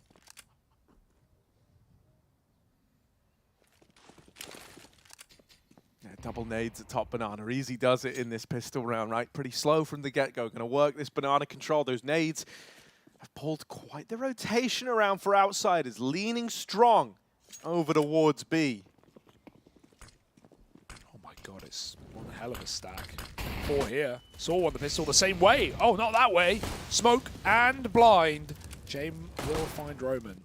They're going to have to go. They've thrown in their stuff. Flash deep to Coffins. Jame going to look for more spam shots. Maybe he can even be boosted. Talking of boosted, Flick going over one smoke. Hits his kill. Buster, they're not ready, but they do convert it. And Jame doubles up on top of the boost. Another from the captain of Outsiders to win the round in the pistol, unless Just, top performer of the server, has anything to say. Yeah, Just v Jame has been a hell of a fight. Like the battle of the Jays. And Just needs to show he's the biggest. With his swing. Spots that no one's occupying this CT area just yet. Maybe a chance at the plant. Kickout's going to hear this, starting to push up Banana. The bomb plant comes in at least for Justin. Now crosses to the pillar, spots the Banana man. Oh, peeling off, looking for this. They're running at him, they're trying to peek him together. Only the pillar, he's really got to keep it clean, and it's the first, but the trade is immediate. It's a damn good try, considering how little room he had, how restricted he was, but not enough. James with a big performance here, really doing everything in his power to try and get outsiders to the major. Yeah, another 4K from the captain, right? Not just the opening through smoke, but 2 off the boost and the closing clutch kill to trade kicker. Lovely spacing in the 2-on-1. For a second, it looked scary, like they were going to block each other and shoot each other in the back of the head, but James, he gets it done in the 1v1. He always does. Man, I'm so thrilled at the game that we're getting. It's super impressive that we're even in this position, that we've gone the distance, right? That Saw is still up in this lead, and don't get me wrong, you know, you might have had the pistol go in favor of the outsiders. This is where they're going to try and close that gap. But let's just kind of think about this a little bit, right? Like, in this series, this is Saw, who, as you kind of touched upon earlier, at some point in their career, they've all got this kind of weird link to Mutierrez, right? They've all been with him at some point, namely back on kick for the bulk of this team. Mutierrez having a career that spans over a decade in Counter-Strike. Always been a name in the server, but never at the top level. Hasn't actually attended a major. Meanwhile, on the other side of things, outsiders, top 8 last major, weren't they? Made it all the way to the playoffs, didn't they? So this would be one hell of an upset. You can imagine that tears are going to be shed no matter what for Saw. We just have to see whether or not those are tears of joy or tears of pain, knowing that you could have 2-0'd this series at one point. No one delivers pain like James. Flash pop through the smoke. They're going aggressive, running down the gap on long. There's this double-layered graveyard pit setup. And, okay, let's see if these T's can figure it out, because right now it's only Kickit showing face, split in the sight, headshot for that AK. James trades. Now they know about it. Mac-10 roars to life with a double kill, and suddenly the flip goes the favor of Saw. Yakinda doesn't give them a second to get comfortable. He sees the planter, but he's so low, and Mutierrez has smoke spammed him. Buster got to do what he does best. In a 1v2, creeping through this smoke, and now he's in the open. Trade should be incredibly quick, but it's not through for Mutierrez. Finally converted with 4 kills. Saw come in with another round, and that is a force buy to stop that closing gap you talked about. Outsiders don't have the money, and Saw have the momentum. A force buy rush. Wow, dude, right as we're talking about the guy, right as we bring up Mutierrez, is the kind of cool storyline here and his place within this team. He steps up massively, delivers a 4K to find that force buy round for Saw. Oh, it's getting so competitive. And man, like, I don't know, this would just feel like, you know, for someone like Mutierrez, where you've been here for, as we say, over a decade, this would feel like, you know, for so many players, the goal is get to a major, right? Get there. That's the dream. For really anyone involved in CS in any capacity, that's the dream. And he's doing everything in his power to send himself, his teammates, guys he's known for years there, over the outsiders, who were top 8 last major, who were always contenders for playoffs no matter the event they're attending. He's looking to end their journey swiftly here. Yeah, what a steal this would be. They've just got to do in the money again. Another force buy, another FAMAS for Yakinda. He talked about how he had a very slow start to this map, but often it's CT sides where he can come alive. This is, a big kill. He will follow up, but not with a frag. Low on Stododo, and Yakinda will go home. It's a 4v4 with not much to work with here on Outsiders. I think it was even James to drop this FAMAS over. He's got nothing to work with. Trying to set up his star, trying to pull him back into this matchup, despite the scoreline, despite the kill count. Flit sees he lets him down. They get right in his face, and Roman hits it. James along with a USP, going to play no part in this round. Neither should Buster. The motor smokes down, and he's gone before it blooms. Saw, they will stick the plant. They will set themselves up for 11, and they will force a save with nothing from the outsiders. Yeah, being real, this is, at least it should. This should go, this should go 12-7 before outsiders have a bye. And even with that bye, you know, it's Inferno firstly, so saves are super prominent. And if you end up losing that, if that one gets stripped away from you, Saw are well and truly running away with this series. Like, this would be unprecedented.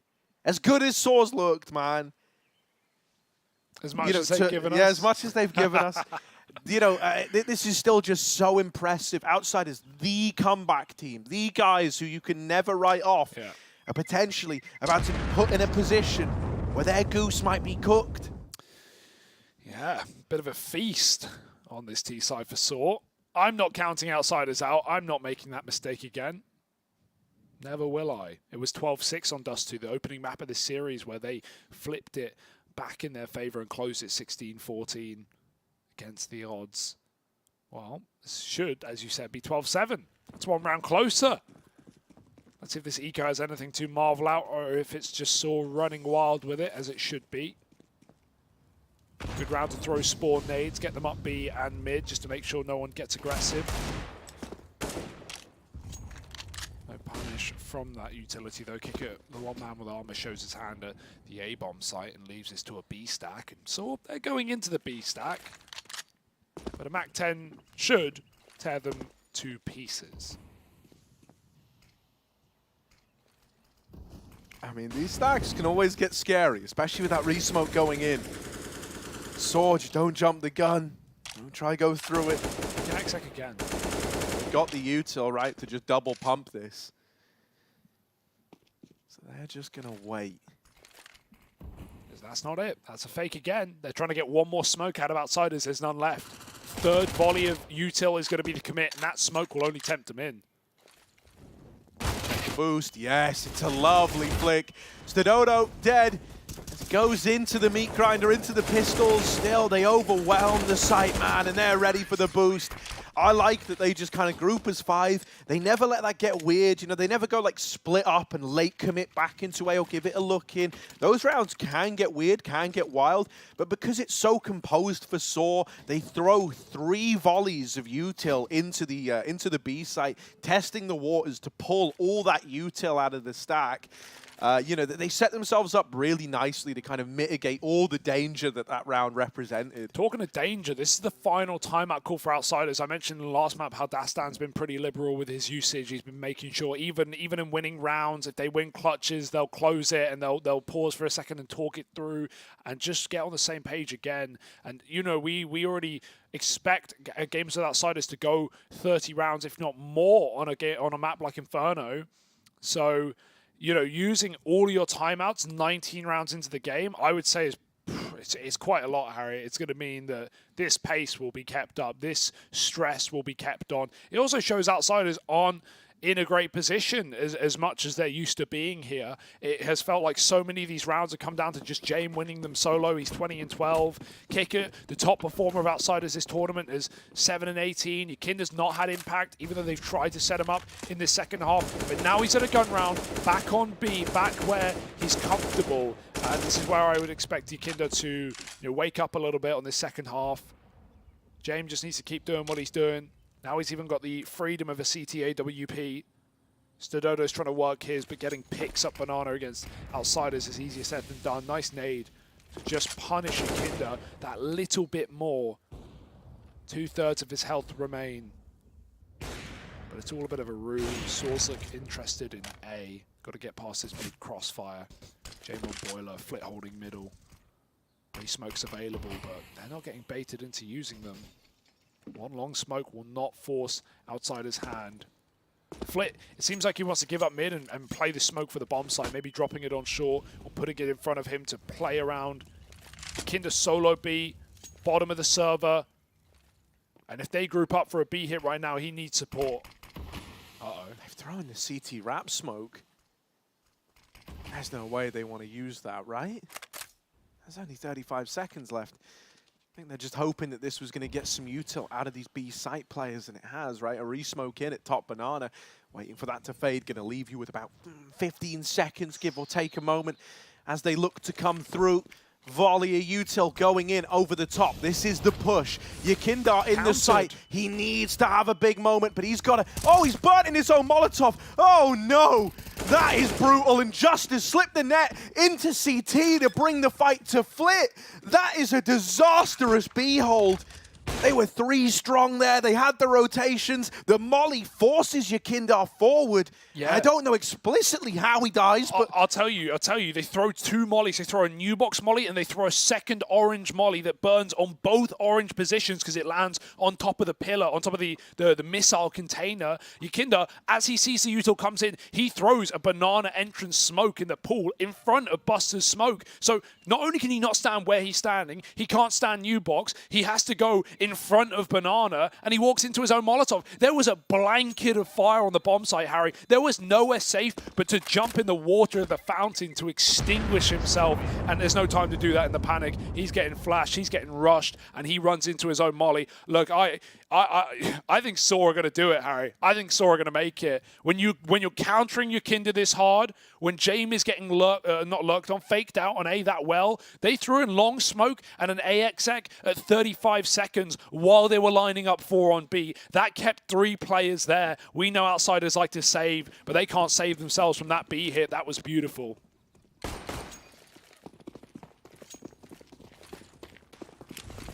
I mean, outsiders, they've all in this. They've all in this round. If this one doesn't go their way, Saw are teed up. The opener found. Yakindar this time involved in an early fight, and it will go his way. Saw slow it down. No need to overplay your hand here. You tried your fast B aggro. You tried to take Car away. You didn't like what you saw. So now they pump the brakes. Arky in a bit of a ratty position outside of the A push. Waiting to see if anyone from outsiders goes a knocking. Util getting lobbed into B. Third man pulled over. Saw not committed yet. They will start to walk on in. Past the point of no return, perhaps. The bomb's still down at top banana, so they've given themselves an out if they don't like what they see, but they're very, very deep here. It feels like they're committed. Yeah. Even though they've still left the bomb outside of the B site, with that first kill going against them, it starts to get really awkward. Mutierrez is trapped in this prison of outsiders making. Gonna find that first to Yakindar. Now he needs to deal with the man at the back of the site. How on earth is he meant to get out of this? Flick goes scavenging for the A1S, and Mutierrez is not considering it, not aware. Out with the swing. Flick locks that one in. As the Dodo, all alone in the 1v3, really does have his work cut out for him.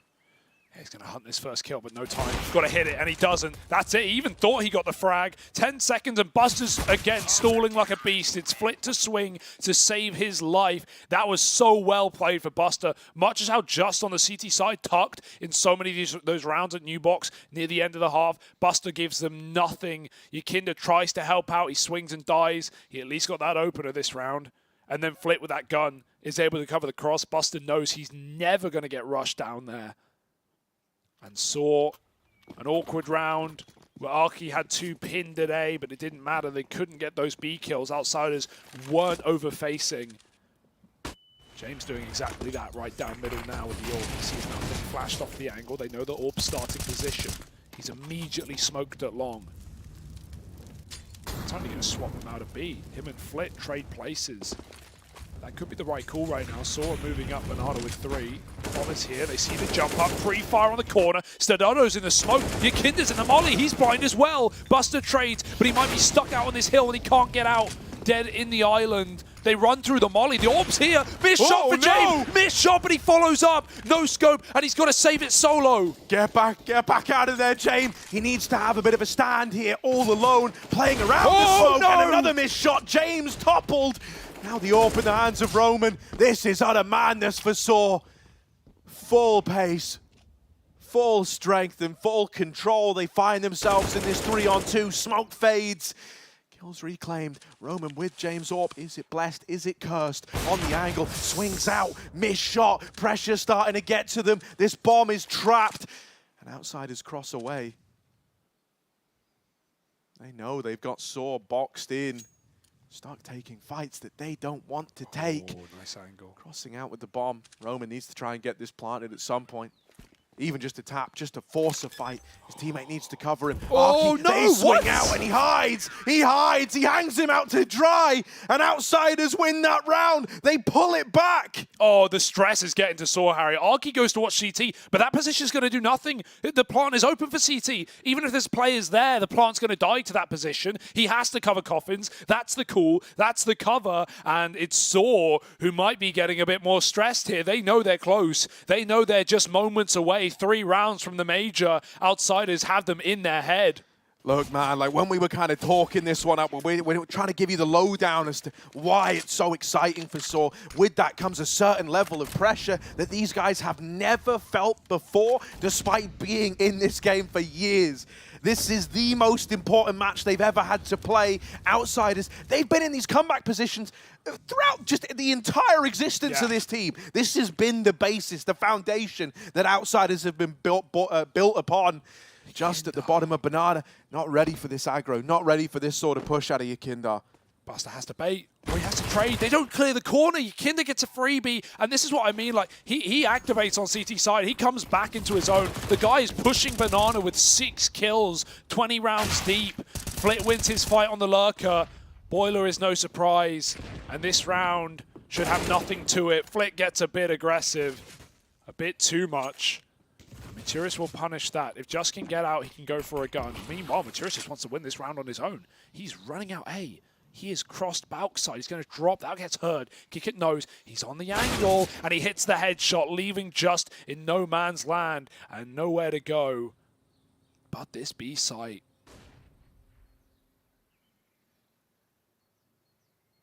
So I need a pause. They need a moment to just have someone come in and calm them down. Right now, they're still on that energy of, come on, guys, that we just need to get 3 rounds. We just need 2 rounds to at least lock in an overtime. That can save us. But it's that fear. Oh, my goodness. He didn't really have any right to get the bomb plant, but that's pretty baller. Saw at least create a bit of money there. Just, this guy has been delivering no matter the map, no matter the occasion, and he even pads the bank accounts out a little bit more. But yeah, I hope we get a pause here. I hope we have just a bit of time where they can take a breath. The only way that you beat Outsiders here is by slowing yourself down, not stooping to this level that they're trying to put you on, where you feel like you can run at them. You feel like that's how you're finding success, and it might be getting you into sights, but it's not winning you rounds. No pause yet, still riding high on the momentum. You don't want to be left trying to do it when it's already too late, when it's already too far gone. All right, 3 in a row now for Outsiders. Once again, keep the good times rolling. Straight up Banana for Stododo. He has done the same thing in these last 4 rounds of play, just running up Banana and trying to get stuck in. And Outsiders know about it. They've naded him down to 50. In the opening, 30 seconds of the round, he's already half health. They can exec again. Like, they're going to go for it. They seem to believe in these B plays, and they might be right. There might be something to it. Yakinda getting run down, hits his shot, spraying through the smoke, trying to buy time for Buster, who will get cleared. Great headshot for Maturis. Him and Just might just do this on the B bomb site where it all began. Bomb plant is in. It's come through, not default though. It's not going to be for Banana. Arky can't stay here forever. They're double flanking B. He hides out. Did they see him cross? Doesn't look like it. Wide swing would be the end of him. Jame waits. Has to clear this angle himself. Manual mode. Flashed up the top. Arky can peek off the back of it so it won't blind him. He hears every step. He swings Jame and he catches him with nut and nades out. Fiddling around. Arky, the bomb is not for you, but his team are tucked in double dark. Outsiders, this is so rough. With Jame and Flit low, yeah, they should just be saving. They're out of there. They're running away. They concede this one to Saw, and Arky doesn't even want to let the save come in. They're chasing them down, dealing with Yakinda. So doing damage on the way out. Oh, no! Saw can't quite find the last man. You would have loved that one extra kill. Yeah. But 14-10. They cook up a winning recipe. They still feel so strongly about this B site. It hadn't worked for the last few rounds, but they're able to crack it open there. Mutiris showing that experience, that tenure. Him and Just coming alive to open up the B site to make these rounds happen. Outsiders, their backs are against the wall. Their money is 1 round away from being broken. And if that happens up against 15, this could be all over. They know they forced Triple B early as well. They don't take Banana this round. It's the first round. They haven't done it in so long. They focused alt mid. They come to take apartments, and they read it perfectly. Triple B start, but not for long. Buster with a full belt of util and maybe more dropped on the floor is left alone on this site. It's a good call for James. He's read it well. He's often been left alone, lurking on short, having to deal with Arky in these late rounds who will never commit, but will keep you there attentive at all times. Good grenade in apartments. Look at that damage. 100 done to 2.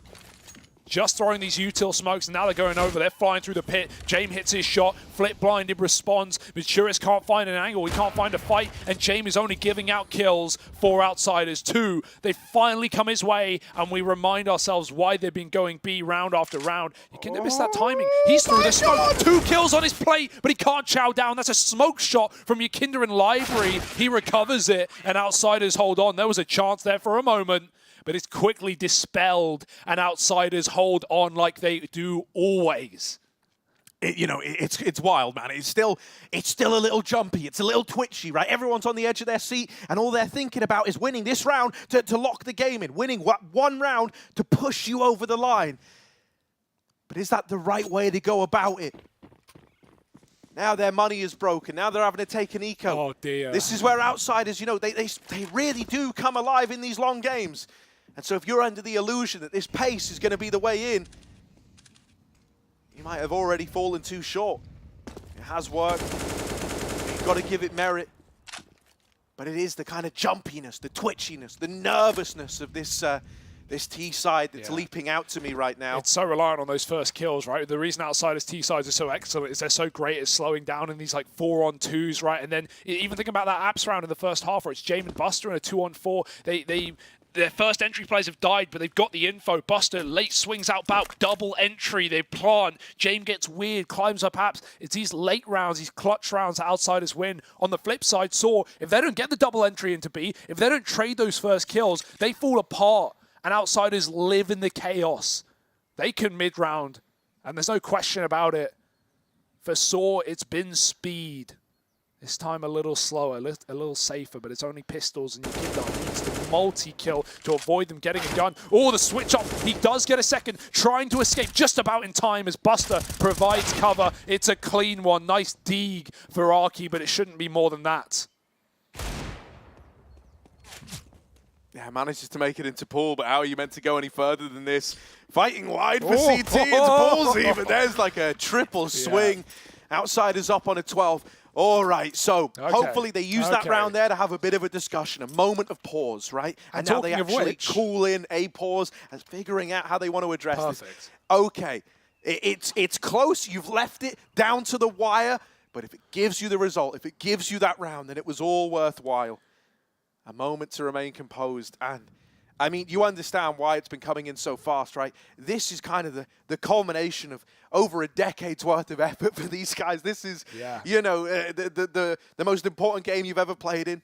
The chance to get to the major so within reach. You've also got a whole nation of people just repping you, backing you up, that you feel like you can't let down in a moment like this. Yeah.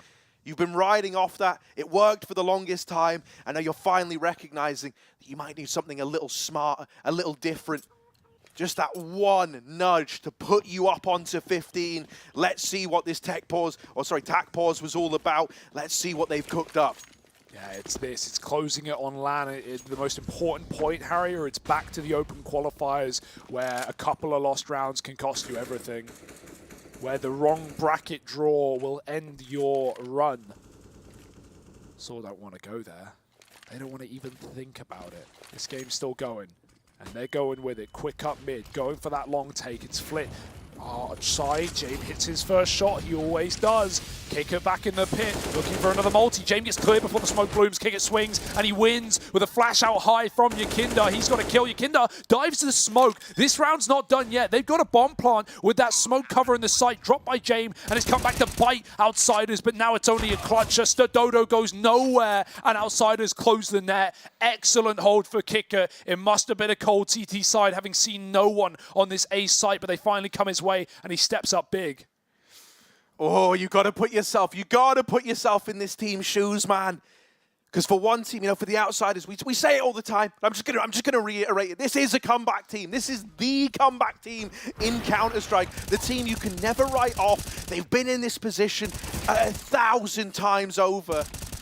For Saw, their hearts are racing. They are sweating. They cannot believe that this might all get stolen away in round 30.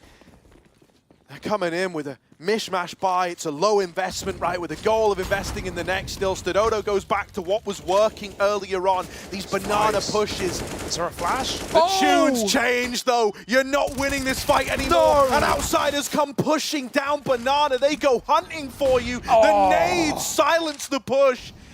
And Outsiders just 2 kills away from tying this game up at 14-all. There's method to the madness, isn't there? Stododo's waiting for that flash up top B, but they already spam him through the smoke before he gets a second to think, and Yakinda flies through. It looks crazy, but it's set up by Util from Outsiders, and as soon as he dies, only going 1-for-1, Saw run for the gun. What follows? Double nade, Molotov, and a 14th round perhaps.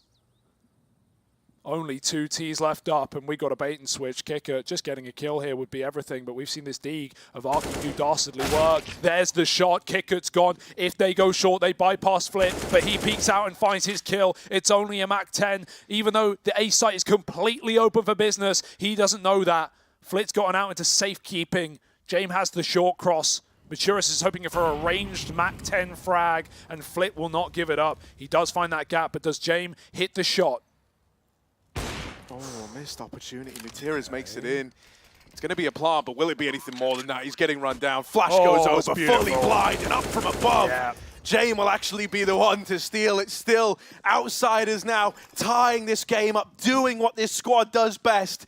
It's cool, it's calm, it's composed, it's everything that this T-side from Saw isn't as it started to fall apart as we go deep into regulation.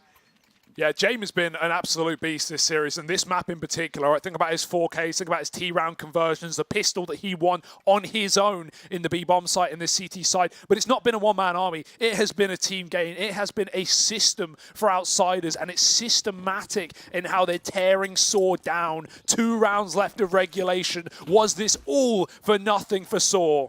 Well, up until now, every round that's gone against you, you've been able to tell yourself, at least we're still in the lead. We still only need a couple.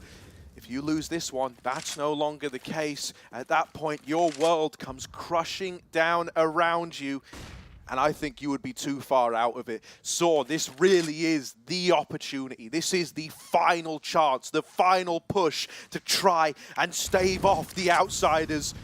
The Barbarians have been knocking at the gate for a long while now. Finally got to answer the music. James scoped up on the short side. Saw working this banana control. Yakindar here. He's been on a bit of a recovery. Still quiet by his standards, but he's been able to win these fights at banana more and more. Util going out at the top mid. James has not called for a rotation yet. James says no, keep the triple B. This doesn't feel like an A play, and he is dead on. Saw a grouping at banana, flashing Yakindar in for a chance to take this peak. No, he's going to play contact, dead right away. It's just the MVP for Saw to open this up. Too strong, still inside of the site. Outsiders double set with 30 seconds. They've got to hold the line, buy time for these rotations. Saw are moving in, crossfires here. First kill for Flit, makes it a double. Just returns the favor with 2 of his own. This is the opportunity. This is the moment, and they're running at Outsiders. It's only James left standing, dead. It's 15 for Saw, and an incredible quick B-pop round finds them match and series point. Outsiders knew it was coming. They had everyone there. They had Buster baiting for Flit. The first time Flit's been on the B site. He's hiding. He's still double kills, but who is it? The exact man to hard clear Yakinda. He goes on to line up 2 more. Just does it. 30 kills deep, and they even jump through the CT smoke. They do not let Outsiders set up for another clutch round, and it's Saw who might have done it. 13-7 down. This game went 30, and they can still close it in reg. They have money. They have reason to believe, and they have wind in their sails. It felt like Outsiders' comeback dream had continued, but instead it might be a nightmare. top 8 in Stockholm and gone in the RMR if they can't drag this to overtime. For Saw, it's the first major for this team, for these players. And stealing it away against one of the best BO3 rosters right now, the best third map closers. The thing that's still so messed up, though, is even though you've got 15, you can't let that relief wash over you yet. Outsiders, they're still determined. They're still giving this everything they've got. So you've got to keep going till you've got 16 rounds on the board. Once again, faking this A play, showing some attention in top middle, but it doesn't look like the commit over in apartments. Arky was trying to play with timings. Mutir is all the way out, up through long. He might have found a gap. This is nice. Gonna give CT a look in. Yakindar's here on a bit of a timer. Mutir is dead. A man advantage early for outsiders. These have often been round wins, and they are so aware of what's coming their way. Still, smoke spam out of Arky. Back at the site now. Buster.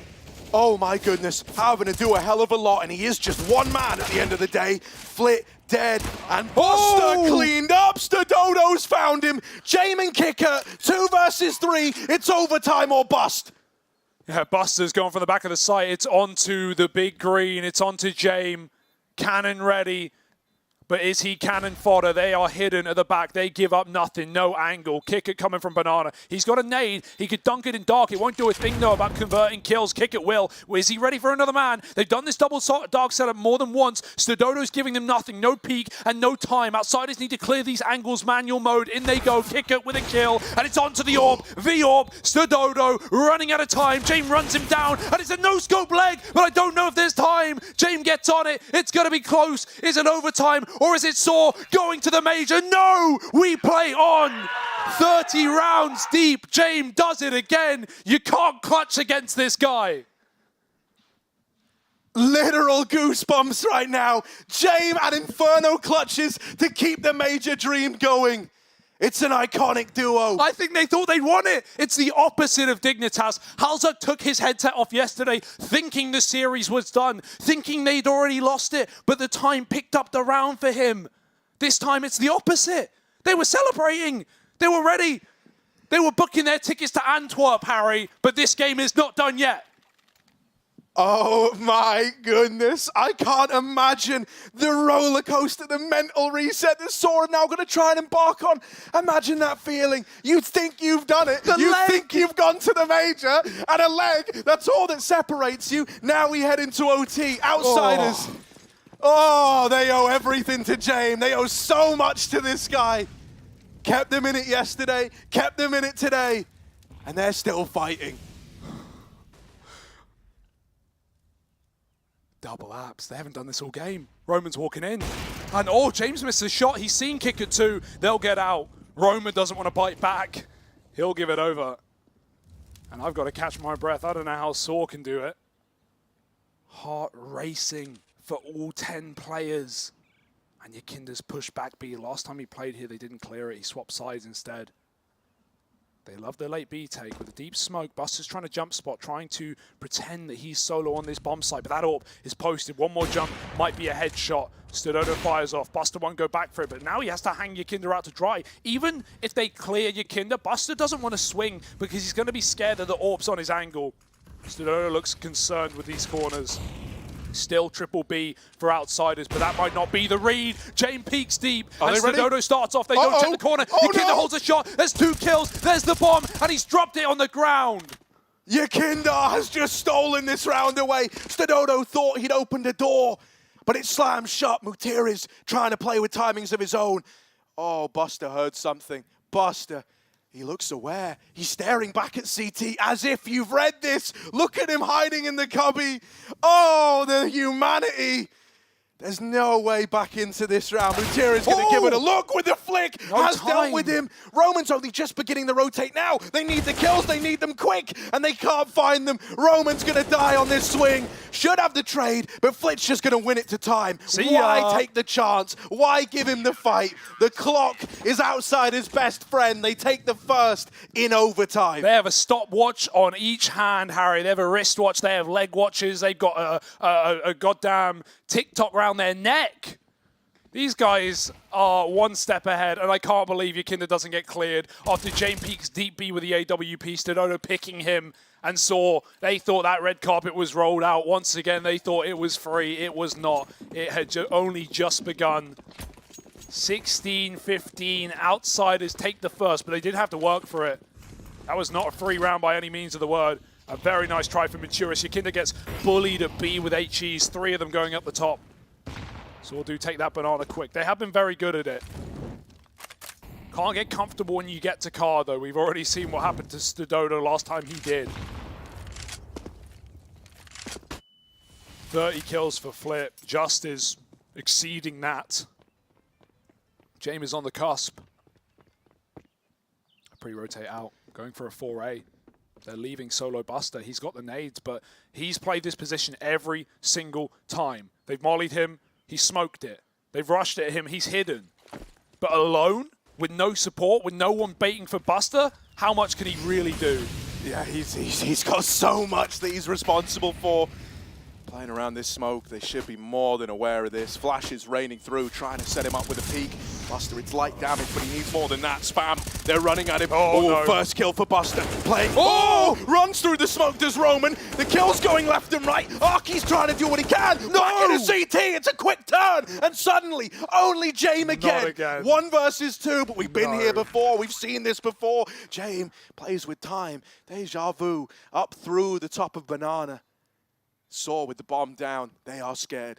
They know who they're up against. They know what this guy can do. Stododo on the angle. If he loses this, it's a way back in. Just now stealing himself away, playing around this bomb, waiting for the cross in. The nade from Jame goes to Dark. You understand why, with how often this has been the post plant for Saw, but it's not the case this time around. Time is the problem. Time is his enemy. Flash goes in, but Jame, he's out of there. He's saving, wants nothing to do with it. And so Saw, they find a round on the back of one of these B plays.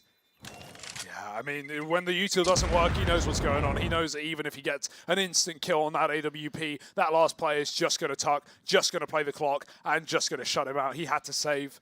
It's a rough one. And you can't even blame Jane for that one, I'm going to say it, because he immediately called for that B-rotate. When Buster was solo, the second the smoke was seen going over the top, 4 Outsiders players began rotating back to that B-bomb site. James stayed on short the entire time, just in case of a lurk, of a fake, of Arky and Boiler. Not the case.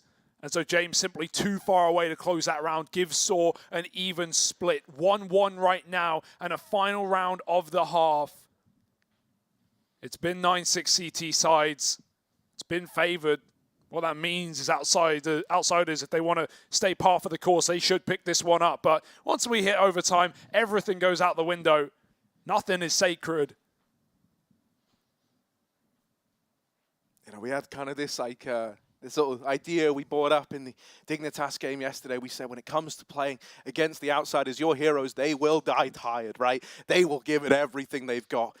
But it always feels like an inevitability. Saw are the team right now that have pushed Outsiders to their very limits, the ones who have made it look competitive.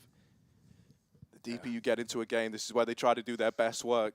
Yakinda's got a call. He's looking stressed as hell, man. He was like 5-16 at the end of or 5-15 at the end of the first half. He was having a real rough time. He picked it up a little bit CT side. He certainly had his rounds with these banana pushes, with these aggressive plays, but at the same time, he's also been the first pick for Stododo or for Just coming up B. It's been a bit of either which way. Kicker's given the AK. What that means is Outsiders think it's a pit play. They think he's going to be the guy to pop off. It's not Flit, the top performer. It's not Yakinda, the banana man. It's Kicker with the rifle, the top performer this tournament so far. But this game, we've not had A plays, Harry, on these T-side. We've not had Kicker given a go. He's back on Balk. He's hoping for the best. This is the interesting thing, though, right? They've put a lot of faith in Kicker. They triple bead early, and they said, look, we're going to make up with it with these early numbers. I like this. We're going to put faith in you to hold down that A play early. And if Jame, if I can get myself set up here, if he can hold this banana angle, it's a lot of info, gets up onto the half wall, but Stododo. Holding for a jump. Holding for the jump up, yeah. Might get rewarded. They're out in middle. They're running into this A-bomb site up through long. This is why you give Kicker the AK. He needs to show us. He needs to demonstrate why it was him entrusted with this rifle, with this gun. Jame held on that shot. He was not convinced. Kinder knows what's up. He finishes the job. Flit drops his smoke. They don't know about Kicker. They run right by. He's got an opener. Flit's followed up. It's falling apart, and they die like flies, falling out of the air. Kicker kills 3, and that is why they waited for him. That is why they set him up. We've been waiting for that round for some time, and when they pop apps, Kicker steps up big. 2-1. In the half, the game that Saw thought was done, but it's only just begun. Buy a guy in M4, maybe he gets one. Save a guy in AK, and he'll win you the round. Kicker, he's set Outsiders up 2-1 at the end of that first half of OT. Now for Saw, this, I mean, it feels like the tests just keep getting greater and greater. There, David, they think they've beat the Goliath, but then an even bigger guy shows up the deeper we get into this. 12-6 on Dust 2. Outsiders won it. 13-7 on Inferno, and we're here on overtime. Scores me nothing. They just want to play more rounds. They're paid by it after all. Stododo, he's taking a fight down B. Kicker's out here. He's been waiting for this play since the T side, but he missed it. Stododo snuck through the smoke. Kicker has seen nothing, but he might catch him on his retreat. Oh no, first man falls. Kicker stepping it up a notch as we get into the OTs. Remember how this game started, Harry? Kicker was 0-10 because he went here every single round and never did they push him, never did they feed him, never did they give him a chance. First round of CT overtime, and they're a man down to the guy who started slow. Outsiders forced back into an A play. This is what they're looking for, right? They've got that early man advantage. They think that maybe there's a gap to be found over here towards A, but there's a triple lean for Saw. Mutir is dead. Over at long, Yakindar bests him, and now it's this sight hold coupled with the pit player. Roman, he's got a crossfire with Arky. Oh, Roman's dead right away. Doesn't even get a chance to play the round, and Arky's followed up onto Outsiders. They take their first T-side round up onto 18. And it's at this moment, Saw, who went from elation, who were taking their headsets off under the belief that they had won this series and made it to the major, only to have it denied by a millisecond. Now that reality is dawning in that if they don't get 2 in a row, Outsiders have done it. And they will have just fallen short of their major dreams. It's game time, baby. There's no accounting for it. There's no stopping it. There's no counting it.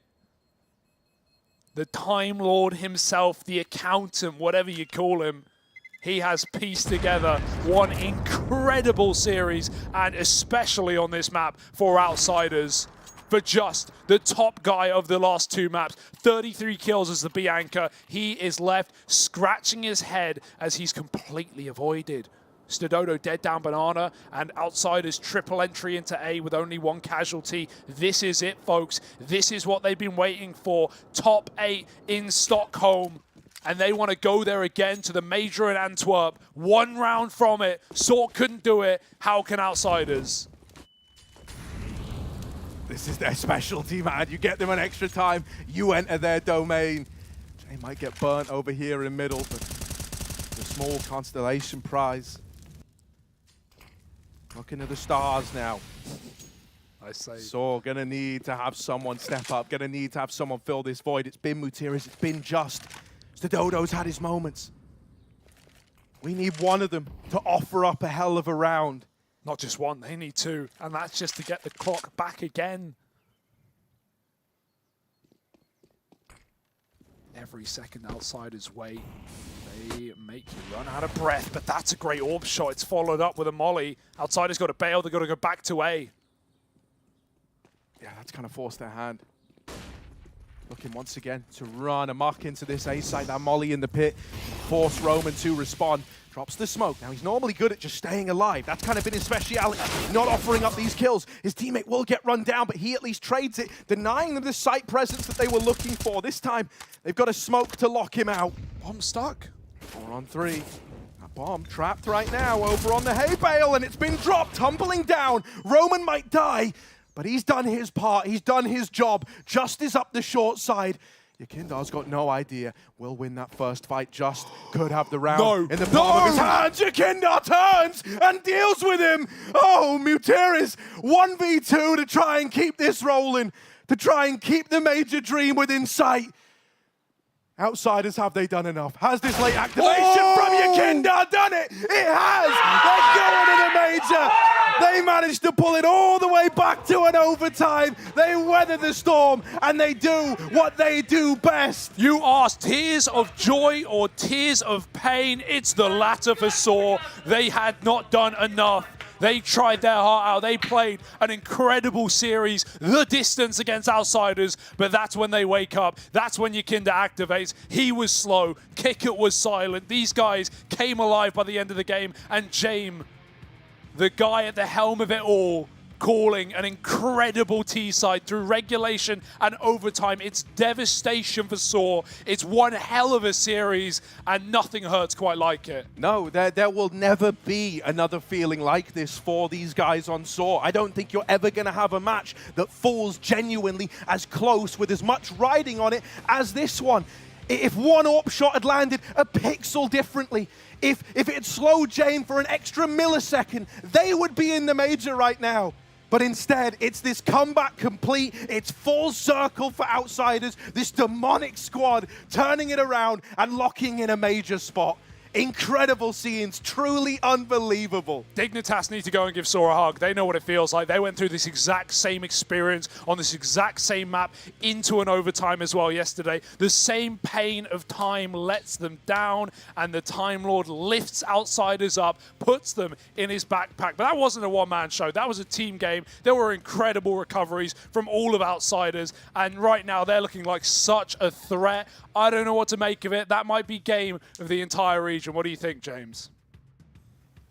That was something special. You almost feel like you want both teams to be able to grab a slot at the major, but that's not the way it goes. Only one team can march on forward, and it does end up being Outsiders. It is the ones that you guys said on the desk, right, in terms of they're the favorites coming into it, but they didn't look like the favorites in this, right? There was so much back and forth. That heartbreaking overtime round as well. That's going to be painful. If I'm Soar, I'm just not watching back that demo, ever. Okay, listen, like, I'm not trying to be taking sides or anything, but I'm a little heartbroken for Soar. They had it. And Harry said it best. One pixel on that no-scope, and they're through. What a crazy game.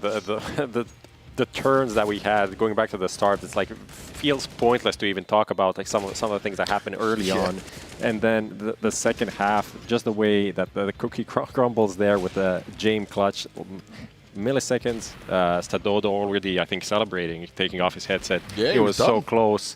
And then after that, coming back into it was super difficult, but you have to give props to both teams. Like, saw definitely after what we saw yesterday against Force, where they really had rough rounds and then crumbled after that. Here they also dropped some, but they kept fighting, right? And then on the other side, Outsiders, this is exactly what we come to expect from them at this point. But you also have to feel for like Yakindar's celebration after this crazy triple or quad even to claim the saving him. To claim the major spot and save. I mean, as we talked about before, not making it to the major would be a massive hit for them. Yeah, and I'm just looking at the scoreboard as well, right? Flit, like, it almost feels like there was so many heroic moments coming out from both the sides that, yeah, Flit, obviously 34 kills over 180 are deserved MVP over here, but, you know, shed a tear for Just, man. Some of the rounds he had, even Stadodo, sure, he wasn't able to hit the elevated position James was able to pop off towards, but he had so many crucial moments heading into that B bomb side, getting opening duels. I feel, generally, I'm still a little flabbergasted in the fashion they managed to close it out, but that is Outsiders. The hardest team. They're not the best team in the world, nowhere close, but the hardest team to close out against, and they show it time and time again, because time is their best friend. I mean, even on the start of the game, their T side started kind of slow, and then clutch after clutch after clutch, 3 rounds in a row, they lose the entries coming into the B bomb site. You think, oh, this is looking really nice, so I was going to close this out, but no, there's a 2v3, a 2v4, low buys, whatever is needed, they figure it out, and they managed to stay in the round, in the game. Kickert, I said before the game, he's in good form, he's going to perform. This is an important map for him. Banana, he was 0 for his first frag, came in round 10. he was struggling. Yeah, yeah, and you can have games like this, right? But you know who also was struggling a little bit on the B-bomb site? Yakinda, burning away a bit of utility coming out and making his life very difficult, Blair. Yeah, it was. They were making him really, really struggle a little bit, right? And we had so many rounds highlighted to talk about it, but I think the one round we have to talk about is the final round. Yeah, I mean, round number 30. That is the round that changes everything here. They were outsiders were literally on the ropes. It was supposed to be. I think it was even a 3v2, and somehow things don't really pan out. Flit gets the entry here, but the B hit comes in, and it's really potent. Yeah, it's an absolutely important, like, the way they were getting the opening of the site, right? So we have two players at the backside, and then we have Stadota. Great kill onto Buster, and then they just turtle up, right? Doubling up towards Dog Squad. We have the one player towards the back of the side as well. And James, man, we saw this yesterday. We saw this yesterday as well on Inferno, although he wasn't able to quite win it out. Kicker gets the first kill onto Just, and now it's a 2 versus 2. And then Kicker, he will fall. Actually, no, he gets the kill, and then it gets taken down. I love this play from Kicker, though. He slowly sneaks in, but then the no-scope from Sododo, and he lands a no-scope on James, and James, he gets legged a pixel above, maybe 1 or 2 pixels above. That's it. That's the game done. And they have... I don't know how much time he had on the defuse. Like 0.0002? No time. No time at all. But enough. No time to die for Yeah, Jay. no time to die. Only time to save. Like he finished again with what was it? 16 deaths. 16 deaths in an overtime game. 29 kills. Yeah, the first 5 rounds that Saw won, it was all just the time. There was constantly saving, and it's what a crazy game. Crazy game. Just like, but final shout out for me to Saw. I think that's how you pronounce it. Boa Tentativa. Nice try. That was as close as it could get, and considering when they came into this tournament, we were just discounting them time and time again. Rightly so, right? Oldest team, they've been together for a while. We're like, congratulations, you made it to the RMR, you're not going to be going any further.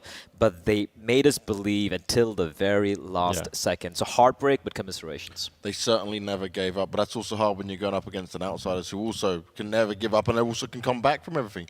I will touch on the fact there, if you're an outsiders fan, obviously if you're outsiders players, your stress levels must be beyond belief because you're playing all the rounds, all these overtime games, all these close situations. I don't think they feel the stress at this point. I feel like they really get off on it. Like, this is what they like. They're like, yeah, yes, more rounds. All right, we need to like, grind it back. And it's crazy because you'll see the first few rounds. You're like, okay, I'm not even sure what these guys are doing. And then the second half, or maybe the latter part of the second half, they suddenly wake up and like, yeah, this is how we play CS. We saw how at that point, I think it was like a 14-14, 14-13 round. They just went for the banana take and destroyed Saw. It was like, oh, this is what they can also pull off, like early fights, and you know, just put your guys out there. Take some aim duels, help them with utility. It's amazing. And then the first 12 rounds is like, who are these guys?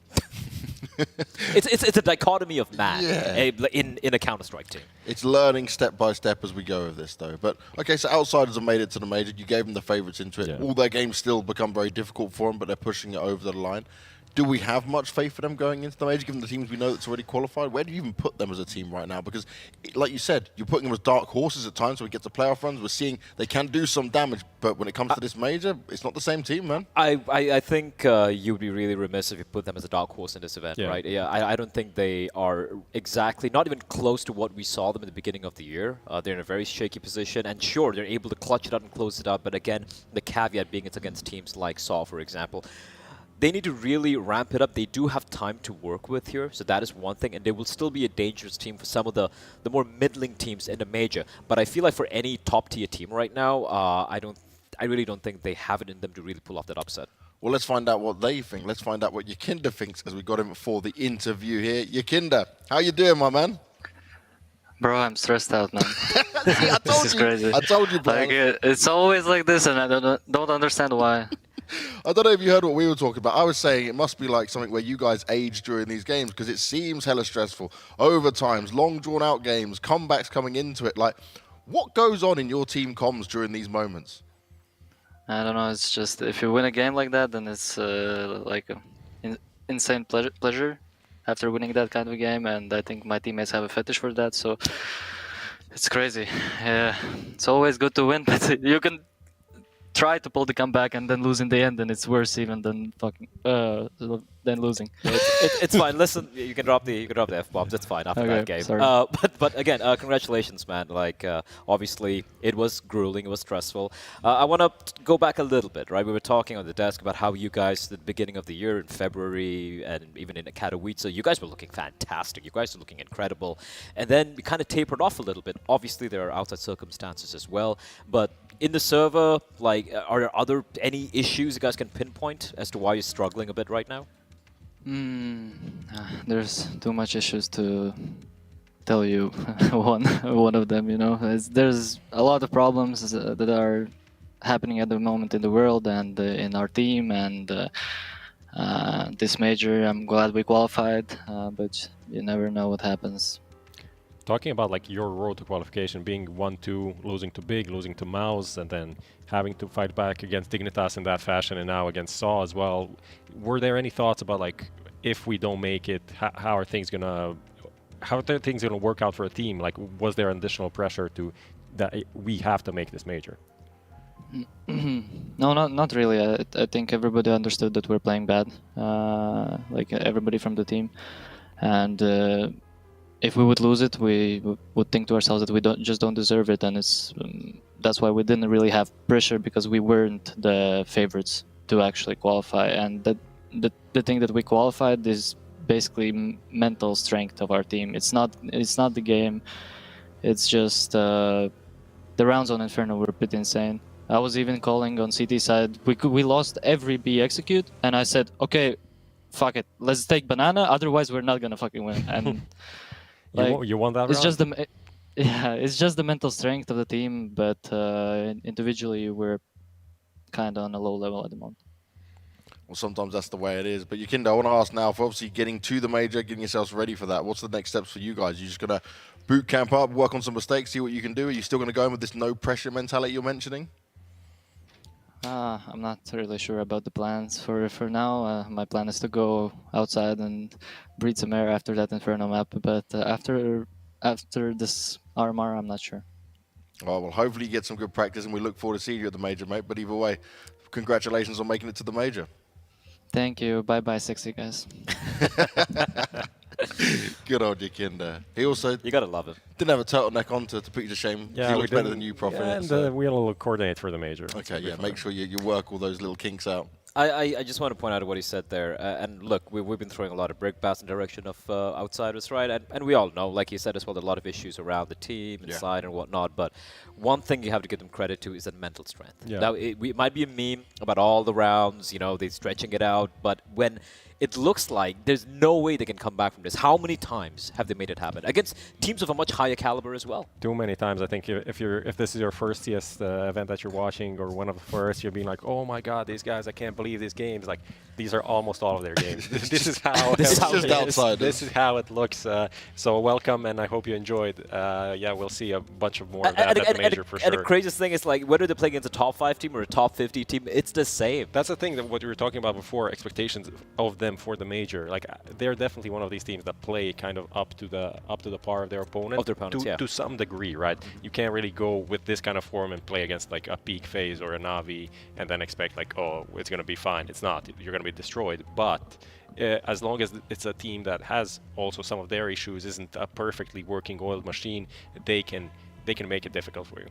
Well, let's take a look at our standings and see where we're at, because all of the teams, at least from this side of the European RMR, this is only the A side, we start the B side tomorrow, have made their way through. So Heroic, Big, FaZe, Na'Vi, Forza, Vitality, Eternal Fire, and finally Outsiders making it through. Saw so close yet so far. OG obviously a massive disappointment. Mao's not too bad in the grand scheme of things, but look, we got only a few slots left now, boys. 8 spots remaining.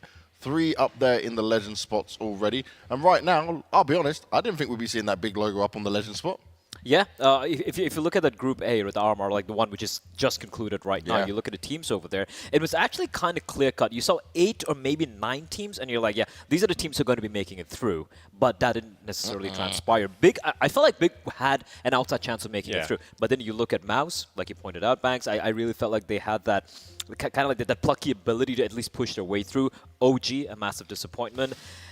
Fnatic was more about the brand name rather than the team, and I think Pimp's covered already, that. I think Pimp's already shit on them enough, so I'm not going to get into that in much depth. But overall, I kind of feel like most of the expected teams made their way through, but yeah, a couple of heartbreaks there. Yeah, definitely for OG. They are like OG and EG. These are two teams kind of cursed for this major cycle. I feel like there are going to be some changes there after these kind of performances. Maybe not for OG. They're kind of still new, but it's definitely a big hit for them, missing 2 majors in a row. Yeah, who else do we have? I think Fnatic, as you said, they're definitely not a team right now that is in a spot to expect anything from them. But Eternal Fire won, them getting through in fours. Those are two names that we knew. There's always some underdogs. There are some names that aren't mathematically, favored to go through, that are going to go through. And who is it going to be for this time? Eternal Fire. This time it was fours, and Group B, I'm sure we have a couple of more new names qualifying for the major. Well, let's take a look at some of those names and let's see the schedule for tomorrow as we get to start this all over again. The final 4 days to qualify for the major. And I'm just going to pick one myself, and you guys can pick it as well. I'm looking at Bad News Eagles going up against the Tropic down there on the B stream to start things off with, because I think that Bad News Eagle team's looked hella good. I don't know, like, if you put an eagle against a bear who'd come on top, I don't think I've ever seen that particular episode of National Geographic, but it would be an interesting matchup. For me, personally, I'm not going to talk about the matches, but like there are a couple of names here where you look at it and you're like, a couple of months back, you're like, yeah, they're not going to be doing much. ENCE. Was it a fluke at Pro League? Are they going to make that run, right? And looking at some of the teams they have to play up against, they would be considered technically the favorites. Yeah. Another team is NIP. Device, he's slotted as a stand-in. They have Roland coming in. What NIP are going to be seeing? Yeah, who's going to be opping? What's going to be happening there since Fuzi isn't even listed on their... Is Essetai going to op again? Is Essetai going to op again? Is he going to show off his movement on Mirage boxes? We don't know. Players against Sangal, that's like an opening given game, I feel like, for Hobbit and Co. Copenhagen Flames, can they make another run at the major? There's a lot of cool storylines, and you know how it is. Spirit, CIS team, we write them off because they've been trashed this year, and they're going to come in and, of course, qualify for the major. Prof's just saying it now. The return of... No, we always need a Quantum Bellator. Yeah, Fire, we need a Vega Squadron. We need a Vega Squadron, and this time I feel like it's going to be Spirit. And looking at some of the teams over there, I feel like they have the pedigree when it comes to some of the individuals to actually make a deep run. Yeah, Dexter is still there. He's been quiet, but he's one Not the Australian Dexter, of course. But yeah. With the G. Dex. He's a real. Hit the G's, Prof, Yeah, I mean, it's going to be super exciting, just as it was these last 4 days. Probably going to go down to the wire with a no-scope, hitting someone in the leg and 1 millisecond diffuse. I don't think I can take that anymore, Prof. Like, literally, some of these games have been so stressful. I'm not even lying. I have a headache from this game. It's been too much. It's kind of funny, because we come into today, and we're like, all right, let's look at the matches. OG, and then we have Vitality, and then we have Outsiders. Yeah, these guys should be coming out on top pretty easily. OG get knocked out. Vitality almost scraped their way through Mouse, and then we saw that game. Counter-Strike, man. It delivers. It does deliver, and that's why we love this beautiful game. Guys, thank you very much for your time. We're going to close the show here, but make sure you're back tomorrow. We'll be starting at the usual time at 12. A little bit earlier if you want to come for the pre-show as well, and it'll be all the fun that begins on the B side of it. Only 8 more slots remaining for the major in Antwerp. You guys won't want to miss it. We want to discover who those teams are going to be, so go get some rest, go do whatever you've got planned for the rest of the day. Maybe play some Counter-Strike. See you tomorrow.